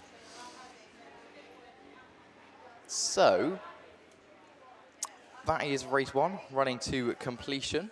Alex Hines in Breeden Hill 5 is on the inside for race 2. Had a second earlier on, so in unusual Alex Hines form, Alex Hines normally just wins everything. As I said, he is ridiculously good. I think he had 3 wins at Ireland and a second in the final to George Johnson, I believe. So he's on 200 points. He's leading the BAS, I think, by a little bit, just above George Johnson. Esme Mason in PhD 95 didn't have the best of runs earlier on, but was looking very good at Ireland. Stanley Beard in Gloucester District 13. Jack Saunders in Wessex 20 had a second earlier on. William Hall had a black flag in Severn Valley 92, so he's going to want to do a little bit better than that. Kai Cooper in Evesham 3. Lexi Mullen in White Rose 37, always one to watch. I think had a 4th or a 5th earlier on. And Junior Holtby in Scunthorpe 60 is the one left to mention. We're away though with White Rose 37 and Breeden Hill 5 on the run down to turn 1. Alex Hines then gets the best of the brakes as Wessex 20 backs out of it on the run down to turn 1, slots back in the third. White Rose 37 side by side with Alex Hines in Breeden Hill 5. 5 it is from 37 from Esme Mason in 95. From Wessex 20 of Jack Saunders, who slots back into what is 4th place now as PhD 95 gets itself up into what is 3rd place. Westies 20 gets a little bit sideways corner exit, but still closes up just a little bit to the back of SB Mason in PhD at 95. It is so Breeden Hill 5 as they come past commentary of Alex Hines with a couple of laps left to go from White Rose 37. PhD 95 and Wessex 20, Scunthorpe 60 then all the way at the back of the pack for the moment. These front two are breaking away though from the rest of the peloton as it is Breeden Hill number 5 into the bottom turn, comes past commentary with a one more lap left to go from Lexi Mullen near White Rose 37 who has no response, but a second is a bad points at all from PhD 95, Wessex 20, Gloucester District 13, Evesham 3 and Scunny 60. But it is still Breeden Hill number 5 down the far side. Got a healthy gap to White Rose 37 of Lexi Mullen, comes out the final corner, and it is Alex Hines who takes the win from Lexi Mullen in White Rose 37, PhD 95 of SB Mason, Gloucester District 13, Evesham 3, Scunthorpe 60, and Wessex 20 fell to the back of the pack on the final lap. Race 3 then. On the outside, brings out Callum Peace in North Shropshire 35, Ada Wright in Scunny 21, Alex Jesse in York 34, George Johnson, your BAS 1 champion in Scunthorpe 343, picked up a third earlier on, Vince Pascal in Hereford 450, Rosie Russell, who had a win earlier on, the birthday boy, Austin Bennett, who had a second earlier on in Northwest 26, and Noah Ashmore in Spalding 415, down to turn 1, Northwest 26 gets a good break, IK19 gets a better one though, so does George Johnson in Scunny 343. We are climbing cars. I'm not sure who that is. I think that might be Vince Pascal in Hereford 450. It's IK19 though from Scunny 343 from Austin Bennett in North Wales 26. Pick up a second earlier on, a third isn't bad at all. It is though IK19 at the front of the field. George Johnson in Scunny 343. Alex Jesse in York 34 looking to the outside. Still hanging on the outside. Might have to tuck it back in to what is third place. 2 to go then for Russell in 19. George Johnson's holding off the charge from Bennett and from Jesse in 34. As it is then 343 leading a chase, but he's looking behind him as Bennett's all over the back of him. If he had mirrors, that would be all he could see. The big red car of what is North Wales at 26. 1 to go though for IK19 of Rosie Russell. From Scunny 343, North Wales 26, York 34, Vince Pascal and Hereford 450. Spalding 415 and Scunny 21 of Ada Wright at the back of the field for the moment. But it is IK19. Comes around the final corner, a healthy gap back to George Johnson in Scunny 343. Rosie Russell's going to take the win from George Johnson in Scunny 343. Austin Bennett in North Wales 26, York 34, Hereford 450, North Shropshire 35, Spalding 415 and Scunthorpe 21 of Ada Wright. Riley Godfrey in Cambridge 9 had a little bit of contact in the first round of qualifying, is in lane 8 on the outside. No, this is a rerun of men's 2s. So I think Mickey's going to take you through these. So I'm going to hand you over to Mickey. Yeah, thanks very much, Finn, the Shark Shepherd. Mr. Langley is off doing his paperwork and the totting up of points and stuff like that. So we've got 2 races to take you through. Let's have a look. Can we pick out? Looks like we've got the 34. So they're bringing out race 3. So race 3. Oh, Eop, when you're back in commentary, can you mention about the TV that got smashed, vandalised last night, please? Yeah. Yeah, no. Down at the kids' corner last night, there was, the club bought a couple of brand new TVs for the football tonight. They were obviously showing a film last night, and someone decided to stick a stone through one of the tellies. So if that was you, I would be highly embarrassed. And if you're big enough, why don't you go and own up and put that wrong right? That would be my answer. Here we go then. We're off and racing with the Class 2s. And who's got the best of the starts? And it looks like we're going to go Jack Farrer, the Sparrow the Farrow. He's having it. Oh, get out my way. Get out of my pub as Jack Farrer then comes through. And it's the Radford 9471. That's 971. Oh, it's 941. It's Jamie Lane. There was I think they've had a one. Jamie had a second this morning, and Jack's had a win already. So, and he's out there. He's doing it for the Class 2 boys. This is a class I used to race. Got too aggressive for me, so I left. Sean Thompson then in that Scunthorpe 971. He's running in a good, I was going to say second, but just coming round the outside again. It's Jamie Lane just picking off that St Neots 34, Dan Robbins running in fourth place, and round they go. And it's last lap flag already. It's going really quick down here, isn't it?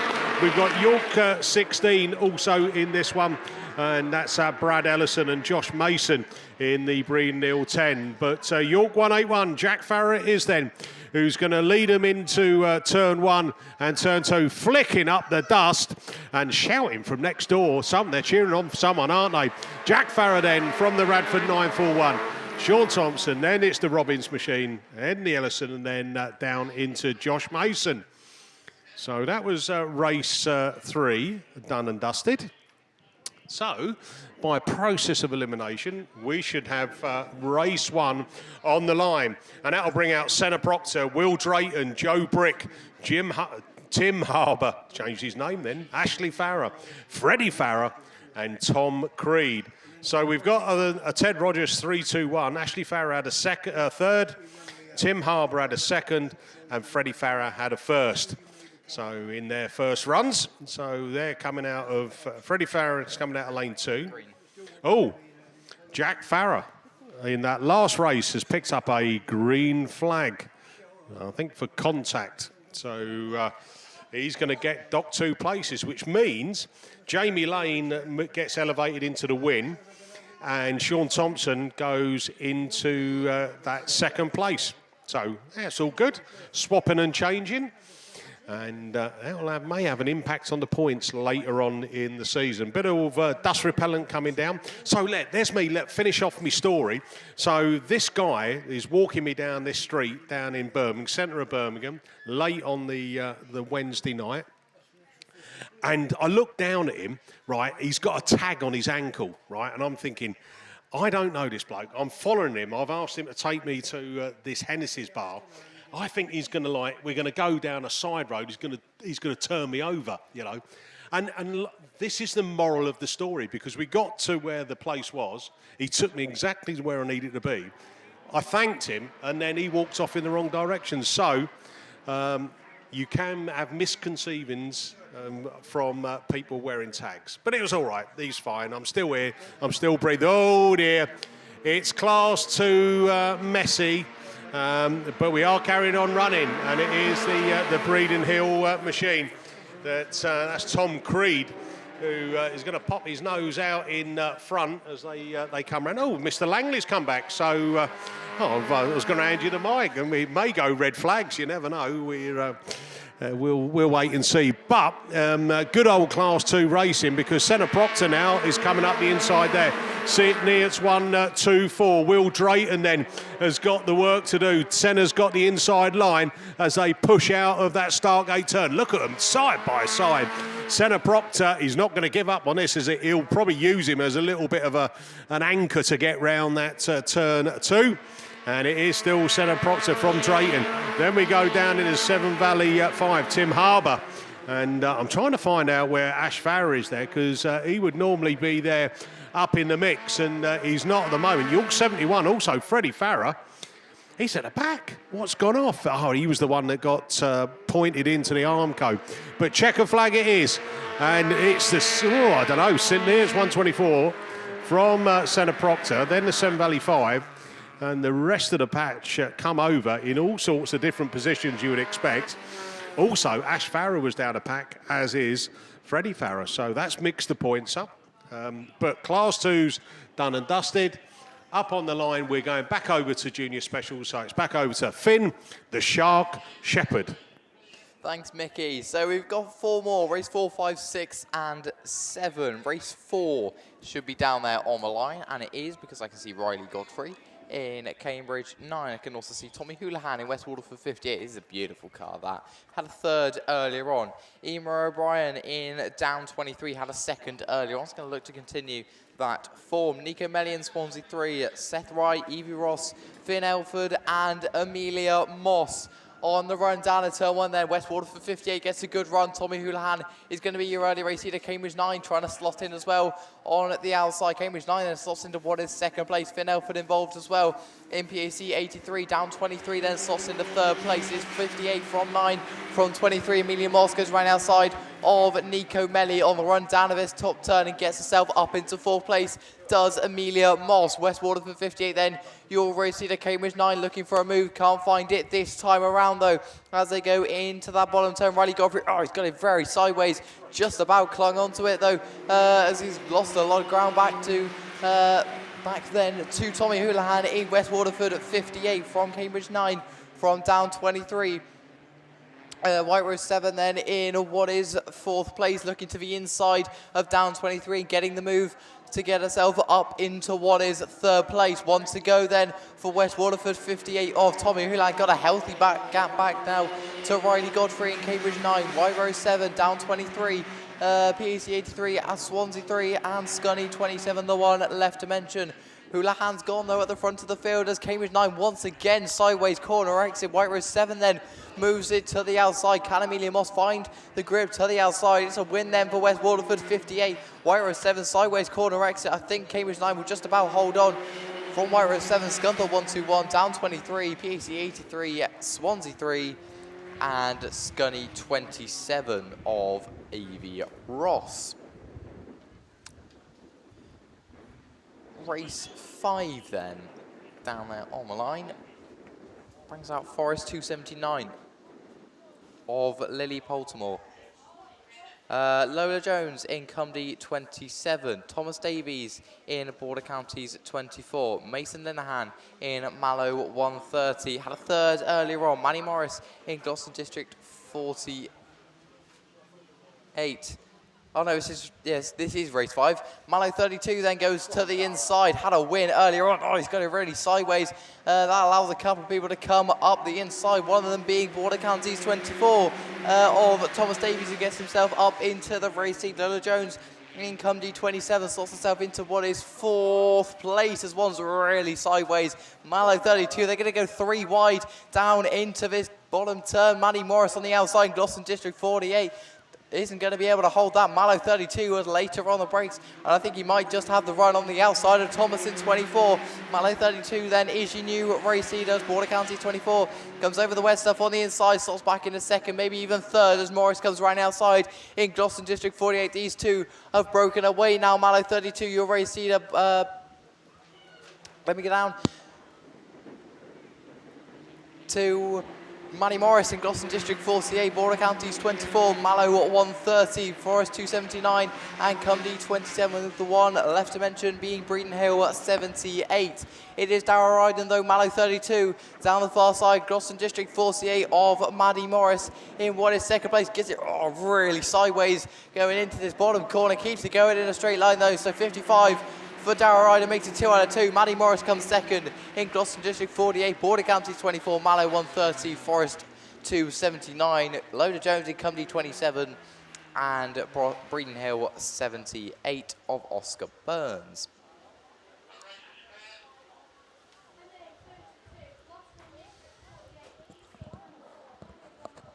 James Smart then in Forest 777 had a second earlier on. This is race 6. Izzy Merrick in Radford 422.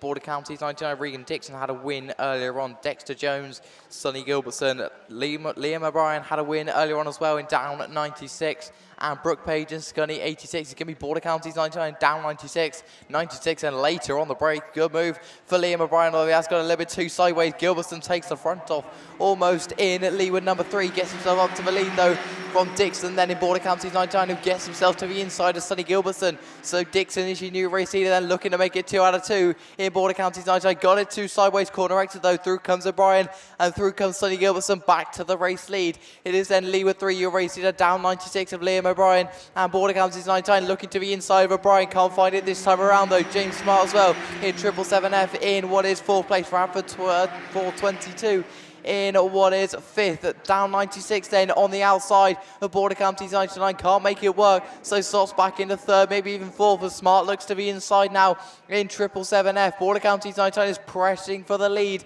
Can't get it this time around though. Once ago it is Gilbertson, Dixon, O'Brien and Smart side by side for 3rd place. 422 of Merrick, Brooke Page in Scunny 86 and PAC 13 of Dexter Jones. Liam O'Brien then holds on to 3rd place from the challenge of James Smart in 777F. Round the final corner though we go with Sonny Gilbertson in lead with 3, who takes the win from Border Counties 99 down 96 for 777. Izzy Merrick in Radford 422 and Brooke Page in Scunthorpe 86. So then that leaves Regan Dixon on a win and a 2nd going into the 3rd heat, which is not a bad place to stand. Same for Liam O'Brien on a win and a 3rd. Harry Loader then, your map champion in Wessex 112, who had a win earlier on. Thomas Pyle, Adam Lind, Cara Blaber, Jacob Davies, Sean Bradford and Harley Chadwick. Both Sean Bradford and Cara Blaber had wins earlier on, and it's going to be Sean Bradford who gets the best of the breaks in Border Counties 44. Into turn 1 we go, and corner exit. We're going to come out with Sean Bradford and company 55 of Jacob Davies side by side for the race here. I think Bradford's going to hold on for the moment in Border Counties 44's company 55 just cannot find a way through for the moment. They're going side by side then for what is 3rd place. Appleton 213 gets to move to the outside. Oh, that was very late on the brakes. I think that's Harry Loader in Wessex 112 as they come past commentary then. It's Border Counties 44, company 55, Appleton 213. Oh no, it's down 303. Harry Loader is in what is 5th place, down 303 then to the inside. Adam Lind gets the move up to 3rd place. They go in almost 3 wide. They are 3 wide down the far side. Appleton 203 gets forced out, slots back into 5th place. White Rose, Wessex 112, should I say, contacts with Lind in 303 as they're fighting it out for 3rd place, and a brawl it is. Border Counties 44 then from company 55. Wessex 112 then gets himself up into 2nd place from Adam Lind in down Autograss 303. Had a 2nd earlier on. He's going on a bit better than a 4th if he wants to get himself into the final tomorrow. As they come past commentary though, checker flag time. It's going to be Border Counties 44 from company 55. Wessex 112, down Autograss 303. Appleton 213. Harry Loader in Wessex 112 and White Rose 120 of Harley Chadwick.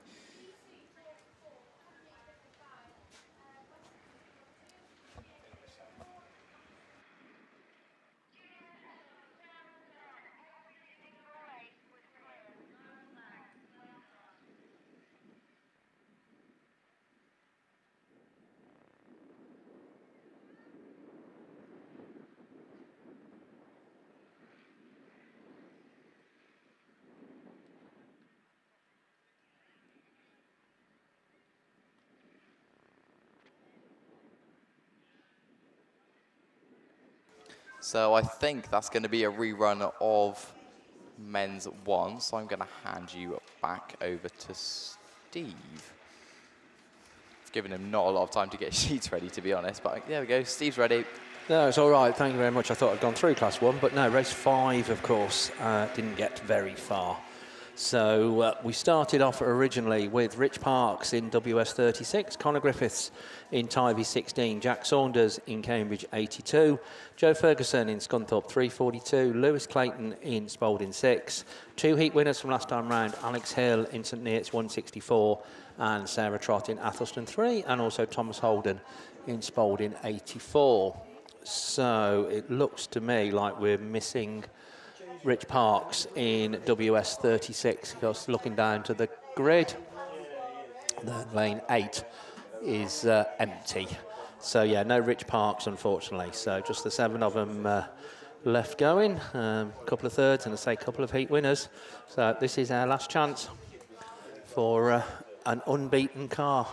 Don't forget, drivers, that you need to sign on tonight if you want to race tomorrow. There is no, and we mean no, signing on in the morning for tomorrow's races. Race permutations will be drawn and worked out tonight. So, right, coming around then, it is Trotty, Sarah Trott in Atherstone 3 on the inside. On the outside, Joe Ferguson in the Scunthorpe 342 machine, and there is a car in between them. But, and oh, there we go. Tyre 16 involved in that, and Joe Ferguson then, if I just find out how tough BAS Class 1 racing is in Scunthorpe 342. Race leader, Cambridge 82. Jack Saunders at the wheel of that one, the Tyre 16 car. It is. We've lost Sarah Trott somewhere en route as well. So, so this one's turned up a little bit on its head at this point in proceedings, but Marshall is obviously happy with things, so it's carrying on as the Cambridge car. Hard challenge going on then. Tyre 16, Cambridge 82, St Neots 164, so Alex Hill right in the mix. The Spalding 6 car then comes through next. That's Lewis Clayton just ahead of Thomas Holden in Spalding 84. Playing catch-up is Joe Ferguson in Scunthorpe 342. The one we've lost is Sarah Trott in Athelston 3. Last lap flag then goes out to Scunthorpe 342, but checker flag goes out to Tyre 16. Takes a good win, Cambridge 82 in second. Alex Hill third in St Neots 164. The Spalding battle goes to 6, just ahead of 84. So that's Lewis Clayton getting the better of Thomas Holden in the 84 machine, and completing it all Joe Ferguson in Scunthorpe 342. So that does complete the Class 1s officially and properly this time round. So we are going to move on to Class 3 for their second round of qualifying. So for those, I shall hand you, of course, back over to Mr. Graham Bennett. Thank you, mate. Yes, as we say, we're going to go on to round 2 of qualifying for your men's Class 3 here Saturday at Scunthorpe, and sponsors okay this weekend. Overall sponsor, of course, of the BAS is Ram Developments, and round 2 sponsors Shocking UK and Kelly Recovery. Big shout out as well to our main BAS sponsors, Ken Cams and Beresford Holdings. Thank you very much to them. Your current men's BAS champion is NS343 Sam Gould. Change of engine for Sam this year. He's gone away from the Durasec and into the V8. So let's see how that's doing for him. Looking on my sheet, I can see he picked up a third this morning, I think it was. Second, sorry, right. Sam picked up a second. One person I have seen that's missing is Martin. So I don't know where Martin is this weekend, but he's not racing and didn't do the first round either. Over in Ireland, so we miss Martin. We need to get him back racing again. But down on the start line, then we've got M270 Barry Almond. He will need a good run through today after a disastrous in his high standards first heat with some issues and caused none by himself. CA401 took a fourth. NW14 Jamie Lee's in this one on a win. Pete Robinson will be looking for a better points. He's on a third place in NS72. Becky Shaw is there as well. Hugh Jones, Stephen Woodruff, Lee Almond from grid 1. So let's see how we do. Revs are rising. Big note of engine change now compared to what we've just been watching. Good gating for the Polo on the far side. Who's that at the inside then that gets a run down? It's Jamie Lee though, NW14. Robbo's going for the big wide outside line, sticks the front left in, lifts the front right, the rear right up, and he hasn't really done it. He gets disappeared in a cloud of dust, and he'd have just packed off there for outshadowed. It was Ruffy who's got it all wrong and is facing the Armco down here in WR71. Can he get that moved on? He is backing up. Can he get moving though? Because I'll tell you what, Hugh Jones is going to be flying around here shortly in CM7. Ruffy is moving, so we're away racing. Then we say CM7 is got NW14 up the inside, then LC27, M270, BC111 and NS72, and usually towards the back as well as Mackenzie. Then down the back straight they go. Then it is the CM7 car getting ever faster as Hugh Jones in CM7. The Nova just gives it another squirt to get that back end to step out and just allow that front right wheel to bounce off that dirt onto the last lap flag. They go. CM7 for NW14. 27, 270, 111, NS72 and 401. Ruffy having a real bad run at the back of the pack though. Down the back straight they go. CM7 though, nice and steady. Pulls a good couple of car lengths off, gets really good drive off the corner, and NW14's got no answer for him. It's going to be last lap flag for Ruffy, but it's going to be a win for CM7 Hugh Jones, and NW14 just saves it there. Jamie Lee from M270, ARC27, BC111, NS72 and CA401. And again, Ruffy unfortunately just took himself out really on this top corner, or pits corner we'll call it. He's going to come around and get his points though nonetheless. He picked up a fourth this morning, so that's not going to be enough for him, I would suggest, but you never know. Points will be all over the place. Second run then, Rupert Lomax is down to come out of grid 8, which he is. He snapped his prop this morning. He just got into the lead and snapped his prop, but he looks like he's managed to get that repaired, and now he is. One guy that was on top form this morning was Ryan Power in SC98. Jeff Gibbs is there. Mick Sumners needs a good run. Matty Barnbrook, Matthew Elvin had a 4th. CA7 Bernard McKenzie had a 2nd, and Trevor Cusack, CK25, is down there coming out of grid 1. Let's see what they can do on this one round. Of course, we've got the water bowser out. Of course we have. Quick shout to our sponsors then. BAStv, thank you for sponsoring us. And our nice new T-shirts that we're all sat here in, which is nice. SITR, SITR, Tyre Recycling, Wellington Business Park and KS Coles, PRG Trailers. And also a good shout out to Bodyworks Racing. Cars are always immaculate, but they do sponsor the best turned out saloon and special every year. And massive props to Bodyworks Racing for what they do. They lead by example, let's put it that way. If you want to know how your car has to look each round to win that trophy, just nip over and see Daz Mullen on the far side, and he'll show you how you should present your car, because it is absolutely stunning. Right then, let's go back to this race 2 then. Keep an eye on Ryan Power coming out of lane 7. Let's see if he can get the run down the straight and get himself in. They have just watered the outside line. There's a couple of them been using it, and obviously you've just seen the big plume of smoke that caught Robbo out. Plume of dust that caught Robbo out on that bottom corner. Couldn't see a thing, and that cost him his race there. So they're just going to dampen that down. But the racing line is definitely, I wouldn't say on the cones, but it's very, very close to it. You can see where the polish lines are, and that's where you're putting a good bit of power down and a good bit of grip down. And we're not seeing many cones being picked up today, which is great for the marshals in this heat. And no blue cone being used this weekend again, which again I think is a great idea, because obviously the blue cone is something that you can choose to run at your club meeting, and if you hit that and gain a position, you're out. I think if you hit it full stop, you're out. Have you run it with a blue cone? Not us. I saw it earlier on in the year. I think at Evesham, possibly. Not 100% sure, but I have seen it used this year, yeah. But I think it's tidied the driving up, because I think people are expecting it. So Scarborough, we've had it for a couple of years where we've been trialling it.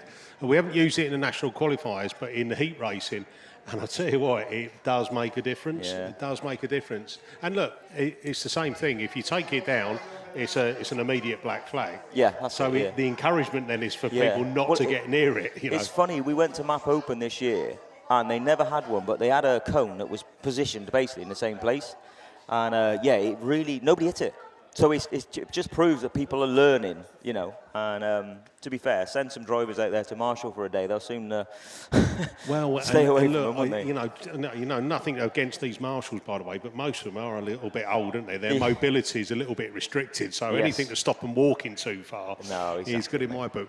I mean, fair play to them over there. That bin went flying early, didn't it? And the cooler box. It was full, wasn't it? Right, Class 3 then. Oh, I'll tell you what, Jeff Gibbs, he's had a terrible run through Bass so far, but he makes a cracking start there in front of Ryan Power. Ryan Power just pulls a half. Lomax, they just watered that mill fruit. He's gone out wide. Does he manage to bring it back in? He does and doesn't all at the same time. 98 from 1, 455, CA7. Then Lomax, who does need to get that back end stepped out on that. He spun it, hasn't he? He spun it right round, right in front of Vernon McKenzie. Vernon's not going to be happy with him for that one, because that spoiled his race, and he came into this run on a 2nd place. Ryan Power, though, doing the business out there in front. Silky smooth is Ryan Power in SC98. Trim figure now as well. H1, 96, 455, 169, CK25, CA7, and Lomax towards the back of the field. So he's not doing his Bass chances any good this weekend with a non-finish and a last place as we speak at the moment. But one man that is definitely doing the business is young Ryan Power with the Duratec powered Nova, putting the power down, as you can see, next to no pressure in them back tyres, is there? Trying to get some grip. 96 from H1, 169, 25 and Vernon McKenzie, CA7, having a bit of a bow. Now Vernon would just need a couple of spaces, because the 2nd and the 4th might give him a bit of a good, well, there's definitely a lot better chance. Currently in 5th, but it is checkered flag time, is it this time round? It is, and it's going to be 98 then, takes the win. Who's going to get the 2nd one? Matty Barnbrook, not mentioned all day, sorry. Matty Barnbrook takes a good 2nd, 169 from H1, CA7 gets 5th, 25, CK25, Trevor Cusack in 6th, and then the unfortunate Rupert Lomax, who went for the wrong line completely in the top corner and then spun out on the bottom corner, is out of the Class 3 final, I would suggest, based on that. So, next run then of your Shocking UK Kelly Recovery Round 2 sponsored Class 3s we're going to see Anthony Keating in MA34, E13 Stan Brocklebank. Paul Stevens had a third this morning, SV4. Russ Tinker in Y4, CA546 Adam Saint had a third, SC398 Liam Brocklebank, NS343 had a second, and this is my F600 rerun. Thank you guys. So F600 rerun, this is a ladies rerun then, so that's a better start for Karis, isn't it? Oh, Graham, why do you keep talking and opening your mouth? Wow, okay, so commentator's curse on that one. I reckon this is going to be, we're going to get all going again. They are moving, but the one sat there does get moving. Right, that's Al Elford. I think they managed to get going. So 56 and had a good start that time, but unfortunately left herself at the back. Wiped up a couple of cards. Now all of these cards will be in the final, obviously later on, but they would have liked to get some points up. One person who's doing that though is 32F then from PAC 16. That's Al Elford, sorry. Then we're going to move through in Evesham 1, Jill Grasby. Then we got Cumby 56, that's your current ladies national champion, sat there who had the spin first corner, and then of course PAC 15 coming through, who unfortunately got wiped out. Last lap flag this time then, it is 32F then. Lexi then and PAC 16 there in second place. So Lexi Hinton having a really good round in this one. She showed promise all the way through last year, and now she is leading a British Championship Heat 1 race at Scunthorpe Autograss Club. So last lap's all done, just one corner to go. Is she going to hold on to it? She certainly is. That's 32F then. She's going to take the win. Lexi Hinton from PAC 16. Then we can see Jill Grasby in Evesham 1 coming over in third place. C56 picks up a fourth place. And PAC 15 comes over to complete all of ladies racing now in Angel Jones, of course it is PAC 15. So all your ladies now have been completed. That's done and dusted. Are we still on with our class 3s? Yes, we are looking at that. So this is the Tinker run. I can see Russ Tinker there. Y4 coming out the middle of the pack somewhere. Oh, he didn't get a good start though, did he? Somebody who did get a good start though is Paul Stevens in SV4. No, Gouldy got the power down in the end. So he's obviously lighting the tyres up on the start line, and then it's just catching up with him as he's either pulling through the gears or maybe not on that thing. But SV4 though, from MA34 and S343 keys. Then the Saint gets it all wrong, and just, I don't know whether he went for the big flick in there and just turned left on the bottom corner and wiped himself out, but that's put Gouldy back down to about fourth place. Brocklebank went through, and then Gouldy just comes back underneath them in the Evesham 13 car. But it is Paul Stevens and Duratec Power to the front. A lap completed. SV4, MA34 is the Keating machine. E13 Brocklebank from Gould, from Saint, from SC398 then is there in third place, which is Liam Brocklebank. So both Brocklebanks are out in this one. Stan and Liam, Scunthorpe and Evesham, but down the back straight they go. They're going to be coming around this time for the last lap flag, and it is the Duratec Nova then. It's Paul Stevens having a lot better run around here than he did in Ireland, isn't he? MA34 Keating, likewise, E13, NS343, the Saint trying all he knows to try and do something about Gouldy and go around the outside of him, but you do well to go around the outside of somebody on this circuit, but he doesn't, he pulls alongside and then drops back as they get the power down. Then he's going to go for the big flick right around the outside to see if he can do anything. Oh, Brocklebank's round, SV4 then takes the win. Keating then in 34 takes second. Oh, he did get it. 546 gets third from 343. Gould in fourth place. SC306. And Brocklebank, unfortunately, the Scunthorpe version, 398. Is he going to take it over the... Green flag. Oh, green flag for Adam Saint. That's not a good day then, is it, Adam? So you were sat on a third and another third, but unfortunately picked up a green flag, so he's going to be on fifth place points. Tinker then with the front suspension damage on the front of that, and he's going to try and drive off because that's the sort of man he is. And the big Chevy will be able to push that up the track, I would guess, as he gets that going. But problems for E13, Stan Brocklebank, who just got it wrong going into that bottom corner. And maybe the terminal problems made him spin, maybe a gearbox issue or a diff issue or something like that. But race completed, and we're going to move on to race 4, which is Richley, who had a second place in the Scunthorpe 70 car. Y11, Adam Henley, also had a second place. Graham Davis is there in PAC 41 in the pale blue new shape Starlet. IK84, Kelvin King had a good run through this morning in third. Andy Lodge, SC265, towards the back of the field this morning, but ever capable. MA247, Keith Kelly, our round sponsor, and Phil Holloway, Evesham 34, both had wins this morning. Both are coming out of lane 1 and 2, side by side into the first corner. Now, I think this is a Duratec car in Holloway's. I'm not 100% sure, but I do know that Kelly's is a V8. So it'll be interesting to see which one puts the power down out the gate and drags it all the way down the straight, won't it? But also, they've got to anchor up because their grids 1 and 2, and try and get on the inside of this bottom corner. Kelly normally likes the big wide and handsome line round the outside, but that ain't going to work from grid 2, so he might have to just jump on the brakes and try and drop it in. Right, Brocklebanks obviously has got serious issues on the front of that because that's being now load-alled out. So far, what are we at? Quarter two, 25-3. So 25-3, going well, aren't we? We're already through men's 1s, 2s. This is 3s. We've done junior specials, and then the rest just seem to flow through after that. So should be pretty good. But still plenty of time to go around and see our trade stands, which are out there. So Barnard Motorsport, Cooper Motorsport are down there as well. That's the big red lorry up on the top corner, obviously. R&M Motorsport panels, DH Alleyworks, DM Racing, Dan McKenzie's up there with the very, very fancy, posh custom van as well, so go and have a look at that as well. GT Race Cars, they're down there. Max Sport Tyres, of course, and King Sport Tyres are there supplying the meeting as well. Leinster Automotive is there. Lance is there, had a good run through in the 10 earlier on. Raid Race is here, Ian Littler. And back into grassing in a big way, I think, Ian, this year in Raid Race. And you can certainly see his talent with shock absorbers because every car he posts seems to be back at the front again. BP Grassing then. XC Works, of course, is here. John Gay, he was missing from round 1, but here, hopefully, to do a bit of business, is then up on the top corner, sorry. Elite Transmissions, and Miniature Grasses is always good to go and have a look at, and Wildcat Photography. So anybody I missed, please come and give us a shout.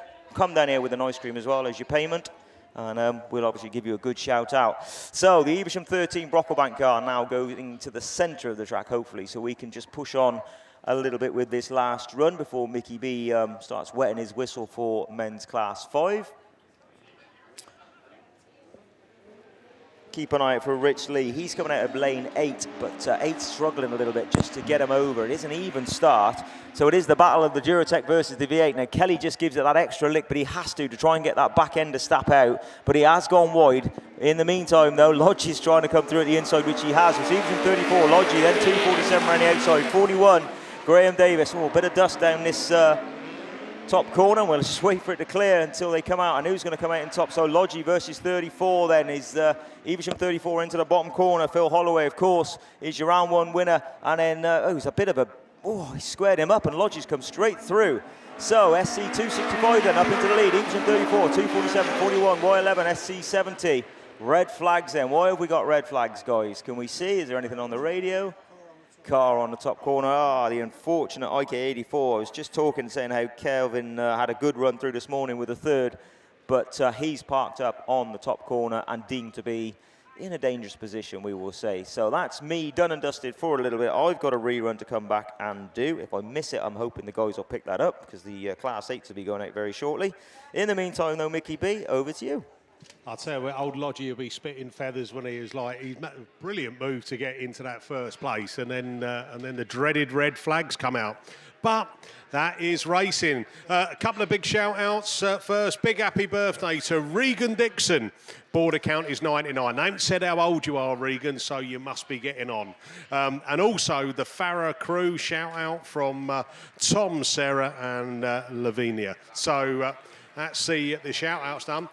If anyone's from the Carlo Club or if Anne-Marie Whelan Ansell is here, can you come and see us in commentary? We've got some paperwork for you to take back over the water to Carlo. So anyone from the Carlo Club could come and see us in commentary, Anne-Marie Whelan Ansell, and that would be much appreciated. I think, Graham, you got something to say, my friend? Yeah, just on that race before you move on. So IK84, unfortunately, black flagged from the race, but also Andy Lodge, black flagged jump start.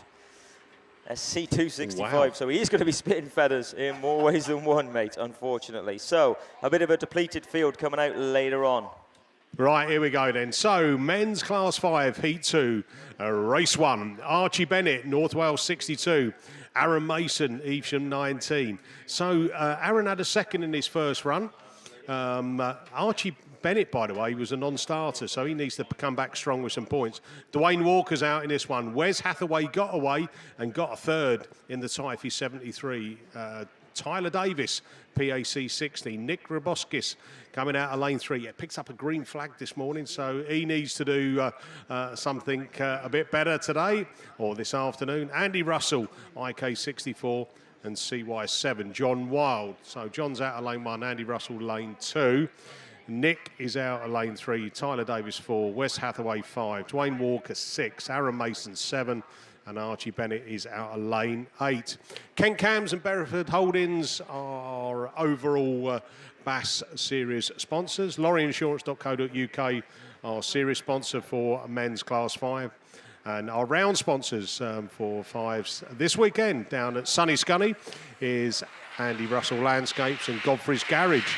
And the round 2 overall sponsor is Quinn's Car Transport. So thank you very much to all of those. Right, who was the top point scorer in this first run then, Mickey, in their first run? Well, it's Aaron Mason, Evesham 19, had a second. Wes Hathaway had a third. That's it, really. No one had a win in this first grid. So all up for grabs, all up for grabs. What I would say, there are some heats coming up where it's a little bit different. A couple of heat winners in a couple of the heats. In race 2, 2 heat winners, one who had a second and one had a third. So it's all competitive in men's class 5s. And I say, plenty of water going down. I must admit, when the class 3s came past us at commentary, there was a plume of dust and you couldn't actually see anything for probably about 20, 30 seconds. So, yeah, they're doing the right thing. Get the dust repellent down on it. It will soon dry out. It will soon be dusty again. But keep on top of it. Keep the track in good nick. And also from a safety thing as well, is that if it's too dusty, if we can't see, the drivers can't see either. So hope everyone's enjoying the first day down here at Scunthorpe. Big game on tonight, isn't it? We've got the old England playing Panama. I didn't even think it was a place. I thought it was just a canal. But yeah, we're playing Panama tonight. Fingers crossed that we can do a little bit better than Tuesday night. It was a little bit of a 0-0 against Ghana. You know, I was walking up the pub down in Watford, by the way, and my mates were going, "Oh, what do you reckon? 3-0, 4-0?" The bookies, they must have had a field day, didn't they? Yeah, I don't think anyone saw 0-0 happening, but hey, that's football. But yeah, I think there's hopefully there's a screen that's showing the football near the hospitality tent tonight, or some people call it the beer tent. That'll be good. So it's just as long as nobody sticks a stone through the remaining telly, which wasn't good, was it really? The effort that people go into to try and make it as great experience as possible, and then you get the odd idiot, don't they, that kind of just ruins it. And it probably, intentional as well, isn't it? You don't accidentally stick a stone through the screen of a brand new 75-inch telly. I'd be weeping. But there you go. That's just me. So what else have we got coming up? Well, it's coming on thick and fast, isn't it? We're into round 2. Next week we hit July. We've got next round, Steve, is where are we next on our journeys? We're off to sunny Westwell Hall Farm, Radford. Radford. In a fortnight's time. Ah, brilliant. And then after that, is it men's nationals? Then men's nationals, obviously first weekend of August. Ah, brilliant. Right, here we go then. We're off racing with the men's class 5s. And down we go. IK 64. Andy Russell then gets the best of the shows. Oh, my life. I thought one of them was going to get collected. It was John Wild who got a bit square-wheeled, but they're all still running, so fair play to that as they come down that opening straight again. I think Tyler Davis is looking to try and get in the mix as well, and he's not in the mix. He's actually got past Andy Russell and leads them coming out of turn 2. We've got one curb crawling at the back. Then we go to the Hathaway machine, who's trying to get away. He had a third this morning. He's running third again, so he's quite consistent as they bring it down that opening straight again. Oh, that curb crawler. I don't know if it might be Archie Bennett, by the way, that's on the grass. Evesham 19, Aaron Mason's also got problems, but with one more lap to go, it is that PAC 60 machine. Tyler Davis is driving a stormer. Andy Russell goes in that second place. Wes Hathaway. Then Dwayne Walker in the York 771. John Wilder place further back as well. But round we go. Checker flag. PAC 60. Tyler Davis from Andy Russell. Wes Hathaway, Dwayne Walker, John Wild. That's the top 5 across the line. We've got Evesham 19. Aaron Mason had a second this morning. He's got a 6 now. Oh, hold on. West Waterford 8. Nick Gruoskis had a green flag this morning, picked up a 7th. Oh, it's not his weekend. Not your weekend at the moment. And it is the Archie Bennett machine. He had a non-start this morning and he's had a non-finish this afternoon. Let's just hope England do it for him tonight, to make him feel a bit better. Makes a green flag and a 7th look not so bad, doesn't it, really? Let's be truthful. Or was that just being a little bit too flippant? Oh, no, it's, you know, sometimes you've just got to have sympathy, Steve. You know, it's just like, where's your compassion, man? Right, race 2 then, up on the line. Well, it brings out 2 guys on Heat 1 wins. Scunthorpe 43, Ashley Robinson out of lane 7. Dan Godfrey, lane 6 in Cambridge 10. Tom Southgate, South Somerset 60, had a second, and Lee Cox a third. So competitive one, this one, as they bring it down into turn 1. Oh, Lee Cox. Oh, no. He spun round and he's been hit right up the chuffer, and it's gone red. Red flags. Oh, dear. I felt that, and I was sat in commentary.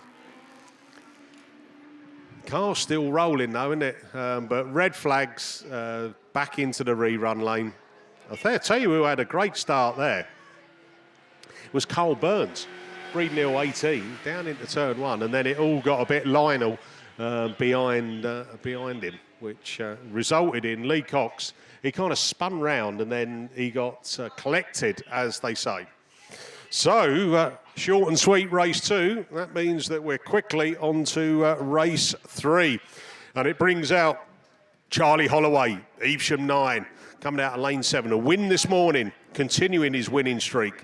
Josh Simpson had a third this morning, coming out of lane 4 in Scarborough 45. The Italian Stallion, Typhy 451. Lewis Richards out of lane 2. Stormy Norman Mason, PhD 137 out of lane 1. Peter Turbot, lane 5. Jamie Lillington, lane 6. And Rob Doyle, lane 8. Here we go then, bungees lifted. Let's go racing with the 5s. And the Italian Stallion has got an absolute trot on as he brings it down into turn 1. And he's going side by side with Holloway. Oh, wow, chouch. Bish, bash, bosh. And, well, it's got to go reds for that. It was awful, really, wasn't it? I'll tell you what, side by side was Lewis and Charlie. I think Charlie was just starting to turn it round a bit, wasn't he? Which then I think they all started to go sideways, and then Josh Simpson, he'd been knee clean underpants. He was up in the air, wasn't he? But managed to land back on all 4s. So I would say not as clean as the first heats. So we've had 3 races, 2 have gone to rerun. Right, come on race 4, you can do it for me. Right, it brings out 2 guys who had seconds, Colin Hadley and Mark Grice. Alan Green in the Radford 420 in the blue car had a third. Steve Donovan in IK 72, coming out of lane 8, had a win, so he's your top point scorer. Anthony Nutter, he had a DNF, so he needs to come back strong as well. So all to play for. Patrick Daly, also in CW 88, is coming out of lane 1. So, as I said earlier, anyone from the Carlo Club, Patrick Daly, if you can hear me in the car, and you want to take some paperwork back over to Ireland for us, that would be much appreciated. Not that we don't trust the postal service, but we know it would be in safe hands if one of the Carlo members would come and see us in commentary. Yeah, make your way over. You know, you don't have to show any ID or anything like that. All you have to do is talk in an Irish accent and the package is yours. All right. So we'll see you over there. Don't forget, ladies and gentlemen, if you're watching on YouTube or you're going to watch some of the highlights later, don't forget to like and subscribe. It don't cost you anything to do it, but it will mean a lot for us if you can do that. And as I say, if we go past 10,000, the BAStv will show my tattoo. We're still waiting for guesses where it is, by the way, but it doesn't come out too often. That's all I can say. And no.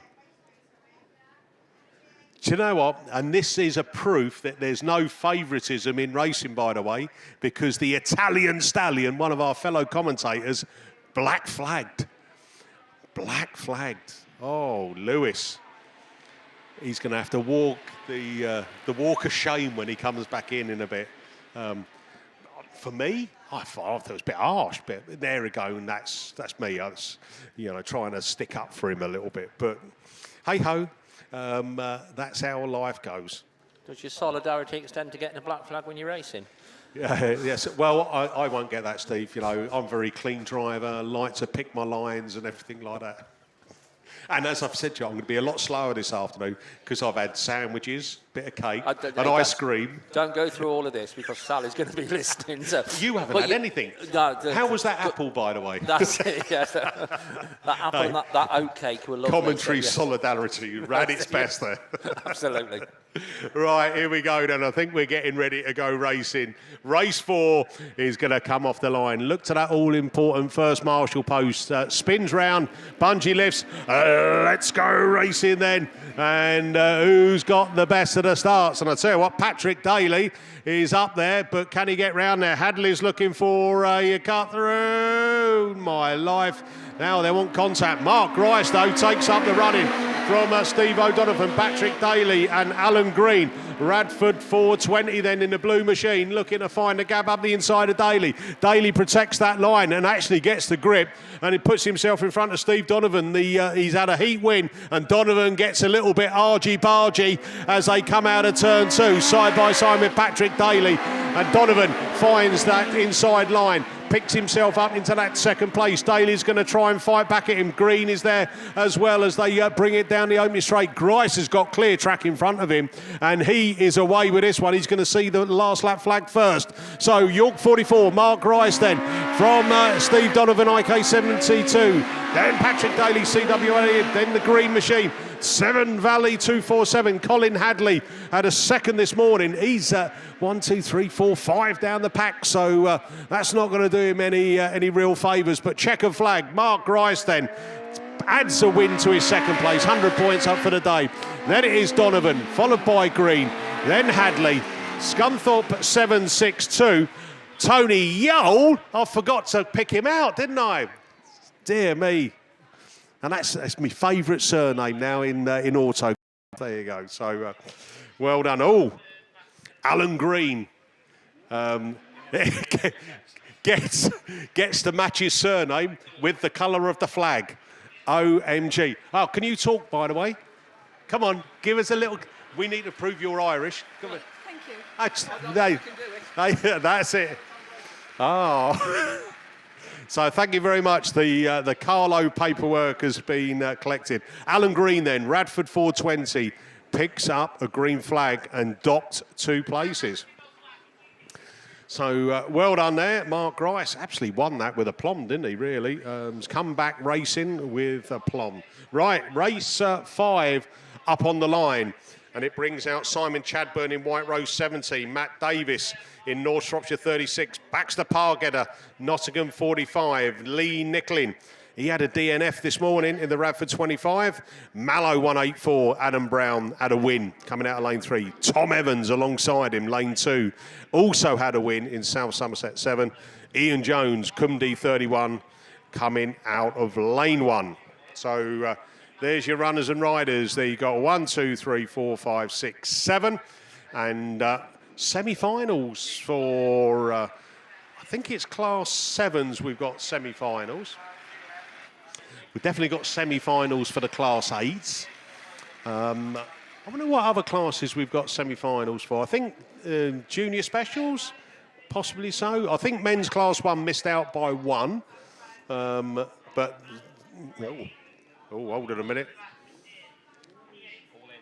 Oh, Lewis Richards, the Italian stallion, is being reinstated. Oh, right, that's it. Yeah, no. Apparently he threw his dummy out and said, I won't commentate anymore. No, he didn't. I'm only joking. Right, here we go. Then it's race 5 off the line, and it's Adam Brown gets a great star in Mallow 184. Then South Somerset 7, Tom Evans is going to go with him, and I say that he's square-wheeled it and gone from hero to zero as Radford 25 is also up there. Lee Nicklin, he had a DNF this morning. He knows he needs 110 points, 55 points from this one and 55 from his last heat. May just get him there, who knows, but he's leading it now. Radford's 125, Lee Nicklin from the Adam Brown machine. Then we go down to Ian Jones and Tom Evans, then Baxter Park at North Shropshire at 36. Up there, Matt Davis, as they bring it down the opening straight again. Radford 25 then. Lee Nicklin slowing it down, trying to keep it tight, coming out of that turn 2 as he picks up the last lap flag. One more lap to go, followed by Adam Brown in Mallow 184. Oh, we've got a spinner at the back. Then it's Jones, Pargetter, North Shropshire 36, Matt Davis. 2 of them look like they've spun. Tom Evans and White Rose 70 is Simon Chadburn. But into the final 2 corners we go. Checker flag being prepared. Radford 25. Lee Nicklin takes the win. Second goes to Mallow 184, Adam Brown. Third, Ian Jones, Cumberland 31. Fourth, Baxter Park at Nottingham 45. North Shropshire 36. Next to show, Matt Davis. From Tom Evans and South Somerset 7. White Rose 70. Simon Chadburn. So, tell you what, you said I was like the Doom merchant. Look at you, what you're telling me now. Green flag for Tom Evans. So, and Alan Green has been upgraded to a black flag in race 4. That's all right. Oh, right, and CW88's been reinstated to 3rd place. So there you are, Patrick. It's worth coming over on the ferry. Right, race 6 then. Michael Tippins, Colin Tomlinson, Sarah Howe, Wes Grundy, Sarah Bateman, Alex Futer and Colin Chilvers. We are off and racing, and the Snake has got a great start there as Sarah Bateman leads them into turn 1. Will she come out in 1st place? We'll have to wait and see. Who's coming round there? It's Michael Tippins. Border count is 53. Went for the brave outside line, and it's paid off. Tippins then leads it. Bateman comes back at him as they come down that opening straight again. Who else is going to go on that charge as they bring it down into turn 1? It's Colin Chilvers, the man who had detachment shaved on to make himself look younger. Woohoo! He comes through as North Shropshire 11. Sarah Howe is tucking into that 4th place. It's all up there as the next one to go. I think that could be Wes Grundy. It is Grundy running in 5th place as they come down. Alex Futer a place further behind as well. Round we go then. Colin Tomlinson, the one who's got to play catch up with one more lap to go. Michael Tippins then from Sarah Bateman, snaking it up into turn 3. Then we go Colin Chilvers' machine. That's where we go round up there as well as Wes Grundy's looking to try and go from 5th to 4th. But that door gets shut as Sarah Howe holds on to it. Into the final 2 we go. Michael Tippins, what a drive. Michael Tippins, border count is 5th, takes the win. Sarah Bateman 2nd, Colin Chilvers. Then we go Sarah Howe, Grundy, Fute, and the Breed Neal 22, Colin Tomlinson. So, we improved in the 5s as we got on. So, 6 races, 4 complete, 2 go to rerun. Right, Super Saloons up on the line. Max Sport, our series sponsor, and Lockwood's Garage and T&G Automotive, our weekend sponsors. Sid Lomax and Phil Cooper out in this one. Phil Cooper, the reigning British champion, coming out of lane 1. He'd like that. Sid Lomax out of lane 5. Craig Bagley, Matt Thompson, Mark Jenkins, Marcus Lewis, Archie Bentley. Wow, what a lineup that is. As we get off the line, Cooper is tucked into the second place, but looking for a tight line, and that seems to be there. Bentley's giving him a little tap from the behind as well. Sid Lomax goes wide on the outside. P100 also making a show as they come round. Marcus Lewis, better run for him this time. But as they come down the opening straight, it's Phil Cooper then. Leads them into turn 1, already got a win this morning. 2 wins would put him 110 points and on the cusp of the final. But it's Cooper then from Archie Bentley, Sid Lomax, then Lewis. Then we got the South Somerset 36, Matt Thompson. Thompson had a third this morning, so could do with a couple more places going up there. Bagley, though, is running right down the pack at the moment. 2-4 in 6th place position. Strange for him, but with 1 lap to go. Phil Cooper from Archie Bentley in the North Shropshire 7, Sid Lomax, then Lewis, then Bagley, and then the Matt Thompson machine, and then the Breed Nil 106 and Mark Jenkins. So all on their last lap, and Phil Cooper it is with clear space behind him, slowing it down, puts the power on.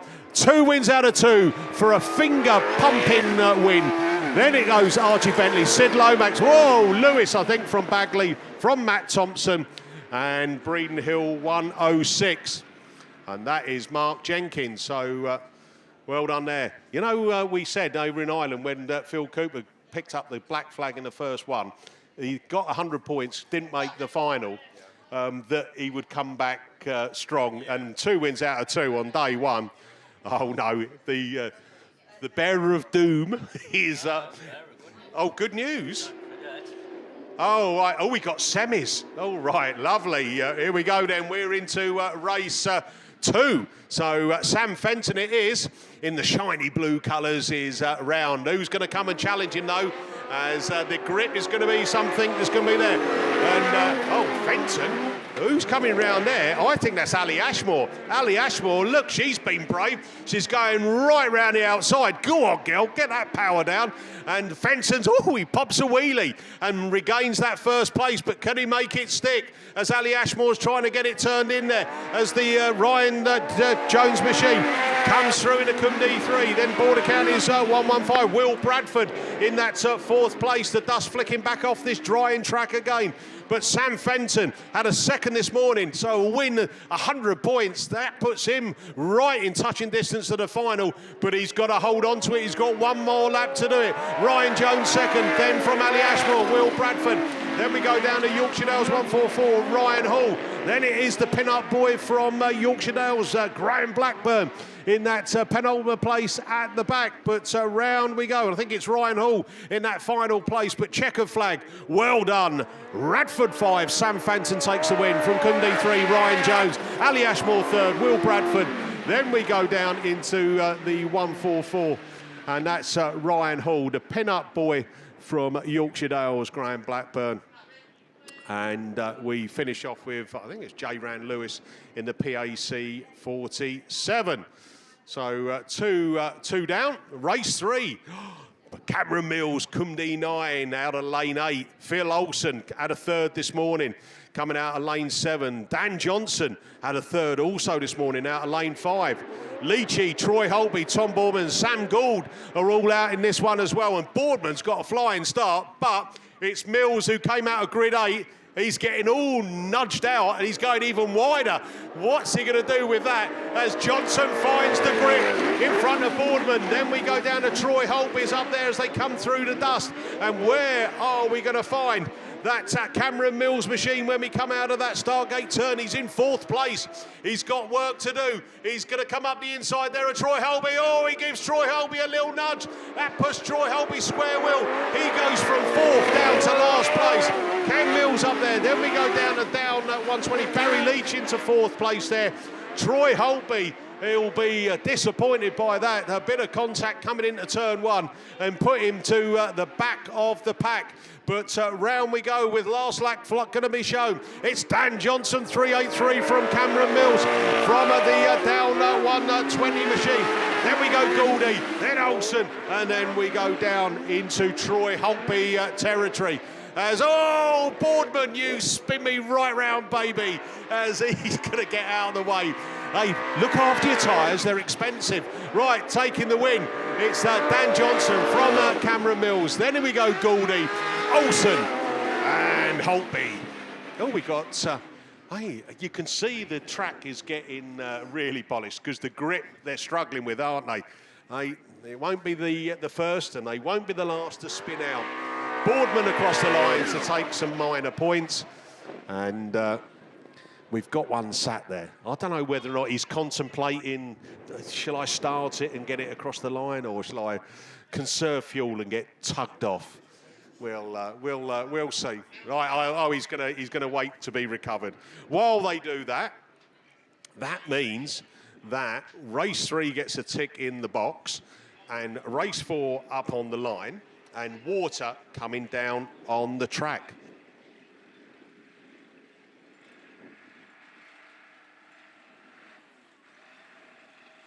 That's right, race 4 then. So the top point scorer in race 4 is Brendan Ellison in York 219. Had a third this morning. And then the rest of the lads in this heat have got, they could do with some big points. They're not in the top 3. And considering we've got 7 grids of 7s, yeah, you do need to get some points under your belt to get into, well, semi-finals. So it's top 16. So let's have a little bit of prediction. Top 16, 102 points. How many is that? 49? Yeah. I'm going 100. So I'm going to write it down. I should have put it in a sealed envelope and pulled it out later. You know, like what those magicians do. But I'm going to do 102 points to get you into the semi-final of the 7s. Anyone else got any ideas or suggestions? Then please text. By the way, don't forget my number is 03759 112 920. So if you've got any shout-outs or you've got any birthday message, then by all means, if I do pick it up, if my signal's strong enough. But the deal is this: if you send me a message, you have to subscribe and like on the BAStv on the YouTube channel. So there you go. That's the deal. If anyone sends in a hello or can you shout out to me nan who's watching in the paddling pool in the back garden, we'll do it. But you've got to like and subscribe to BAStv on the YouTube channel. I'm just going to come in on your 102 points. I don't think it will. In fact, I will say with a fair degree of certainty, it's not going to be 102. Because 102 is a mathematical impossibility under the point system.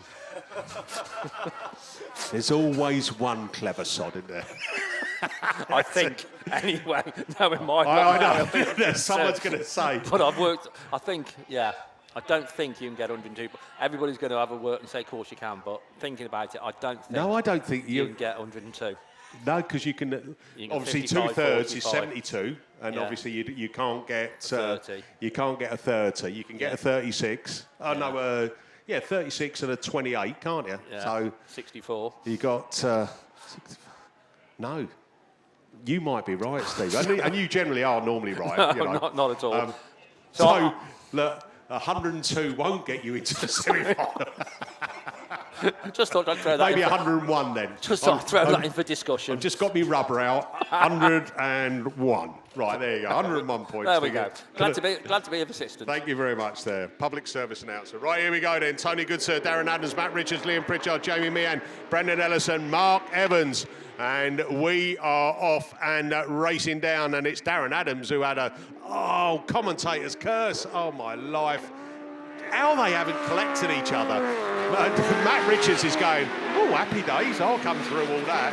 And takes up the run in the 219 machine of Brendan Ellison is the top point scorer coming into this, and he's running second place. So a third and a second. He'll be happy with that. But I'll tell you what, Matt Richards, they're struggling for grip on that bottom corner, aren't they? And Ellison has caught up with Matt Richards. Then we go Yaton Sobri, 57 machine. That's the next to show, Mark Evans. So, and then Tony Goodsir's not far behind him as well in the 307. But grip is a problem. I'll tell you what, who's come back strong. Darren Adams has caught a couple of places up already. But here's Matt Richards in the Bradford 5 for 555. who is going to take them up into that. Oh, there's an engine that might go pop in a minute. Look at the smoke of it going up, and we go on red flags. Oh, God. While I'm looking up at Matt Richards going round turn 3, there's been a bit of carnage down at grid 1 and 2. And look, they're trying to get that car to stop. Hopefully he's not on fire, by the way. Let's have a look. They're just going to check him. But Tony Goodsir, mate, you were smoking, as they say. Yeah, switch it off, get it towed back in there, and then survey the damage. Sometimes it is like oil gets pumped out when it's under high pressure. We had that with Callum last year. What's the long track? It's Border County, isn't it? Yeah, boom, up in the 3rd gear he is in there in the 8th. But then it started to smoke. And I'm trying to think, it might have been the voice of an angel was commentating. And then he was going, oh, smoke out there. And, you know, I know how much the engines cost. I'm there, I've got a sweat on, right? But luckily it was just a bit of oil coming out of the breather. So that was fine. I think they were on last lap, so I think they might take a result on that. We'll wait and find out. We're just going to pop next door to lap scorers. But while we're doing that, we've got race 5. Andy Hope is out in this one. He had a win this morning. Well done, Andy. Simon Hawthorne had a great result, but then got a black flag. Ayrton Ellison, York 14, had a 3rd. Matching the old man. Tom Lewis picked up 4th place points, but he got a green flag, so technically he'd come across the line in 2nd. In Border Count is 55. Mark Weeks, IK 116. Callum Ball, White Rose 4. He also had a black flag, so both Callum Ball and Simon Hawthorne come into this with no points, and both had black flags. Andy Graney in Pennine 8, coming out of lane 8, had a 2nd, so Andy Holtby, Ayrton Ellison and Andy Graney, top point scorers coming into race 5 of the Max Sport Lockwood's Garage T&G Automotive sponsored men's super saloons. So semi-finals, so top 16, and then you get the top 4 out of each of the semi-finals, and that then makes the final. So didn't get semi-finals in round 1, but we've got semi-finals here today with the Sunsea Sand and Sevens down here at sunny Scunny. And yeah, we're doing all right, by the way. Time-wise, are we 2:30-ish or something like that? 3:15. Don't time fly when you're having fun, as they say. So, yeah, Class 7 machinery. We're steadily working through all of them. And we are up to race 5. So here we go. We are off and running. And who's got the best of start? And it is that Ellison machine there. And Ellison then, oh, I tell you what, that might have helped him carry him on. Square-wheeled it into the corner, got attacked. Simon Hawthorne is round. Ellison goes with him. Andy Holtby then up into that 3rd place. Oh, we got another spinner. Oh, I think it's... Is it Simon Hawthorne? He spun it all the way round. He'd done a James Bond manoeuvre and then carried on racing. Like that, I'll have to make some notes about that. But it's Ayrton Ellison then, leading it from Andy Holtby. Then it is that Border County's 55 machine of Tom Lewis. Tom Lewis was going to spin round coming into turn 1, got collected, and that straightened him up. So that's why he's running, and he's running down hard now as they come round turn 2 for the penultimate time. 1 more lap to go. Ayrton Ellison, York 14 from Andy Holtby, from Andy Graney. Then we go Callum Ball into that 4th place. Then Simon Hawthorne. Border County's 55, Tom Lewis, and IK 116, Mark Weeks. But in we go then, into the final corner. And it is going to be York 14. Ayrton Ellison takes the win. Well done, Ayrton. Andy Holtby 2nd, Scunthorpe 61. Andy Graney 3rd. Callum Ball 4th.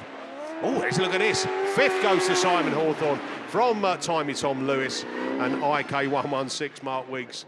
The bearer of doom is over my shoulder.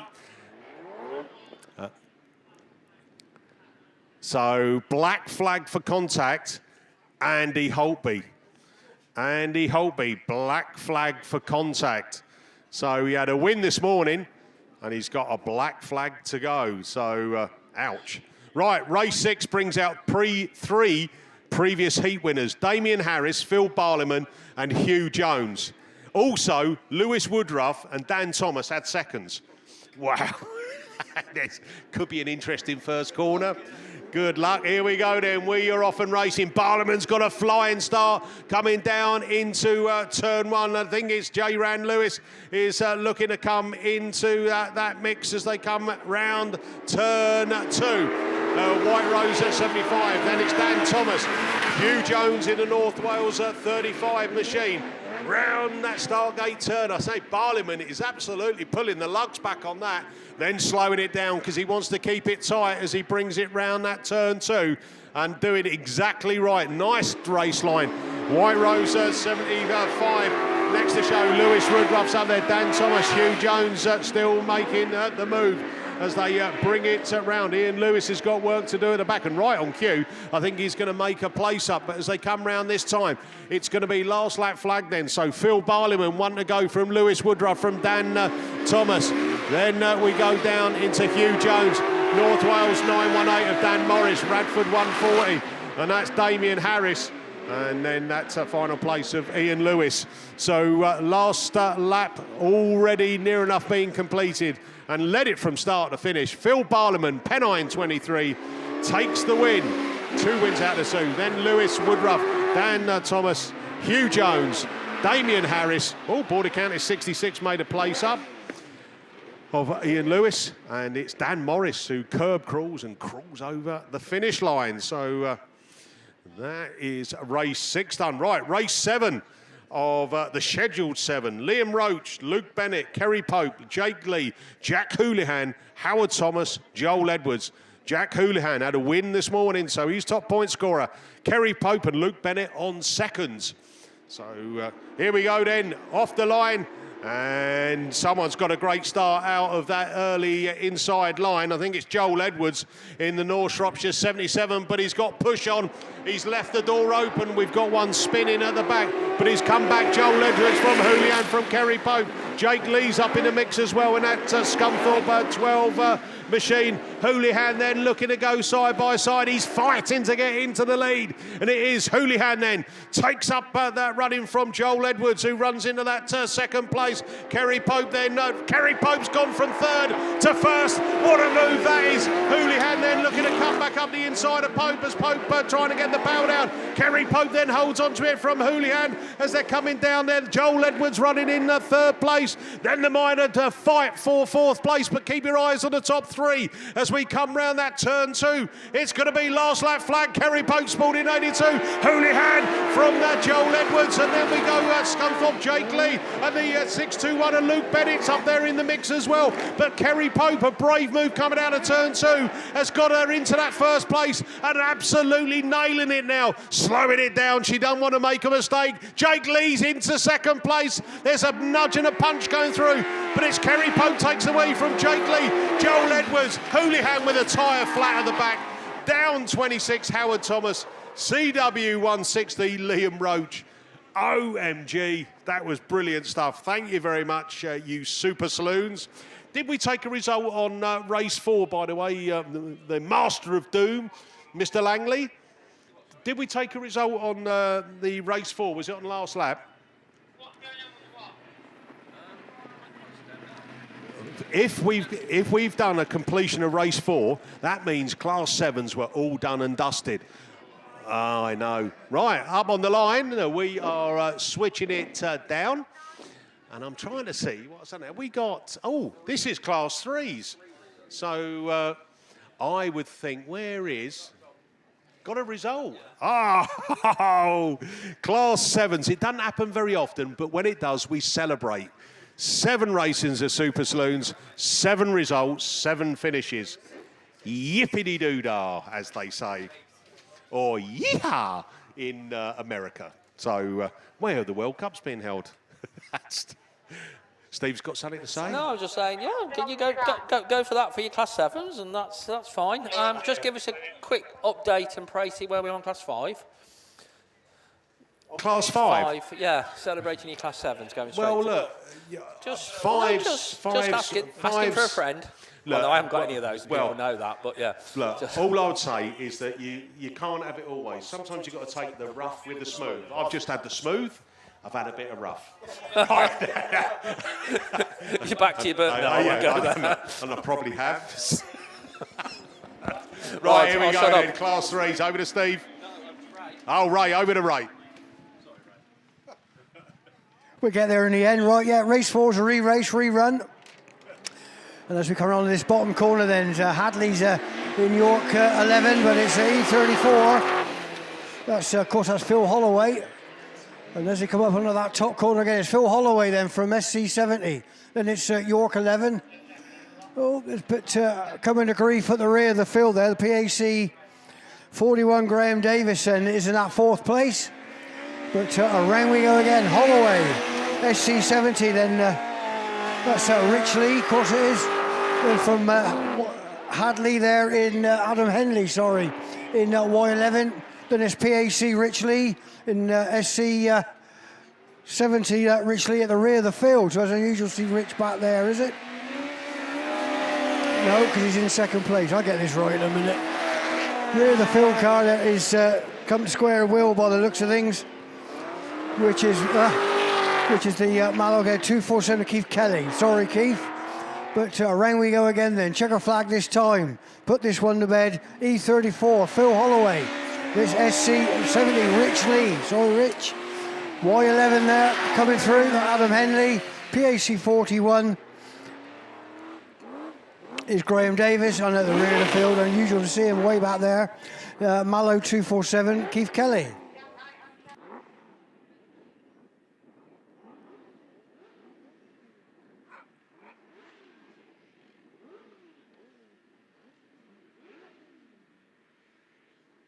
Right, yeah, cheers, Ray. So, men's Class 8s then assembled down there on the line. Again, things you don't hear very often at this time of day on a Saturday. So, the second round of qualifying for your ProLink suspension and the ARD race cars sponsored men's Class 8s is ready to go. 12 races, of course, scheduled to come your way. I'll be taking you through the first 6, and once again, Finn will be taking you through the second lot. So, race 1 then. No heat winners, I don't think, coming out in this one. So, these drivers need the points. Ash Howard, best of the point scorers, PhD 21, picked up a 2nd in the first round of qualifying. As I've said, Class 8s this weekend, looking for the top 16. You're probably going to need 2 wins and a 4th at a push. And, well, that's a good start. So, Anthony Phillips, very quick out of the gate in St. Neots 7-11, but fortunately the rest of them didn't follow. So I'm hoping that that's not a start as you mean to go on situation there, because we had one car leave the line. Maybe they're just doing a parade lap. It's like a formation lap in F1, you know? They're all come out first, warm their tyres up, and then they go back to the line and start again.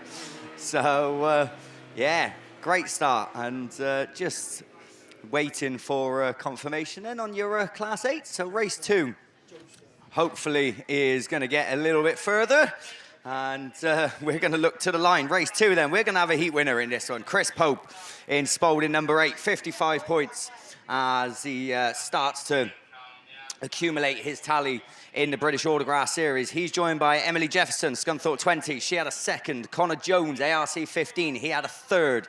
Down there with them, though, Harry Hurst in York 36. Dan Hughes, Breednail 14. Jamie Newham in IK 48. Dan Page in Scunny 85. And Owen Price in PAC 71. They're the ones scheduled to come out. We're going to get a lot further than we did in the last race, because it's pretty much an impossible task to get it any shorter, because we got one car off the line, then another one, then another one.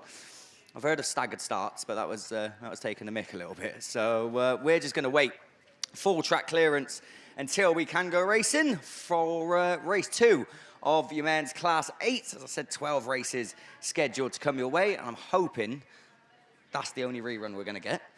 And they can be, if the Class 7s can do it, the Class 8s can do it. That's my logical thinking. Although I did just say to Mickey B, in one of the races, we have got 3 heat winners coming out to face each other. But that's not till race 4. So we've got plenty of time until then.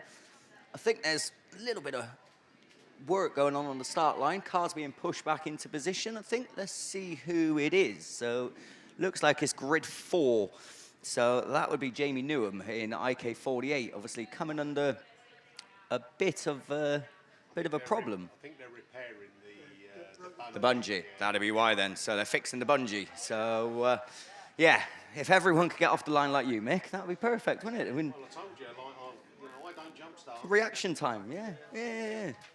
Otherwise, we're going to start having to lift the bungee and then giving them a 3, 2, 1 countdown to get going. But I was looking up on the line, and the actual car went near enough a full car's length before it. Yeah. So he couldn't have got away with it. You know what I mean? Some of these boys, they're quite eager, aren't they? They want to get off the line. So it's pushing that time of day now, I guess, for them, 3:30. Obviously, like I said, Class 8 boys normally ain't out until...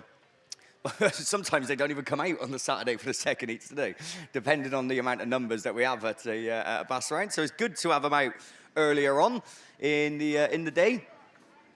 Just a quick birthday shout out there. Hopefully, Les Grice, by the way, you've liked and subscribed. But Alex Jesse, who's out in the J-Spec, isn't he? He's racing J-Specs this weekend. Happy birthday. So happy birthday, Alex Jesse. That's from Les and Shirley Grice. So like and subscribe. You can send us a message. Speaking of birthdays, I think I did see through the grapevine, I think it's Mike Bevins' birthday today as well. Is it? I'm not going to say how old he is. But if anyone heard Steve Langley, that was him, that wasn't me. But yeah, Mike Bevins then. Happy birthday, Mike. Of course, I'm sure everyone's familiar with Mr. Mike Bevins. I think, have I seen him around? I haven't seen him around, so I'm sure he is here. I've seen Joan, so wherever Joan goes, Mike goes. So very big happy birthday, Mike. If you are trackside, then hopefully you're enjoying your weekend.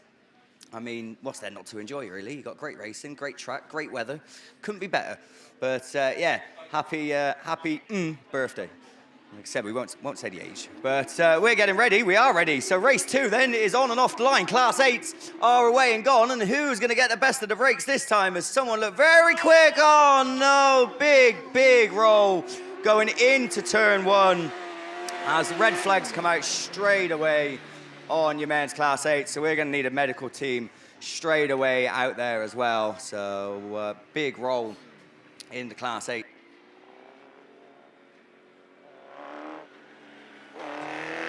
So yeah, we're going to let the medical team go out there. We're not 100% sure who it is. I think I have got an idea, but I'm not going to start mentioning names when obviously people are listening on BAStv. So we're just going to go a little bit quiet. I'm sure the driver will be fine. The Class 8 boys, they made us stern stuff, but we're going to let the medical team do their job and obviously get back to you with an update.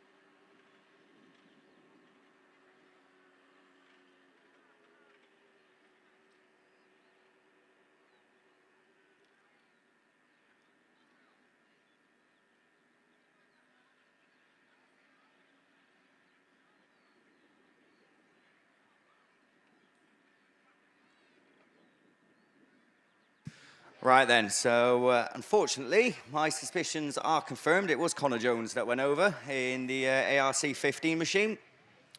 So unfortunately for him, taking a tumble, and we are looking around the track. We can see the car getting moved off. We can see the ambulance driving off, which means that Connor is obviously in the back for a mandatory checkup just to make sure everything's A-okay. I'm sure that it will be. As I said, Connor, made of tough stuff. He's been over before.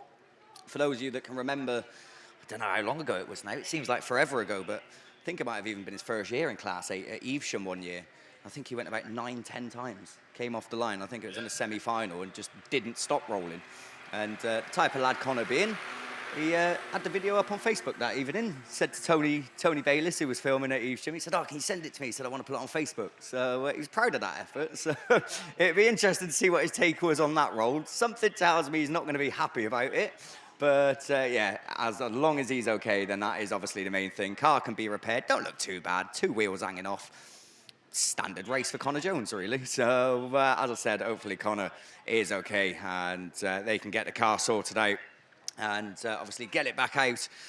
Hopefully tomorrow for the 3rd round of qualifying. But as I said, driver safety is obviously the important thing. So, yeah, we've not had the best of starts then, have we, really, to Class 8? The first one, we had a bungee break. And going back to that one, I think Oliver Bowers in Scunny 257, unfortunately, will be excluded from that rerun. We don't know anything from race 2 yet, but we'll let you know. Obviously, Connor Jones probably won't be back out in it, but anyone else, then we will let you know. So that's 2 races and 2 reruns. So not the best of starts for your Class 8s. We've got a bit of water going down, so we're going to go race 3, which is down out on the line. And I'll tell you what, looking at this lineup, this could be a semi-final in itself tomorrow. We've got Amber Powell, Joe Doddridge, Stu Clark, Ben Herdman, Matt Bishop, Russ Shepherd, Callum Barker, and Dan McKenzie. So the best of the point scorers then. Russ Shepherd had a 2nd in the 1st round of qualifying. We got front wheels lifting off the ground as we get away from the line and into turn 1. Who's going to be the best of the ones? It's going to be Dan Mack who leads them into it, but we got someone facing the wrong way. We got cars climbing. Mackenzie's gone out wide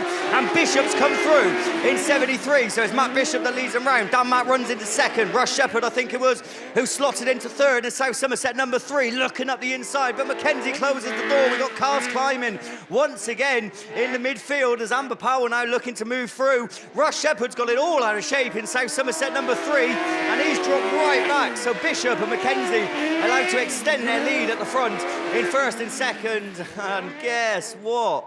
We're going red flags again. 3 in a row. Oh, boys, what are you doing? What are you doing? 3 races, 3 reruns, so not good whatsoever from the Class 8 boys. Matt Bishop, I'm sure, will be absolutely gutted about that because he was flying in 73. He was away and gone. He did have Mackenzie on his tail, which is always going to be a problem, but unfortunately, red flags do come out. Finn's back. Do you want to swap, Finn? Do you want to do the first 6 and I'll do the last 6 instead? Is it too late to change? Because I'm not having a lot of luck here. So 3 reruns scheduled to come your way. I think that's Callum Barker parked over on the far side. It is in Scarborough 50, so problems aboard for Callum as well. It's all getting a little bit scrappy. I mean, these drivers obviously know that they're going to need the points this weekend with the amount of drivers signed on. The track is obviously catching a lot of drivers out itself anyway because of obviously how slippy it is. Lack of grip out there. The track is very, very polished, so it is catching the drivers out. And obviously the Class 8 boys just a little bit overexcited, a little bit eager, all trying to do the best they can. And unfortunately, it is causing a bit of carnage. So just hearing that Callum Barker, unfortunately, in Scarborough 50, will not be back out in the rerun. So Callum Barker is excluded from race 3. Just means that Mickey's going to have to go out in the S600 and get a win. No pressure. So, unfortunately, then, that's another one down. Race 4. Now, I would be optimistic, but this is the one that brings out 3 heat winners. So, this is going to be interesting. 3 heat winners in one race. Those 3, Sean Wright in White Rose number 11, Jordan Bloor in Evesham 112, and Corey Mumford in the Forest of Dean 161, all sitting on 55 points after the first round of qualifying. Bryn Powell's joined them. He had a third in Ludlow 4. So Bryn knows he's going to need a win to get up there. Jordan Robertson, Martin Perrott, Dare Thomas are the ones that are going to join. It's a mess off the line. Bryn Powell's up in the air. Sean Wright's very slow off the line. I think got connected. One's facing the wrong way. And everybody at the same time, red flags. 4 races. This might actually be my worst run ever. So 4 out of 4. Oh. I can't go 6 for 6, can I? I surely can't. So, again, problems off the start line with the Class 8s. Like I said, someone facing the wrong way over there on the far side. Something tells me it might be Martin Perrott in South Somerset 71. So, not confirmed, but judging by the colour scheme, I think it could well be. So, 4 races, 4 reruns. I've still got the will to live, don't worry. So, we're going to try race 5. And who's race 5 going to bring out? 2 drivers on second places then. Jack Gibbons in Leewood 17 and Daz Mullen in White Rose 38, both sitting on 45 points after the first round of qualifying. So another steady, decent run for them.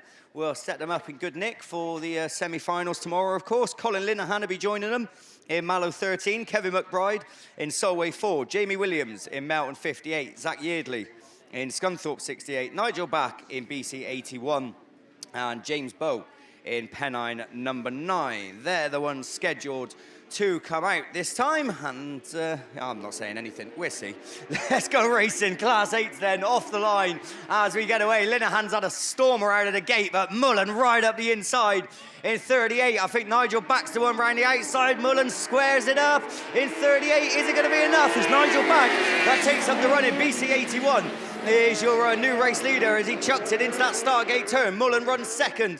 Linehan is relegated towards the tail end. Gibbons runs in 4th. So, as I said, Jack Gibbons and Daz Mullen both had a second. Your race leader's gone. Nigel Back's facing the wrong way, lost all his grip, and he's gone from first to last as Mullen it is now. That takes up the running and leads him round 4 time as Zach Yeardley gets him in the Scunny 68 machine. These two going at each other. Mullen fights back in 38. And makes that first place his own, looking to improve on the first round of qualifying, going from a second to a win, but he's gone out wide and Yeardley's back through in 68. 1 more lap to go, and we're going to stick with these top 2 because they are swapping and changing, and Jack Gibbons is just sitting patiently in 3rd in Leewood 17, hoping that he can find some sort of gap, but might just have dropped back a little bit now as Yeardley starts to just pull a little bit of daylight between himself and Mullen. His checkered flag. Yeardley takes the win, Mullen takes second, Gibbons third. James Bowe takes 4th, Colin Linehan 5th, Kevin McBride comes across in 6th, Jamie Williams in Melton 58 picks up 7th place points, and Nigel Back in BC 81 completes a race. Can't believe it. It only took 5 attempts, but we've managed to get one done. Race 5, well done, boys. Of your Class 8s is through to completion, and that's my first tick I can put on my sheet. I would say proudly, but I'm not really, because 4 of them have let me down. So we're going to finish strong. Race 5 then, done and dusted. Race 6 of your ProLink suspension and ARD race cars sponsored men's Class 8s is down there on the line. Who's coming out in this one? Jack Hodgson coming out of lane 8 in Yorkdale's 104. Lane 7, Chris Dalzell in DA3. Lee Tolbert in lane 6. In York number 9, Michael Tinkle-Abbott in York 45, coming right down to lane 5 in the middle. Adam Fieldler in lane 4 is in Scarborough 24. Abby J. Bennett second earlier on in the Forest Dean number 8, coming out of lane 3. Jamie Meehan in West Waterford 132 in lane 2, and Spencer Mills out of lane 1 in Ludlow 5. We've got some controversial news from that last race because Zach Yeardley, storm to victory, going to be excluded. So a black flag then for Scunthorpe 68, which means Daz Mullen will pick up 55 points in White Rose 38. So Daz Mullen ends up as your winner by default, which means Jack Gibbons would have got second and third would have been James Bowe. So everyone bumped up a position from that last one. But yeah, Zach Yeardley, controversial, as I said, Scunny 68 excluded. So race 6 is assembled, my last scheduled race for the Class 8s until I pick these reruns up. as we're looking around the track. Have we got track clearance? I think we might have. We've still got a red flag on Marshall's post number 1, but that's not going to last much longer because we're looking around and I'm building it up, We're spinning, there we go, we're going yellow, bungee's up, and we're ready to go racing as we get away from the line. Abby Jade Bennett storms out of the gate in the Forester Dean number 8 as she's going to lead them into turn 1, goes out wide. There's about 3 of them coming through, but no one's touching the young lady. Abby Jade Bennett it is that leads the way in number 8 into the Stargate turn. She goes. They all start to bunch up behind, but no one able to make a challenge at the moment. I think Lee Tolbert running there in second, but coming under challenge. Jack Hodgson, I think it is, round the outside in the Yorkshire Dales machine, looking to get that second place position and hunt down your race leader. Abby's still going wide, and they're still staying with her as 132 now in the mix of Jamie Meehan as he's up to second place as he goes straight from 4th, but Tolbert fights back as Hodgson is still in the mix as well. Oh no, Meehan just gets the back wheels off the ground, but it's going to be last lap flag, and it's going to be shown to Abby Jade Bennett, Forest Dean number 8, with 1 more to go. At the head of a fair, she's showing the men the way round as she leads them into that Stargate turn, pulling daylight between herself now and Lee Tolbert as the rest of them squabble for 2nd, 3rd and 4th. Tolbert and Hodgson going nip and toe on that bottom bend and into the top turn. Abby Jade Bennett take her bang, 55 points. Lee Tolbert, Jamie Meehan, Jack Hodgson, Michael Tinkle-Abbott, Spencer Mills is going to be the next one across. Adam Fielder and Chris Dalzell in DA number 3 coming across to complete race 6. Great stuff from Class 8. Well done, Abby. So very, very good drive. First and second after day 1. Not bad, I tell you. Not bad whatsoever. But we are going to race 7, which is going to be over to Finn.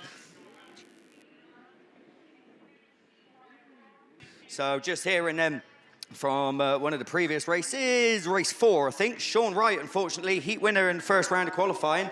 Black flag from the second round of qualifying. So we'll have a rerun of race 4 with no Sean Wright. Right, over to you, Finn. Thank you, Liam. So race 7 brings out Darrell Roche and Carlo at 163. I'll tell you what was very, very quick in Ireland.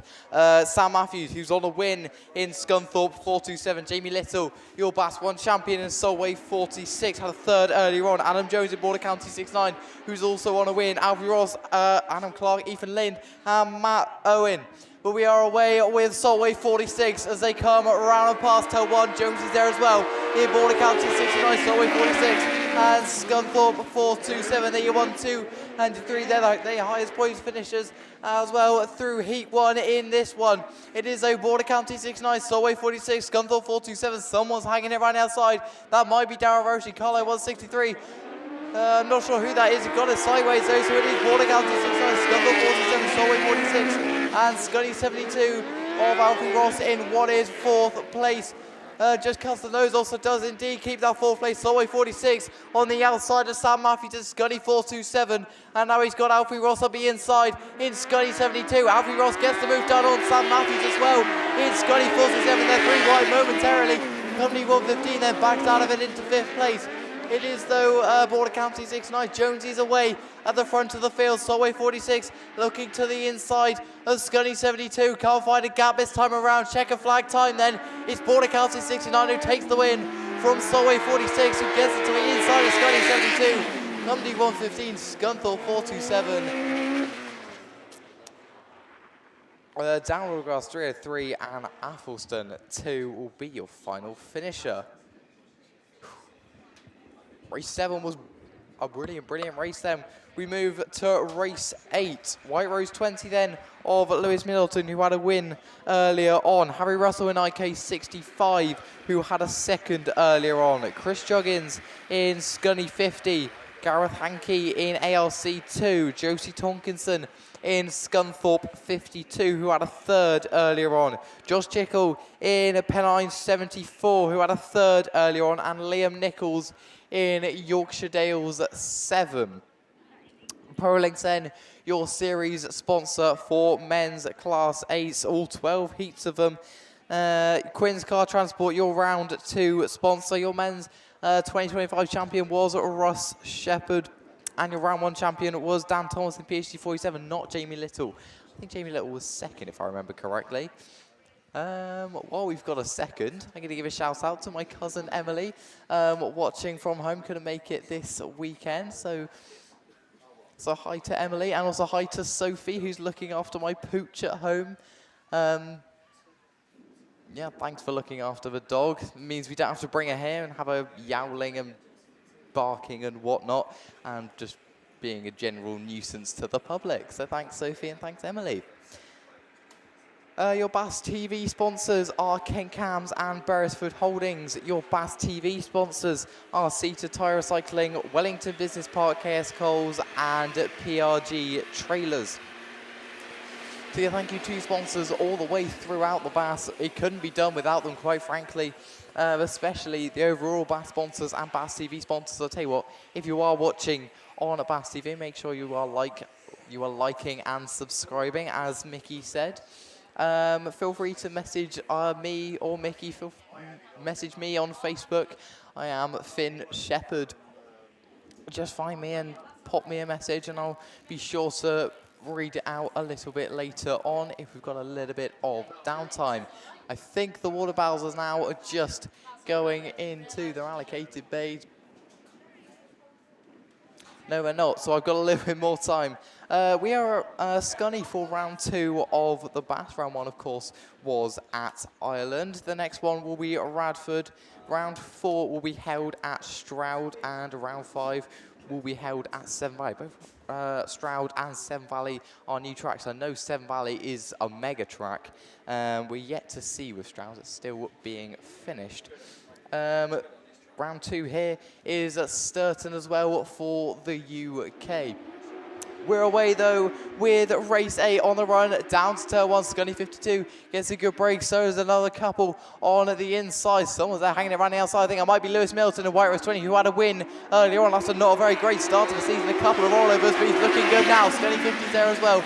Slots himself into second place. I think that's Harry Hurst as well in the York car in what is third place. They're side by side for third, but it is still White Rose 20 looking to make it 2 out of 2. Lewis Milton seems to have got the hang of this car this time around. Harry Russell then falls back to what is, I think, 6th place, but it is White Rose 20, Scunny 50 of Chris Jenkins, Scunny 52 of Joe Stonkinson, and Pennine 74.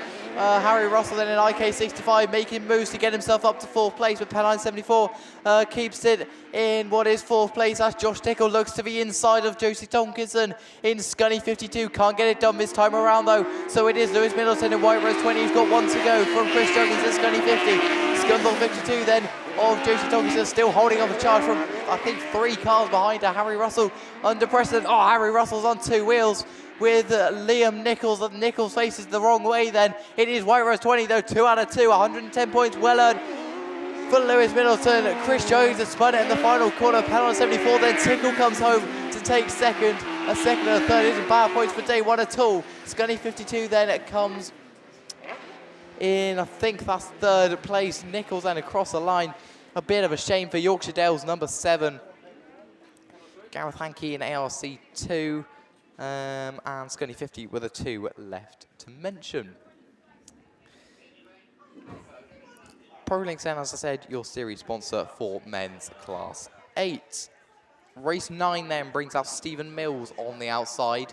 Had a win earlier on in Cumdy 10. Craig Pyle in Wessex 666. Reece Wyeth in Wessex 19 hasn't been on usual form in at round 1 in Ireland, and wasn't really in the first heat. I was going to look to get back to a little bit quicker than he has been of late. Kenny Smith in Stroud District 41. Scott Shell in Forest 95. Only had a 5th earlier on. Simon Hawthorne in Rampart 76 and Chris Dyer in Evesham 28. We're away with a race 10 on the run. Race 9, should I say, on the run down to turn 1 is Reece Wyeth, and I said he wanted something better, and here it is. Wessex 19 then, your early race leader. Shell's round in Forest 95. Ken comes to the... Ken Smith comes to the inside in Stroud District 41. He's your new race leader then. Reece Wyeth falls back to what is 3rd place behind Craig Pyle in a Wessex 666. I think 666 just has the run, gets himself to the inside and up to 2nd place. It's Kenny Smith then in Stroud District 41 who comes around and past commentary. Wyeth's got it sideways in Wessex 19. It is 41 from 666. And Steve Mills comes then up to third place in Cumdy 10. Wessex 19 looking to be inside, can't find the move this time around. So Reece Wyersalt's back in the fourth place. I said he needed better results, and he was looking like it for a moment, but he's fallen back to fourth place. This is not what he needs. One to go then for Kenny Smith in Stroud District 41. Craig Pyle in Wessex 666. And Steve Mills in Cumdy 10 had a win earlier on, a third. Still isn't bad points at all, but Reece comes to the inside in Wessex 19. Doesn't have the grip this time around though, so by far at the front of the field. Kenny Smith it is in Stroud District 41. Checker flag time, a well-earned 55 points for Kenny Smith. Then we get down to Wessex 666, Cumdy 10, Wessex 19, and Simon Hawthorne in Radford 76 with Chris Tyre. The one left to mention in Evesham 28.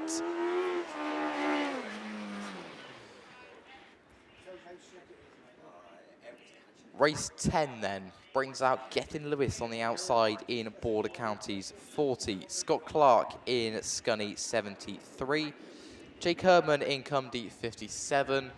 Cameron Mills in Cumdy 19. Jamie Grasby, Finley Emerson, and Dan Thomas. Dan Thomas is on a win. Cameron Mills is on a second. We're away with Millsy then in Cumdy 19. Herman's on a third as well, and that's where he's sitting at the moment. Oh, it's Cumdy 57 goes back up the back of Cumdy 19.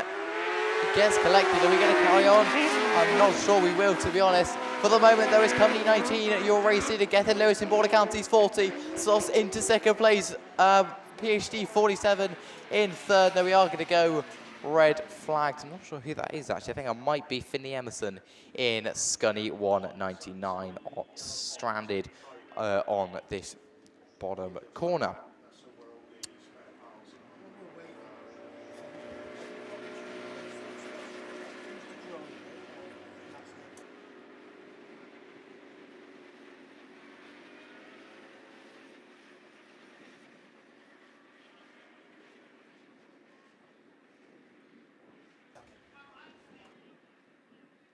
So race 11 then down there on the line. Bradford 411 of Alex Hall is on the outside in lane 8, which if you're watching on BAStv will be the furthest grid from you, all the way up against the fence. We have no one in grid 7. We go down to Ben Payne in grid 6 in Radford 476. Owen Bradford in Border Counties 16 is in lane 5, had a second earlier on. So a fairly decent set of points in Heat 2 and Heat 3 should get him into the final, into the semi-final, should I say, tomorrow afternoon. Caden Cheetham in Scarborough 37 had a very, very good win earlier on, is looking to continue that form in lane 4. Max Lewis in Bradford 71 had a black flag earlier on, so I don't think he's going to be able to make it into the semi-final a little bit later on, as we have got just so many cars. I think we've got over 90, or maybe it is 90, Class 8s.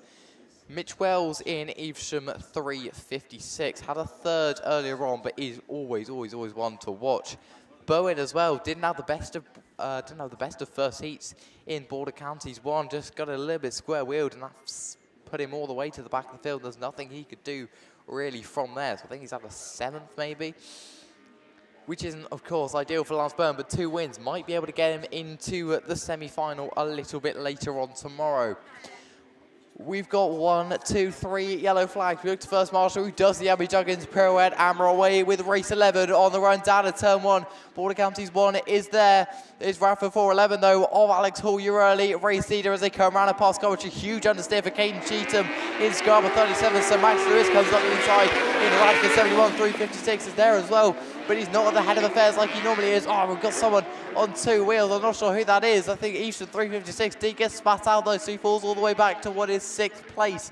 It is though Radford 411 as they come round and past Coventry for the second time. Oh, asking Scarborough 37 once again. It's a bit of a Bucky roll code in the second heat, gets it all kinds of sideways. 356 and Border County 16 come up the inside. Tell you what, Owen Bradford once again, he's got spat out. He's all the way to the back of the field. He had a second earlier on. He needs better points than this, but Radford 411 is looking good at the front of the field. Max Lewis with no response this time around in Radford 71 as they move on with 1 lap left to go.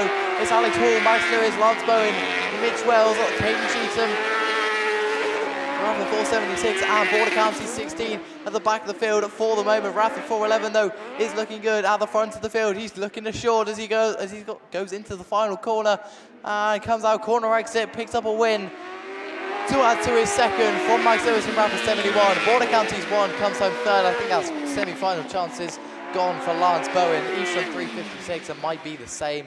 Radford 476 and Border County's 16 of Owen Bradford.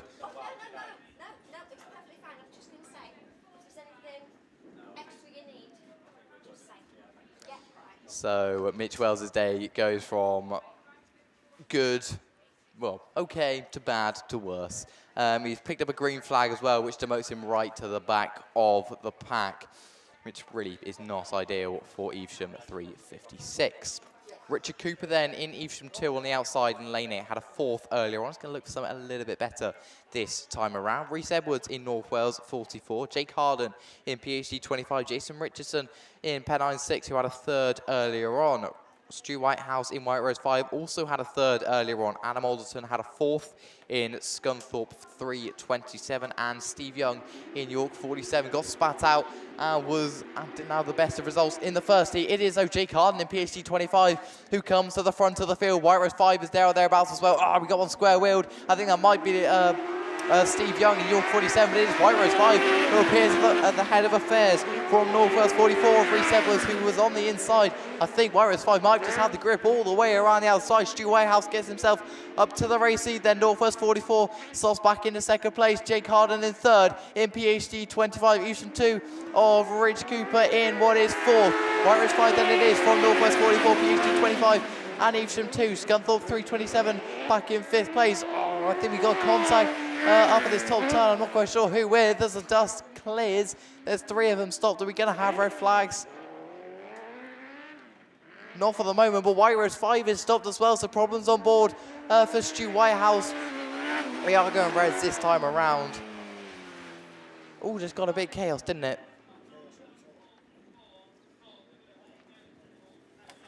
So we'll wait to hear for any executive decisions from the marshals. In the meantime, though, Mickey's getting himself ready as there's men's fives on the line. So I'm going to hand you over to Mickey. Yeah, thanks very much. Finn, the Shark Shepherd, race 3. It looks like we're coming out first on the men's fives. 2 reruns to come. So if it is race 3, I think Charlie Holloway coming out of grid 7. Rob Doyle alongside him. Then we work down Jamie Lillington, Peter Turbot, Josh Simpson, the Italian stallion Lewis Richards back out there. And then grid 1 was Stormy Norman. And I think he's there. He's just hiding at the moment in time. So bit of a messy Class 8 race that, wasn't it? Especially coming up into turn 3. There was one climbed on top of one. The one had stopped. So, yeah, red flags had to come out. I'm not sure how many laps they'd complete, whether or not it was enough. I don't think it was. So that will go back to rerun. So, yeah, I think this morning, I think the 8s weren't that bad. They got through reasonably well. How many reruns you got in the 8s, by the way, lads? I got 4. You got 4. Finn, how many? You got 2, 6. And how many grids you got? 12. 50% success rate. Or in my mathematics, I should be saying 52%. And then you'll say, how do you get to 52? And I'll say, yeah, you're right, that's it. But no, 50% in the 8s. It's not too bad. I think we've got, what the time, we up to around about 6 o'clock tonight, is it, on the timing? Some venues that we go to, you know, have different curfew times. You know, it's obviously with local neighbours and everything else that's like that. So 6 o'clock here. So we've got, best part of a couple of hours to go. So we've plenty of races still to come. And this morning we kicked off pretty well, didn't we? We had a really good first hour. We normally say if we get around about 18, 19 races in an hour, then we count that as a really good hour. But while I'm nattering on, we're off and racing. And it is the Italian Stallion and Charlie Holloway. I think they had a little bit of a coming together in the first race. That's why it all got rerun, I think. But it is the Holloway machine that takes up the running. He had a win this morning, 2 wins out of 2. will do him a super position. He had a good round over in Ireland as well. Oh dear, I think old Doyley there, just a little bit sideways. PhD 137, what are you doing? Storming Norman. He's at the back of the pack, but it's Charlie Holloway from Josh Simpson. Radford 120, Pete Turbot. Then we go down into the Italian Stallion running in that fourth place. He had a second this morning, did Lewis? So a fourth added onto that just means that a little bit more pressure on tomorrow. See if he can make a place up. But with one more lap to go, Charlie Holloway then from Josh Simpson from the Radford 120 Pete Turbot. Then we go down into the Italian Stallion. Doyley then tucks in behind. And all on the last lap, down into the turn one. Evesham 9 then. Charlie Holloway going to make it 2 wins out of 2. That's a good Saturday, and he's happy with that. Josh Simpson, good second there, Josh. Doyley comes up into that third place from the Italian Stallion. South Somerset 20, Jamie Lillington. Radford 120, Pete Turbot to finish off race 3 of the men's class 5s. Right, race 2 up on the line brings out Tim Pole, Ash Robinson, Dan Godfrey, Carl Burns, Riley Diaper, Tom Southgate, Cian Lewis and Lee Cox. So Ashley Robinson and Dan Godfrey, they have both had wins this morning. So they're looking to go. Oh, they're just giving, they've bust the bungee, have they? Oh, no. Push that back. South Somerset 60, Tom Southgate looks like he's trying to get the car started. They were trying to jump start it. I used to have an old banger before that, you had to push it down the hill to get it started, We all did when we were younger, didn't you? When you didn't have a great deal of cash. Look, my first car was a Mini 1275 GT, metallic gold. It was immaculate. It was my granddad's, right? And I managed to get it. Within 3 months, I'd written it off, right? So, he never spoke to me again, but no, he was all right. It was a fair old whack as well. It was a big Mitsubishi type vehicle driven by a Chinese lady. Nothing wrong about Chinese ladies, by the way. I'm just saying who was driving, but she was on the wrong side of the road. And then when the coppers turned up, she said to him, "How long is it going to take? Because I'm in a rush, right?" And so it was like, ka-ching. She got done for dangerous driving. I got paid out. I went to, where did I go on that holiday? Like a sensible young lad. Yeah. Not going to save it, invest it. I went on holiday with it. Yeah, it was all right. So, yeah, sorry, I digress. We are ready. Bungee lifts. Let's go racing then with this next run. Oh, a bit of climbing going on as they come off that line, but they all keep on running as they bring it round that turn 2. Coxey looking to come up the inside there. Ash Robinson. Then we go to the Riley Diaper machine in the Wessex 255. And right on cue, he's right on the tailpipe there of Ash Robinson in the Scunthorpe 43. So Ash looking to make it 2 wins out of 2. But he's going to be put under pressure because here we go. Riley Diaper, Lee Cox, Dan Godfrey. Then we got the Burnsy machine and then the Radford 11 of Tim Pole. So there we go, as they bring it down in there. What can Carl Burns do? Is he going to try and put the pressure on there on Godfrey? Godfrey, though, takes a tight line and slides it round 2. One more lap to go on this one. And Riley Diaper then's making the move. Ash Robinson, they've got contact.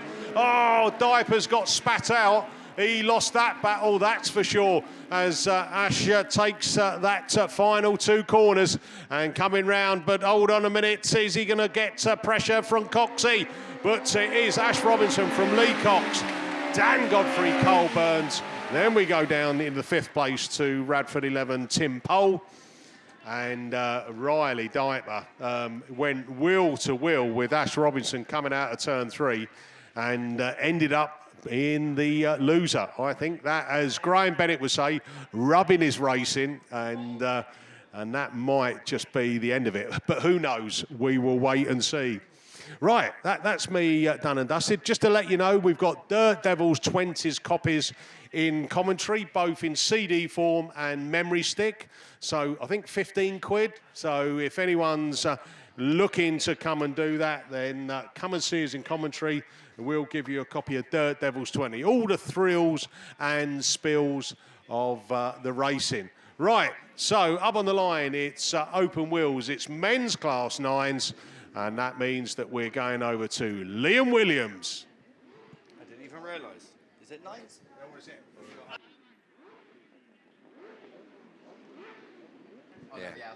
So, looking to the line, we think this might be a Class 8 rerun. I had my head down in my own little world, as I normally am, and just looking to the line, and we have got a rerun. I think this is a rerun of race 1, because I think Neil Tyre is down there and ready to do battle. So we're going to get away from the line. We're picking up whatever it is as we get going. It is definitely race 1, because that's Ash Howard out in front in PhD 21. So it's Class 8, it's race 1. It is the rerun as we get away, and it's Ash Howard that leads them round. Kate Lockwood second, and Neil Tyre runs third.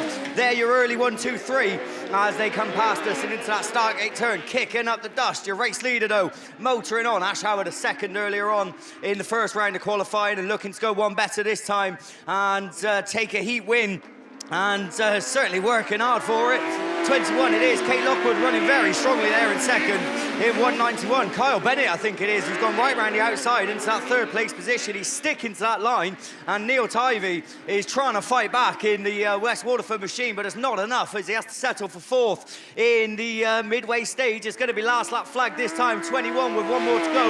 Lockwood, then Bennett, then we're going to go to Tyre, then it's kind of 44, 257, and Anthony Phillips in 711 at the tail end of the field. But Ash Howard making this look easy. Oh no, I think that's the Bennett machine, is it? Kyle Bennett in Scunny 305 that's got it all wrong and ended up on the infield, but certainly getting it right is Ash Howard. PhD 21 takes the win.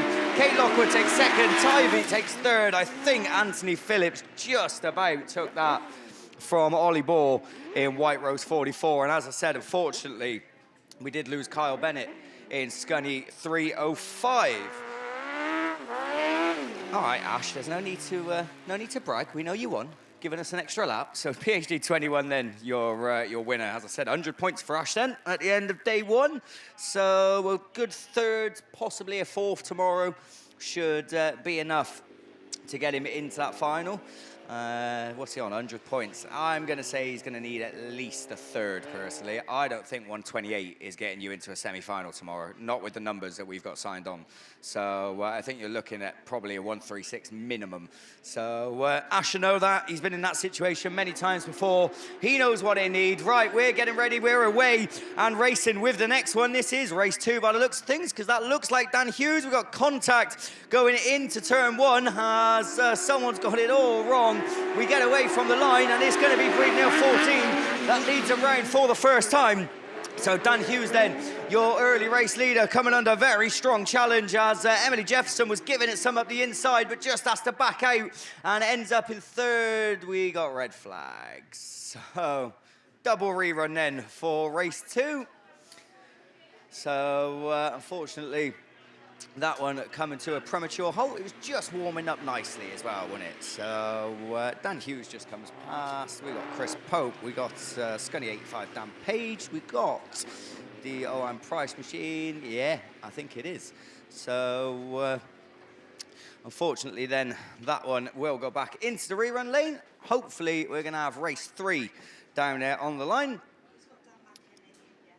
So race 3 then confirmed, so there we go. So race 3 down there on the line. Dan McKenzie, Russ Shepherd, Matt Bishop, Ben Herdman, Stu Clark, Joe Doddridge and Amber Powell are the ones that are coming out to play.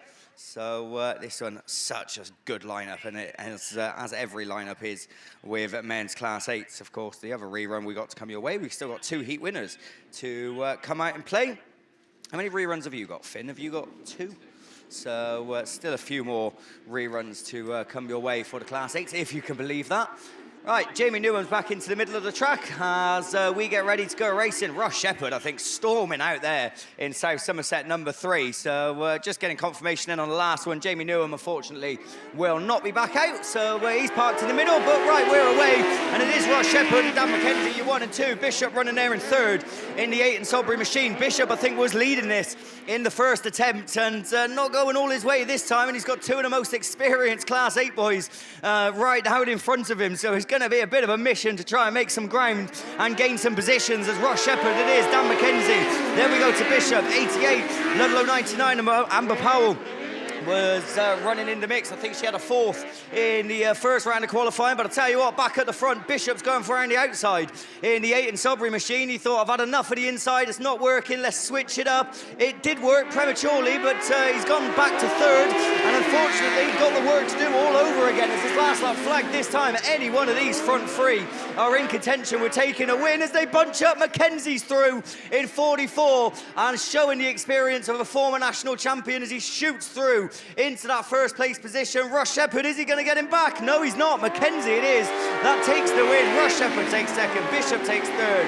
Scunny 88, Ludlow 99 of Amber Powell was the next one across. Then I think Joe Doddridge just about taking the next position as Ben Erdman, I think, in Radford 207 was your final finisher. Great race there from your men's Class 8.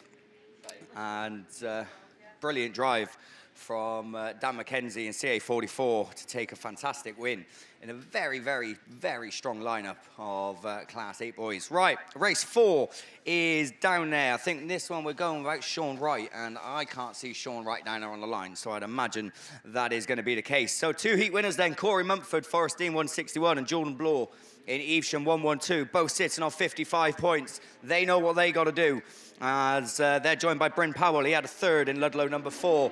They've also got Dan Stead, Martin Perrott, Jordan Robinson and Dare Thomas, and I think Dare Thomas was running very, very strongly in the first attempt. Where is he off the line? He's in about 5th. We got cars climbing as they sort themselves out through turn 1, and Bryn Powell it is that takes up the running in Ludlow number 4, heading the 2 heat winners from this morning as Jordan Bloor and Corey Mumford sit there in 2nd and 3rd. Dare Thomas went for it, makes contact, and someone's got it all out of shape and facing the wrong way. Back going though, so we can keep this one going as Bryn Powell it is just holding him off. Jordan Bloor went for a move and lost out, and he's ended up dropping back now into that 3rd place position as Mumford moved through to 2nd, and Corey's looking to make it 2 out of 2 as he looks up the inside, but not enough at the moment as Powell it is that still holds on. He did leave a gap on the last lap, so is he going to do the same on the final circuit? Keeps it very tight there, puts Corey off, and that allows Jordan Bloor now to try and move up. Oh, Jordan, what are you doing? In 112, he's gone round, he's been collected. Martin Perrott has hit him as well in South Somerset 71,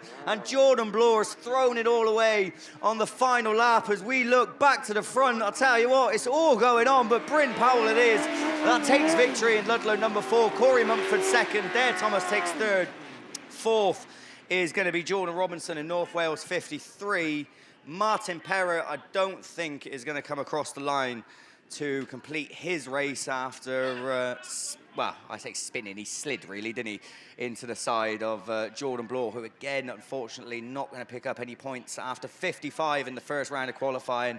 It's gone from hero to 0, as, unfortunately, Jordan got it all wrong. Although, he is going to try and come round, and in my calculations, only 4 cars finished. So if he does make it round and there is a checkered flag given, will he still technically pick up 21 points? Because obviously this weekend, not going to help him. But obviously racing 4 overall points, and they can all play a big, big part in the British Autograss Series, let me tell you, by the end of it. So Jordan is going to do what he can and come across the line regardless, as 112 then finishes it off. Right, that is me finished off for the time being. I think I'll be back on for 9s before I get that other Class 8 rerun out. But speaking of Class 8 reruns, we've still got more to go through. And Finn is over my shoulder, which I'm guessing means that there are more on the line. So Finn, over to you.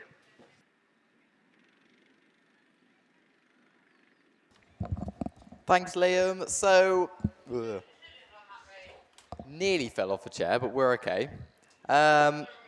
I'm going to go through junior F600s before we do the 8s, and then I think the 8s are just behind that, if I'm not wrong.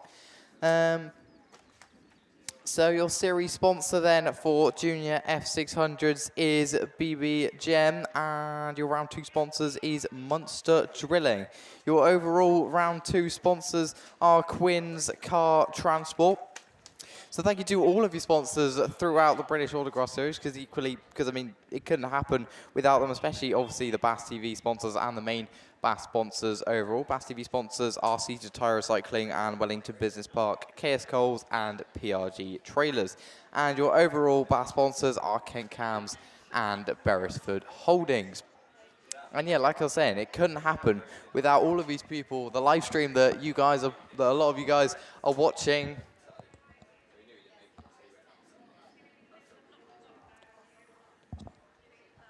Yeah, this live stream that you're watching, it couldn't happen without all of the sponsors across all of the classes, and of course the overall sponsors for the BAS.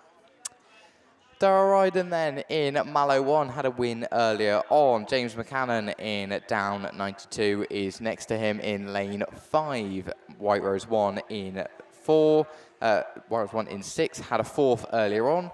And Sean Bradford in Border Counties 4 had a 2nd earlier on. We're away with junior F600s on the run down in turn 1. Mallow 1 then. Here's Dara Ryden, your race leader from Border Counties number 4. Sean Bradford looks to the inside. He got the grip this time around. He might just. James McCann, I think that's a blown engine, if I'm not wrong. It's Mallow 1. It's Border Counties 4, should I say, from Mallow 1 in what is 2nd place. White Rose 1 in what is 3rd then. As they go down that far side, it is Sean Bradford in Border Counties 4. As Mallow 1 still just can't find a way through this time around. Dara Ryden very, very close to the back of Sean Bradford's rear wheel, but just once again can't find the grip to make a move this time around. As Sean Bradford left his door a little bit open, and Mallow 1 looks to the inside, hasn't got the grip once again though, so falls back into 2nd place. Sean Bradford then your race leader into his bottom turn. He's going to come out corner exit with 1 more lap to go. It is Border Counties number 4 with 1 to go then to pick up 55 points. Dara Ryden's got 1 more lap to change it. In Mallow number 1, White Rose 1 in 3rd place. I don't think Devon Whitehouse quite has a pace to make a move for 2nd place. I say that Sean Bradford has really stretched away on this final lap. So Border Counties number 4 is going to come around the final corner and pick up 55 points and the win from Dara Ryden in Mallow 1 and White Rose 1 of Denver Whitehouse.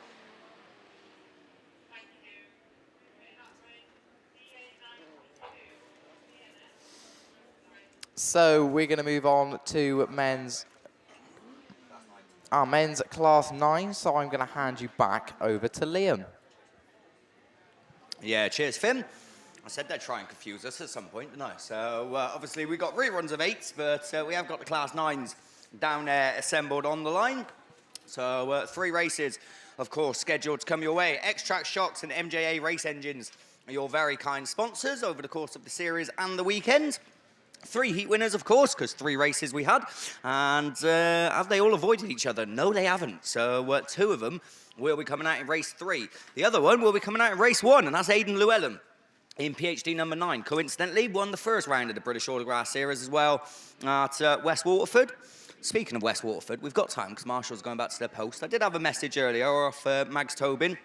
For those of you that did watch BAStv or were at the BAS, then you would have heard Mags on commentary with us all and played her part in looking after everyone and making us all feel welcome. And she has said hello and said give a big shout out to all the Southern Irish Autograss League. So a very big shout out to them. I'm sure a lot of them will be watching if they're not here, as they obviously provided us with a brilliant round at round 1. So a big hello to them if they're watching. But yes, Aidan Llewellyn, as I said, took victory that weekend, and he'll be looking to do the same thing in the 2nd round of the British Autograss Series. Where is he? Is he going to lead them? Oh, is that him climbing? I think it is. So the less said, the better, I think, because Aidan Llewellyn it was that started climbing cars. We've still got 1 stranded and facing the wrong way, so I don't think this is going to go much further, or is it? Because I'll tell you what, he's got it going. So let's carry on the racing.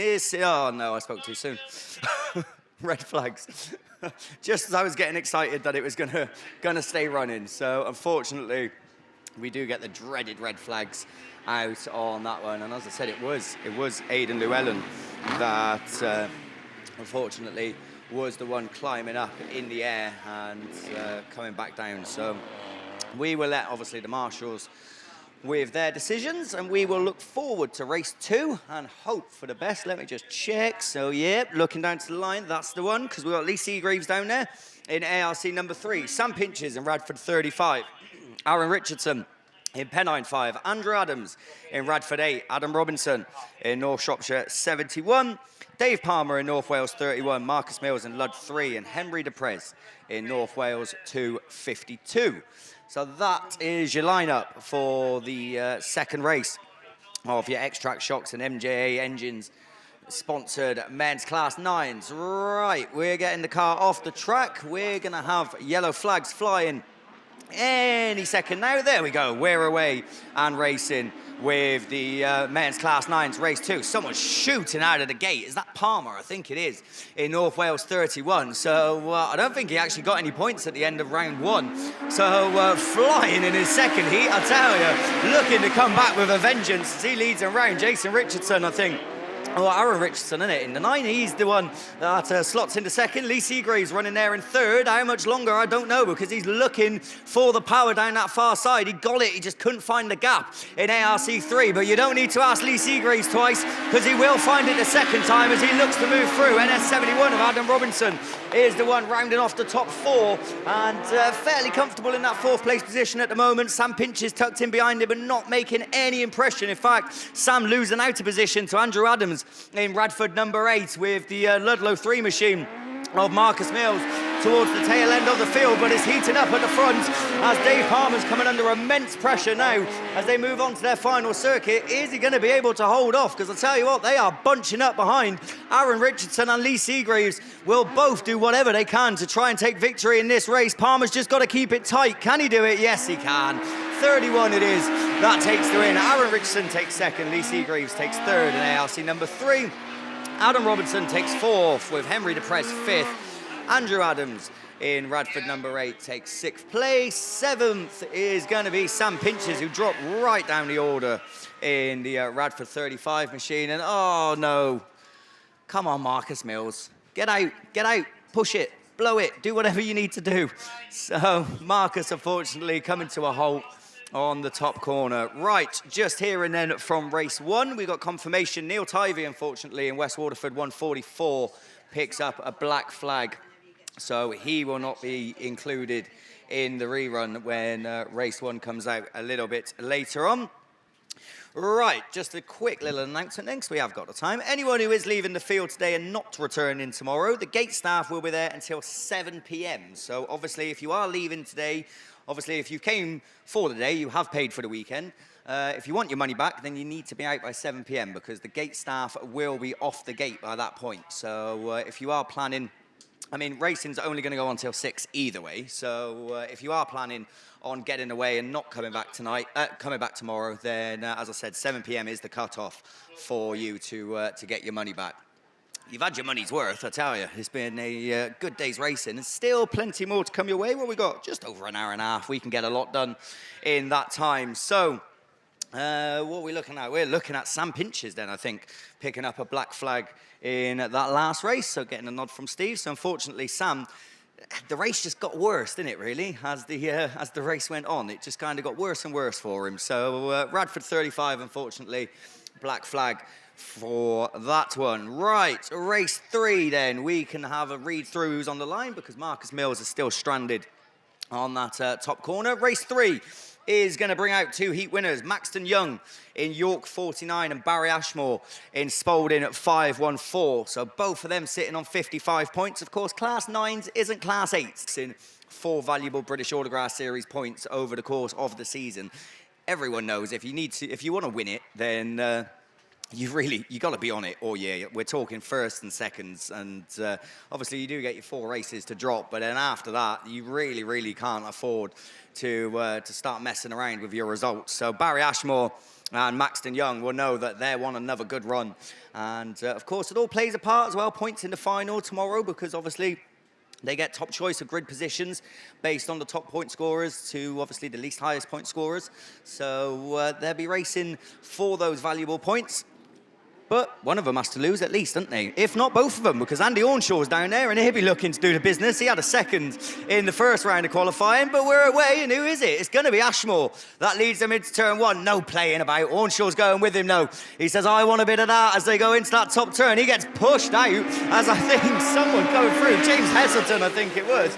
So Hesse just drove right up and pushed Hornshaw out the way fairly as well, I must say. But it's done him no good in the long run because Hornshaw's got back up the inside in 78. And as all that goes on, Ashmore still leads in 5-1-4. And he is going to keep that tight line and keep that door closed. Hornshaw still second. Hesse now under challenge for third as your your last winner as well in the first round of qualifying, Maxton Young, is also looking for a gap. Hornshaw still trying to get that very, very tight line to get up the inside. He just got pushed off a little bit there in York 78. It's not working, but now he's going to try it. He clipped a cone. I'm not saying nothing.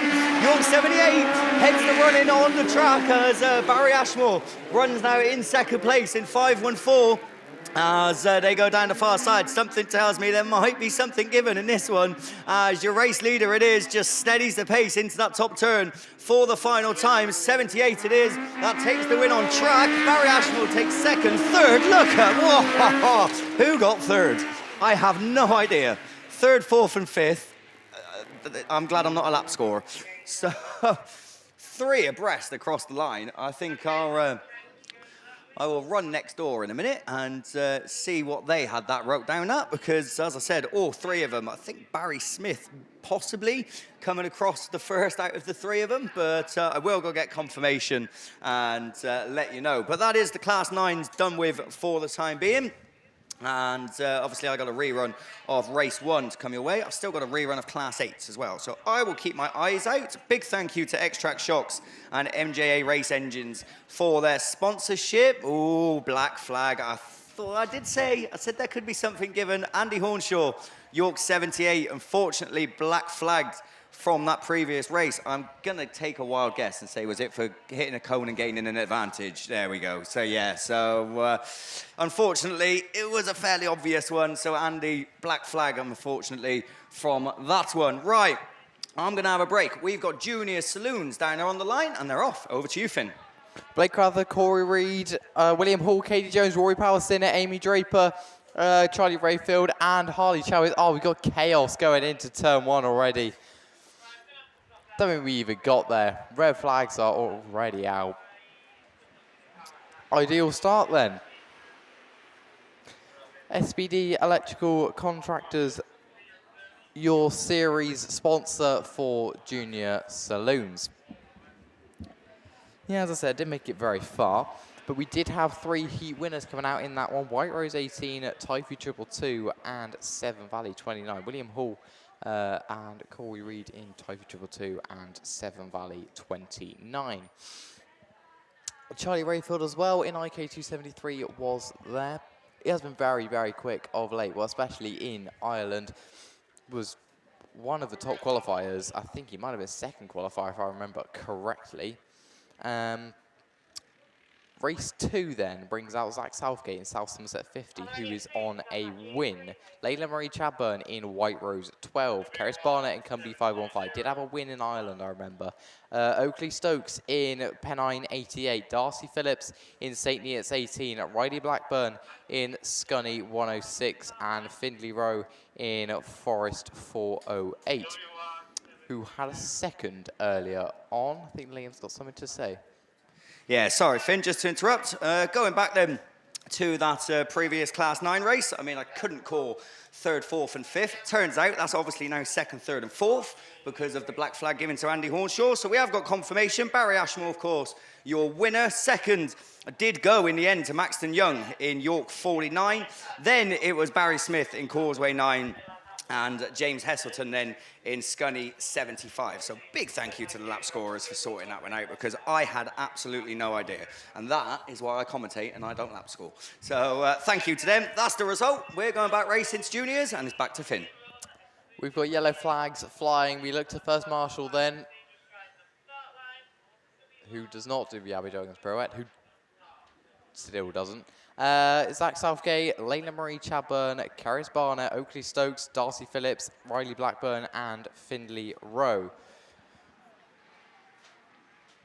We're away, though, with race 2 on the run down to turn 1. Caris Barnett and Cumdy 515 and South Somerset 50. Zach Southgate both get the best of the brace. St. 17 leads the chase for this leading fight in third. It is, though, South Somerset 50 who gets the move to the outside from Caris Barnett in Cumdy 515. St. 17 then of Darcy Phillips in what is fourth now, because I think a Scunny 106 moves up into what is third place of Riley Blackburn. It is, though, Zach Southgate who comes around and past commentary with a couple of laps left to go from Caris Barnett in Cumdy 515. Scunny 106 then gets to be inside and might just about get himself up to second place. Does Riley Blackburn, because Caris Barnett has no response in Cumdy 515. And slots back into what is third place. Findlay Rowe comes up inside as well in Forest 408. Might just promote himself up into third place as Cumdy 515 falls all the way back to fourth place now.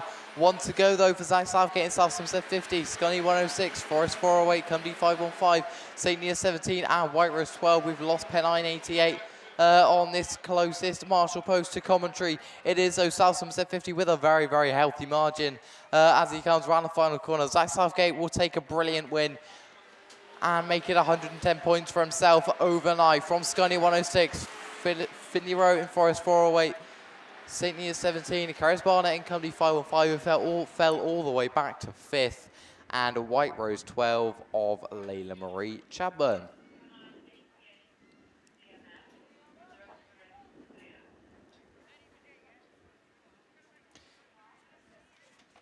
So, Queen's Car Transport then, your overall sponsor for round 2. Race 1, I forgot to say, Corey Reed received a black flag and Harley Chadwick will not be allowed out in the rerun as well, which means we've lost 2 of the 8 that we were scheduled to have in race 1. Race 3 then brings out Guarowens in Typhy 4, Harrison Hurst in York 63, Betty Tilson in St. Neots 18, Ella Powell in Cumdy 182, Keaton Bridges in White Rose 114, White Rose 13 and Cambridge 33. Cambridge 33 then will get the best of the brace on the run down to turn 1. White Rose 114, there or thereabouts as well. Through comes St. Neots 18 as well.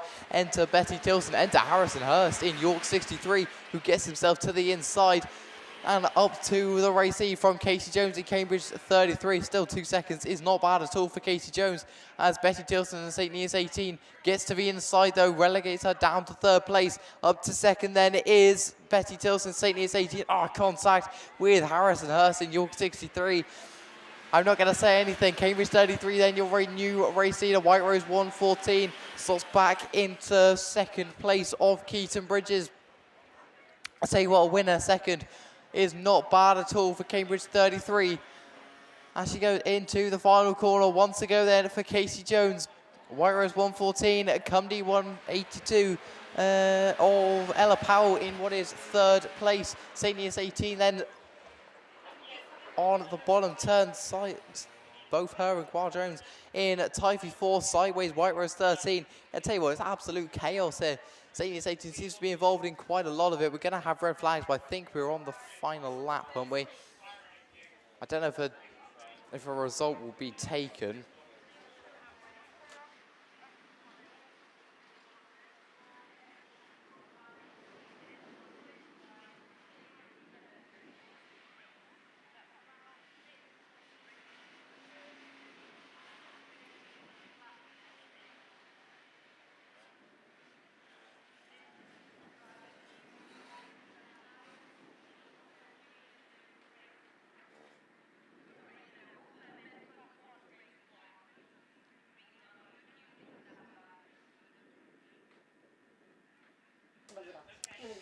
So race 3 will be a rerun. Race 4 will bring out Ollie Lester and Scunny 144.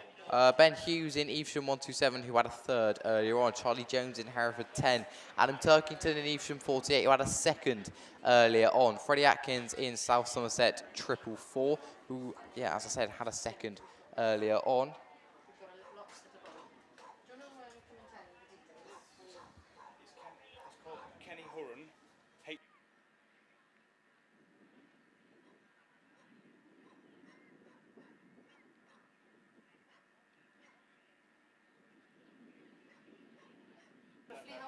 It's 10. It's 10 and he's wearing exactly the same as him. Nelson, come here. Yeah, exactly the same as him, in like a baby top. So if anyone has seen Kenny Horan, who is 10, Hurron, wearing a red hat, and like a beige kind of shorts and top, last seen somewhere around Andy Holtby's section of field. Please bring him to commentary because he is lost. We are away though with race 4. Frankie Taylor at the head of affairs. Charlie Jones in Hereford 10. Evesham 48 of Adam Turkington. Who else is there? I think it might be York 81 of Jacob Farrow. I think it had a, I'm not sure what he had earlier on. Oh, I think he might have had a black flag if I remember correctly. It is Cumdy 171 though, of Frankie Taylor, your race leader. York 81, Hereford 10, Evesham 48. Oh, they're going 3 wide. I'm not sure if that's going to work. 3 into 1 never normally does work, but I think they're all going to emerge in a straight line, which is good to see. Ben Hughes in Evesham 127 had a third earlier on. I'll tell you what, another third isn't too bad at all. Adam Turkington's going to want to get himself a little bit higher up, not just to get himself into final, but in terms of overall BAS points. York 81 once again with a problem. It seems to be recurring gremlins then for Jacob Farrow. Once again falls to the back of the field. Frankie Taylor, though, has got it sorted at the front of the field. Cumdy 171 then moves on and's going to pick up a well-deserved 55 points. Evesham 48 in second place from Ben Hughes in Evesham 127. Hereford 10. South Somerset 444 and Scunny 144 of Ollie Lester. And of course, York 81 of Jacob Farrow after those issues a little bit earlier on in the race. That looks like Cumdy 19 though. So we're going to move on to men's class 8. You know the young lad you asked about? Did you tell him to come to the play? I was asking, can you come to the play? Because he knows about it. So Kenny, if you're listening, or if someone finds Kenny, can they bring him to the play area, please, just next to commentary? Obviously, people are very, very worried, so we'd like this to be resolved as quickly as possible. So if anyone does see him, or if Kenny is listening, please come to the play area outside commentary. Race 10 brings out Dan Thomas on the inside in PhD 47. It also brings out doesn't bring out Wolf in the Emerson in Scunny 199. It does bring out Jamie Grasby, though, in Evesham at 21. It does bring out Cameron Mills in Cumdy 19, who had a second earlier on as well. Jake Herman in Cumdy 57, who had a third. Scott Clark in Scunny 73 and Gethin Lewis in Border Counties 40 on the outside. Closest to you if you're watching on BAStv. Thank you to all of your sponsors. ProLink Senior Series sponsor for men's Class 8. Your BAS sponsors are Ken Cams and Beresford Holdings. Your overall sponsor for round 2 are Quinn's Car Transport. And your BAStv sponsors are SITR, Tyre Recycling, Wellington Business Park, KS Coles and PRG Trailers. And while we've got a second, we've got a message from Bex Elizabeth, who is Tom Cosgrove's mum. So she said, hello, quick shout out for Tom Cosgrove and mum, of course, Bex, who was watching from home. It was also Tom's 18th earlier on in the week. And good luck to Team North Shropshire, especially Andy Warrener in the F600. So yeah, as I said, thank you for everyone who is messaging in, and please keep them coming. Message me, Finn Shepherd on Facebook. I'm just going through accepting all the friend requests from people who want to chat to me. I think we might have lost Lewis though. Oh, he's come up with a bad wrist. So we might have lost Lewis maybe for the rest of the weekend, as he said he's hurt his wrist a little bit, which isn't brilliant to see, of course. So I've got 2 reruns at race 10 and at race 12 of the 6 men's Class 8. So I did 12 heats. I think that's the most. In the time I've definitely been commentating at the BAS, that's the most I've seen. We've got to be close to record-breaking in the 8s, especially. I mean, attendance is ridiculous. Well into 600, 700 cars. It might be over 700, actually. I think 723 was floated around somewhere. I think that might be how many there are.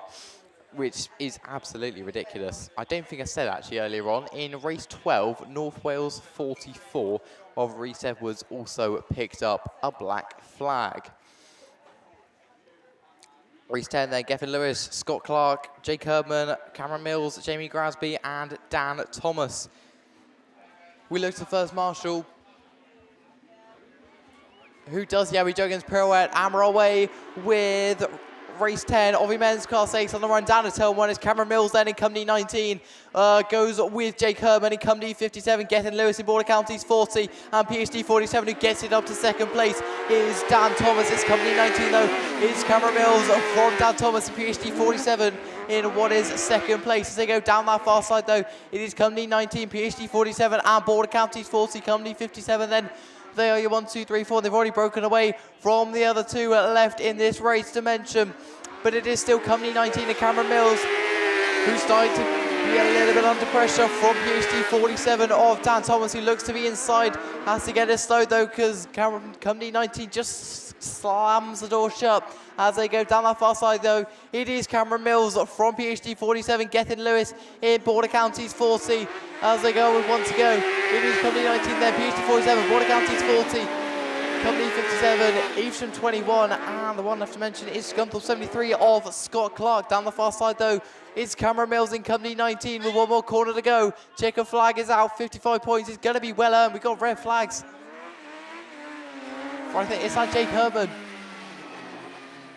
I think that's Jake Herman and Gethin Lewis have been caught in a tangle on that final corner.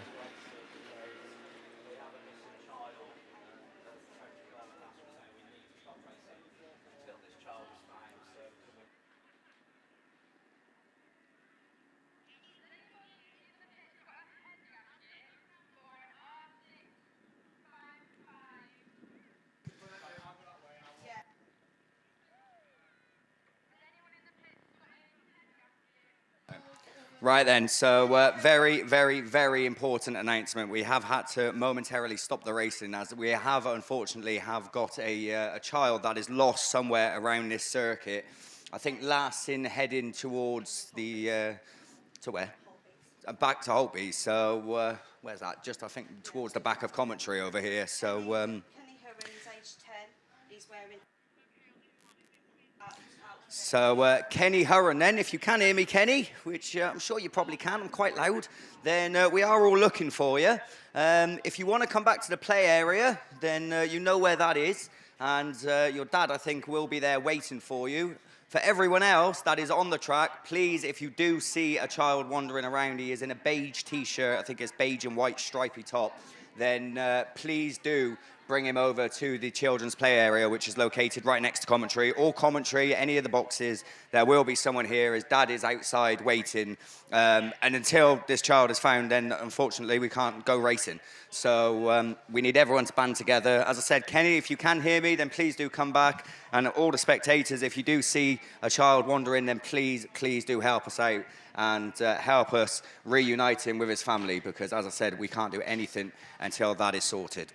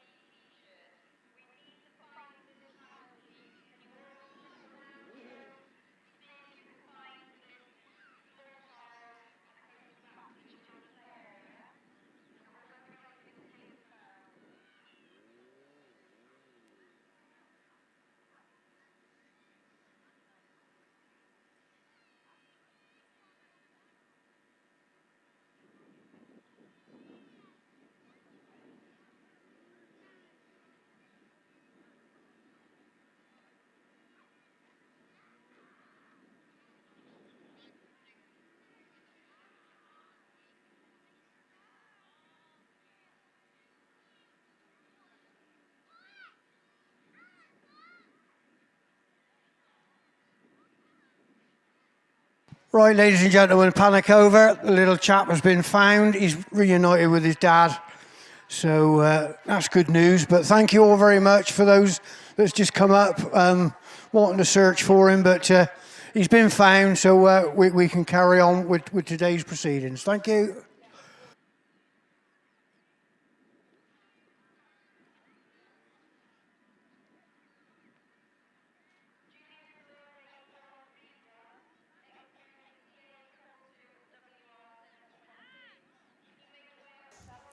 Well then, as Ray said, we are ready to go back underway. Well, we've got a second.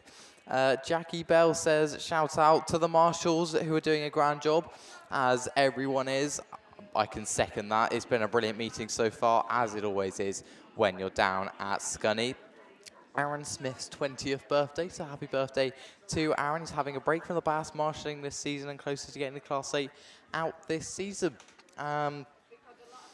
Yeah, as it rightly says, like we need more 8s. I think we've got 90 of them this weekend, which, as I said earlier, is absolutely ridiculous. ProLinks then, your series sponsor for men's Class 8s. We're away with race 12 on the run down to turn 1, having got time to go through them, as is Adam Alderton is Scunthorpe 327. He gets a good break from the line. White Rose 5 there or thereabouts as well. So is Cooper in Evesham 3. Evesham 2, should I say, Scunthorpe 327 though. Evesham 2, White Rose 5 and PhD 25. York 45 as well in what is 5th place. As they go down the far side though, is Scunny 327 of Adam Alderton from Rich Cooper in Evesham number 2, and White Rose 5 is Stu Whitehouse in what is 3rd place. As they come round and past commentary then, it is 327. A win he'll be very satisfied with.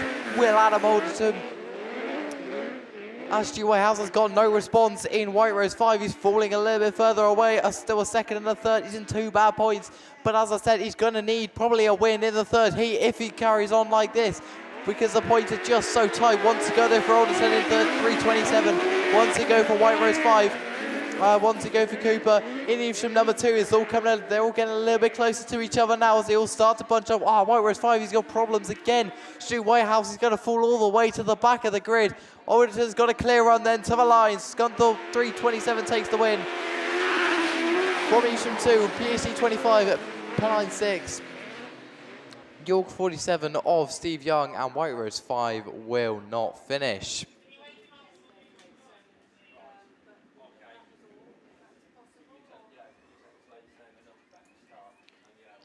So, down there on the line,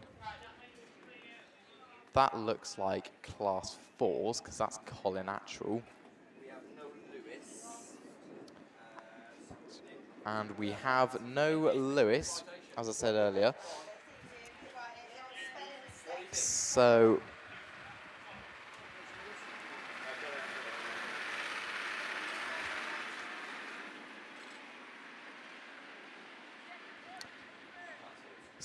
it looks like I'm going to hand you over to Ray.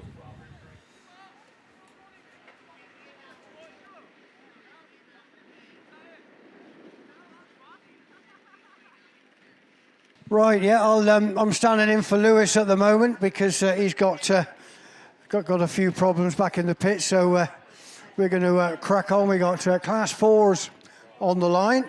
Just sorting out his paperwork. Thank you, Liam. We got 2 heats of 4, as we had this morning. The only thing is, Ray, you have to do it in a Welsh accent. if you're going to be a stand-in, you've got to have the accent to do it with. I won't do that. I'll go and get the wife, because she's Welsh, so we should be able to do that better than I ever could. But we should have in race 1, we've got SV7 Paul Reagan, and S434 Ben Gould, WR50 Tony Clarkson, BC25 Richard Williams, BC80 Nigel Bash, SN626 Charlie Steele, and MA5 Trevor Kuzak. But away we go then. Down at this, I don't think that this is the actual heat there, is it? Because you've got race 2, yep, so they swap this around. So looking there just to confuse us, got Andy Whittingham there in SR50. But look there, Gary Rickham, that's the one that fooled me there, IK13. but in the black machine, popped there in the second spot, but it looks like it's SN, is it 262, 261? It is, from IK13, S8Y, then it's SS 272 Colonatural. I wonder why they do this. They mix all the classes up just to fool us commentators, I suppose. M60, Nick Williams is out there, back into that 5th place. Then the rest of the field are coming through. Give them a quick mention. S4Y and SR50, which is Andy Whittingham, and S4Y is Tony Appleton. So around we go. Field spread out now. St Neots 261, Paul Byrell. Still your race leader. He's actually taking the checker flag now from S8Y, which is Tony Appleton. IK13, M60, SS272, S4Y, and at the rear of the field, SR50. So overall sponsors are Yorkshire Flapjack, round 2 sponsors Commercial Services Limited and A. Johnson's and Sons Limited. So now we've swapped them around. We got race 1, which should be SV7 Paul Reagan, North Shropshire 434. No, not even that. So the first heat's gone. So we got class 6s. They are messing me about, Liam, I tell you. So I'll get the loads of money signing on sheet for heat 2. And away we go then. Let's see if we get some sense out of this. Down into that bottom corner. Around we go then. It's 279. That's Richard Jones. So Richard Jones leading them the way into that pit corner. So they're all tightly bunched now. There's a challenge going on now for second spot with Rafford 205. That's Shane Jenkins. Shane didn't have a very good heat. He had a 5th this morning, so he's got a lot of work to do. Also Tinker as well there in York 35. Then we've got MA182, Jack Brown is on maximum points. He's back there into the in that 3rd spot. But he's being challenged on the outside by Y35, which is Jordan Tinker. Then around we go again then. Last lap this time at C279, Rafa 205, Mallow 182, Y35. I can't quite see it. David Horton, is he out there at the rear of the field? He is in that Rafa 27. Cole Proctor had a tumble this morning. So Carl's Evans. Checker flag this time then for Rafa 205, Shane Jenkins.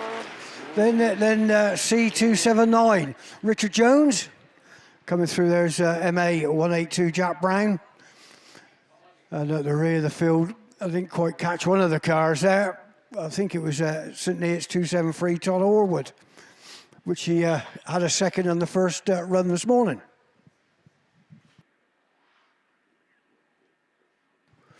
So looking down at race 2, up on the start line, I can see there Ollie Soul. Looks like he's in lane 8. Lane 7's missing. 2 and 4 is missing. So we got some cars missing out there. We got 5 cars that are run off on this one. Somebody smoking well at the top there. Looks like it was the CW51 car, Nigel Dooley then, puffing a bit on that start line, but it's no harm done there by the look of it. He takes it wide again, way out wide, which lets TA36 through. He's Mickey Manning's there, and E5, Holly Soul in St Neots 668. I can't quite see at the rear of the field. North Wales 251, Phil Duprez. So as they sort themselves out now, it's still TA36, which is Tristan Daniels. Ollie Soul there in the St Neots car from the CW51, Nigel Dooley. Mickey Manning there at Eastern 5, and the rear of the field there, North Wales 251, Phil Duprez. But the field now spread right out. There's a bit of a possession on that far side, but gingerly around that top corner they go. You can see how slick this track has become this afternoon with the rubber laid down on each corner. So they're all taking the last lap flag this time then. So your race leader at this time is still TA36, Tristan Daniels. Ollie Soul there still in that second spot. CW51, Nigel Dooley in third. There's checker flag then as they come through in 4th place then. Position 5, Mickey Manning. And at the rear of the field there, getting the points in the bag, is North Wales 251, Phil de Perez.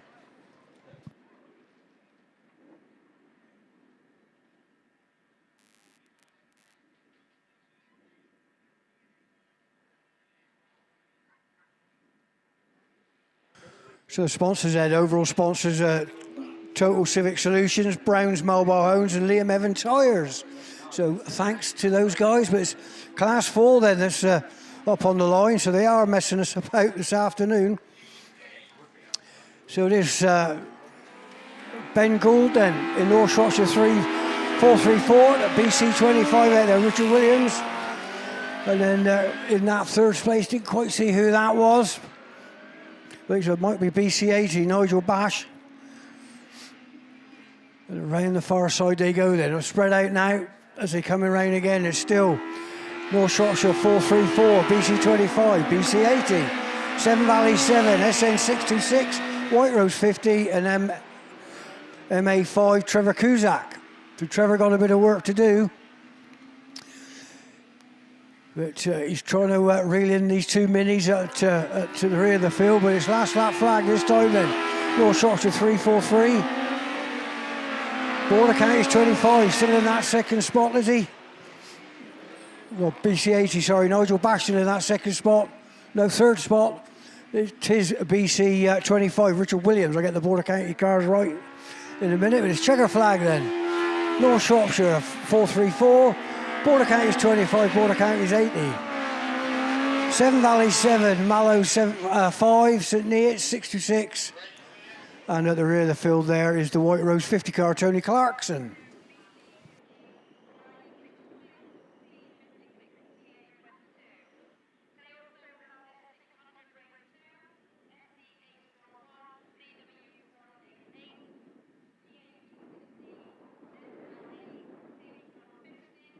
Yeah, cheers, Ray. So looking down to the line then, I think this is going to be my Class 8 rerun that I still have outstanding. This is a rerun, I believe, of race 1, and I think this is the 3rd attempt. So hopefully we can go 3rd time lucky with this one. So hopefully then we can get these Class 8s complete. I'm not sure if Finn has any outstanding reruns, but as I said, we should hopefully get this one done now. Race 1 is on and off the line. And have I spoke too soon? No, keep it going, boys. That's it. Let's go. So Popey it is then. That takes up the running in Spalding number 8. We've had contact in the early stages, but it's made no difference because they're all facing the right way and they've all got that foot planted to the floor as they go down the far side. Chris Pope is already away and clear, really, in Spalding number 8. The man of his experience shouldn't be making any mistakes at the head of affairs either. York 36 then is the one that runs there in that 2nd place position. As they go into that bottom turn, Harry Hirsch just holding off the challenge at the moment. Dan Hughes is getting closer though in Breednail 14. The race on the field is for 4th as Emily Jefferson's looking up the inside, keeping that tight line. I think that should be enough on this top bend as she's going to end up in a sandwich. As Scunny 85 now looks to come up on an even tighter line. So Dan Page is trying to get some more points as they go into that start gate turn for the ultimate time and the final time as well, because it's checkered flag. And I said he don't make mistakes. Chris Pope it is that drives to victory. Spalding number 8 takes the win. York 36 then we go to Breednail 14 of Dan Hughes. Then I think it was Dan Page, then the PAC 71 machine of Orion Price, and Emily Jefferson, unfortunately, finishing towards the tail end of the field in Scunthorpe number 20. But we got there in the end. It took 3 attempts, but we got it done. So that is my Class 8 done. As I said, I don't know if Finn has any reruns, but Prolix Suspension, ARD Race Cars, your very kind sponsors, are on 6s, and it's back to you. You didn't even take a breath, then. Blimmin' hell. Yeah, back to 6s. They're firing them at us now. So looking down there, we have race 4. We've got 152. We have Matt Manning. C65 then. SC6 Jack Parker. He's got some work to do, mate. He had a black flag in the first heat. So he's back there in 2nd spot. So he's got a lot of work to do. He could do with a win, really, if he's going to carry on for tomorrow. But looking back there, that 3rd place is Raffle 44, PA70, DA4 and PA37. So they've all had a mention now. Obviously DA4, Lee Wiley there in the blue pickup. But he's settled out now for that first place is 152 Matthew Manning. SC65 then, Jack Parker. PAC 70, just have a look, that's Ilan Lewis. There's got a teammate out there as well, who's at PAC 37, Adrian Brown. He's at rear of the field there, but the race is on then. For this checker flag's out now for E152, second spot, PAC 70, Raffle 44, SC65, DA4 comes through with PAC 37 at the rear of the field, which is Adrian Brown.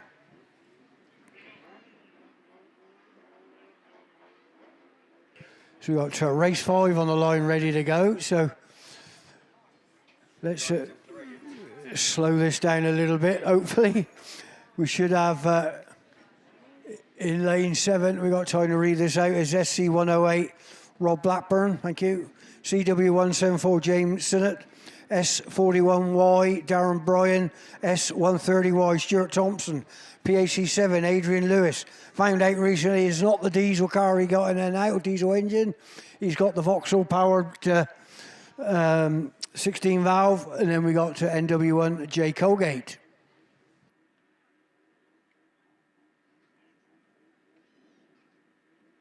So we'll all just take a breather, take a deep breath as they fired these out very quickly.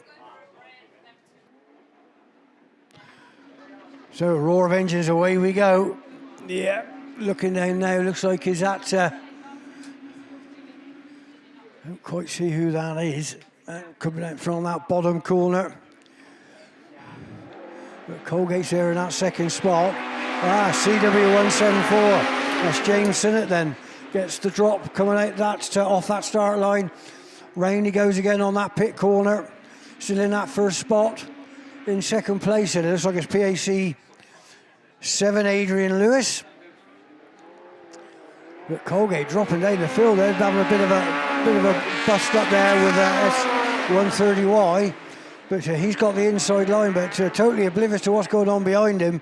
CW174, James Sinnott. But now Colgate gets his foot in the door in NW1 into that second place. Coming around again is S41Y, a teammate, S130Y. PAC7 dropping down the field. Scunny 108 of Rob Blackburn at the rear of the field. He's got some work to do, but they're all on the last lap flag now. So his checker flag made it, they're ready. Just crawling it around that bottom corner. He doesn't want to lose it now. Is James Sinnott. CW174. Jay Colgate, NW1. S41Y, Darren Bryan. Then it looked like it was PAC7 to me, Adrian Lewis. And then PAC108, Rob Blackburn, and we're car down. Oh, he's got broken steering as he comes round, which is S130Y, which is Stuart Thompson.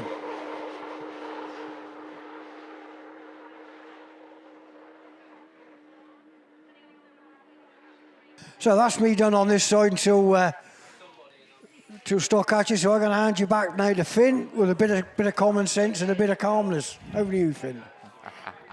I'm not sure about that. So we got 2 reruns of Junior Saloons down there on the line.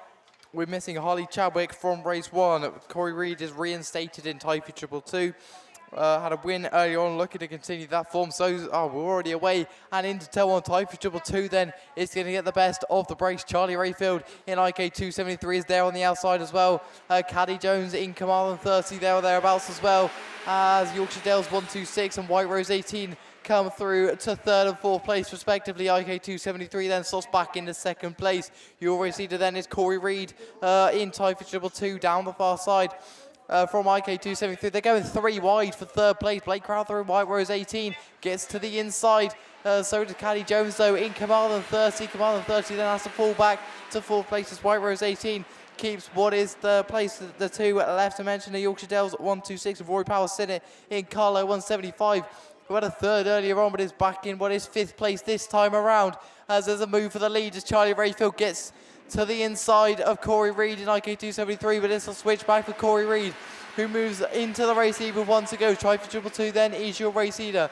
IK273 as Charlie Rayfield once again looks to be inside, hasn't got the grip this time around. Caddy Jones in Kamal on 30, White Rose 18, Carlo 175 and Yorkshire Dales 126. Into the final corner though we go with Corey Reed and Charlie Rayfield. I think Reed's just going to hold on from Charlie Rayfield and IK273. Caddy Jones in Kamal on 30, White Rose 18, Carlo 175 and Amy Draper in Yorkshire Dales 126. So race 1 runs to completion the second time around. Race 3 brings out Typhy 4, York 63 of Harrison Hurst, Betty Tilson in St. Neots 18, Ella Powell in Cumdee 182, Keaton Bridges in White Rose 114, Lossie Marie Chadburn in White Rose 13, and Casey Jones in Cambridge 33, who had a second earlier on. We're away with Betty Tilson though in St. Neots 18 and Casey Jones in Cambridge 33. As they go into turn 133 then, it's going to be your early race leader, White Rose 114 involved as well. Betty Tilson, St. Neots 18, gets the switch back, doesn't get the move this time around though. She has to slot back into what is second place. Cambridge 33, St. Neots 18, White Rose 114. And Typhy 4 gets to be inside. Oh, Tilson sideways in St. Neots 18. Typhy 4 just about avoids someone sideways and stopped up that tall corner. Harrison Hurst then looks to be inside in York 63. As they come around the final corner, it is Casey Jones in Cambridge 33. A huge gap back then to Typhy 4, York 63, St. Neots 18 of Betty Tilson in 4th place. Ella Powell in Cumdee at 182. Is that Harrison Hurst? I think York 63, who's this time got a sideways. St. Neots 18 comes to the inside of Typhy 4, so St. Neots 18 back up to second place. Casey Jones is looking good though at the front of the field. Nearly half a lap gap back to St. Neots 18 as they all move on to their final lap. Typhy 4 then in what is third place, and Ella Powell in Cumdee at 182. White Rose 13 is going to be a lapped car very shortly as Casey Jones comes around the final corner and picks up a well-deserved 55 points from White Rose 13. Is a lap down from St. Neots 18 of St. Neots 18 of Betty Tilson, should I say. Typhy 4, Cumdee 182, and a White Rose at 114 of Keaton Bridges, and Harrison Hurst in York 63. So I reckon that might be me done for the day. It's been a brilliant day's racing. Thank you to all of my fellow commentators and to Scunthorpe for putting on a brilliant... Well, yeah, I'm saying goodbye like I'm saying goodbye for everyone. But yeah, it's been a brilliant day for me. I'm going to hand you over to Lewis, who's going to take you through the rerun of the men's nines.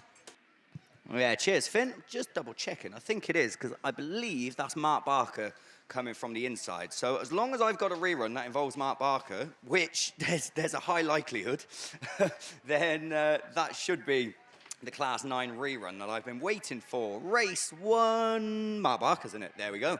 That's the one. So a rerun of Race 1. This is my final outstanding rerun to come your way as well. I ain't got any others, so got them out the way. This is a rerun, as I said, Race 1 of men's Class 9s, going without Neil Tivey, unfortunately, who was excluded. I think that was in the first attempt in West Waterford, 144. So big thank you then to our sponsors, Extract Shocks, your very kind series sponsor, and MJA Race Engines, your very kind weekend sponsor. Of course, we do thank all of our sponsors this weekend, and of course, our main sponsors for the British Autograss series, Kent Cams and Beresford Holdings, for being big supporters, of course, of the British Autograss series. I think, what is this, 31st year of BAS, I think? And I think, I don't know, I might be wrong on this, but I think Kent Cams has literally been a sponsor since day one.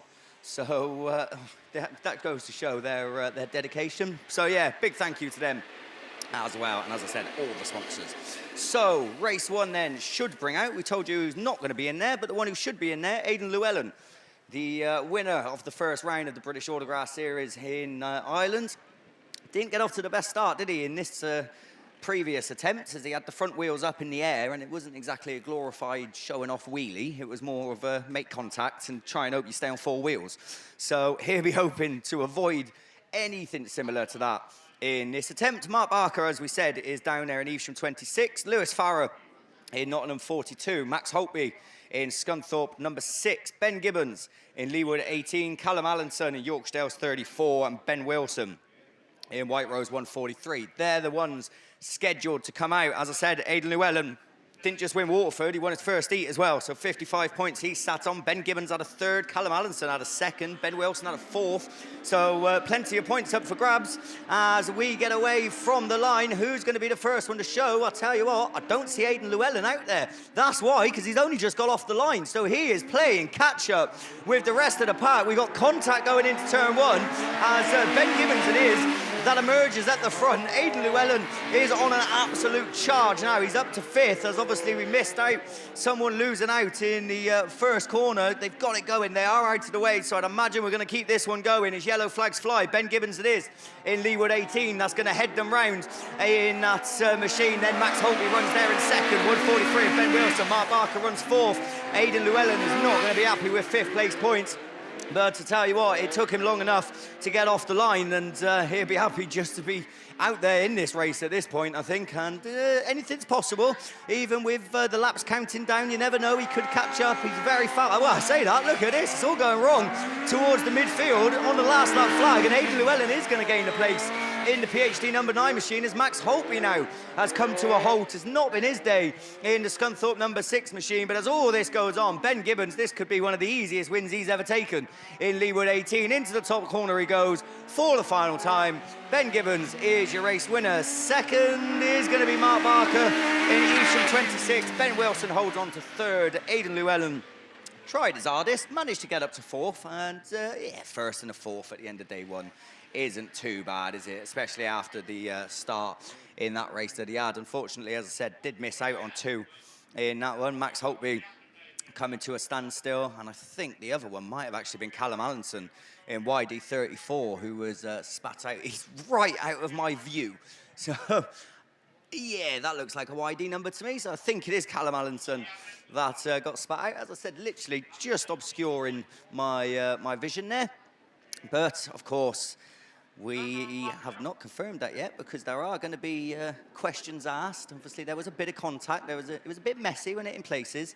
So we are going to wait for official confirmation and let you know once we do get it because we don't want to upset anyone.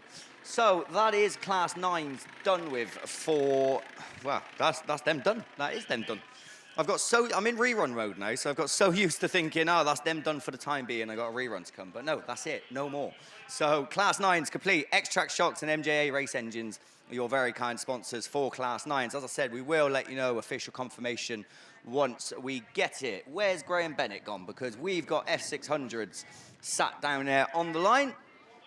So I'm sure Graham will come running in at some point. And then he will be the one to take you through the F6. Look at that, right on cue. Just as I mention his name, he runs in full speed. So there you go. Graham, talk us through the F600s. Cheers, mate. Learning from Steve and I, lastminute.com. In I come. Right then, as we say then, men's F600 down on the start line for their second run of qualifying here at the second round of the... Ooh, somebody's nicked my sheets away. Second round of the British Autograss Series Championship, sponsored by Kent Cams and Beresford Holdings, of course. Let's see who we've got in race 2. Heat 2, race 1.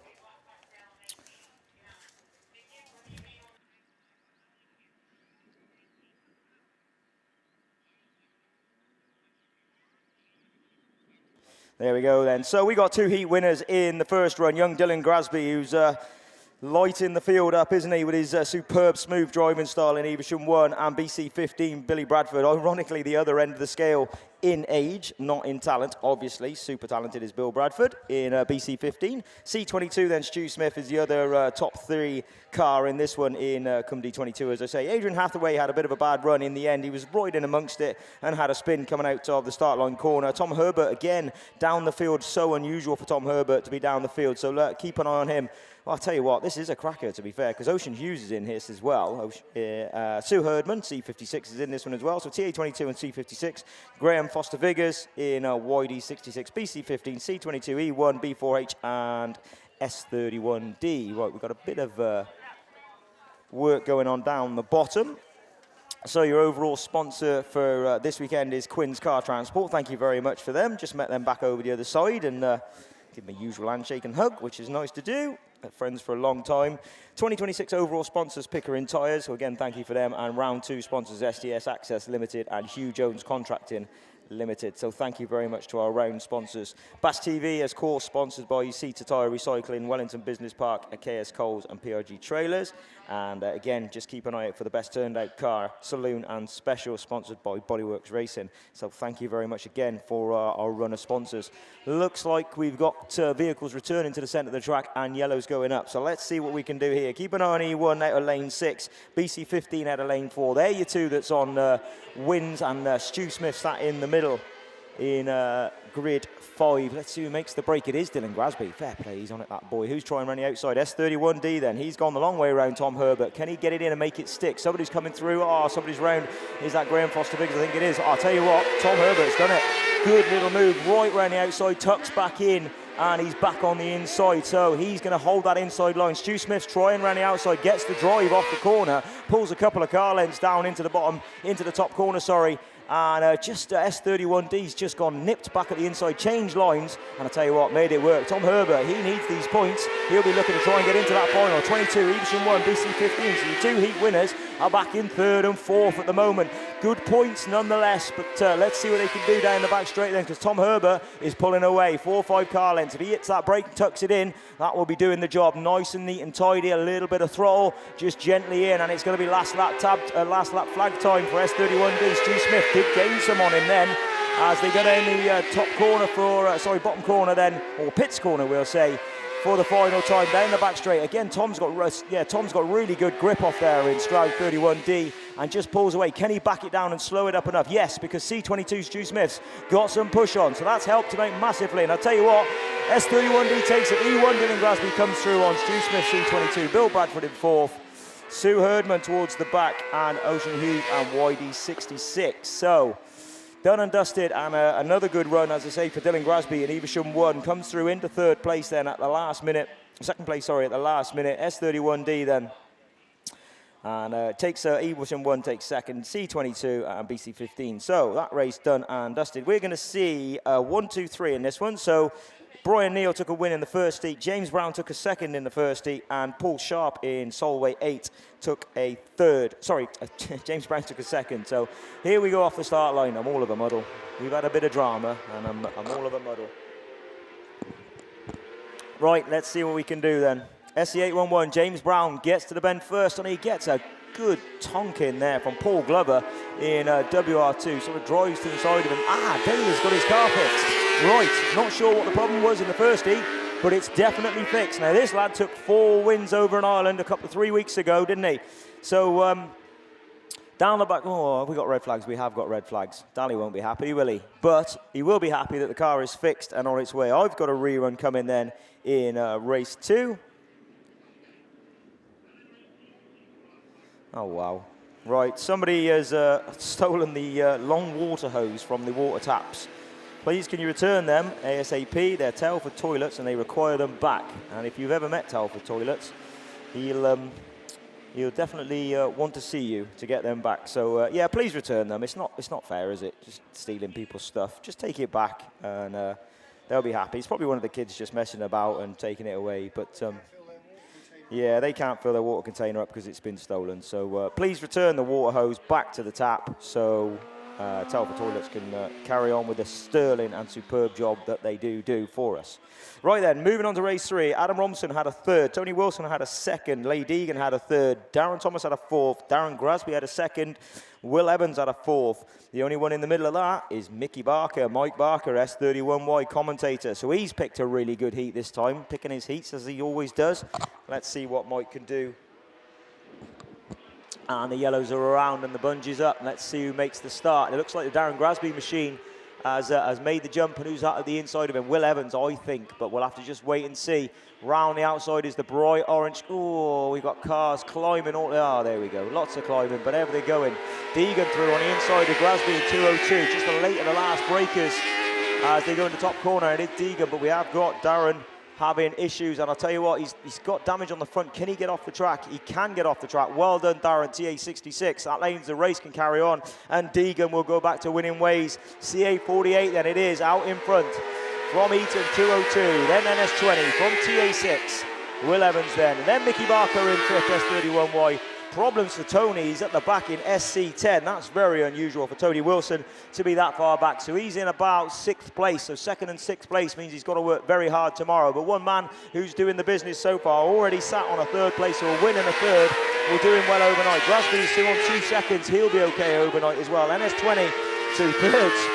He should be on the cusp as well, depending on how the points go. 3 heats, of course, of these guys. Tony Wilson, obviously, with problems, but it is checkered flag time this time round. And I tell you what, Sterling drive from Lee Deegan in Cambridge 48. Big flick over the line. Evesham 202, NS20, TA16. Right, I did see WR2 Paul Glover. Ah, there you go, Mickey Barker. Thank you. He comes over and takes that 5th place. And then Tony Wilson will just come round and get his points. There was a lot of climbing in that bottom corner, so he's obviously got a bit of damage that they're going to get sorted. But that race had run to completion. I haven't heard anything on the radio to say there's any issues. One thing for sure, though, race 2, Paul Glover, unfortunately, that's a black flag, I guess. Yeah, black flag. And he will be missing. He did have a very heavy contact in the first corner, so unfortunately, Paul Glover's going to be missing from that. Right, we're on... Stockhatch, is it? Stockhatch. Is that you, Ray? Are you having a go at Stockhatch? Yeah, Ray Wyatt's going to jump on Stockhatch then, because the Italian stallion is out there doing his car after a bit of damage. So over to you, Ray. Thank you, Graham. Yeah, I can't palm these things off. I don't know, you guys are putting up with me, really. I can't put up with myself half the time, but we'll give it a go. Lewis is still nursing a bad wrist, I believe, and a poorly car, I believe. So hopefully he'll be back with us tomorrow, and in both commentary and racing. But we got Stockhatch on the line. We've got a full grid. So Rev of Engines, and let's see what we can do. Getting late in the evening now. The guys are getting a bit tired and grumpy. But away we go. Oh, a bit of bumping and balling going into that bottom corner. It's far side the car slowing right down there. But someone's gone really out wide. But it's IK505 with Radford 428 then into that corner first. Side by side they go. So it looks like they're stuck together there. But the Radford car's got pulling away now. 1-2 car lengths ahead in that first position, which is Radford 248 Dean Smith, is it? It is. Then it's IK505, which is Dan Munford, as they come up through. So around we go. It looks like SL91, they're making some legs in that third place, the far side. We got Safe Somerset 44. Oh, Scott Atkins. We've got a casualty here in Cambridge 201, but last lap we're on now then. 5th place is Safe Somerset 16, PAC 66 and PAC 26 at the rear of the field. But your race leader at this time then is still the Radford car there, a 248 Dean Smith. Slows it down slightly, going to that bottom corner. Oh, takes it a bit wide, which is let the IK505 catch up slightly, but no, he's got to take that second place. Third, SL91. Safe Somerset 44, Safe Somerset 16. Coming through there, then we got the PAC 26 and the PA 66 of Josh Blackmore. So it's not saying too much, he's looking encouraging on that one. But we've still got race 2 then on the line, looking round. The marshals are at their post, so there's nothing untoward out there on the circuit. But looking back now towards the start line, clearance on the start line. And we're under starters orders, and away they go. Again, we got a full grid of 8 in race 2. As we come down, they're all bunched up together as they come down into that bottom corner. Who's going to be the brave? As they're going out wide, you've got to take that inside line while they've all shot it wide. Is that going to work? Oh, B1H has got the drop on that bumper flailing at the back. So a bit of contact as they wait in that bottom corner then. But they sort of single filing themselves away now as B1H then pulling away from the rest of the field. That's Dan Hughes Come and see that second spot, having a challenge on the inside, a bit of a nudge there as he comes through. Rubbish Racing, as they said, from Lud 64, DA25. He didn't have a very good run the first heat. If I remember that he was broke down in front of us on the first heat. But around we go again then. So the race is on at the rear of the field, to and fro in. But it's last lap flag this time then for B1H, Dan Hughes. Then it's at Lud 64. DA25, PSA22, M4, Y774, and I think that's a CW903 Mark McEvoy at the rear of the field. So they're all really strung out now as they come round. They're all on the last lap flag. Checker flag ready this time for B1H. Lud 64, DA25, PC22 just pops M4 to the finish line for Y775. And then the CW903 at the rear of the field.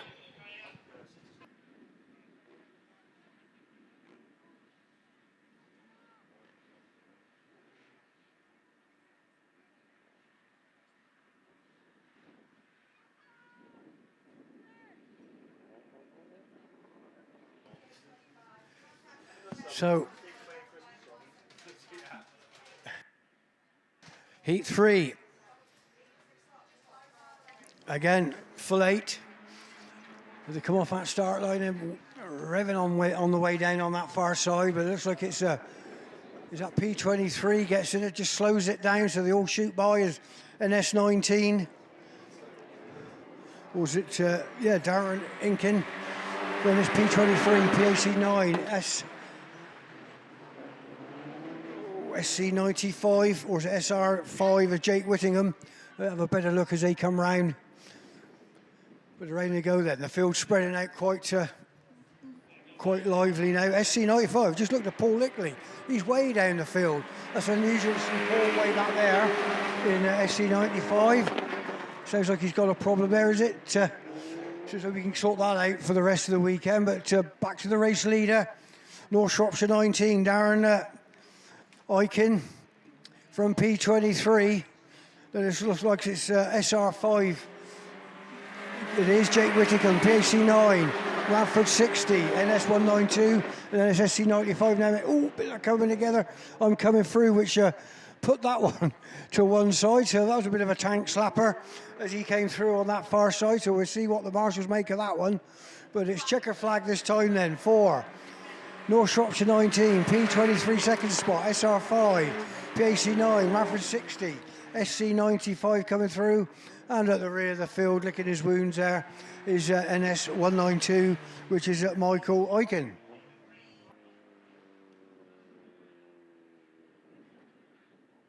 So as we suspected here in the commentary box, SC95 receives a green flag for contact up on this top corner. So that drops him back 2 places.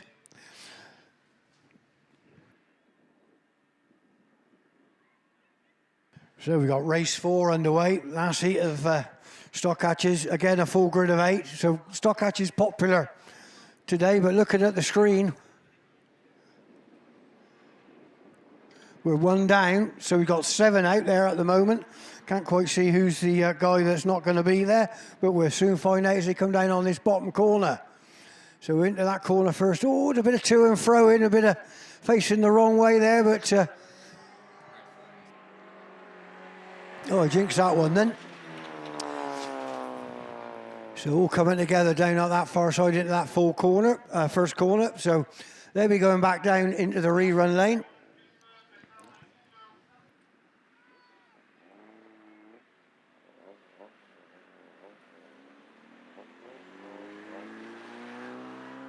Go on, just to see what the fun Lewis is missing by not being here.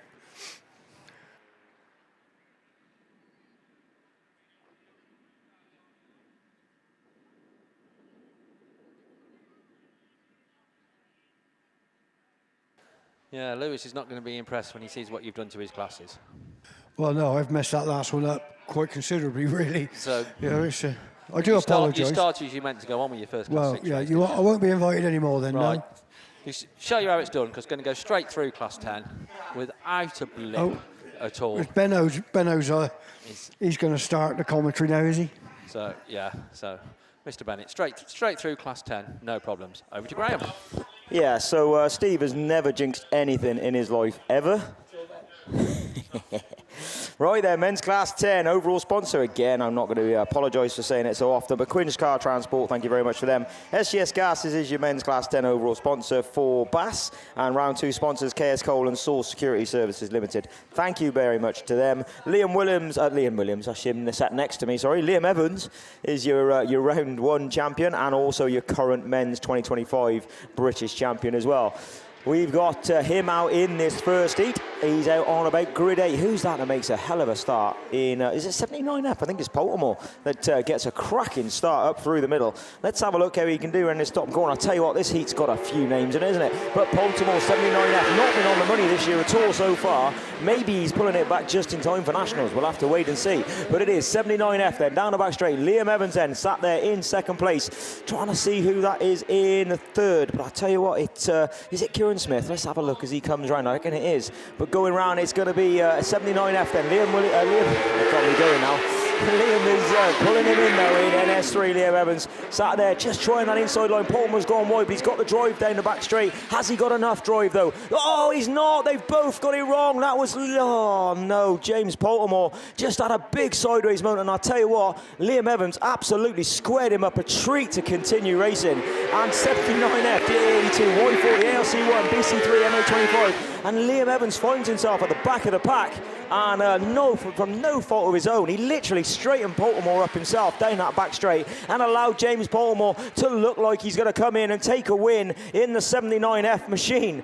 And he has. 79F takes the win from the A82. Tinker in 40, ARC1 in 5th. Oh, a great drive back through to 5th place for Liam Evans then. But he's sat on a 3rd and a 5th. He's not going to be happy with that. Absolutely not his fault at all. C44 then, Ken Watkins coming over in last place. But down that back straight, Polmore just got loads of sideways on. And Liam clipped him, put him back square, but took himself out. And I'll tell you what, that was a hard last lap and a half for Liam Evans to pull him back through to 5th place for him. So race 2 then, that one's done and dusted. Race 2 sees a 3rd place and 2 4th places.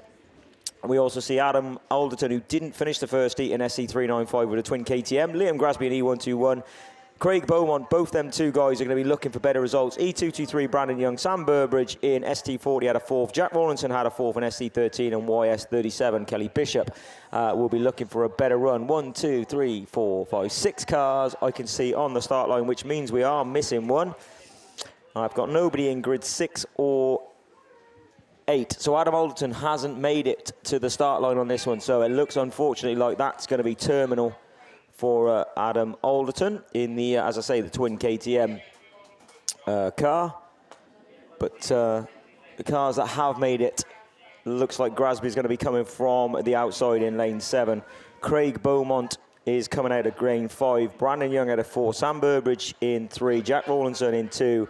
And Kelly Bishop out there in there on grid 1.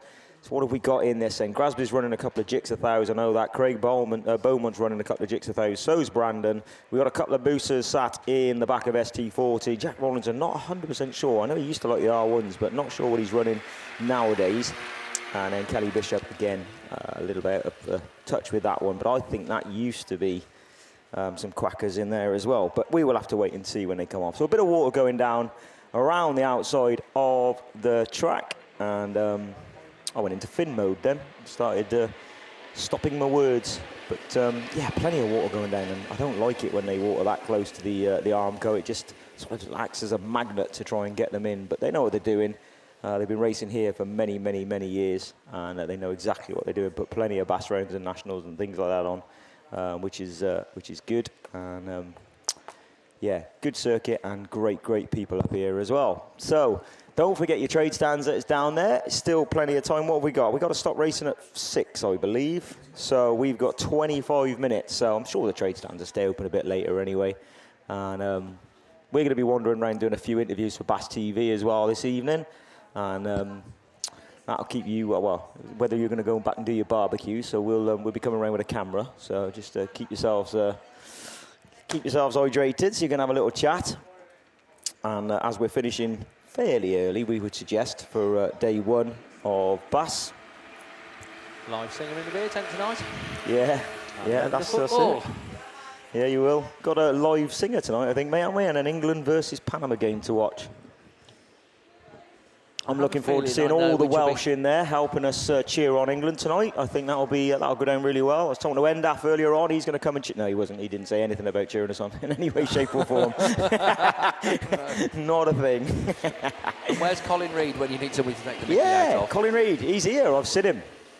So yeah, I'll go see him. We'll round him up. He can come and cheer us English on as well. Yeah, absolutely. Traitor, anyway, he's gone circuit racing. Traitor, how dare he? Yeah. He'll be back in a grass car soon enough, no doubt. Obviously out there helping us, the Scottish borders as well, isn't he? And helping them out there, Central Scotland. He's still doing a lot to. into the sport, I think, to be fair. But One of the most travelled men in our sport, hasn't he, over the last 4, 5, 6 years. So plenty of respect for that man.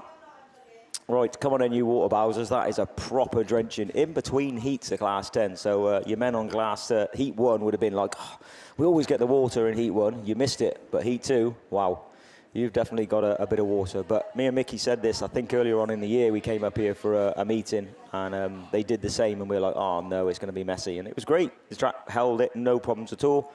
And I'm pretty certain it's probably going to do the same again. Are you happy, Steve?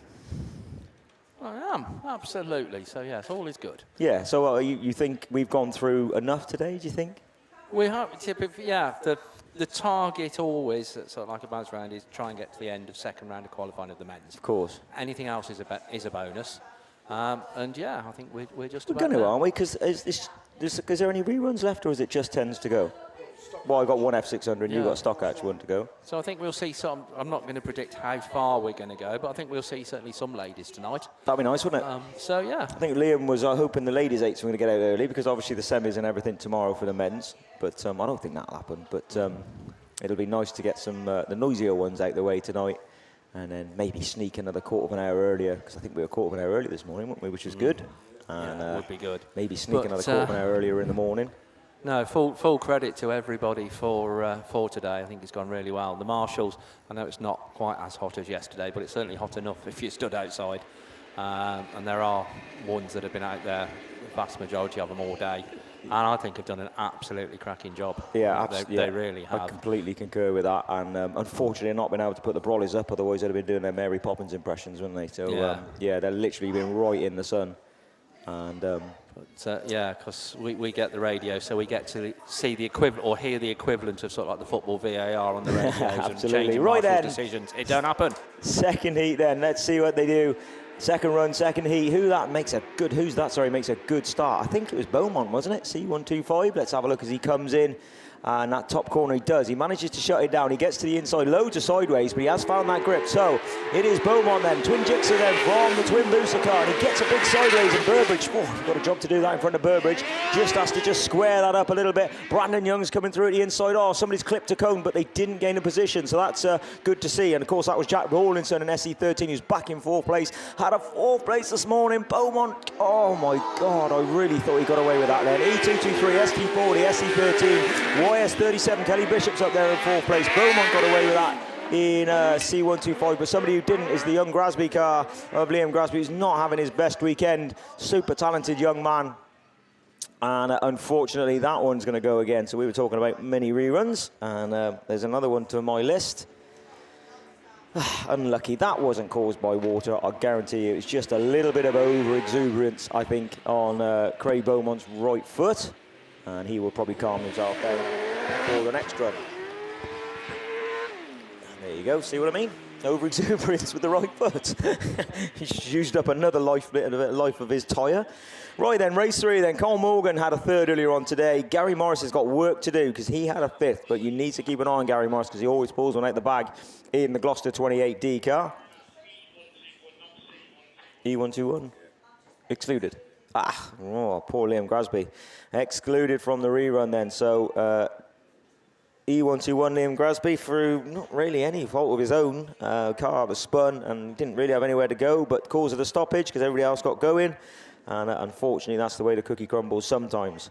As I was saying, Carl Morgan sat on a 3rd. He's coming out of lane 8. Gary Morris sat on a 5th, coming out of lane 7. Dan Ray had a really good win this morning in the Mallow 48 car. He's coming out of lane 6. Luke Bennett had a 2nd this morning, coming out of lane 5 in North Wales 162. Rio Xian is there in PAC 44. Andy Hornshaw got rid of the boosters for this weekend and is sat in, and forgive me, I didn't do Class 10s over in Ireland, so I don't know whether this is a new car for this weekend or whether he was running the Millington over in Ireland earlier on in the year. But definitely a change of car from what I saw last year, the very successful twin-engined, twin Hayabusa car that Andrew run. So he's now sat in that not exactly cheap-powered car, is it, the Y7 in the Diamond Millington? And Eddie Milder, C99, whose whole car, Eddie, probably owes him less than Andrew's gearbox, to be fair, but has an equal amount of fun.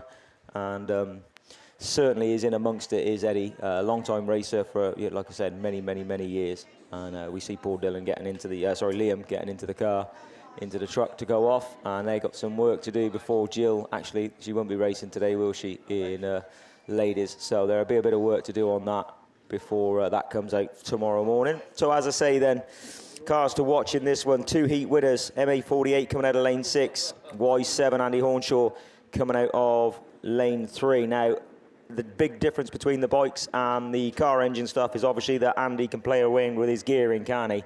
So he'll look at the track, see what's been going on, maybe change a few gears through this. Let's see if it's worked for him. Revs are rising, yellows are going up. Let's see who makes the start this time. Ooh, he had a good start, didn't he? So, yeah, he did, but not as good as Bennett in that twin Gixxer car. He's got to the bend first, throws it in sideways. Used to be a wheelie machine, this, but he's really calmed it down. But, oh, my word, Hornshaw's driving through. G28D, I did say, didn't I? Gary Morris pulls it out now and then. He's got to cross that wet, though, and Hornshaw's right around the outside of him. So let's see if there's any flags given here. We'll have a listen on the radio to see what's going on, because it was quite aggressive from Andy, but, you know, we are used to it in Y7. But likewise, I say likewise, but he's away anyway, so Gary Morris is up there behind him. Y7 then, from G28D. Oh, Bennett with loads and loads of sideways. Dan Ray then sat on a win and a 4th as we speak at the moment, trying to get at the inside of Bennett there in 3rd place. Down the back straight they go, and I tell you what, he's got a singing, isn't he? That, of course, is the same, basically the same car, probably as his Class 9, so he'll be well dialed in on it. Last lap flag time, Y7. G28 did a better run for Gary Morris on a 2nd. MA48's gone up to 3rd place. He'll be starting on winning a 3rd overnight. And then we go back, Carl Morgan. He had a 3rd this morning, but he's right at the back of the pack this time. Unusually for him, Eddie Milner just in front of him, Rio Xian just in front of him. But it is checkered flag time, and it's going to be a win for Andrew Hornshaw in York 7 from Gary Morris. Good 2nd place there, G28D. Mallow 48 from Bennett then in 4th place. Eddie Milner from BAC 44 and BC 666. Bringing up the rear. Job done and dusted on race 3. Like I say, all's fair in rubbing and racing. And race clear. So, Andy Hornshaw, you got away with one. But you won't mind me saying that. Anyway, race 4 sat on the start line. We have race 4 sat on the start line. Mark Pascal coming out of lane 8. He's on a 3rd. Andrew Bishop had a really good run this morning. Sat on a win. And he's coming out of lane 7. Dean Brown, H495. Joe Clarkson had a terrible run this morning, so he'll be looking to move up. Paul Coles had a great start in the SS9 car, but he finished 2nd. Phil Young sat on 4th place, and your other winner in this run is going to be BC22 Lance Bowen, who probably isn't going to be the happiest bunny in the world coming out of lane 1, but let's see what he can do. A couple of spaces missing, which we were expecting. Lane 5, which looks like lane 5, so yes. Right, revs are rising. Let's see what we can do then in this one. And away, who makes the start? Paul Coles from the centre of the grid. I tell you what, 5-6 car lengths he pulled just off there. Can he back it down and slow it down enough? Lance Bowen does back it down. He's at the inside of Phil Young and puts that back end in towards him, but he gets away with it. YS1 then, Bish, same move as he pulled this morning, moves himself up into 1st, but then has a terrible 2nd bend on this pits bend and just sends himself out wide and allowed Lance Bowen to come back underneath him. But it is the car that Lance looks after, to be fair, in front of him. So it's Paul Coles driving really well on that inside, but he's leaving a bit of a gap, and Bish is saying, I'm having some of this as well. So YS1 now comes through. So we've got a mixture of engines, a mixture of cars and car builders Paul Coles there. Actually, they're all the same carburetor, so his XC works all the way through. 1, 2, 3 there at least, but definitely a mixture of engines, because you've got Lance with the big thumpers out on the far side, Colesy with the Gixxers, and then the Kawasaki's. Lance is trying that outside line again, and I tell you what, Coles is holding them off. Last lap flag time, you can hear the different note of that engine on the Border Counties 22 car, and he's got right around the outside. Coles is pushed on, and I tell you what, Lance actually helped him because he squared him up, but Lance has now jumped into that first place as he goes into the bottom bend, and it's going to be BC22. Now, can he get up at the inside of him in YS1? He's got the drive. Coles is coming through, but it's 22 from 9 from 1, 292, 23, and Mark Pascal. So unusual for Mark Pascal to be at the back of the field, but I tell you what a great run and a really good recovery for Paul Coles. Just got that bit of push on the start line corner, and just to be fair to Lance, squared him up. A bit of team racing. Squared him up and managed to get him back, and he managed to get that place back to pick up a good second place. Class 10 done and dusted. Race 4, sorry, but we have got race 2 to rerun coming shortly. We're going to go to, what's this then, Steve? Men's, ladies? Ladies 1, so we are getting on to some ladies racing. Come back to you shortly with some reruns. Right, we are going to have some ladies racing, but we're led to believe that ladies class 1 is going to be the last class of the day. Now, I don't know what's happening with regards to the reruns, I will admit, but yeah, we've been told that ladies class 1 will be the last class of the day. Right, another important announcement then. League secretaries, if you're here and if you've got access, you will have seen that the long-awaited, and I know there's always a lot of interest in these, men's nationals allocations are out today. So they have been sent to all the league secretaries, so each league will know how many allocations they've got for the men's nationals in each class. As a knock-on to that, then the hosts, Border Counties, are now opening up priority parking, pits parking, call it what you like, you know what it is. So the priority parking for the men's nationals will open at 6 o'clock tonight. The club didn't want to announce anything until the allocations were out, to be fair to everybody. So if you want a priority parking slot at the men's nationals, you need to go to the Leominster Auto Spares stand, which basically is, I think it's a couple of stands down from the beer tent, and pay in cash. Stress the in cash. We shall stress it again after this race, because we are racing Lowry Howard Davis, heat winner last time, second last time round. Maddie Owen was the heat winner in North Wales 51. This is a bit competitive, this one. Frankie Dunmo runs in second place in Scunthorpe 59. She had a second in the first round of qualifying, but going down that far side, Tyre 2, it is, that's the race leader, so she's looking to book a first and a second. Frankie Dunmo looking to book a second and a third. Heat winner last time round was Maddie Owen. She's currently running in third. Told you it was competitive. So those leading three then just pulled away from Faye Steventon in North Shropshire 951, Eastern 24, York 72. She had a second last time, but a bit further down is Jess Farrow, but the leading three just pulling away a little bit down that far side. But Tyre 2, it is under strong challenge on the inside from Frankie Dunmo in Scunthorpe 59. Frankie Dunmo takes up the run in North Wales 51, Tyre 2. Tell you what, Flash, Faye Stevenson isn't out of this in any shape or form in North Shropshire 951, but time is ticking away on this one as the checkered flag is already being made ready. And it is North Wales 51 on the outside that's going to come round, and I think make it 2 wins out of 2. Scunthorpe 59, Tyre 2 then just, I reckon, heading North Shropshire 951. They came across the line together in every position on that one, didn't they, just? So cracking stuff from the first heat, second round of qualifying of the ladies class 1s. Overall sponsor for class 1s for the British Autograss Series, Daniel Brewer Property. The round sponsors Harden Plan Tyre and Mark's Vehicle Repairs. Race 2 brings out 2 heat winners from last time round. Lexi Owen in North Wales 97 and Maddie Tilson in St Neots 16. They're joined by Nia Jones in Tyre 352, Caitlin McCready in Down Autograss 917. North Shropshire 89, actually, looking at it, should be in this race. Not quite sure what happened there. And also Laura Henry is, North Shropshire 89 is out in there. So yeah, that got totally confused, or I did, trying to do 2 things at once on race 1. So yeah, ignore me. Right, down the far side then. Let's try and do a bit better on this one. It's been a long day. The leading three then just pulling away a little bit and coming back round towards us. It is the Tyre 352, St Neots 16, down Autograss 917. Laura Henry having a much better run this time round in the SR19 machine. But down that far side, then the leading two just pulling away from the rest of the field as they come back round.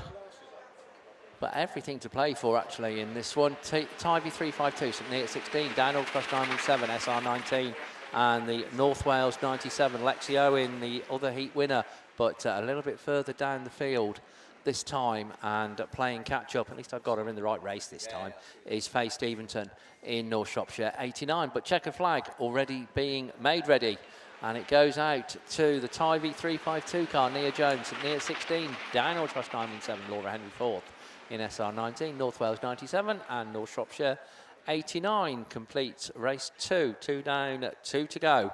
Race 3, then Chloe Ray in Border Counties 150, Emily Lodge in Scunthorpe 342, Lily Chapman in 10F, Sarah Lovett in IK 37, Victoria Tilson in St Neots 296, and Jade Pole in Radford 121.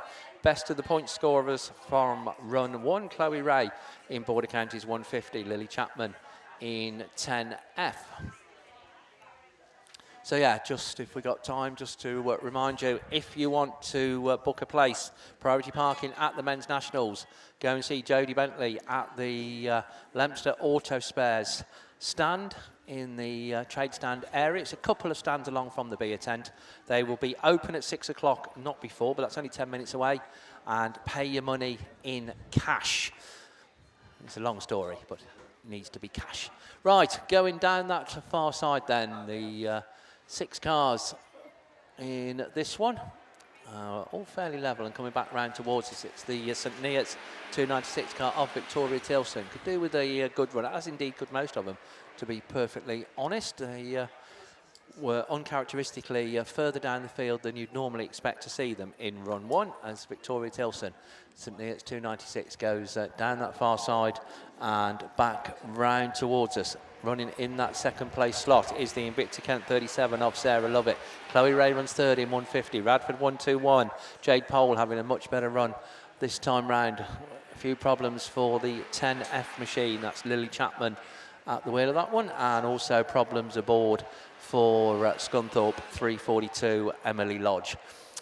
But last lap flag goes out, and it goes out to Victoria Tilson in 296, IK 37 and Border Counties 150, and Radford 121, Jade Pole, all those 4 successfully onto their final circuit. 10F it is though that comes round also to start her last lap, but checkered flag we're looking for, and we're looking for it for Victoria Tilson in St Neots 296. IK 37, Sarah Lovett in second. Chloe Ray third in Border Counties 150. Radford 121 is Jade Pole. And 10F is Lily Chapman. And completing it all at Scunthorpe 342, Emily Lodge. Right, we've had a child's bike that's been taken. Unfortunately, a black frame with green writing. Please return it to the children's area. We really don't want things like this at Autograss Racing. We're better than this, Autograss supporters. We really are. So, child's bike has been taken. Black frame with green writing on. Please, can you return it? No questions asked, to the children's area. That would be much appreciated. Thank you very much indeed. Right, here we go then on this one.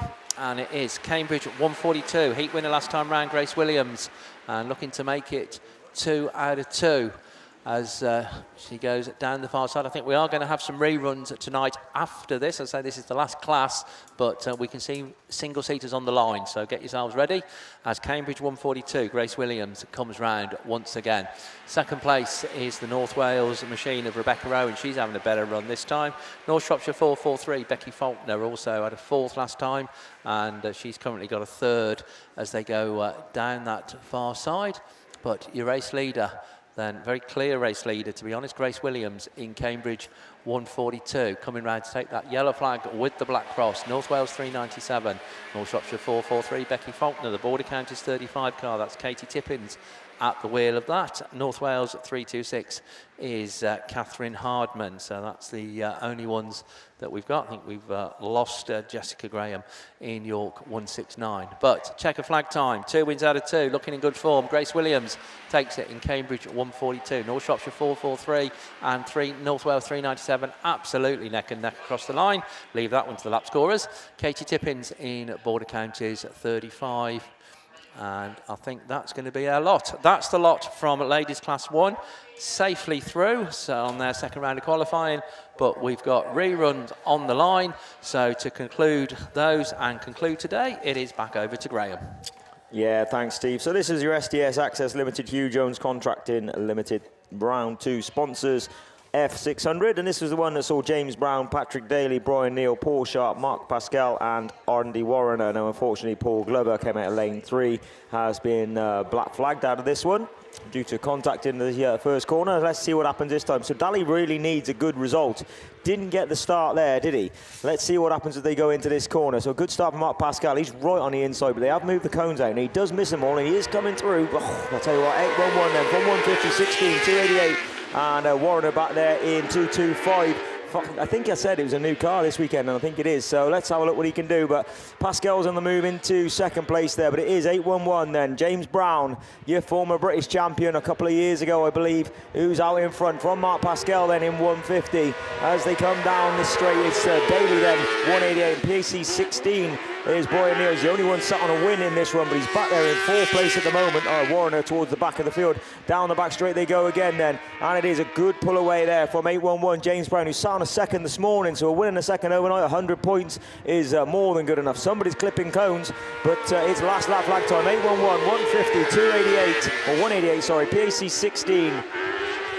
That's your top 4. Daly's trying to make a way through. Like I said, sat on 4 wins last week and nothing this weekend. Last round and nothing at the moment. He's going to try the outside, but Mark Pascal gives it that extra blip. Now, does he switch him as he comes in? He does, but I don't think he's got it. It's an 8-1-1 that takes the win. 150 from 188 from PAC 16. Brian Neal. That's going to shake it up a little bit. As I say, he was sat on a win and now a 4th. And NS225 then Andy Warrener. That's your men's F600 round 2 of qualifying done and dusted. We have got men's 9, I think, is on the line. Liam, is it? Yeah, so back over to Liam. Yeah, cheers, Graham. My only outstanding rerun, this did actually go through. But obviously, Marshall's had conversations after the race had finished and seen something they wasn't happy with. So it did end up going into the rerun lane. And I'm going to say that we are going without Ben Gibbons in Leewood 18. So there we go. There was discussions about it. I think there was contact on one of his moves going up the inside, I think, to take the lead. Made contact, and as I said, race did run to conclusion, but obviously the marshals had a look at it and decided that they wasn't happy with it. And ultimately, I think it was Callum Allenson who missed out. I think he actually ended up the worst off in the scenario, so obviously didn't end up finishing the race, and obviously the marshals deemed it more than appropriate for them to rerun the race in order to give Callum a chance of obviously getting some points on the board for Heat 2, something that wasn't his fault. So that's what we're going to try and do. We're going to go racing with your men's class 9s. Only 4 of them left, but I'm sure they can make a good race of it. Aidan Llewellyn will be well happy that this has been rerun because he didn't get off the line, did he, in the previous attempt? He's got off the line this time, but he's not going to lead them round because it is going to be Callum Allenson. That's going to be the first one to show. Aidan Llewellyn runs second. Ben Wilson's out there along with Mark Barker as well in Evesham 26. So they're the 4 drivers that are out there doing battle. At least even if they finish at the back, they're going to get at least 28 points, so can't be too bad for them as they go into that top turn 4 another time.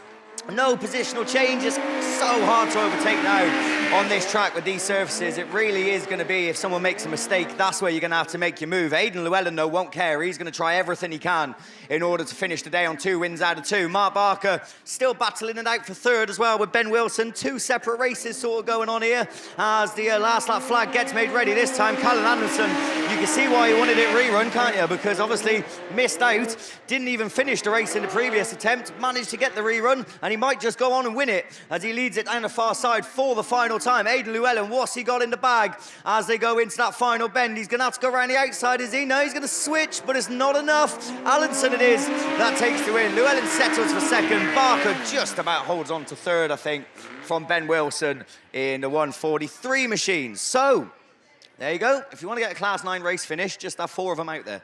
That is them done and dusted with. So Class 9s are finished for the day. And what we got? We've got Class 10s, I think. So it's back over to Graham. Cheers, mate. Yeah, so this is our rerun of men's Class 10. Sorry, mate. Who gets that into the first corner then? Let's have a look. Beaumont does make the start again, doesn't he? I think. Let's have a look. And it is Burbridge at the inside. But who's that? SC13, a lot better run now. 2-2-3. So who are we missing in this one? Liam Grasby and Evesham 121. Round they go then. And here's Beaumont just, I think, isn't it? Down the back straight. Oh, I'll have to have a look. It's getting duskier and duskier and I can't really catch him, but we will have to wait to see if he can hold it this time. Well, he gets a love tap there, but it is 1-2-5 then from SC13. They're backing wheels down the straight. Bit of Robbins racing's always good to watch, isn't it? But they're having a good battle at the front, and it's Beaumont then versus Jack Rawlinson and SC13. Now, both of these could do with a good result. I don't want to wipe each other out, though.